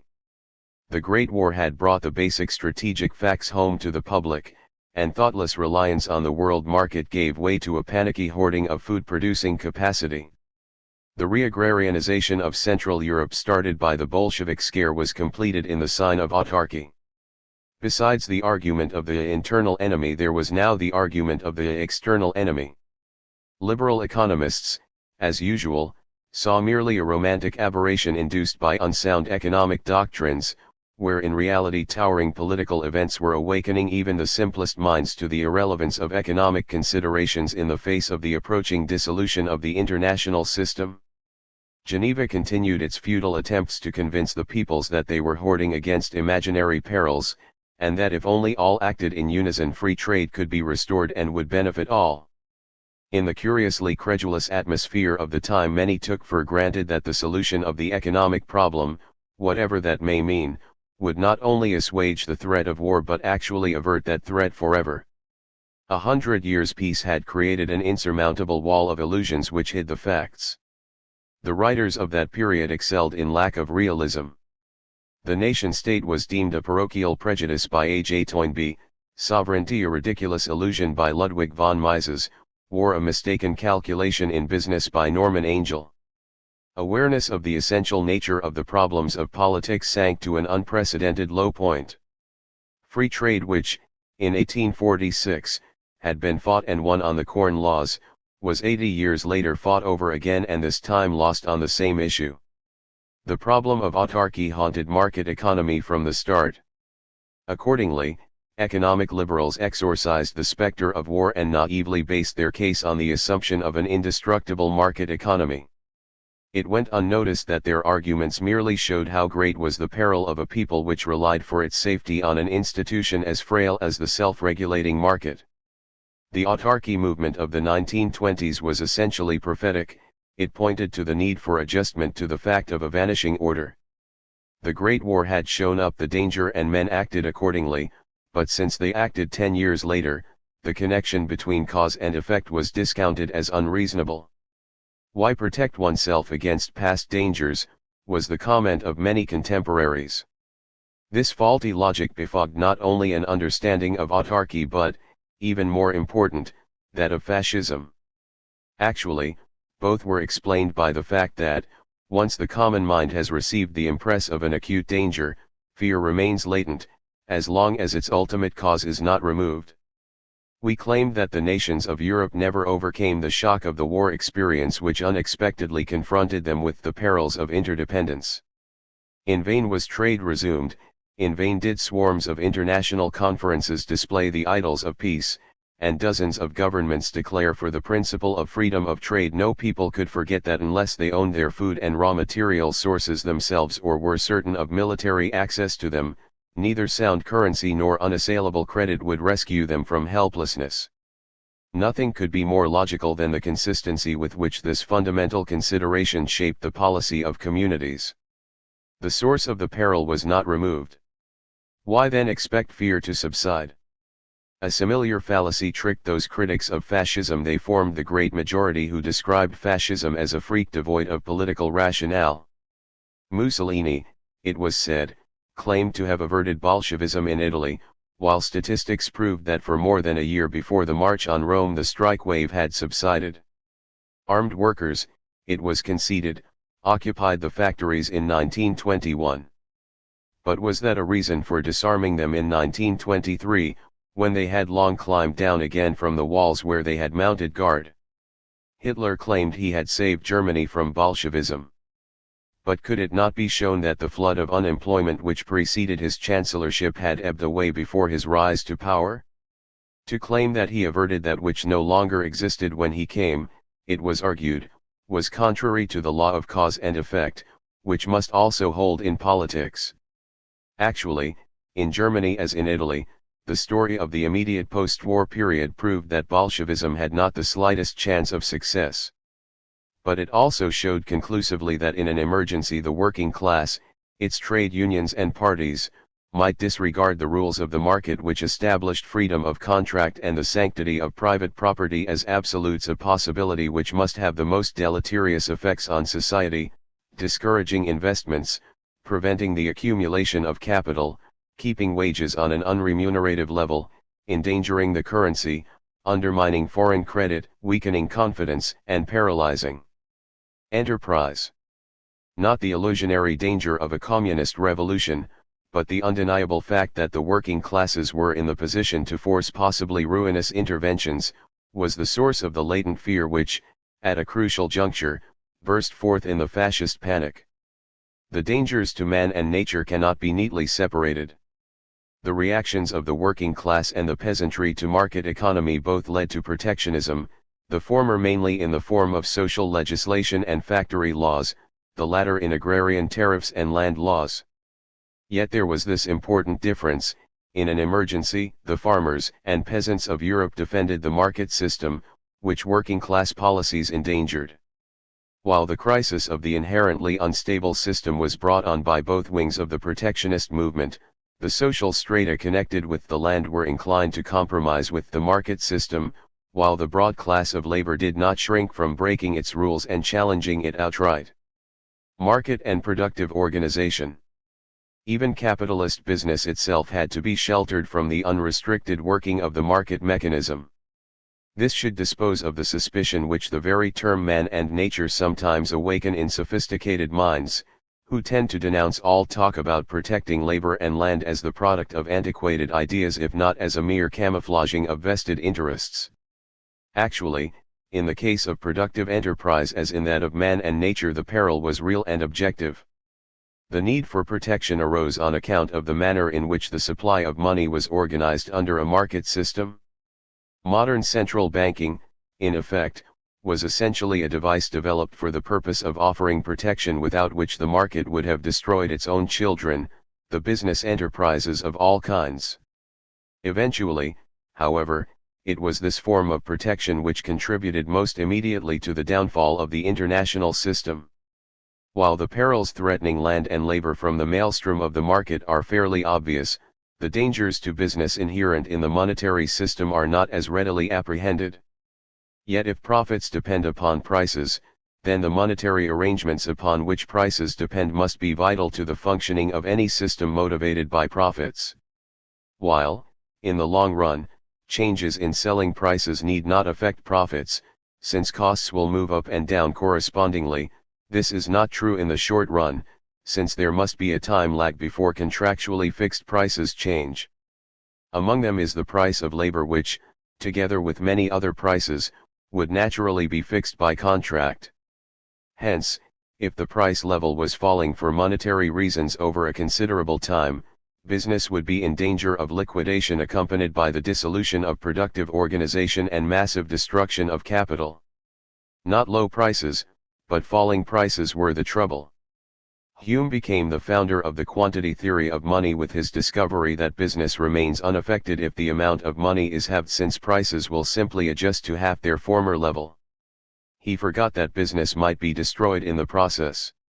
This is the easily understandable reason why a system of commodity money, such as the market mechanism tends to produce without outside interference, is incompatible with industrial production. Commodity money is simply a commodity which happens to function as money, and its amount, therefore, cannot, in principle, be increased at all, except by diminishing the amount of the commodities not functioning as money. In practice, commodity money is usually gold or silver, the amount of which can be increased, but not by much, within a short time. But the expansion of production and trade unaccompanied by an increase in the amount of money must cause a fall in the price level, precisely the type of ruinous deflation which we have in mind. Scarcity of money was a permanent, grave complaint with 17th-century merchant communities. Token money was developed at an early date to shelter trade from the enforced deflations that accompanied the use of specie when the volume of business swelled. No market economy was possible without the medium of artificial money. The real difficulty arose with the need for stable foreign exchanges and the consequent introduction of the gold standard, about the time of the Napoleonic Wars. Stable exchanges became essential to the very existence of English economy. London had become the financial centre of a growing world trade. Yet nothing else but commodity money could serve this end, for the obvious reason that token money, whether bank or fiat, cannot circulate on foreign soil. Hence the gold standard, the accepted name for a system of international commodity money, came to the fore. But for domestic purposes, as we know, specie is an inadequate money just because it is a commodity and its amount cannot be increased at will. The amount of gold available may be increased by a small percentage over a year, but not by as many dozen within a few weeks, as might be required to carry a sudden expansion of transactions. In the absence of token money, business would have to be either curtailed or carried on at very much lower prices, thus inducing a slump and creating unemployment. In its simplest form, the problem was this: commodity money was vital to the existence of foreign trade, token money, to the existence of domestic trade. How far did they agree with each other? Under 19th century conditions, foreign trade and the gold standard had undisputed priority over the needs of domestic business. The working of the gold standard required the lowering of domestic prices whenever the exchange was threatened by depreciation. Since deflation happens through credit restrictions, it follows that the working of commodity money interfered with the working of the credit system. This was a standing danger to business. Yet to discard token money altogether and restrict currency to commodity money was entirely out of the question, since such a remedy would have been worse than the disease. Central banking mitigated this defect of credit money greatly. By centralizing the supply of credit in a country, it was possible to avoid the wholesale dislocation of business and employment involved in deflation, and to organize deflation in such a way as to absorb the shock and spread its burden over the whole country. The bank in its normal function was cushioning the immediate effects of gold withdrawals on the circulation of notes as well as of the diminished circulation of notes on business. The bank might use various methods. Short-term loans might bridge the gap caused by short-run losses of gold, and avoid the need for credit restrictions altogether. But even when restrictions of credit were inevitable, as was often the case, the bank's action had a buffer effect. The raising of the bank rate as well as open market operations spread the effects of restrictions to the whole community while shifting the burden of the restrictions to the strongest shoulders. Let us envisage the crucial case of transferring one-sided payments from one country to another, such as might be caused by a shift in demand from domestic to foreign types of food. The gold that now has to be sent abroad in payment for the imported food would otherwise be used for inland payments, and its absence must cause a falling off of domestic sales and a consequent drop in prices. We will call this type of deflation transactional, since it spreads from individual firm to firm according to their fortuitous business dealings. Eventually, the spread of deflation will reach the exporting firms and thus achieve the export surplus which represents real transfer. But the harm and damage caused to the community at large will be much greater than that which was strictly necessary to achieve such an export surplus. For there are always firms just short of being able to export, which need only the inducement of a slight reduction of costs to go over the top, and such a reduction can be most economically achieved by spreading the deflation thinly over the whole of the business community. This precisely was one of the functions of the central bank. The broad pressure of its discount and open market policy forced domestic prices down more or less equally, and enabled export-near firms to resume or increase exports, while only the least efficient firms would have to liquidate. Real transfer would thus have been achieved at the cost of a much smaller amount of dislocation than would have been needed to attain the same export surplus by the irrational method of haphazard and often catastrophic shocks transmitted through the narrow channels of transactional deflation.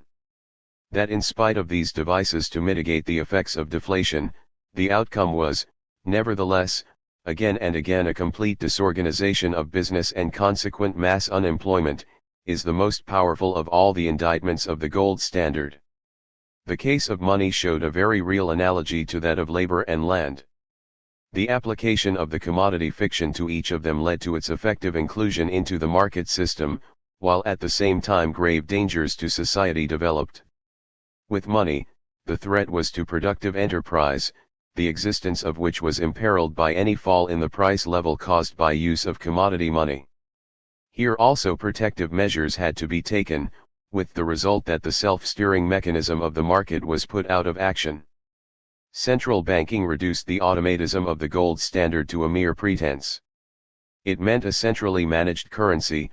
Manipulation was substituted for the self-regulating mechanism of supplying credit, even though the device was not always deliberate and conscious. More and more it was recognized that the international gold standard could be made self-regulating only if the single countries relinquished central banking. The one consistent adherent of the pure gold standard who actually advocated this desperate step was Ludwig von Mises. His advice, had it been heeded, would have transformed national economies into a heap of ruins. Most of the confusion existing in monetary theory was due to the separation of politics and economics, this outstanding characteristic of market society. For more than a century, money was regarded as a purely economic category, a commodity used for the purpose of indirect exchange. If gold was the commodity so preferred, a gold standard was in being. The attribute international in connection with that standard was meaningless, since for the economist, no nations existed. Transactions were carried on not between nations but between individuals, whose political allegiance was as irrelevant as the color of their hair. Ricardo indoctrinated 19th-century England with the conviction that the term money meant a medium of exchange, that banknotes were a mere matter of convenience, their utility consisting in their being easier to handle than gold, but that their value derived from the certainty that their possession provided us with the means of possessing ourselves at any time of the commodity itself, gold. It follows that the national character of currencies was of no consequence, since they were but different tokens representing the same commodity.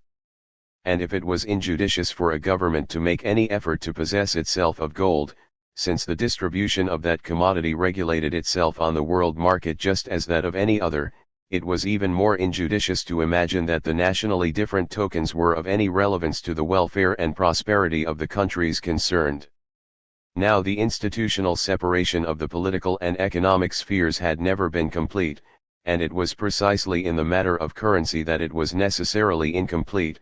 The state, whose mint seemed merely to certify the weight of coins, was in fact the guarantor of the value of token money, which it accepted in payment for taxes and otherwise. This money was not a means of exchange, it was a means of payment. It was not a commodity, it was purchasing power. Far from having utility itself, it was merely a counter embodying a quantified claim to things that would be purchased. Clearly, a society in which distribution depended upon the possession of such tokens of purchasing power was a construction entirely different from market economy. We are not dealing here, of course, with pictures of actuality, but with conceptual patterns used for the purposes of clarification. No market economy separated from the political sphere is possible, yet it was such a construction which underlay classical economics since David Ricardo, and apart from which its concepts and assumptions were incomprehensible. Society, according to this layout, consisted of bartering individuals possessing an outfit of commodities, goods, land, labor, and their composites. Money was simply one of the commodities bartered more often than another and, hence, acquired for the purpose of use in exchange. Such a society may be unreal, yet it contains the bare bones of the construction from which the classical economists started. An even less complete picture of actuality is offered by a purchasing power economy. Yet some of its features resemble actual society much more closely than the paradigm of market economy. Let us try to imagine a society in which every individual is endowed with a definite amount of purchasing power, enabling him to claim goods, each item of which is provided with a price tag. Money in such an economy is not a commodity, it has no usefulness in itself, its only use is to purchase goods to which price tags are attached, very much as they are in our shops today. While the commodity money theorem was far superior to its rival in the 19th century, when institutions conformed in many essentials to the market pattern, since the beginning of the 20th century the conception of purchasing power gained steadily. With the disintegration of the gold standard, commodity money practically ceased to exist, and it was only natural that the purchasing power concept of money should replace it. To turn from mechanisms and concepts to the social forces in play, it is important to realize that the ruling classes themselves lent their support to the management of the currency through the central bank. Such management was not, of course, regarded as an interference with the institution of the gold standard, on the contrary, it was part of the rules of the game under which the gold standard was supposed to function. Since maintenance of the gold standard was axiomatic and the central banking mechanism was never allowed to act in such a way as to make a country go off gold, but, on the contrary, the supreme directive of the bank was always and under all conditions to stay on gold, no question of principle seemed to be involved. But this was so only as long as the movements of the price level involved were the paltry 2 to 3%, at the most, that separated the so-called gold points. As soon as the movement of the internal price level necessary to keep the exchanges stable was much larger, when it jumped to 10% or 30%, the situation was entirely changed. Such downward movements of the price level would spread misery and destruction. The fact that currencies were managed became of prime importance, since it meant that central banking methods were a matter of policy, i.e., something the body politic might have to decide about.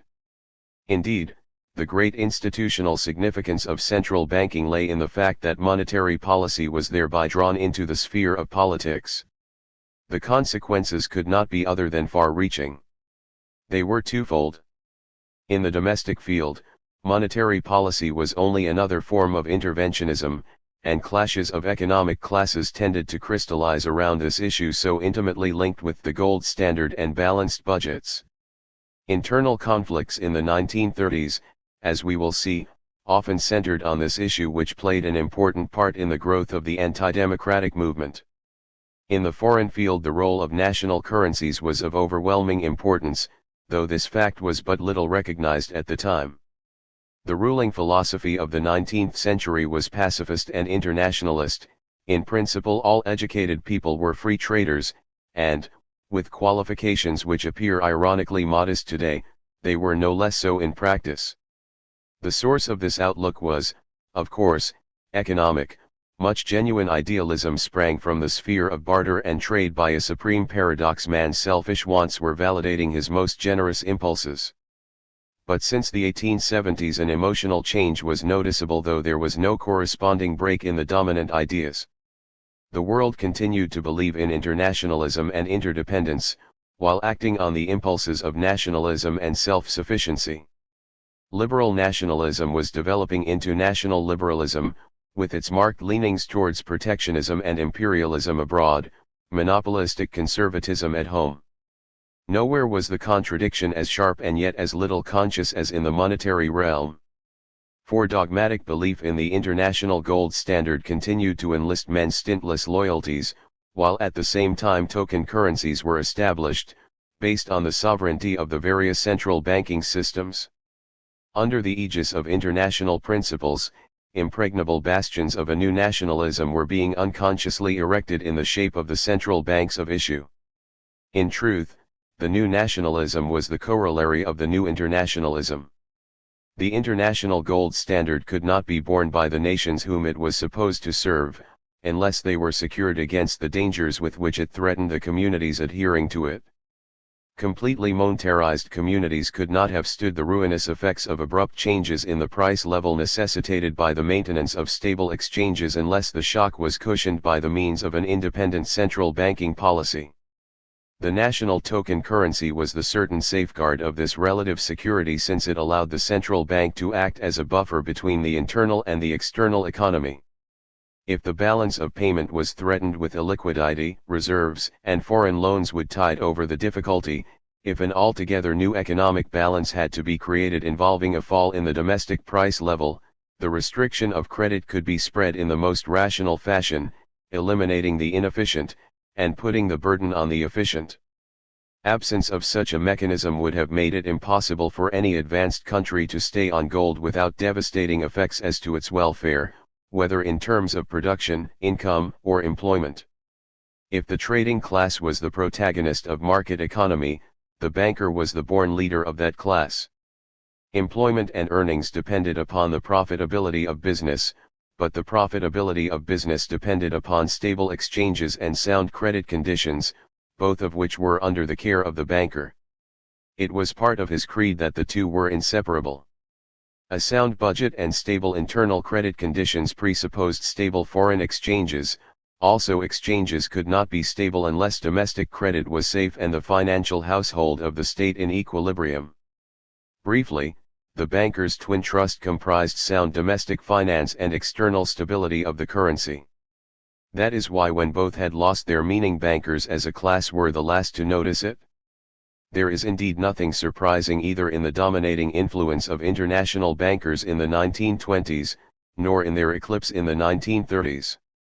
In the 1920s, the gold standard was still regarded as the precondition of a return to stability and prosperity, and consequently no demand raised by its professional guardians, the bankers, was deemed too burdensome, if only it promised to secure stable exchange rates.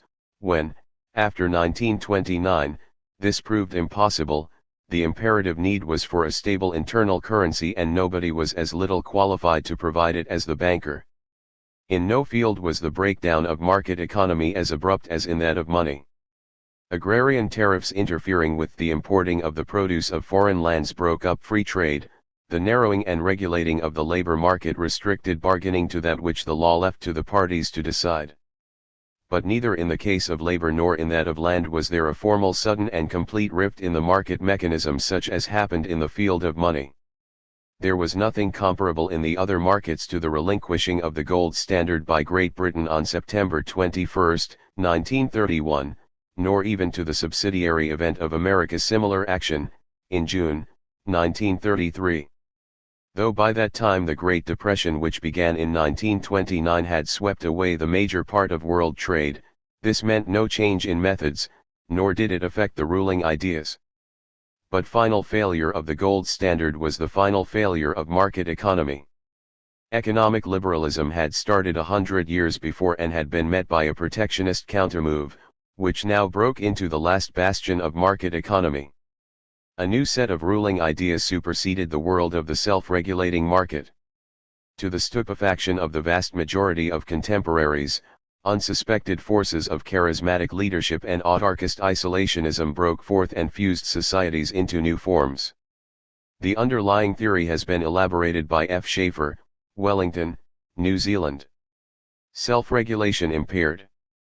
In the half-century 1879 to 1929, Western societies developed into close-knit units, in which powerful disruptive strains were latent. The more immediate source of this development was the impaired self-regulation of market economy. Since society was made to conform to the needs of the market mechanism, imperfections in the functioning of that mechanism created cumulative strains in the body social. Impaired self-regulation was an effect of protectionism. There is a sense, of course, in which markets are always self-regulating, since they tend to produce a price which clears the market. This, however, is true of all markets, whether free or not. But as we have already shown, a self-regulating market system implies something very different, namely, markets for the elements of production: labor, land, and money. Since the working of such markets threatens to destroy society, the self-preserving action of the community was meant to prevent their establishment or to interfere with their free functioning, once established. America has been adduced by economic liberals as conclusive proof of the ability of a market economy to function. For a century, labor, land, and money were traded in the states with complete freedom, yet allegedly no measures of social protection were needed, and apart from customs tariffs, industrial life continued unhampered by government interference. The explanation, of course, was simply free labor, land, and money. Up to the 1890s the frontier was open and free land lasted, up to the Great War the supply of low-standard labor flowed freely, and up to the turn of the century there was no commitment to keep foreign exchanges stable. A free supply of land, labor, and money continued to be available, consequently no self-regulating market system was in existence. As long as these conditions prevailed, neither man, nor nature, nor business organization needed protection of the kind that only intervention can provide. As soon as these conditions ceased to exist, social protection set in. As the lower ranges of labor could not any more be freely replaced from an inexhaustible reservoir of immigrants, while its higher ranges were unable to settle freely on the land, as soil and natural resources became scarce and had to be husbanded, as the gold standard was introduced in order to remove the currency from politics and to link domestic trade with that of the world, the United States caught up with a century of European development, protection of the soil and its cultivators. Social security for labor through unionism and legislation, and central banking all on the largest scale made their appearance. Monetary protectionism came first. The establishment of the Federal Reserve System was intended to harmonize the needs of the gold standard with regional requirements. Protectionism in respect to labor and land followed. A decade of prosperity in the 20s sufficed to bring on a depression so fierce that in its course the New Deal started to build a moat around labor and land, wider than any ever known in Europe. Thus America offered striking proof, both positive and negative, of our thesis that social protection was the accompaniment of a supposedly self-regulating market. At the same time protectionism was everywhere producing the hard shell of the emerging unit of social life. The new entity was cast in the national mold, but had otherwise only little resemblance to its predecessors, the easygoing nations of the past. The new crustacean type of nation expressed its identity through national token currencies safeguarded by a type of sovereignty more jealous and absolute than anything known before. These currencies were also spotlighted from outside, since it was of them that the international gold standard, the chief instrument of world economy, was constructed. If money now avowedly ruled the world, that money was stamped with a national die. Such emphasis on nations and currencies would have been incomprehensible to liberals, whose minds habitually missed the true characteristics of the world they were living in. If the nation was deemed by them an anachronism, national currencies were reckoned not even worthy of attention. No self-respecting economist of the liberal age doubted the irrelevance of the fact that different pieces of paper were called differently on different sides of political frontiers. Nothing was simpler than to change one denomination for another by the use of the exchange market, an institution which could not fail to function since, luckily, it was not under the control of the state or the politician. Western Europe was passing through a new enlightenment, and high amongst its bugbears ranked the tribalistic concept of the nation, whose alleged sovereignty was to liberals an outcrop of parochial thinking. Up to the 1930s the economic Baedeker included the certain information that money was only an instrument of exchange and thus inessential by definition. The blind spot of the marketing mind was equally insensitive to the phenomena of the nation and of money. The free trader was a nominalist in regard to both. This connection was highly significant, yet it passed unnoticed at the time. Off and on, critics of free trade doctrines as well as critics of orthodox doctrines on money arose, but there was hardly anyone who recognized that these two sets of doctrines were stating the same case in different terms, and that if one was false the other was equally so. William Cunningham or Adolf Wagner showed up cosmopolitan free trade fallacies, but did not link them with money. On the other hand, MacLeod or Gesell attacked classical money theories while adhering to a cosmopolitan trading system. The constitutive importance of the currency in establishing the nation as the decisive economic and political unit of the time was as thoroughly overlooked by the writers of liberal enlightenment as the existence of history had been by their 18th-century predecessors. Such was the position upheld by the most brilliant economic thinkers from Ricardo to Wieser, from John Stuart Mill to Marshall and Wicksell, while the common run of the educated were brought up to believe that preoccupation with the economic problem of the nation or the currency marked a person with the stigma of inferiority. To combine these fallacies in the monstrous proposition that national currencies played a vital part in the institutional mechanism of our civilization would have been judged a pointless paradox, devoid of sense and meaning. Actually, the new national unit and the new national currency were inseparable. It was currency which provided national and international systems with their mechanics and introduced into the picture those features which resulted in the abruptness of the break. The monetary system on which credit was based had become the lifeline of both national and international economy. Protectionism was a three-pronged drive. Land, labor, and money, each played their part, but while land and labor were linked to definite even though broad social strata, such as the workers or the peasantry, monetary protectionism was, to a greater extent, a national factor, often fusing diverse interests into a collective whole. Though monetary policy, too, could divide as well as unite, objectively the monetary system was the strongest among the economic forces integrating the nation. Labor and land accounted, primarily, for social legislation and corn duties, respectively. Farmers would protest against burdens that benefited the laborer and raised wages, while laborers would object to any increase in food prices. But once corn laws and labor laws were in force in Germany since the early 1880s, it would become difficult to remove the one without removing the other. Between agricultural and industrial tariffs, the relationship was even closer. Since the idea of all-round protectionism had been popularized by Bismarck, 1879, the political alliance of landowners and industrialists for the reciprocal safeguarding of tariffs had been a feature of German politics. Tariff log rolling was as common as the setting up of cartels in order to secure private benefits from tariffs. Internal and external, social and national protectionism tended to fuse.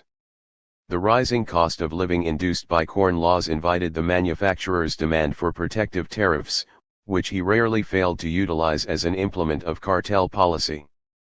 Trade unions naturally insisted on higher wages to compensate for an increased cost of living, and could not well object to such customs tariffs as permitted the employer to meet an inflated wage bill. But once the accountancy of social legislation had been based on a wage level conditioned by tariffs, employers could not in fairness be expected to carry the burden of such legislation unless they were assured of continued protection. Incidentally, this was the slender factual basis of the charge of collectivist conspiracy allegedly responsible for the protectionist movement. But this mistook effect for cause. The origins of the movement were spontaneous and widely dispersed, but once started it could not, of course, fail to create parallel interests which were committed to its continuation. More important than similarity of interests was the uniform spread of actual conditions created by the combined effects of such measures. If life in different countries was different, as had always been the case, the disparity could now be traced to definite legislative and administrative acts of a protective intent, since conditions of production and labor were now mainly dependent on tariffs, taxation, and social laws. Even before the United States and the British dominions restricted immigration, the number of emigrants from the United Kingdom dwindled, in spite of severe unemployment, admittedly on account of the much improved social climate of the mother country. But if customs tariffs and social laws produced an artificial climate, monetary policy created what amounted to veritable artificial weather conditions varying day by day and affecting every member of the community in his immediate interests. The integrating power of monetary policy surpassed by far that of the other kinds of protectionism, with their slow and cumbersome apparatus, for the influence of monetary protection was ever active and ever changing. What the businessman, the organized worker, the housewife pondered, what the farmer who was planning his crop, the parents who were weighing their children's chances, the lovers who were waiting to get married, revolved in their minds when considering the favor of the times, was more directly determined by the monetary policy of the central bank than by any other single factor. And if this was true even with a stable currency, it became incomparably truer when the currency was unstable, and the fatal decision to inflate or deflate had to be taken. Politically, the nation's identity was established by the government, economically it was vested in the central bank. Internationally, the monetary system assumed, if possible, even greater importance. The freedom of money was, paradoxically enough, a result of restrictions on trade. For the more numerous became the obstacles to the movement of goods and men across frontiers, the more effectively had the freedom of payments to be safeguarded. Short-term money moved at an hour's notice from any point of the globe to another, the modalities of international payments between governments and between private corporations or individuals were uniformly regulated, the repudiation of foreign debts, or attempts to tamper with budgetary guarantees, even on the part of backward governments, was deemed an outrage, and was punished by relegation to the outer darkness of those unworthy of credit. In all matters relevant to the world monetary system, similar institutions were established everywhere, such as representative bodies, written constitutions defining their jurisdiction and regulating the publication of budgets, the promulgation of laws, the ratification of treaties, the methods of incurring financial obligations, the rules of public accountancy, the rights of foreigners, the jurisdiction of courts, the domicile of bills of exchange, and thus, by implication, the status of the bank of issue, of foreign bondholders, of creditors of all description. This involved conformity in the use of banknotes and specie, of postal regulations, and in stock exchange and banking methods. No government, except perhaps the most powerful, could afford to disregard the taboos of money. For international purposes the currency was the nation, and no nation could for any length of time exist outside the international scheme. In contrast to men and goods, money was free from all hampering measures and continued to develop its capacity of transacting business at any distance at any time. The more difficult it became to shift actual objects, the easier it became to transmit claims to them. While trade in commodities and services was slowed down and its balance swayed precariously, the balance of payments was almost automatically kept liquid with the help of short-term loans that flitted over the globe, and funding operations that only faintly took note of visible trade. Payments, debts, and claims remained unaffected by the mounting barriers erected against the exchange of goods. The rapidly growing elasticity and catholicity of the international monetary mechanism was compensating, in a way, for the ever-contracting channels of world trade. When, by the early 1930s, world trade was down to a trickle, international short-term lending attained an unheard-of degree of mobility. As long as the mechanism of international capital movements and short credits functioned, no disequilibrium of actual trade was too great to be overcome by methods of bookkeeping. Social dislocation was avoided with the help of credit movements, economic imbalance was righted by financial means. In the last resort, impaired self-regulation of the market led to political intervention. When the trade cycle failed to come round and restore employment, when imports failed to produce exports, when bank reserve regulations threatened business with a panic, when foreign debtors refused to pay, governments had to respond to the strain. In an emergency the unity of society asserted itself through the medium of intervention. How far the state was induced to interfere depended on the constitution of the political sphere and on the degree of economic distress. As long as the vote was restricted and only the few exerted political influence, interventionism was a much less urgent problem than it became after universal suffrage made the state the organ of the ruling million, the identical million who, in the economic realm, had often to carry in bitterness the burden of the ruled. And as long as employment was plentiful, incomes were secure, production was continuous, living standards were dependable, and prices were stable, interventionist pressure was naturally less than it became when protracted slumps made industry a wreckage of unused tools and frustrated effort. Internationally, also, political methods were used to supplement the imperfect self-regulation of the market. Ricardian trade and currency theory vainly ignored the difference in status existing between the various countries owing to their different wealth-producing capacity, exporting facilities, trading, shipping, and banking experience. In the liberal theory, Great Britain was merely another atom in the universe of trade and ranked precisely on the same footing as Denmark or Guatemala. Actually, the world counted a limited number of countries, divided into lending countries and borrowing countries, exporting countries and practically self-sufficient ones, countries with varied exports and such as depended for their imports and foreign borrowing on the sale of a single commodity like wheat or coffee. Such differences could be ignored by theory, but their consequences could not be equally disregarded in practice. Frequently overseas countries found themselves unable to discharge their foreign debts, their currencies depreciated, endangering their solvency. Sometimes they decided to right the balance by political means and interfered with the property of foreign investors. In none of these cases could the process of economic self-healing be relied upon, though according to classical doctrine those processes would unfailingly reimburse the creditor, restore the currency and safeguard the foreigner against the recurrence of similar losses. But this would have required that the countries concerned should be more or less equal participants in a system of world division of labor, which was emphatically not the case. It was idle to expect that the country whose currency slumped would automatically increase its exports, and thereby restore its balance of payments, or that its need for foreign capital would invariably compel it to compensate the foreigner and resume the service of its debt.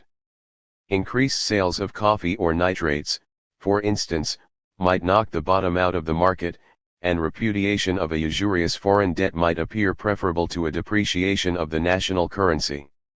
The world market mechanism could not afford to run such risks. Instead, gunboats were dispatched on the spot, and the defaulting government, whether fraudulent or not, faced with the alternative of bombardment or settlement. No other method was available to enforce payment, avoid great losses, and keep the system going.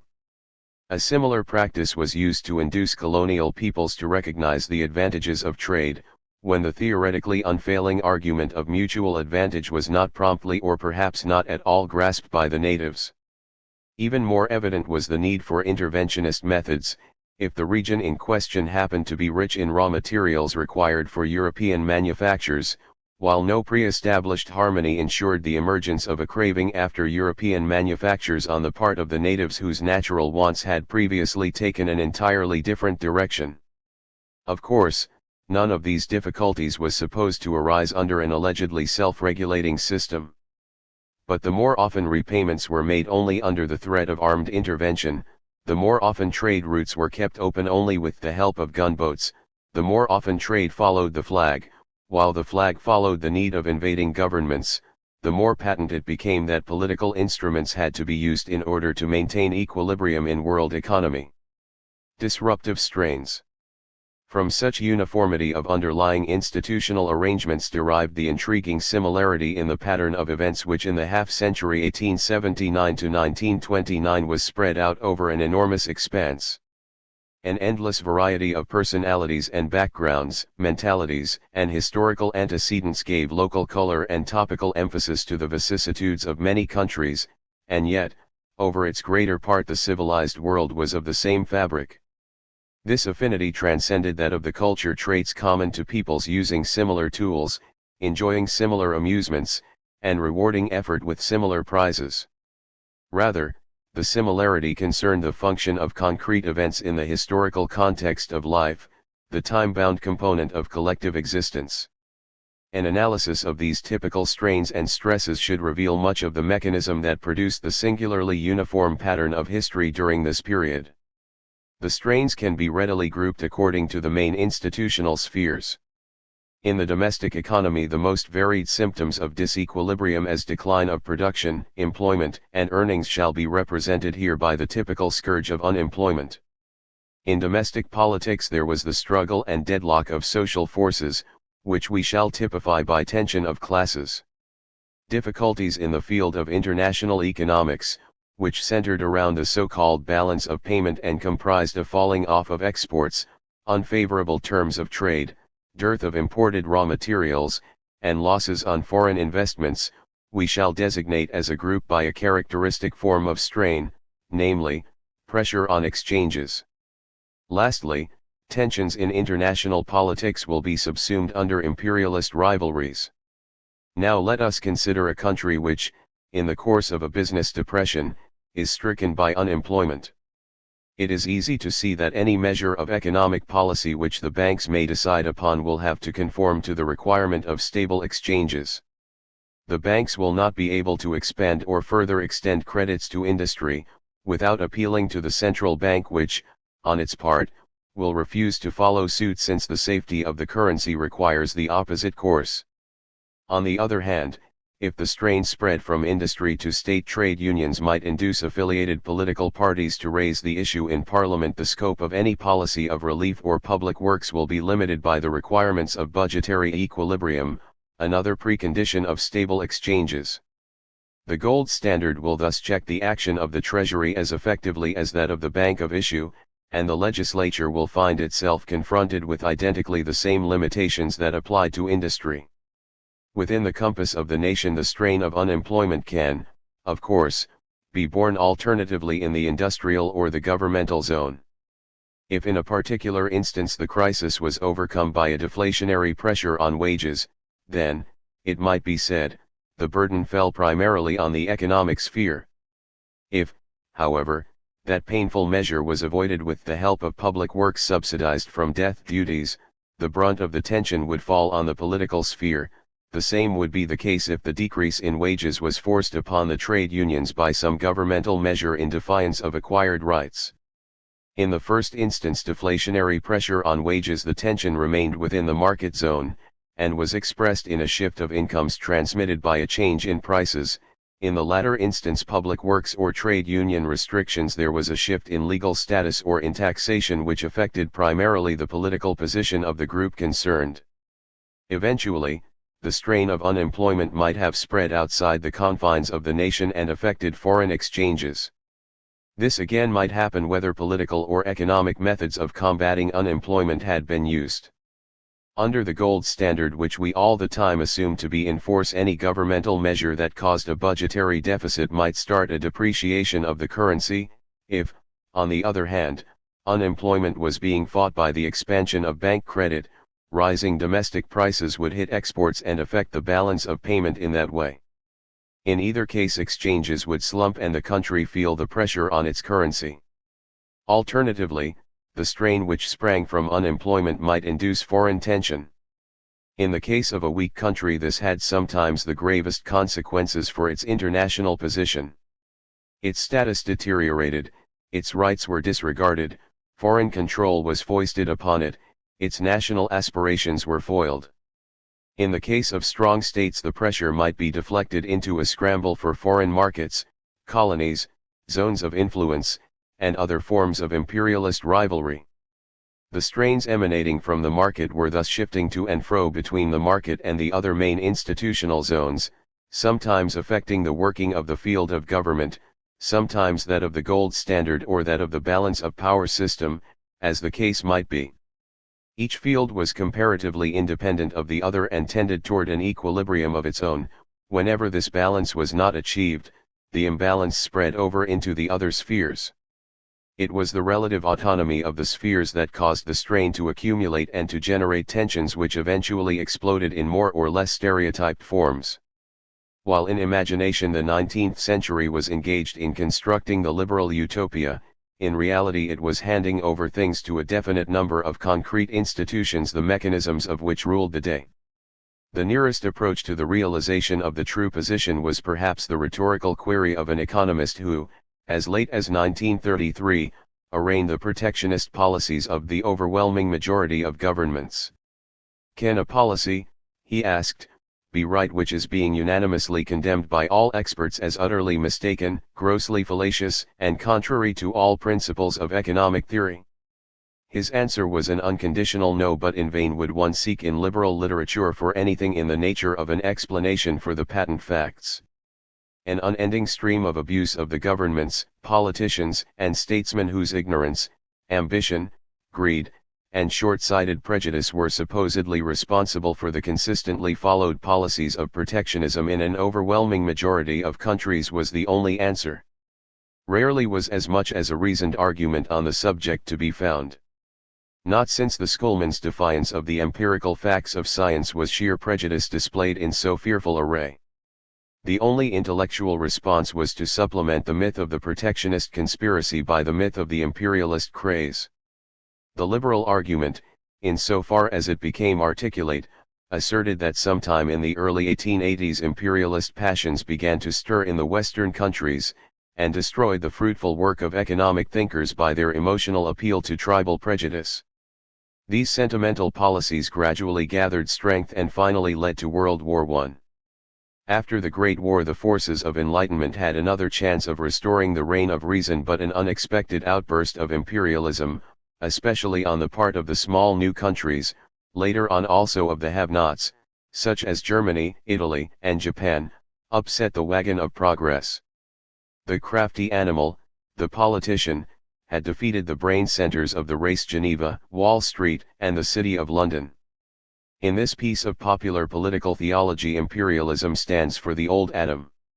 States and empires are held to be congenitally imperialist. They will eat up their neighbors without moral compunction. The latter half of the contention is true, but not the former. While imperialism, when and where it appears, does not wait on rational or moral justification for expansion, it is contrary to fact that states and empires are always expansionist. Territorial associations are not necessarily eager to extend their boundaries. Neither cities, nor states, nor empires stand under such compulsion. To argue the opposite is to mistake some typical situations for a general law. In effect, contrary to popular preconceptions, modern capitalism started with a long period of contractionism. Only late in its career did the turn toward imperialism happen. Anti-imperialism was initiated by Adam Smith, who thereby not only anticipated the American Revolution but also the Little England movement of the following century. The reasons for the break were economic.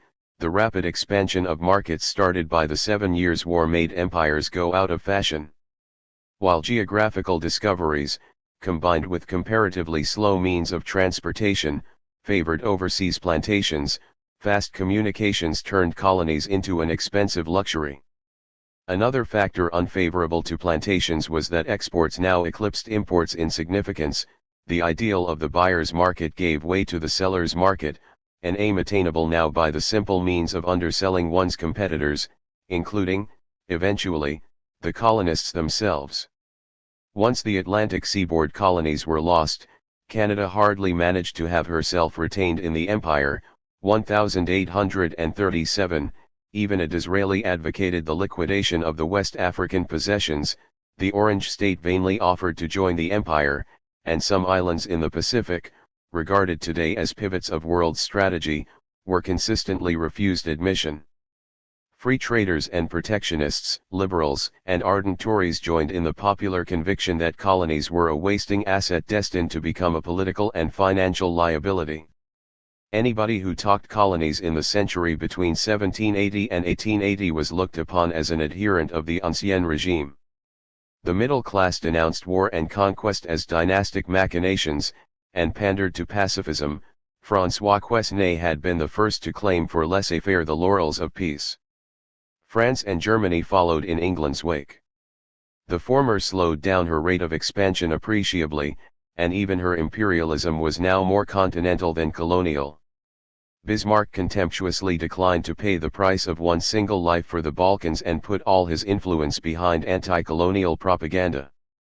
Such was governmental attitude at the time when capitalistic companies were invading whole continents, when the East India Company had been dissolved at the insistence of eager Lancashire exporters, and anonymous peace goods dealers replaced in India the resplendent figures of Clive and Warren Hastings.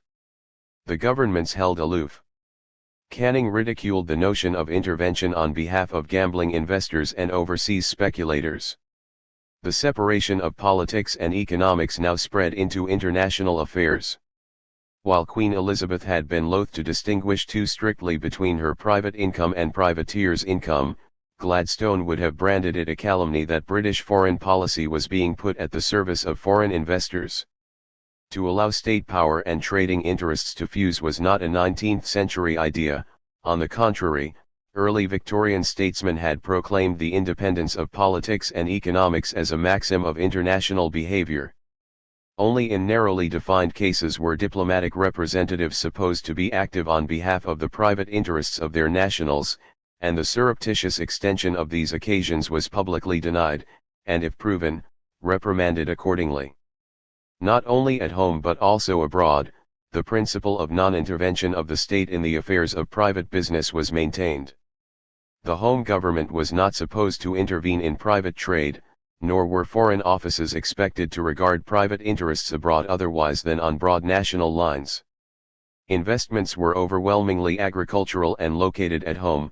Foreign investments were still deemed a gamble, and the frequent total losses incurred by investors were regarded as amply compensated for by the scandalous terms of usurious lending. The change came suddenly, and this time simultaneously in all leading Western countries. While Germany repeated England's domestic development only after a lag of half a century, external events of world scope would necessarily affect all trading countries alike. Such an event was the increase in the rhythm and volume of international trade as well as the universal mobilization of land, implied in the mass transportation of grain and agricultural raw materials from one part of the planet to another, at a fractional cost. This economic earthquake dislocated the lives of dozens of millions in rural Europe. Within a few years free trade was a matter of the past, and the further expansion of market economy took place under utterly new conditions. These conditions themselves were set by the double movement. The pattern of international trade which was now spreading at an accelerated rate was crossed by the introduction of protectionist institutions designed to check the all-round action of the market. The agrarian crisis and the Great Depression of 1873–86 had shaken confidence in economic self-healing. From now onward the typical institutions of market economy could usually be introduced only if accompanied by protectionist measures, all the more so because since the late 1870s and early 1880s nations were forming themselves into organized units which were apt to suffer grievously from the dislocations involved in any sudden adjustment to the needs of foreign trade or foreign exchanges.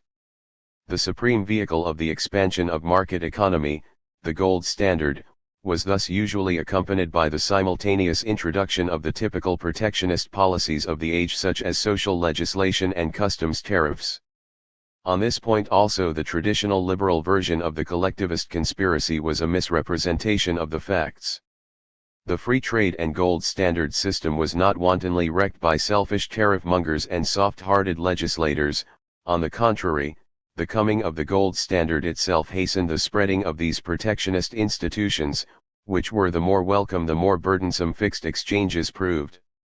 From this time onward tariffs, factory laws, and an active colonial policy were prerequisites of a stable external currency. Great Britain with her vast industrial superiority was the exception which proved the rule. Only when these prerequisites were given could now the methods of market economy be safely introduced. Where such methods were forced upon a helpless people in absence of protective measures, as in exotic and semi-colonial regions, unspeakable suffering ensued. Herein we hold the key to the seeming paradox of imperialism, the economically inexplicable and therefore allegedly irrational refusal of countries to trade with one another indiscriminately, and their aiming instead at the acquisition of overseas and exotic markets. What made countries act in this manner was simply the fear of consequences similar to those which the powerless peoples were unable to avert. The difference was merely that while the tropical population of the wretched colony was thrown into utter misery and degradation, often to the point of physical extinction, the Western countries' refusal to trade was induced by a lesser peril but still sufficiently real to be avoided at almost all cost. That the threat, as in the case of colonies, was not essentially economic made no difference. There was no reason, apart from prejudice, to seek the measure of social dislocation in economic magnitudes. Indeed, to expect that a community would remain indifferent to the scourge of unemployment, the shifting of industries and occupations and to the moral and psychological torture accompanying them, merely because economic effects, in the long run, might be negligible, was to assume an absurdity. The nation was just as often the passive recipient as the active initiator of strain. If some external event weighed heavily on the country, its internal mechanism functioned in the usual way, shifting the pressure from the economic to the political zone or vice versa. Significant instances occurred in the post-war period. For some Central European countries, defeat created highly artificial conditions which included fierce external pressure in the shape of reparations. During more than a decade, the German domestic scene was dominated by a shifting of the external burden between industry and state, between wages and profits on the one hand, social benefits and taxes on the other. The nation as a whole was the bearer of reparations, and the domestic position changed according to the manner in which the country government and business combined tackled the job. National solidarity was thus anchored in the gold standard, which made the maintenance of the external value of the currency a paramount obligation. The Dawes Plan was expressly devised to safeguard the German currency. The Young Plan made the same condition absolute. But for the obligation to keep the external value of the Reichsmark unimpaired, the course of German home affairs during this period would be unintelligible. Collective responsibility for the currency created the indestructible framework within which business and parties, industry and state adjusted to the strain. Yet what a defeated Germany had to put up with as a result of a lost war, all peoples up to the Great War had endured voluntarily, namely, the artificial integration of their countries through the pressure of stable exchanges. Only resignation to the inevitable laws of the market could explain the proud acquiescence with which the cross was borne. It might be objected that this outline is the result of sustained oversimplification. Market economy did not start in a day, nor did the three markets run apace like a troika, nor did protectionism have parallel effects in all markets, and so on. This, of course, is true, only, it misses the point at issue. Admittedly, economic liberalism merely created a novel mechanism out of more or less developed markets. It unified various types of already existing markets, and coordinated their functions in a single whole. Also, the separation of labor and land was, by that time, well on the way, and so was the development of markets for money and credit. All along the line the present was linked with the past, and nowhere was a break to be found. Yet institutional change, such is its nature, started to operate abruptly. The critical stage was reached with the establishment of a labor market in England, in which workers were put under the threat of starvation if they failed to comply with the rules of wage labor. As soon as this drastic step was taken, the mechanism of the self-regulating market sprang into gear. Its impact on society was so violent that, almost instantly, and without any prior change in opinion, powerful protective reactions set in. Also, in spite of their widely different nature and origin, the markets for the various elements of industry now showed a parallel development. This could have hardly been otherwise. The protection of man, nature, and productive organization amounted to an interference with markets for labor and land as well as for the medium of exchange, money, and thereby, ipso facto, impaired the self-regulation of the system. Since the purpose of the intervention was to rehabilitate the lives of men and their environment, to give them some security of status, intervention necessarily aimed at reducing the flexibility of wages and the mobility of labor, giving stability to incomes, continuity to production, introducing public control of national resources, and the management of currencies in order to avoid unsettling changes in the price level. The Depression of 1873–86 and the agrarian distress of the 1870s increased the strain permanently. At the beginning of the Depression, Europe had been in the heyday of free trade. The new German Reich had forced upon France the most favored nation clause between herself and the latter country, committed herself to the removal of tariffs on pig iron, and introduced the gold standard. By the end of the Depression, Germany had surrounded herself with protective tariffs, established a general cartel organization, set up an all-round social insurance system, and was practicing high-pressure colonial policies. Prussianism, which had been a pioneer of free trade, was evidently as little responsible for the change to protectionism as it was for the introduction of collectivism. The United States had even higher tariffs than the Reich and was just as collectivistic in its own way. It subsidized long-range railway building heavily and developed the elephantine formation of the trusts. All Western countries followed the same trend, irrespective of national mentality and history. With the international gold standard, the most ambitious market scheme of all was put into effect, implying absolute independence of markets from national authorities. World trade now meant the organizing of life on the planet under a self-regulating market, comprising labor, land, and money, with the gold standard as the guardian of this gargantuan automaton. Nations and peoples were mere puppets in a show utterly beyond their control. They shielded themselves from unemployment and instability with the help of central banks and customs tariffs, supplemented by migration laws.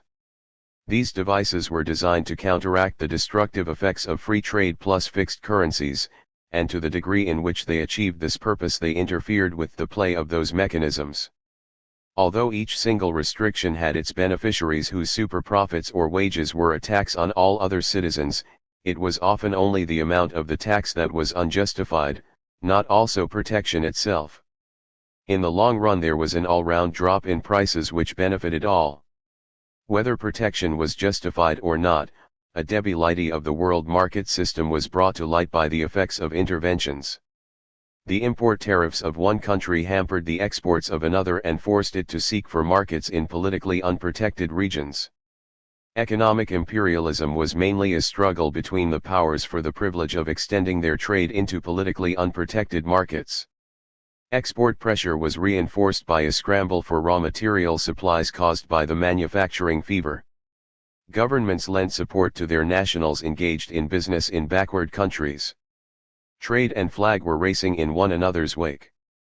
Imperialism and half-conscious preparation for autarky were the bent of powers which found themselves more and more dependent upon an increasingly unreliable system of world economy.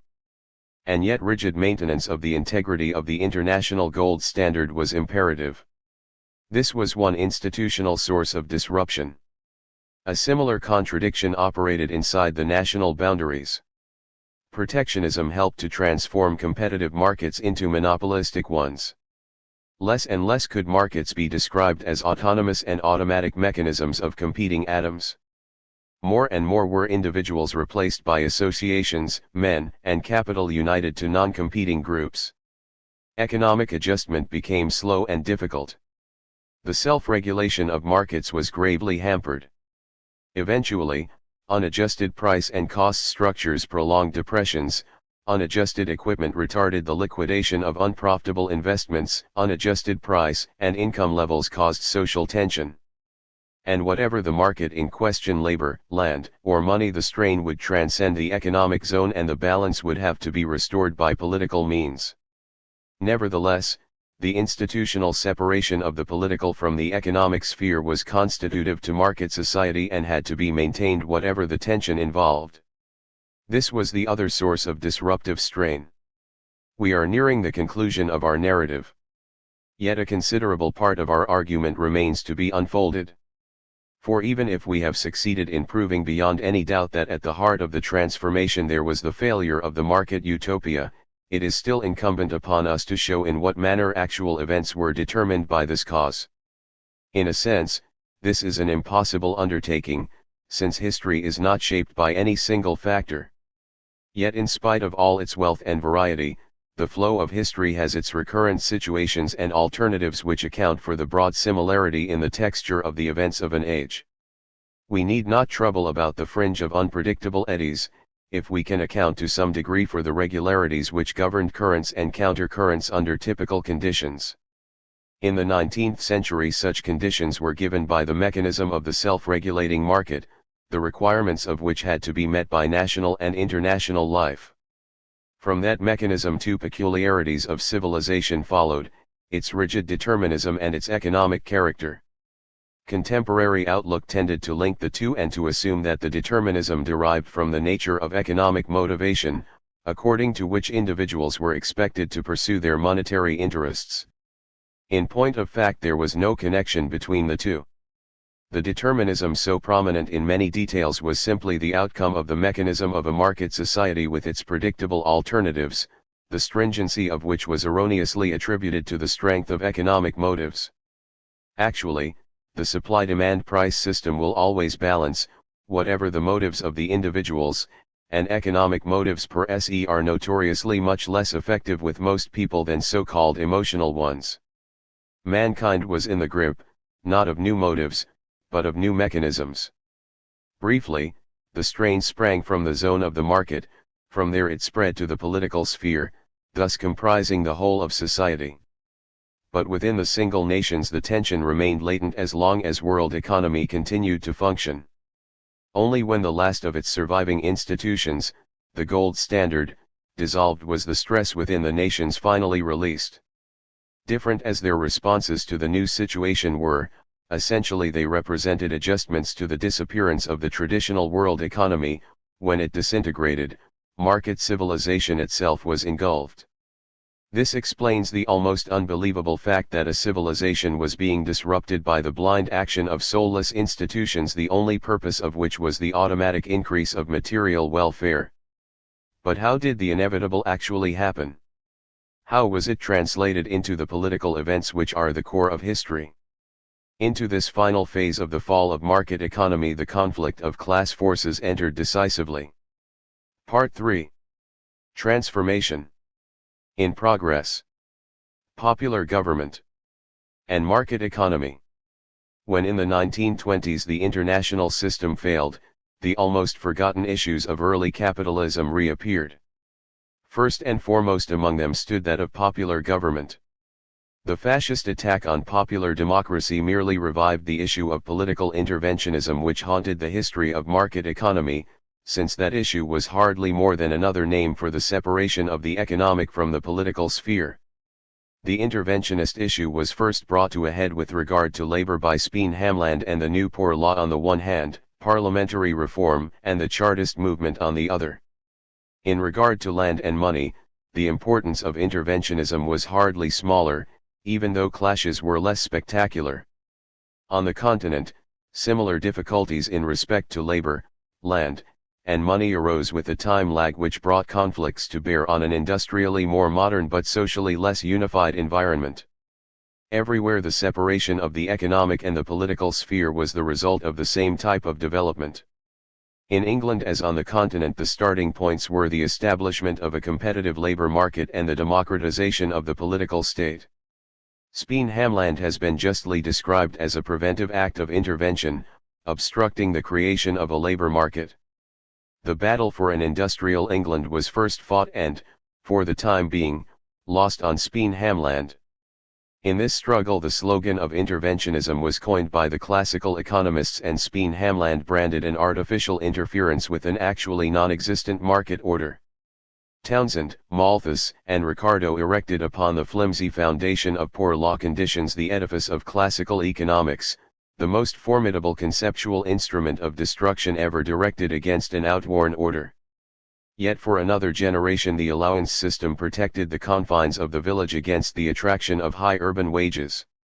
By the middle 1820s Huskisson and Peel were broadening the avenues of foreign trade, export of machinery was permitted, the embargo on wool exports was raised, shipping restrictions were abolished, emigration was eased, while the formal revocation of the statute of artificers on apprenticeship and on wage assessments was followed by the repeal of the anti-combination laws. And still the demoralizing Speen-Hamland law was spreading from county to county, deterring the laborer from honest work, and making the very concept of an independent working man an incongruity. Though the time for a labor market had come, its birth was prevented by the Squire's Law. The Reform Parliament at once set out to abolish the allowance system. The New Poor Law which achieved this end has been called the most important act of social legislation ever carried by the House of Commons. Yet the core of the bill was simply the repeal of Speen-Hamland. Nothing could prove more decisively that by this time the bare absence of intervention in the labor market was recognized as a fact of constitutive importance for the whole future structure of society. So much as to the economic source of the tension. As to the political, the parliamentary reform of 1832 achieved a peaceful revolution. By the Poor Law Amendment of 1834 the social stratification of the country was altered, and some of the basic facts of English life were reinterpreted along radically new lines. The new Poor Law abolished the general category of the poor, the honest poor, or laboring poor, terms against which Burke had inveighed. The former poor were now divided into physically helpless paupers whose place was in the workhouse, and independent workers who earned their living by laboring for wages. This created an entirely new category of the poor, the unemployed, who made their appearance on the social scene. While the pauper, for the sake of humanity, should be relieved, the unemployed, for the sake of industry, should not be relieved. That the unemployed worker was innocent of his fate did not matter. The point was not whether he might or might not have found work had he only really tried, but that unless he was in danger of famishing with only the abhorred workhouse for an alternative, the wage system would break down, thus throwing society into misery and chaos. That this meant penalizing the innocent was recognized. The perversion of cruelty consisted precisely in emancipating the laborer for the avowed purpose of making the threat of destruction through hunger effective. This procedure makes intelligible that dismal feeling of desolation which speaks for us from the works of the classical economists. But to lock the doors safely upon the supernumeraries who were now caged in the confines of the labor market, government was put under a self-denying ordinance to the effect that in Harriet Martineau's words, to provide any relief to the innocent victims was on the part of the state a violation of the rights of the people. When the Chartist movement demanded entrance for the disinherited into the precincts of the state, the separation of economics and politics ceased to be an academic issue and became the irrefragable condition of the existing system of society. It would have been an act of lunacy to hand over the administration of the new Poor Law with its scientific methods of mental torture to the representatives of the self-same people for whom that treatment was designed. Lord Macaulay was only consistent when he demanded in the House of Lords in one of the most eloquent speeches ever made by a great liberal the unconditional rejection of the Chartist petition in the name of the institution of property on which all civilization rested. Sir Robert Peel called the Charter an impeachment of the Constitution. But the more the labor market contorted the lives of the workers, the more insistently they clamored for the vote. The demand for popular government was the political source of the tension. Under these conditions constitutionalism gained an utterly new meaning. Until then constitutional safeguards against unlawful interference with the rights of property were directed only against arbitrary acts from above. Locke's vision did not transcend the limits of landed and commercial property, and aimed merely at excluding high-handed acts of the crown such as the secularizations under Henry VIII, the robbing of the mint under Charles I, or the stop of the exchequer under Charles II. Separation of government from business, in John Locke's sense, was achieved in an exemplary fashion in the charter of an independent Bank of England in 1694. Commercial capital had won its tilt against the crown. 100 years later not commercial but industrial property was to be protected, and not against the crown but against the people. Only by misconception could 17th-century meanings be applied to 19th-century situations. The separation of powers, which Montesquieu, 1748, had meanwhile invented, was now used to separate the people from power over their own economic life. The American Constitution, shaped in a farmer-craftsman's environment by a leadership forewarned by the English industrial scene, isolated the economic sphere entirely from the jurisdiction of the Constitution, put private property thereby under the highest conceivable protection, and created the only legally grounded market society in the world. In spite of universal suffrage, American voters were powerless against owners. In England it became the unwritten law of the Constitution that the working class must be denied the vote. The Chartist leaders were jailed, their adherents, numbered in millions, were derided by a legislature representing a bare fraction of the population, and the mere demand for the ballot was often treated as a criminal act by the authorities. Of the spirit of compromise allegedly characteristic of the British system, a later invention, there was no sign. Not before the working class had passed through the hungry 40s and a docile generation had emerged to reap the benefits of the golden age of capitalism, not before an upper layer of skilled workers had developed their unions and parted company with the dark mass of poverty-stricken laborers, not before the workers had acquiesced in the system which the new poor law was meant to enforce upon them, was their better-paid stratum allowed to participate in the nation's councils. The Chartists had fought for the right to stop the mill of the market which ground the lives of the people. But the people were granted rights only when the awful adjustment had been made. Inside and outside England, from Macaulay to Mises, from Spencer to Sumner, there was not a militant liberal who did not express his conviction that popular democracy was a danger to capitalism. The experience of the labor issue was repeated on the currency issue. Here also the 1920s were foreshadowed by the 1790s. Bentham was the first to recognize that inflation and deflation were interventions with the right of property, the former attacks on, the latter an interference with, business. Ever since then labor and money, unemployment and inflation have been politically in the same category. Cobbett denounced the gold standard together with the new poor law. Ricardo fought for both, with very similar arguments, labor as well as money being commodities and the government having no right to interfere with either. Bankers who opposed the introduction of the gold standard, like Atwood of Birmingham, found themselves on the same side with socialists, like Owen. And a century later Mises was still reiterating that labor and money were no more a concern of the government than any other commodity on the market. In 18th century pre-Federation America cheap money was the equivalent of speen hamland, that is, an economically demoralizing concession made by government to popular needs. The French Revolution and its assignats showed that the people might smash the currency, and the history of the American states did not help to dispel that suspicion. Burke identified American democracy with currency troubles, and Hamilton feared not only factions but also inflation. But while in 19th century America the bickerings of populists and greenback parties with Wall Street magnates were endemic, in Europe the charge of inflationism became an effective argument against democratic legislatures only in the 1920s, with far-reaching political consequences. Social protection and interference with the currency were not merely analogous but often identical issues.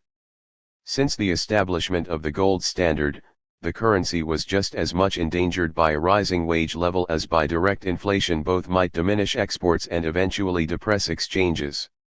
This simple connection between the two basic forms of intervention became the fulcrum of politics in the 1920s.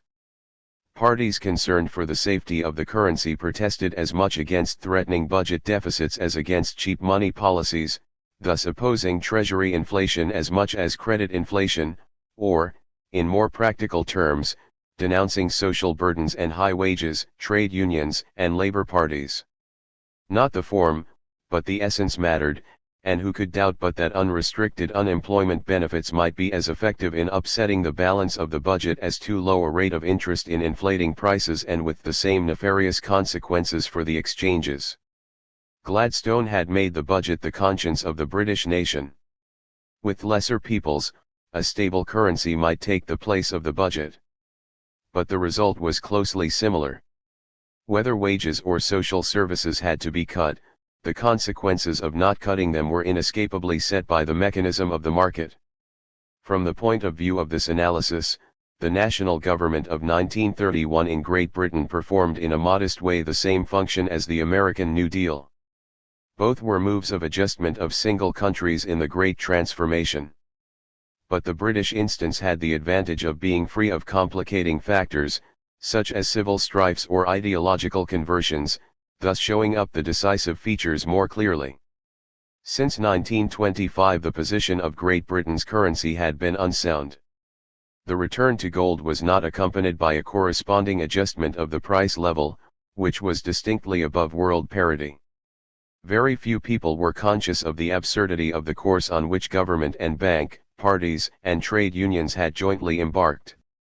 Snowden, Chancellor of the Exchequer in Labour's first government, 1924, was a gold standard addict if ever there was one, yet he failed to realize that by undertaking to restore the pound he had committed his party either to shoulder a fall in wages or to go into the wilderness. 7 years later Labour was forced by Snowden himself to do both. By autumn 1931 the continuous drain of depression was telling on the pound. In vain had the collapse of the general strike, in 1926, insured against a further increase in the wage level. It did not prevent a rise in the financial burden of social services, especially through unconditional unemployment benefit. There was no need for a banker's ramp, though ramp there was, to impress upon the nation the alternative of sound currency and sound budgets on the one hand, improved social services and a depreciated currency on the other, whether the depreciation was caused by high wages and falling exports or simply by deficit spending. In other words, there had to be either a cut in the social services or a fall in the exchanges. Since labor was unable to decide for either, a cut was contrary to trade union policy and going off gold would have been deemed a sacrilege. Labor was shoved out of office, and the traditional parties cut the social services and, eventually, went off gold. Unconditional unemployment benefit was scrapped, a means test was introduced. At the same time, the political traditions of the country underwent a significant change. The two-party system was suspended and no precipitation was shown to restore it. 12 years later it was still in eclipse, with all signs against a real comeback. Without any tragic loss of welfare or of freedom, the country, by suspending the gold standard, had taken a decisive step toward a transformation. During World War II this was accompanied by changes in the methods of liberal capitalism. However, these latter were not meant to be permanent and did not, therefore, remove the country from the danger zone. In all important European countries a similar mechanism was active and with very much the same effect. In Austria in 1923, in Belgium and France in 1926, in Germany in 1931, labor parties were made to quit office to save the currency. Statesmen like Seipel, Franke, Poincaré, or Brüning eliminated labor from government, reduced social services, and tried to break the resistance of the unions to wage adjustments. Invariably the danger was to the currency, and with equal regularity the responsibility was fixed on inflated wages and unbalanced budgets. Such a simplification hardly does justice to the variety of problems involved, which comprised almost every question of economic and financial policy, including those of foreign trade, agriculture, and industry. Yet the more closely we consider these questions, the clearer it must become that eventually currency and budget focused the issues pending between employers and employees, with the rest of the population swinging into the support of the one or the other of the leading groups. The so-called Bloom experiment, 1936, offered another instance. Labor was in government, but on condition that no embargo on gold exports be imposed. The French New Deal never had a chance since the government was tied on the crucial question of currency. The case is conclusive since in France as in England, once labor had been made innocuous, the middle-class parties gave up the defense of the gold standard without further ado. These examples show how crippling the effect of the sound currency postulate was on popular policies. The American experience taught the same lesson, in another way. The New Deal could not have been launched without going off gold, though foreign exchange actually mattered but little. Under the gold standard the leaders of the financial market are entrusted, in the nature of things, with the safeguarding of stable exchanges and sound internal credit on which government finance largely depends. The banking organization is thus in the position to obstruct any domestic move in the economic sphere which it happens to dislike, whether its reasons are good or bad. In terms of politics, on currency and credit governments must take the advice of the bankers, who alone can know whether a financial measure would or would not endanger the capital market and the exchanges. That social protectionism did not in this case result in a deadlock was due to the fact that the United States went off gold in time. For although the technical advantages of this move were slight, and the reasons given by the administration were, as so often, very poor, the political dispossession of Wall Street was the result of this step. The financial market governs by panic. The eclipse of Wall Street in the 1930s saved the United States from a social catastrophe of the continental type. However, only in the United States, with its independence from world trade and its excessively strong currency position, was the gold standard chiefly a matter of domestic politics. In other countries, going off gold involved no less than dropping out of world economy. Perhaps the only exception was Great Britain, whose share in world trade was so large that she had been able to lay down the modalities under which the international monetary system should work, thus shifting the burden of the gold standard largely to other shoulders. In countries like Germany, France, Belgium, and Austria, none of these conditions existed. With them, destruction of the currency meant cutting loose from the outer world and thereby sacrificing industries dependent upon imported raw materials, disorganizing foreign trade upon which employment rested, and all this without a chance of forcing a similar degree of depreciation on their purveyors and thus evading the internal consequences of a fall in the gold value of the currency, as Great Britain had done. Exchanges were the highly effective arm of the lever that was pressing on the wage level. Before exchanges brought matters to a head, usually the wage issue was increasing the tension under the surface. But what the laws of the market often could not force upon reluctant wage earners, the foreign exchange mechanism most effectively performed. The currency indicator made visible to all the unfavorable effects that interventionist trade union policies had on the market mechanism, the inherent weaknesses of which, including the trade cycle, were taken for granted. Indeed, the utopian nature of a market society cannot be better illustrated than by the absurdities in which the commodity fiction in regard to labor must involve the community.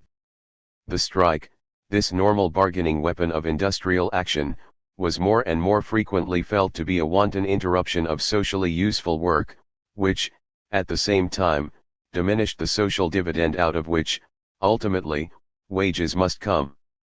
Sympathy strikes were resented. General strikes were regarded as a threat to the existence of the community.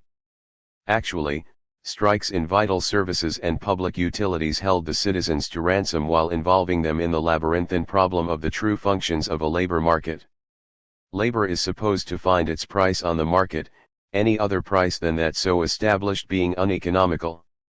As long as labor lives up to this responsibility, it will behave as an element in the supply of that which it is, the commodity labor, and will refuse to sell below the price which the buyer can still afford to pay. Consistently followed up, this means that the chief obligation of labor is to be almost continually on strike. The proposition could not be outbidden for sheer absurdity, yet it is only the logical inference from the commodity theory of labor.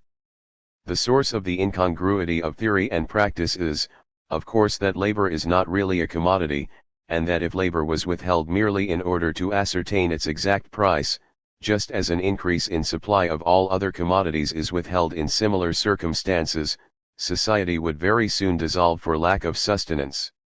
It is remarkable that this consideration is very rarely, if ever, mentioned in the discussion of the strike issue on the part of liberal economists. Returning to reality, the strike method of fixing wages would be disastrous in any type of society, not to mention our own, which prides itself on its utilitarian rationality. Actually, the worker has no security in his job under a system of private enterprise, a circumstance which involves a grave deterioration in his status. Add to this the threat of mass unemployment, and the function of trade unions becomes morally and culturally vital to the maintenance of minimum standards for the majority of the people. Yet clearly any method of intervention that offers protection to the workers must obstruct the mechanism of the self-regulating market, and eventually diminish the very fund of consumers' goods that provides them with wages. By inherent necessity the root problems of market society reappeared, interventionism and currency. They became the center of politics in the 1920s. Economic liberalism and socialist interventionism turned upon the different answers given to them. Economic liberalism made a supreme bid to restore the self-regulation of the system by eliminating interventionist policies which obstructed the freedom of markets for land, labor, and money. It undertook no less than to solve, in an emergency, the secular problem involved in the three fundamental principles of free trade, a free labor market, and a freely functioning gold standard. It became, in effect, the spearhead of a heroic attempt to restore world trade, remove all avoidable hindrances to the mobility of labor, and reconstruct stable exchanges. This last aim had precedence over the rest. For unless confidence in the currencies was restored, the mechanism of the market could not function, in which case it was illusory to expect governments to refrain from protecting the lives of their people by all the means at their disposal. In the nature of things, these means were, primarily, tariffs and social laws designed to secure food and employment, that is, precisely the type of intervention which made a self-regulating system unworkable. There was also another, more immediate, reason to put the restoration of the international monetary system first. In the face of disorganized markets and unstable exchanges, international credit was playing an increasingly vital part. Before the Great War, international capital movements, other than those connected with long-term investments, merely helped to keep the balance of payment liquid, but were strictly limited even in this function by economic considerations. Credit was given only to such as seemed deserving of confidence on business grounds. Now the position was reversed. Debts had been created on political grounds such as reparations, and loans were given on semi-political grounds, in order to make reparation payments possible. But loans were also given for reasons of economic policy, in order to stabilize world prices or to restore the gold standard. The credit mechanism was being used by the relatively sound part of world economy to bridge the gaps in the relatively disorganized parts of that economy, irrespective of the conditions of production and trade. Balances of payment, budgets, exchanges were made to balance artificially in a number of countries with the help of a supposedly all-powerful international credit mechanism. But this mechanism itself was based on the expectation of a return to stable exchanges, which again was synonymous with a return to gold. An elastic band of amazing strength helped to maintain the semblance of unity in a dissolving economic system, but whether the band would stand the strain depended upon a timely return to gold. The achievement of Geneva was remarkable in its way. Had the aim not been intrinsically impossible, it would have been surely attained, so able, sustained, and single-minded was the attempt. As matters stood, no intervention was probably more disastrous in its results than that of Geneva. Just because it always appeared to be almost successful, it aggravated enormously the effects of the ultimate failure. Between 1923, when the German mark was pulverized within a few months, and the beginning of 1930, when all the important currencies of the world were back to gold, Geneva used the international credit mechanism to shift the burden of the incompletely stabilized economies of Eastern Europe, first, to the shoulders of the Western victors, second, from there to the even broader shoulders of the United States of America. The collapse came in America in the course of the usual business cycle, but by the time it came, the financial web created by Geneva and Anglo-Saxon banking entangled the economy of the planet in that awful capsize. But even more was involved. During the 1920s, according to Geneva, questions of social organization had to be wholly subordinated to the needs of the restoration of the currency. Deflation was the primary need. Domestic institutions had to adjust as best they might. For the time being, even the restoration of free internal markets and of the liberal state had to be postponed. For in the words of the gold delegation, deflation had failed to affect certain classes of goods and services, and failed, therefore, to bring about a stable new equilibrium. Governments had to intervene in order to reduce prices of monopoly articles, to reduce agreed wage schedules, and to cut rents. The deflationists' ideal came to be a free economy under a strong government, but while the phrase on government meant what it said, namely, emergency powers and suspension of public liberties, free economy meant in practice the opposite of what it said, namely, governmentally adjusted prices and wages, though the adjustment was made with the express purpose of restoring the freedom of the exchanges and free internal markets. Primacy of exchanges involved no less a sacrifice than that of free markets and free governments, the two pillars of liberal capitalism. Geneva thus represented a change in aim, but no change in method. While the inflationary governments condemned by Geneva subordinated the stability of the currency to stability of incomes and employment, the deflationary governments put in power by Geneva used no fewer interventions in order to subordinate the stability of incomes and employment to the stability of the currency. In 1932, the report of the Gold Delegation of the League of Nations declared that with the return of the exchange uncertainty, the main monetary achievement of the past decade had been eliminated. What the report did not say was that in the course of these vain deflationary efforts free markets had not been restored, though free governments had been sacrificed.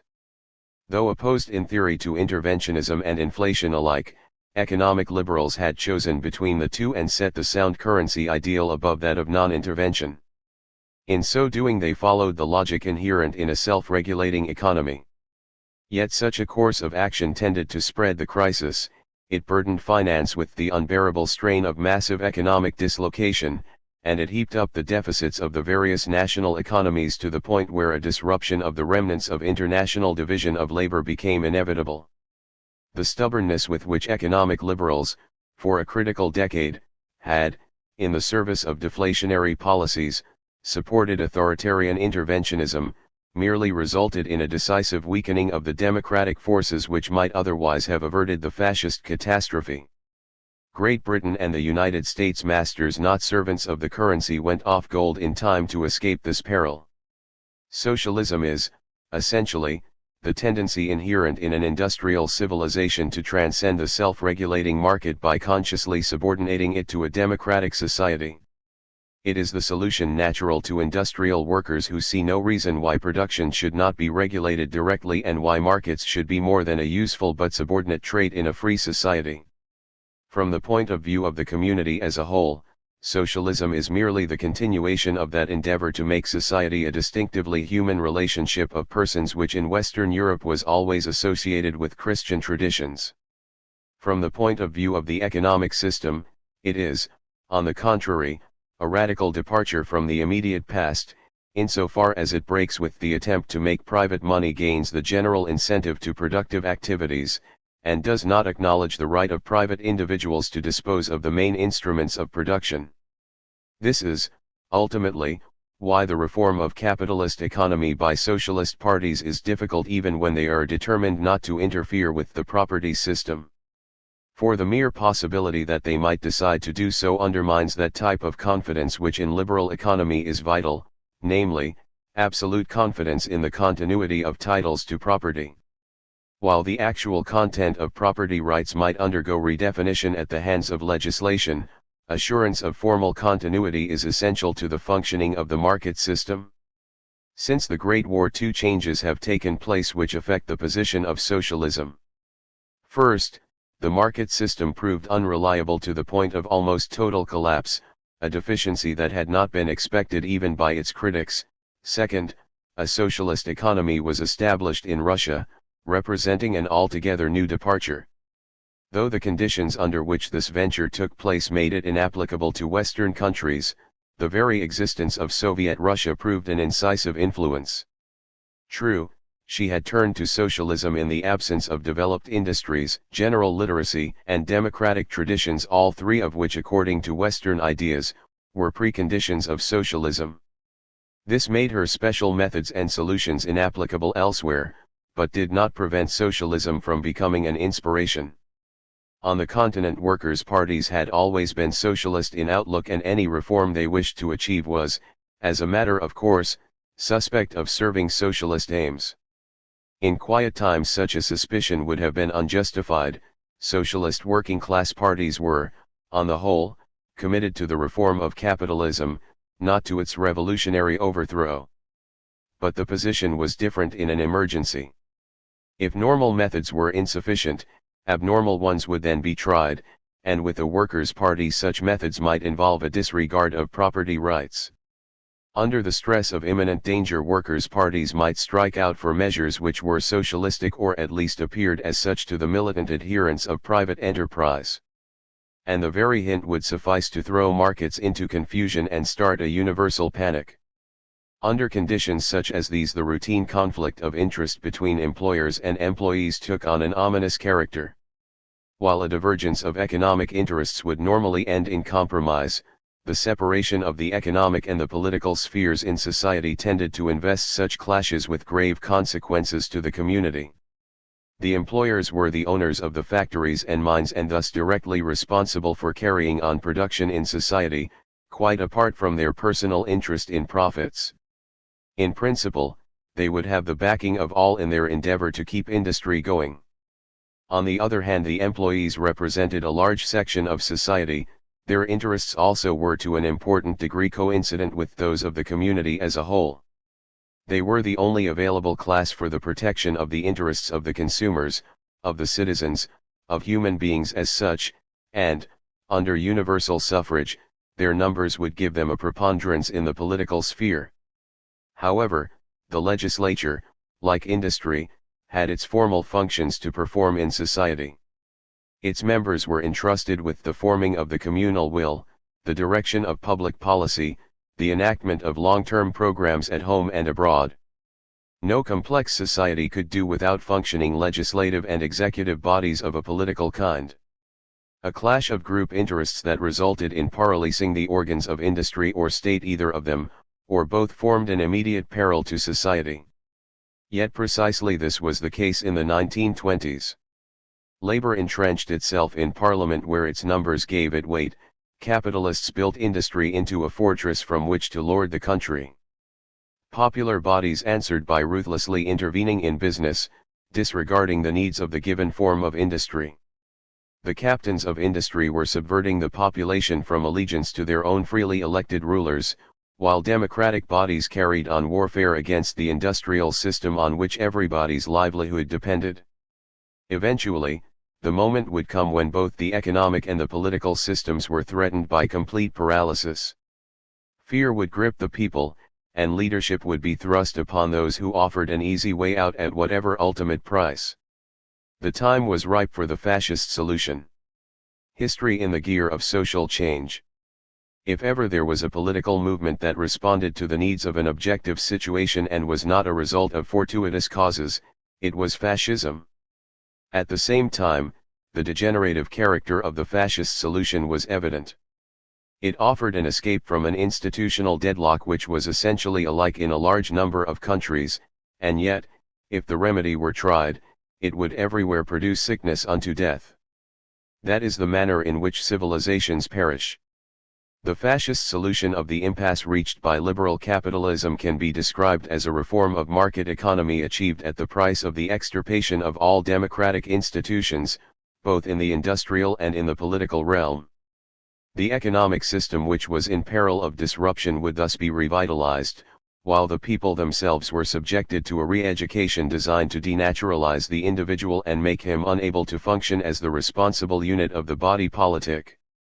This re-education, comprising the tenets of a political religion that denied the idea of the brotherhood of man in all its forms, was achieved through an act of mass conversion enforced against recalcitrants by scientific methods of torture. The appearance of such a movement in the industrial countries of the globe, and even in a number of only slightly industrialized ones, should never have been ascribed to local causes, national mentalities, or historical backgrounds as was so consistently done by contemporaries. Fascism had as little to do with the Great War as with the Versailles Treaty, with Junker militarism as with the Italian temperament. The movement appeared in defeated countries like Bulgaria and in victorious ones like Yugoslavia, in countries of northern temperament like Finland and Norway and of southern temperament like Italy and Spain, in countries of Aryan race like England, Ireland, or Belgium and non-Aryan race like Japan, Hungary, or Palestine, in countries of Catholic traditions like Portugal and in Protestant ones like Holland, in soldierly communities like Prussia and civilian ones like Austria, in old cultures like France and new ones like the United States and the Latin American countries. In fact, there was no type of background of religious, cultural, or national tradition that made a country immune to fascism, once the conditions for its emergence were given. Moreover, there was a striking lack of relationship between its material and numerical strength and its political effectiveness. The very term movement was misleading since it implied some kind of enrollment or personal participation of large numbers. If anything was characteristic of fascism, it was its independence of such popular manifestations. Though usually aiming at a mass following, its potential strength was reckoned not by the numbers of its adherents but by the influence of the persons in high position whose goodwill the fascist leaders possessed, and whose influence in the community could be counted upon to shelter them from the consequences of an abortive revolt, thus taking the risks out of revolution. A country approaching the fascist phase showed symptoms among which the existence of a fascist movement proper was not necessarily one. At least as important signs were the spread of irrationalistic philosophies, racialist aesthetics, anti-capitalistic demagogy, heterodox currency views, criticism of the party system, widespread disparagement of the regime, or whatever was the name given to the existing democratic setup. In Austria the so-called universalist philosophy of Othmar Spann, in Germany the poetry of Stephen George and the cosmogonic romanticism of Ludwig Clausius, in England D. H. Lawrence's erotic vitalism, in France Georges Sorel's cult of the political myth were among its extremely diverse forerunners. Hitler was eventually put in power by the feudalist clique around President Hindenburg, just as Mussolini and Primo de Rivera were ushered into office by their respective sovereigns. Yet Hitler had a vast movement to support him, Mussolini had a small one, Primo de Rivera had none. In no case was an actual revolution against constituted authority launched. Fascist tactics were invariably those of a sham rebellion arranged with the tacit approval of the authorities who pretended to have been overwhelmed by force. These are the bare outlines of a complex picture in which room would have to be made for figures as diverse as the Catholic freelance demagogue in industrial Detroit, the kingfish in backward Louisiana, Japanese army conspirators, and Ukrainian anti-Soviet saboteurs. Fascism was an ever-given political possibility, an almost instantaneous emotional reaction in every industrial community since the 1930s. One may call it a move in preference to a movement, to indicate the impersonal nature of the crisis, the symptoms of which were frequently vague and ambiguous. People often did not feel sure whether a political speech or a play, a sermon or a public parade, a metaphysics or an artistic fashion, a poem or a party program was fascist or not. There were no accepted criteria of fascism, nor did it possess conventional tenets. Yet one significant feature of all its organized forms was the abruptness with which they appeared and faded out again, only to burst forth with violence after an indefinite period of latency. All this fits into the picture of a social force that waxed and waned according to the objective situation. What we termed, for short, fascist situation was no other than the typical occasion of easy and complete fascist victories. All at once, the tremendous industrial and political organizations of labor and of other devoted upholders of constitutional freedom would melt away, and minute fascist forces would brush aside what seemed until then the overwhelming strength of democratic governments, parties, trade unions. If a revolutionary situation is characterized by the psychological and moral disintegration of all forces of resistance to the point where a handful of scantily armed rebels were enabled to storm the supposedly impregnable strongholds of reaction, then the fascist situation was its complete parallel, except for the fact that here the bulwarks of democracy and constitutional liberties were stormed and their defenses found wanting in the same spectacular fashion. In Prussia, in July 1932, the legal government of the Social Democrats, entrenched in the seat of legitimate power, capitulated to the mere threat of unconstitutional violence on the part of Herr von Papen. Some 6 months later Hitler possessed himself peacefully of the highest positions of power, whence he at once launched a revolutionary attack of wholesale destruction against the institutions of the Weimar Republic and the constitutional parties. To imagine that it was the strength of the movement which created situations such as these, and not to see that it was the situation that gave birth in this case to the movement, is to miss the outstanding lesson of the past decades. Fascism, like socialism, was rooted in a market society that refused to function. Hence, it was worldwide, Catholic in scope, universal in application. The issues transcended the economic sphere and begot a general transformation of a distinctively social kind. It radiated into almost every field of human activity, whether political or economic, cultural, philosophic, artistic, or religious. And up to a point it coalesced with local and topical tendencies. No understanding of the history of the period is possible unless we distinguish between the underlying fascist move and the ephemeral tendencies with which that move fused in different countries. In the Europe of the 1920s, two such tendencies, counter-revolution and nationalist revisionism, figured prominently and overlay the more comprehensive but fainter pattern of fascism. Their starting point was, of course, the peace treaties and post-war revolutions, respectively. Though both counter-revolution and revisionism were obviously limited to their specific objectives, they were easily confounded with fascism. Counter-revolutions were the usual backswing of the political pendulum toward a state of affairs that had been violently disturbed. Such moves have been typical in Europe at least since the English Commonwealth, and had but limited connection with the social processes of their time. In the 1920s numerous situations of this kind developed, since the upheavals that destroyed more than a dozen thrones in Central and Eastern Europe were partly caused by the backwash of defeat, not the forward move of democracy. The job of counter-revolution was mainly political and fell as a matter of course to the dispossessed classes and groups such as dynasties, aristocracies, churches, heavy industries, and the parties affiliated with them. The alliances and clashes of conservatives and fascists during this period concerned mainly the share that should go to the fascists in the counter-revolutionary undertaking. Now, fascism was a revolutionary tendency directed as much against conservatism as against the competing revolutionary force of socialism. That did not preclude the fascists from seeking power in the political field by offering their services to the counter-revolution. On the contrary, they claimed ascendancy chiefly by virtue of the alleged impotence of conservatism to accomplish that job, which was unavoidable if socialism was to be barred. The conservatives, naturally, tried to monopolize the honors of the counter-revolution and actually, as in Germany, accomplished it alone. They deprived the working-class parties of influence and power, without giving in to the Nazi. Similarly, in Austria, the Christian Socialists, a conservative party, largely disarmed the workers, 1927, without making any concession to the revolution from the right. Even where fascist participation in the counter-revolution was unavoidable, strong governments were established which relegated fascism to the limbo. This happened in Estonia in 1929, in Finland in 1932, in Latvia in 1934. Pseudo-liberal regimes broke the power of fascism for the time, in Hungary in 1922, and in Bulgaria in 1926.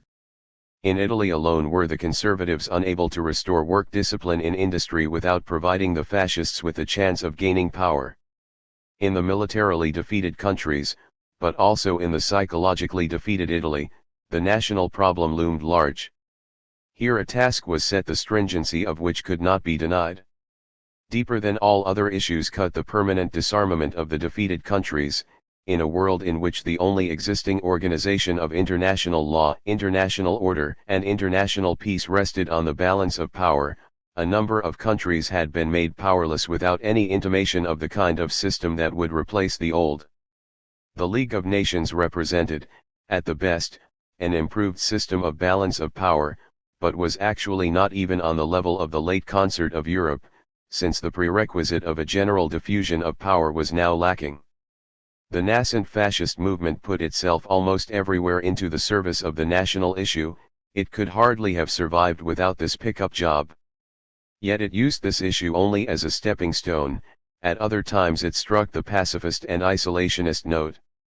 In England and the United States it was allied with appeasement. In Austria the Heimwehr cooperated with sundry Catholic pacifists, and Catholic fascism was anti-nationalist, on principle.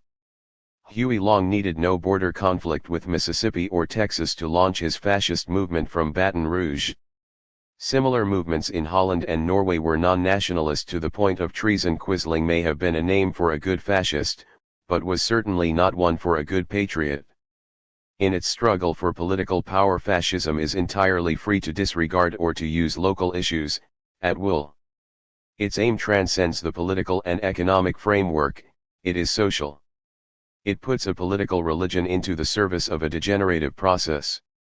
In its rise it excludes only a very few emotions from its orchestra, yet once victorious it bars from the bandwagon all but a very small group of motivations, though again extremely characteristic ones. Unless we distinguish closely between the pseudo-intolerance on the road to power and the genuine intolerance in power, we can hardly hope to understand the subtle but decisive difference between the sham nationalism of some fascist movements during the revolution, and the specifically imperialistic non-nationalism which they developed after the revolution. While conservatives were as a rule successful in carrying the domestic counter-revolutions alone, they were but rarely able to bring the national-international problem of their countries to an issue.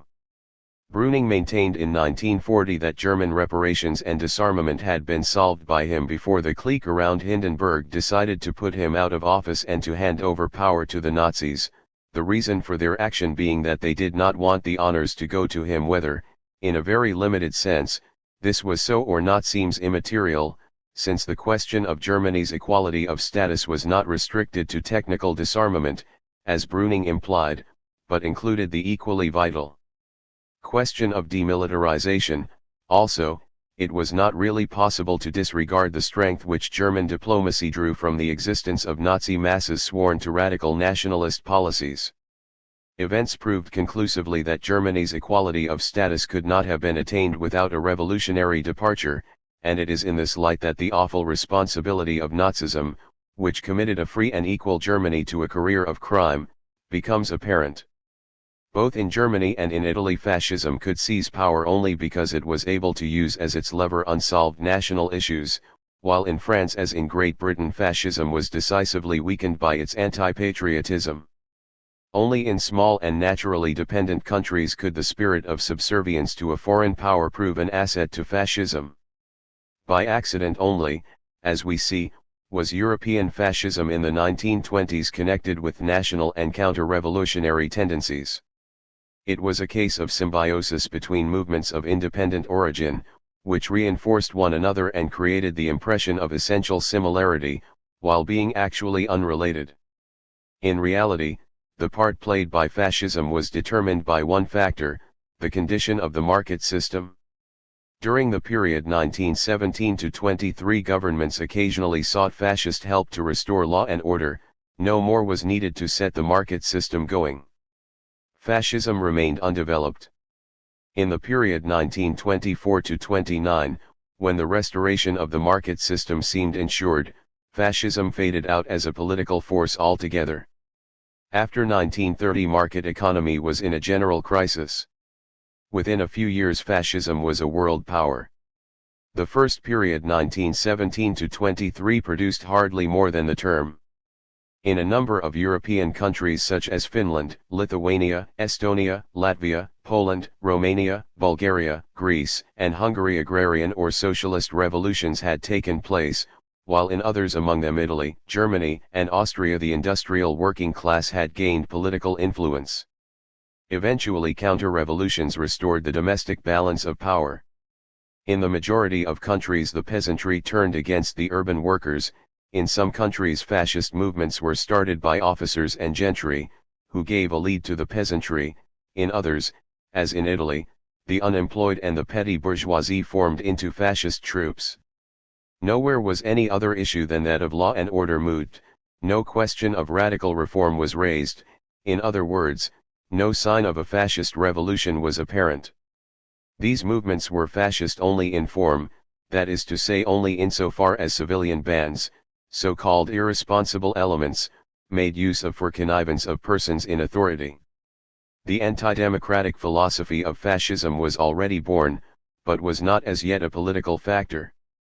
Trotsky gave a voluminous report on the situation in Italy on the eve of the Second Congress of the Comintern in 1920, but did not even mention fascism, although fasci had been in existence for some time.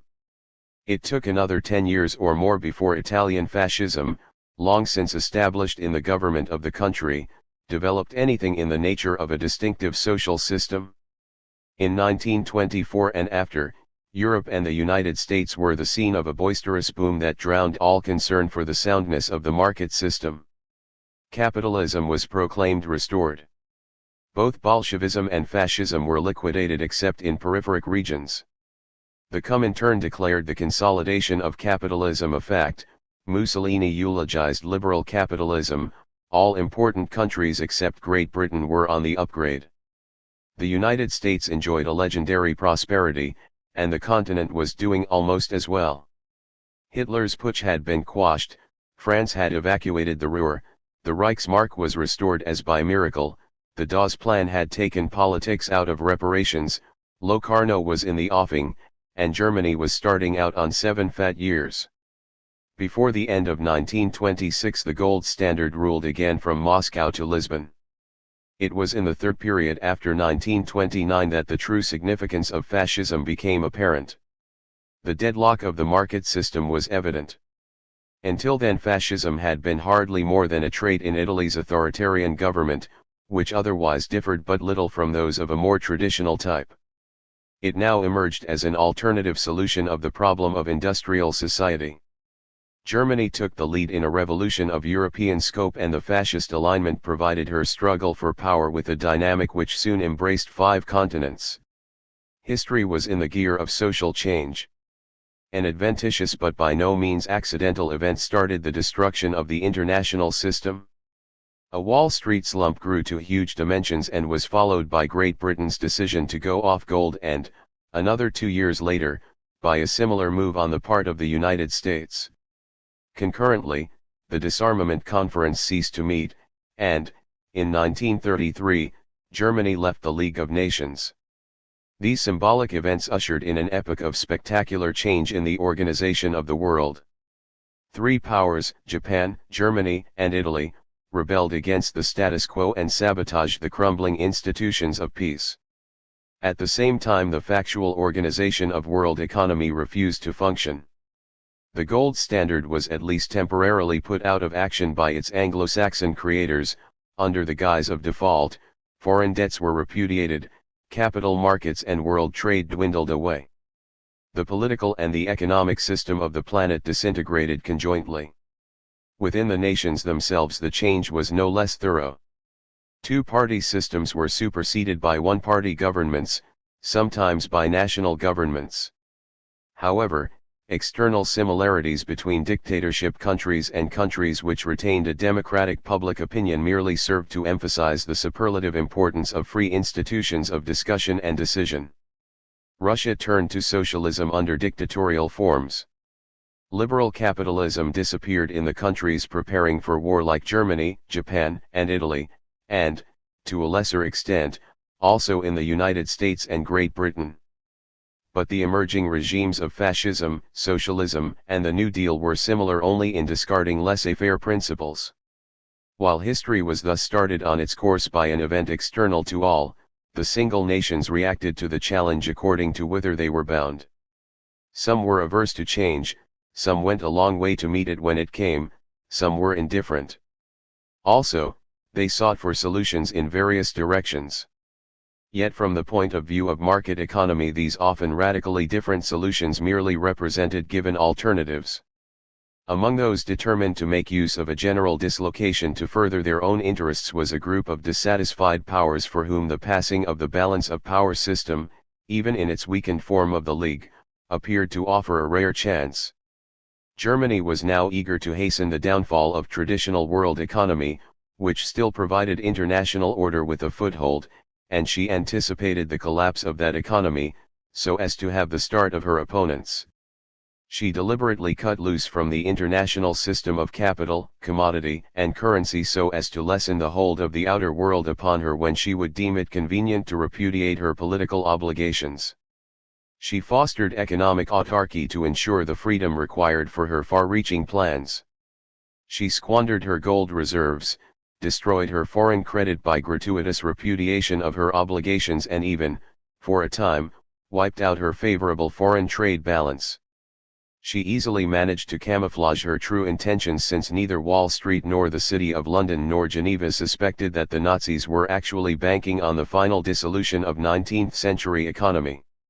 Sir John Simon and Montague Norman firmly believed that eventually Schacht would restore orthodox economics in Germany, which was acting under duress and which would return to the fold, if she were only assisted financially. Illusions such as these survived in Downing Street up to the time of Munich and after. While Germany was thus greatly assisted in her conspirative plans by her ability to adjust to the dissolution of the traditional system, Great Britain found herself severely handicapped by her adherence to that system. Although England had temporarily gone off gold, her economy and finance continued to be based on the principles of stable exchanges and sound currency. Hence the limitations under which she found herself in respect to rearmament.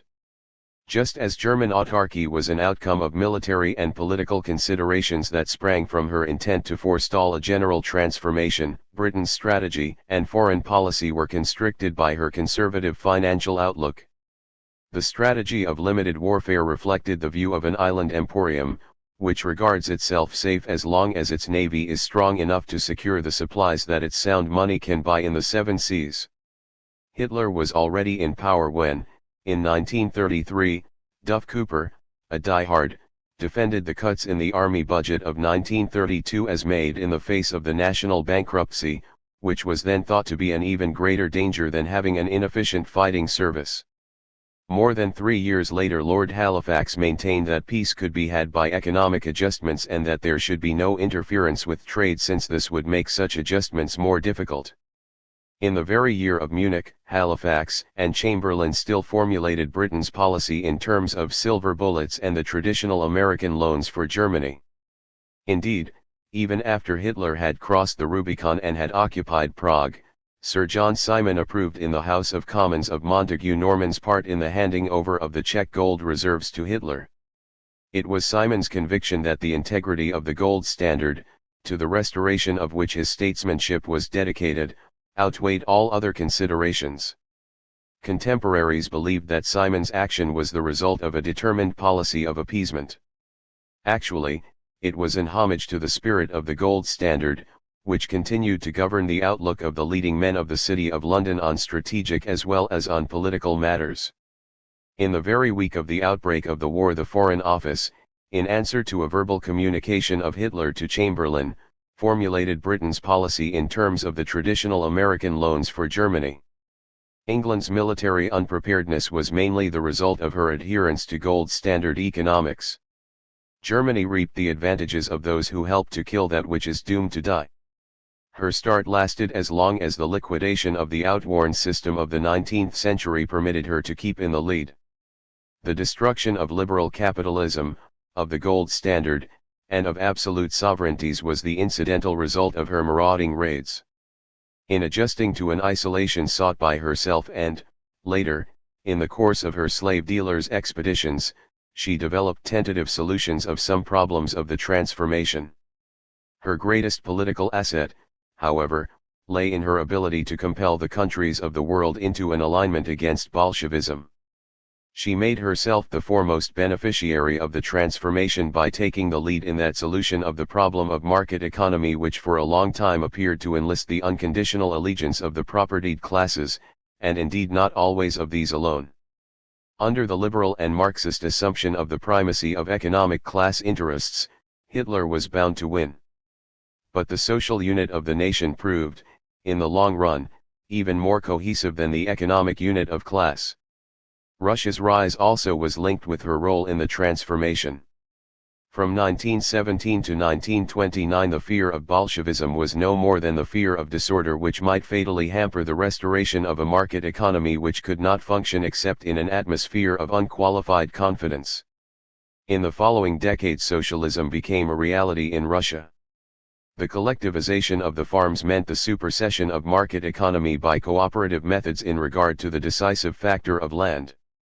Russia, which had been merely a seat of revolutionary agitation directed toward the capitalistic world, now emerged as the representative of a new system which could replace market economy.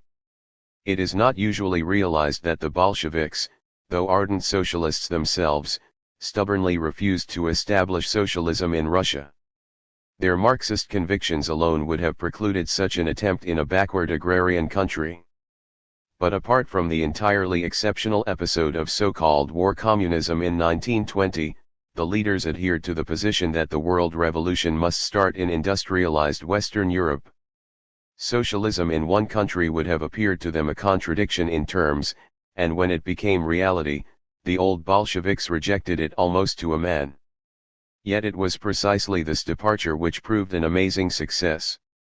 Looking back upon a quarter century of Russian history, it appears that what we call the Russian Revolution really consisted of two separate revolutions, the first of which embodied traditional Western European ideals, while the second formed part of the utterly new development of the 30s.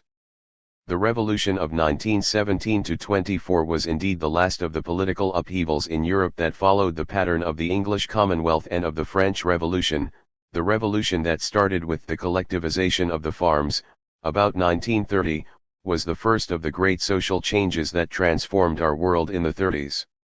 For the first Russian Revolution achieved the destruction of absolutism, feudal land tenure, and racial oppression, a true heir to the ideals of 1789, the Second Revolution established a socialist economy. When all is said, the first was merely a Russian event. It fulfilled a long process of Western development on Russian soil, while the second formed part of a simultaneous universal transformation. Seemingly in the 1920s, Russia stood apart from Europe and was working out her own salvation. A closer analysis might disprove this appearance. For among the factors which forced upon her a decision in the years between the two revolutions was the failure of the international system. By 1924, war communism was a forgotten incident, and Russia had re-established a free domestic grain market, while maintaining state control of foreign trade and key industries. She was now bent on increasing her foreign trade, which depended mainly on exports of grain, timber, furs, and some other organic raw materials, the prices of which were slumping heavily in the course of the agrarian depression which preceded the general break in trade. Russia's inability to develop an export trade on favorable terms restricted her imports of machinery and hence the establishment of a national industry. This, again, affected the terms of barter between town and countryside, the so-called scissors, unfavorably, thus increasing the antagonism of the peasantry to the rule of the urban workers. In this way, the disintegration of world economy increased the strain on the makeshift solutions of the agrarian question in Russia, and hastened the coming of the kolkhoz. The failure of the traditional political system of Europe to provide safety and security worked in the same direction, since it induced the need for armaments, thus enhancing the burdens of high-pressure industrialization. The absence of the 19th century balance of power system, as well as the inability of the world market to absorb Russia's agricultural produce, forced her reluctantly into the paths of self-sufficiency. Socialism in one country was brought about by the incapacity of market economy to provide a link between all countries. What appeared as Russian autarky was merely the passing of capitalist internationalism. The failure of the international system let loose the energies of history. The tracks were laid down by the tendencies inherent in a market society. Freedom in a complex society. 19th century civilization was not destroyed by the external or internal attack of barbarians, its vitality was not sapped by the devastations of World War I nor by the revolt of a socialist proletariat or a fascist lower middle class. Its failure was not the outcome of some alleged laws of economics such as that of the falling rate of profit or of underconsumption or overproduction. It disintegrated as the result of an entirely different set of causes, the measures which society adopted in order not to be, in its turn, annihilated by the action of the self-regulating market. Apart from exceptional circumstances such as existed in North America in the age of the open frontier, the conflict between the market and the elementary requirements of an organized social life provided the century with its dynamics and produced the typical strains and stresses which ultimately destroyed that society. External wars merely hastened its destruction. After a century of blind improvement, man is restoring his habitation. If industrialism is not to extinguish the race, it must be subordinated to the requirements of man's nature. The true criticism of market society is not that it was based on economics in a sense, every and any society must be based on it, but that its economy was based on self-interest. Such an organization of economic life is entirely unnatural, in the strictly empirical sense of exceptional.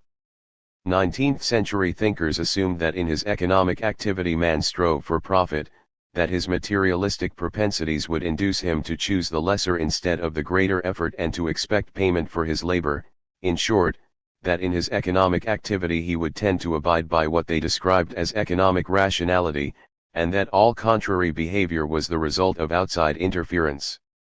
It followed that markets were natural institutions, that they would spontaneously arise if only men were let alone. Thus, nothing could be more normal than an economic system consisting of markets and under the sole control of market prices, and a human society based on such markets appeared, therefore, as the goal of all progress. Whatever the desirability or undesirability of such a society on moral grounds, its practicability, this was axiomatic, was grounded in the immutable characteristics of the race. Actually, as we now know, the behavior of man both in his primitive state and right through the course of history has been almost the opposite from that implied in this view. Frank H. Knight's "no specifically human motive is economic" applies not only to social life in general, but even to economic life itself.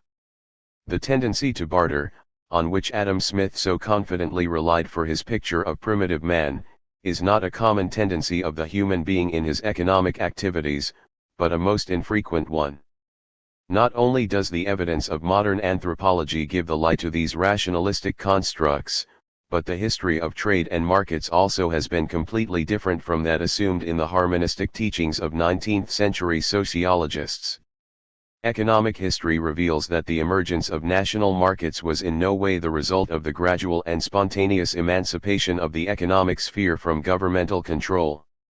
On the contrary, the market has been the outcome of a conscious and often violent intervention on the part of government which imposed the market organization on society for non-economic ends. And the self-regulating market of the 19th century turns out on closer inspection to be radically different from even its immediate predecessor in that it relied for its regulation on economic self-interest. The congenital weakness of 19th century society was not that it was industrial but that it was a market society. Industrial civilization will continue to exist when the utopian experiment of a self-regulating market will be no more than a memory. Yet the shifting of industrial civilization onto a new non-marketing basis seems to many a task too desperate to contemplate. They fear an institutional vacuum or, even worse, the loss of freedom. Need these perils prevail? Much of the massive suffering inseparable from a period of transition is already behind us. In the social and economic dislocation of our age, in the tragic vicissitudes of the Depression, fluctuations of currency, mass unemployment, shiftings of social status, spectacular destruction of historical states, we have experienced the worst. Unwittingly we have been paying the price of the change.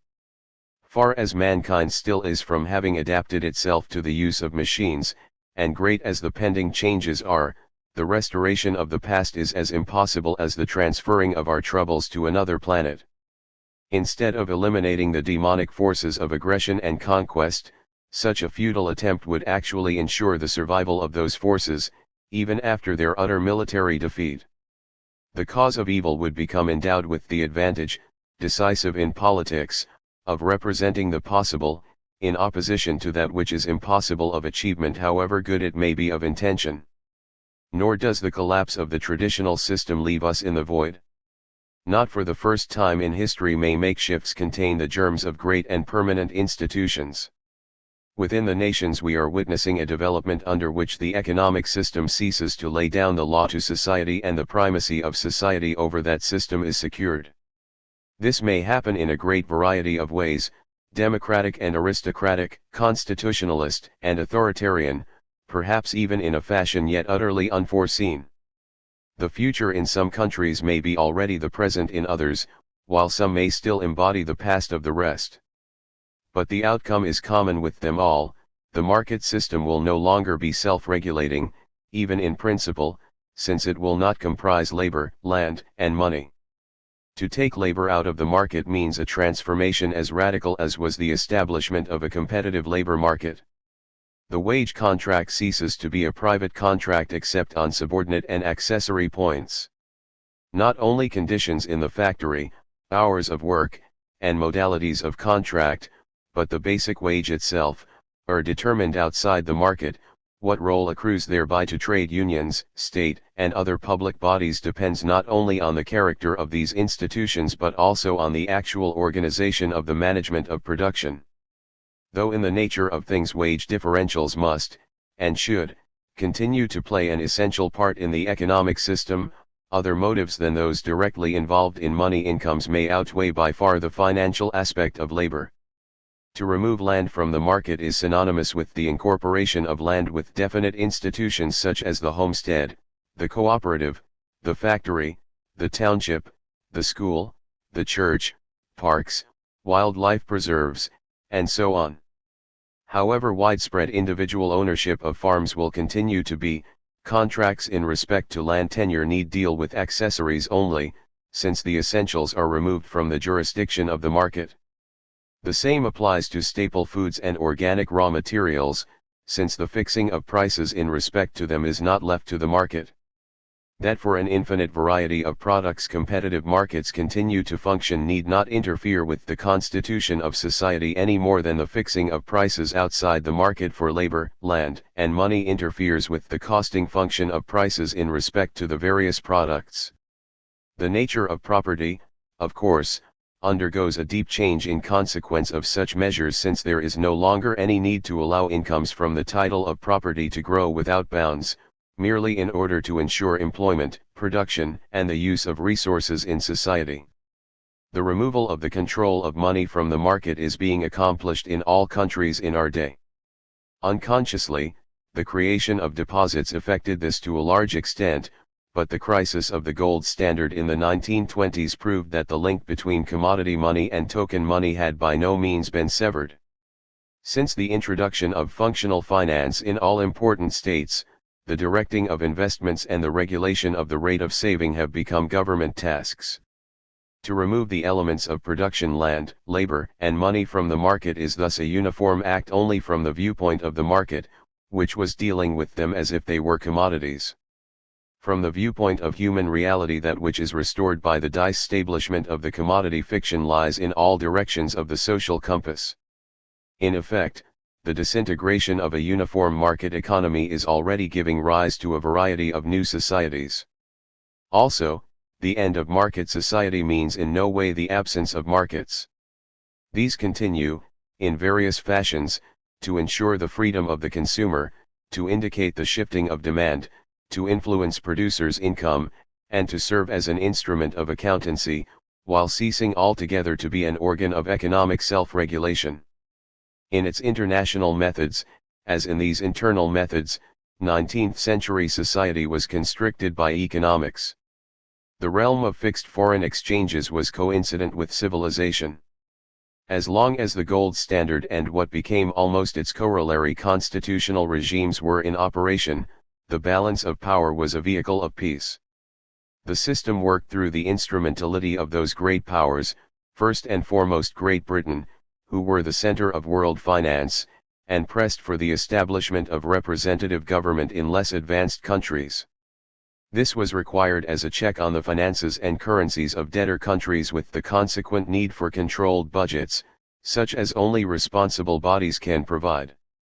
Though, as a rule, such considerations were not consciously present in the minds of statesmen, this was the case only because the requirements of the gold standard ranked as axiomatic.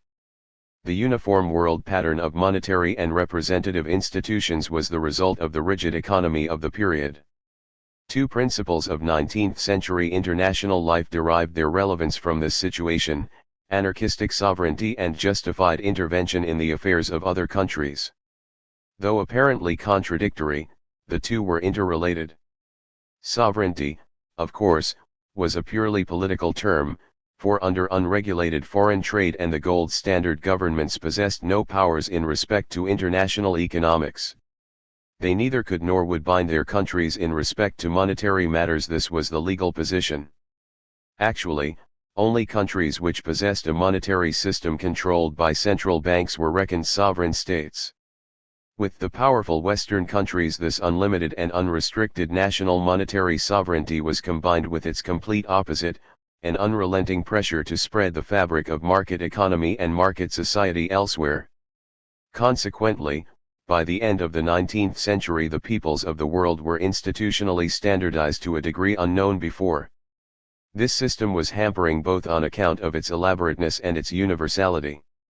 Anarchistic sovereignty was a hindrance to all effective forms of international cooperation, as the history of the League of Nations strikingly proved, and enforced uniformity of domestic systems hovered as a permanent threat over the freedom of national development, especially in backward countries and sometimes even in advanced, but financially weak countries. Economic cooperation was limited to private institutions as rambling and ineffective as free trade, while actual collaboration between peoples, that is, between governments, could never even be envisaged. The situation may well make two apparently incompatible demands on foreign policy.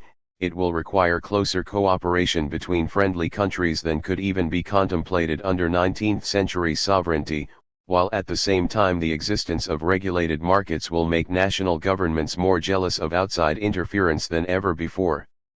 However, with the disappearance of the automatic mechanism of the gold standard, governments will find it possible to drop the most obstructive feature of absolute sovereignty, the refusal to collaborate in international economics.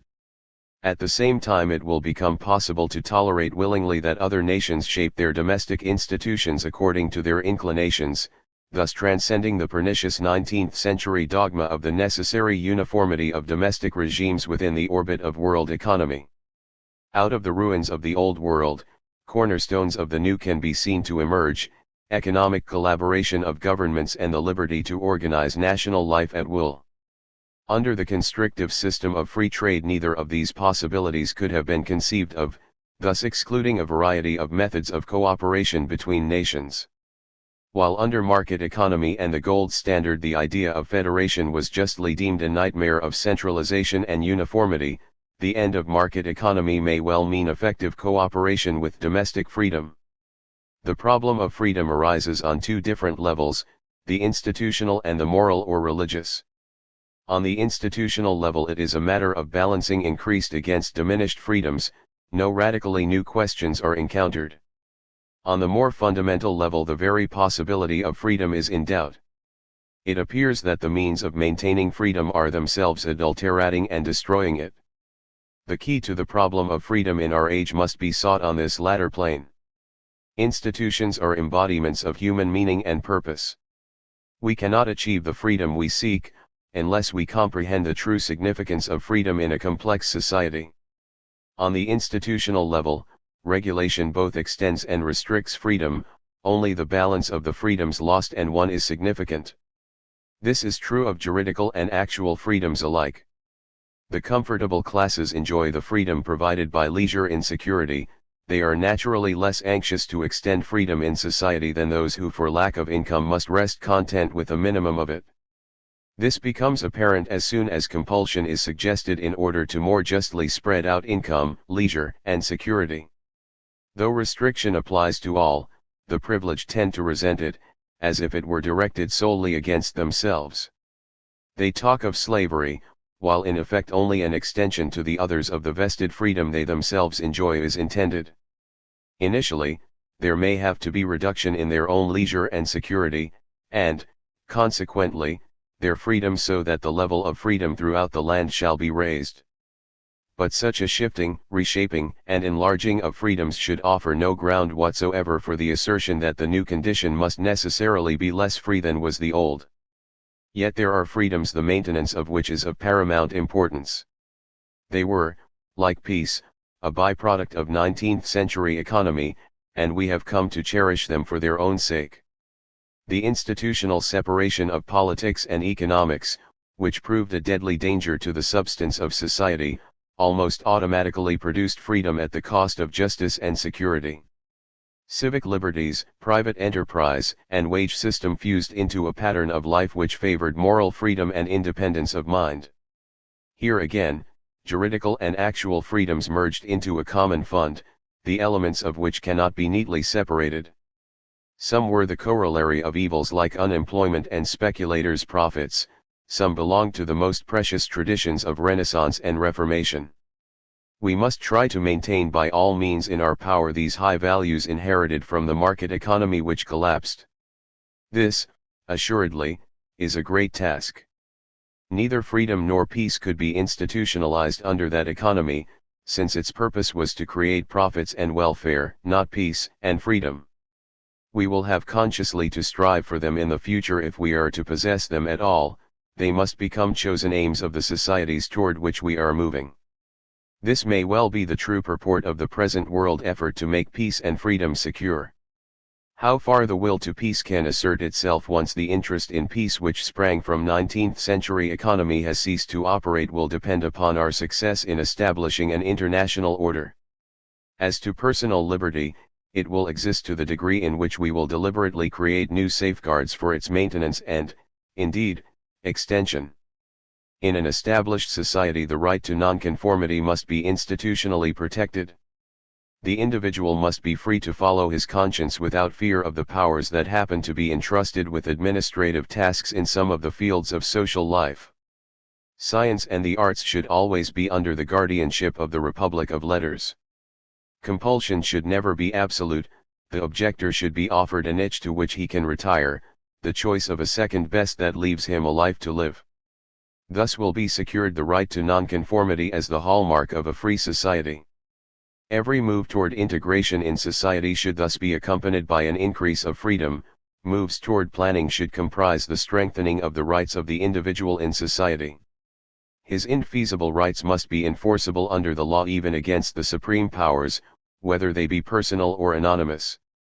The true answer to the threat of bureaucracy as a source of abuse of power is to create spheres of arbitrary freedom protected by unbreakable rules.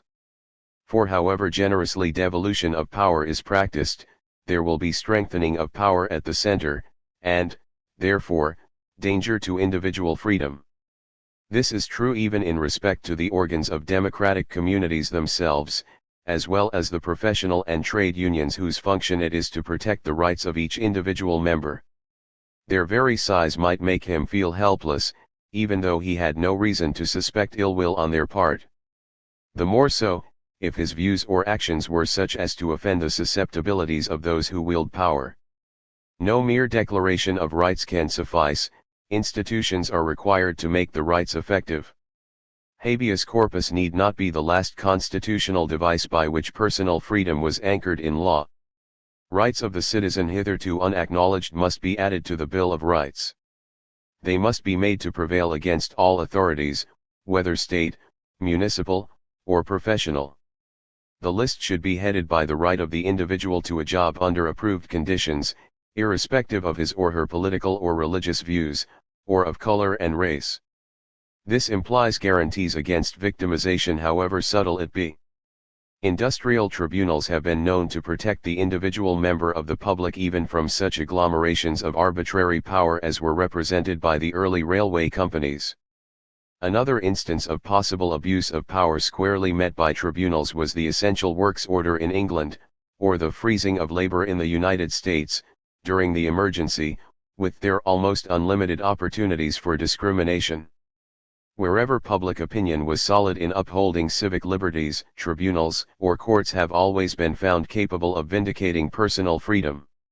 It should be upheld at all cost, even that of efficiency in production, economy in consumption, or rationality in administration. An industrial society can afford to be free. The passing of market economy can become the beginning of an era of unprecedented freedom. Juridical and actual freedom can be made wider and more general than ever before. Regulation and control can achieve freedom not only for the few, but for all. Freedom not as an appurtenance of privilege, tainted at the source, but as a prescriptive right extending far beyond the narrow confines of the political sphere into the intimate organization of society itself. Thus will old freedoms and civic rights be added to the fund of new freedom generated by the leisure and security that industrial society offers to all. Such a society can afford to be both just and free. Yet we find the path blocked by a moral obstacle. Planning and control are being attacked as a denial of freedom. Free enterprise and private ownership are declared to be essentials of freedom. No society built on other foundations is said to deserve to be called free. The freedom that regulation creates is denounced as unfreedom. The justice, liberty, and welfare it offers are decried as a camouflage of slavery. In vain did socialists promise a realm of freedom, for means determine ends. The USSR, which used planning, regulation, and control as its instruments, has not yet put the liberties promised in her constitution into practice, and, probably, the critics add, never will. But to turn against regulation means to turn against reform. With the liberal, the idea of freedom thus degenerates into a mere advocacy of free enterprise, which is today reduced to a fiction by the hard reality of giant trusts and princely monopolies. This means the fullness of freedom for those whose income, leisure, and security need no enhancing, and a mere pittance of liberty for the people, who may in vain attempt to make use of their democratic rights to gain shelter from the power of the owners of property. Nor is that all. Nowhere did the liberals in fact succeed in re-establishing free enterprise, which was doomed to fail for intrinsic reasons. It was as a result of their efforts that big business was installed in several European countries and, incidentally, also various brands of fascism, as in Austria.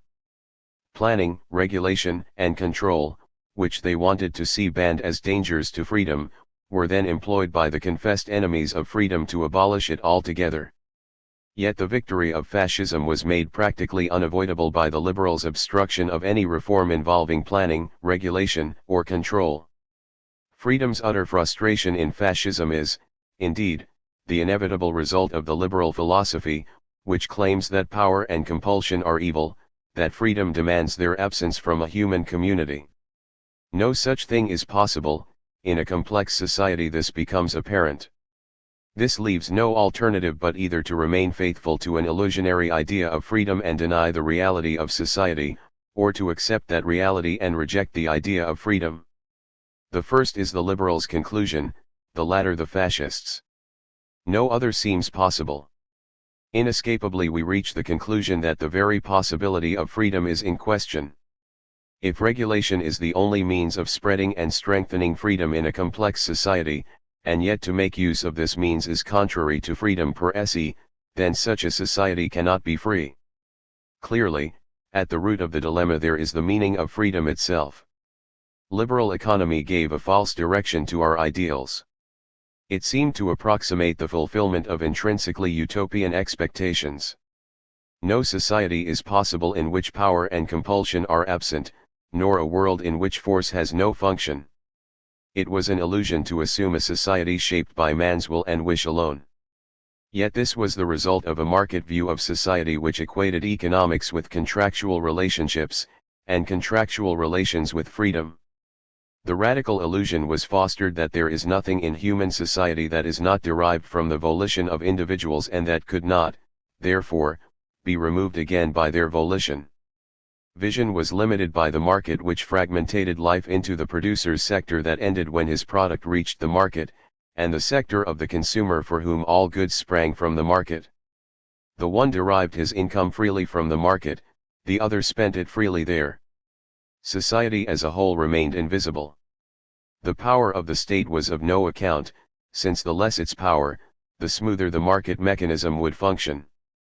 Neither voters, nor owners, neither producers, nor consumers could be held responsible for such brutal restrictions of freedom as were involved in the occurrence of unemployment and destitution. Any decent individual could imagine himself free from all responsibility for acts of compulsion on the part of a state which he, personally, rejected, or for economic suffering in society from which he, personally, had not benefited. He was paying his way, was in nobody's debt, and was unentangled in the evil of power and economic value. His lack of responsibility for them seemed so evident that he denied their reality in the name of his freedom. But power and economic value are a paradigm of social reality. They do not spring from human volition. Non-cooperation is impossible in regard to them. The function of power is to ensure that measure of conformity which is needed for the survival of the group. Its ultimate source is opinion, and who could help holding opinions of some sort or other? Economic value ensures the usefulness of the goods produced. It must exist prior to the decision to produce them. It is a seal set on the division of labor.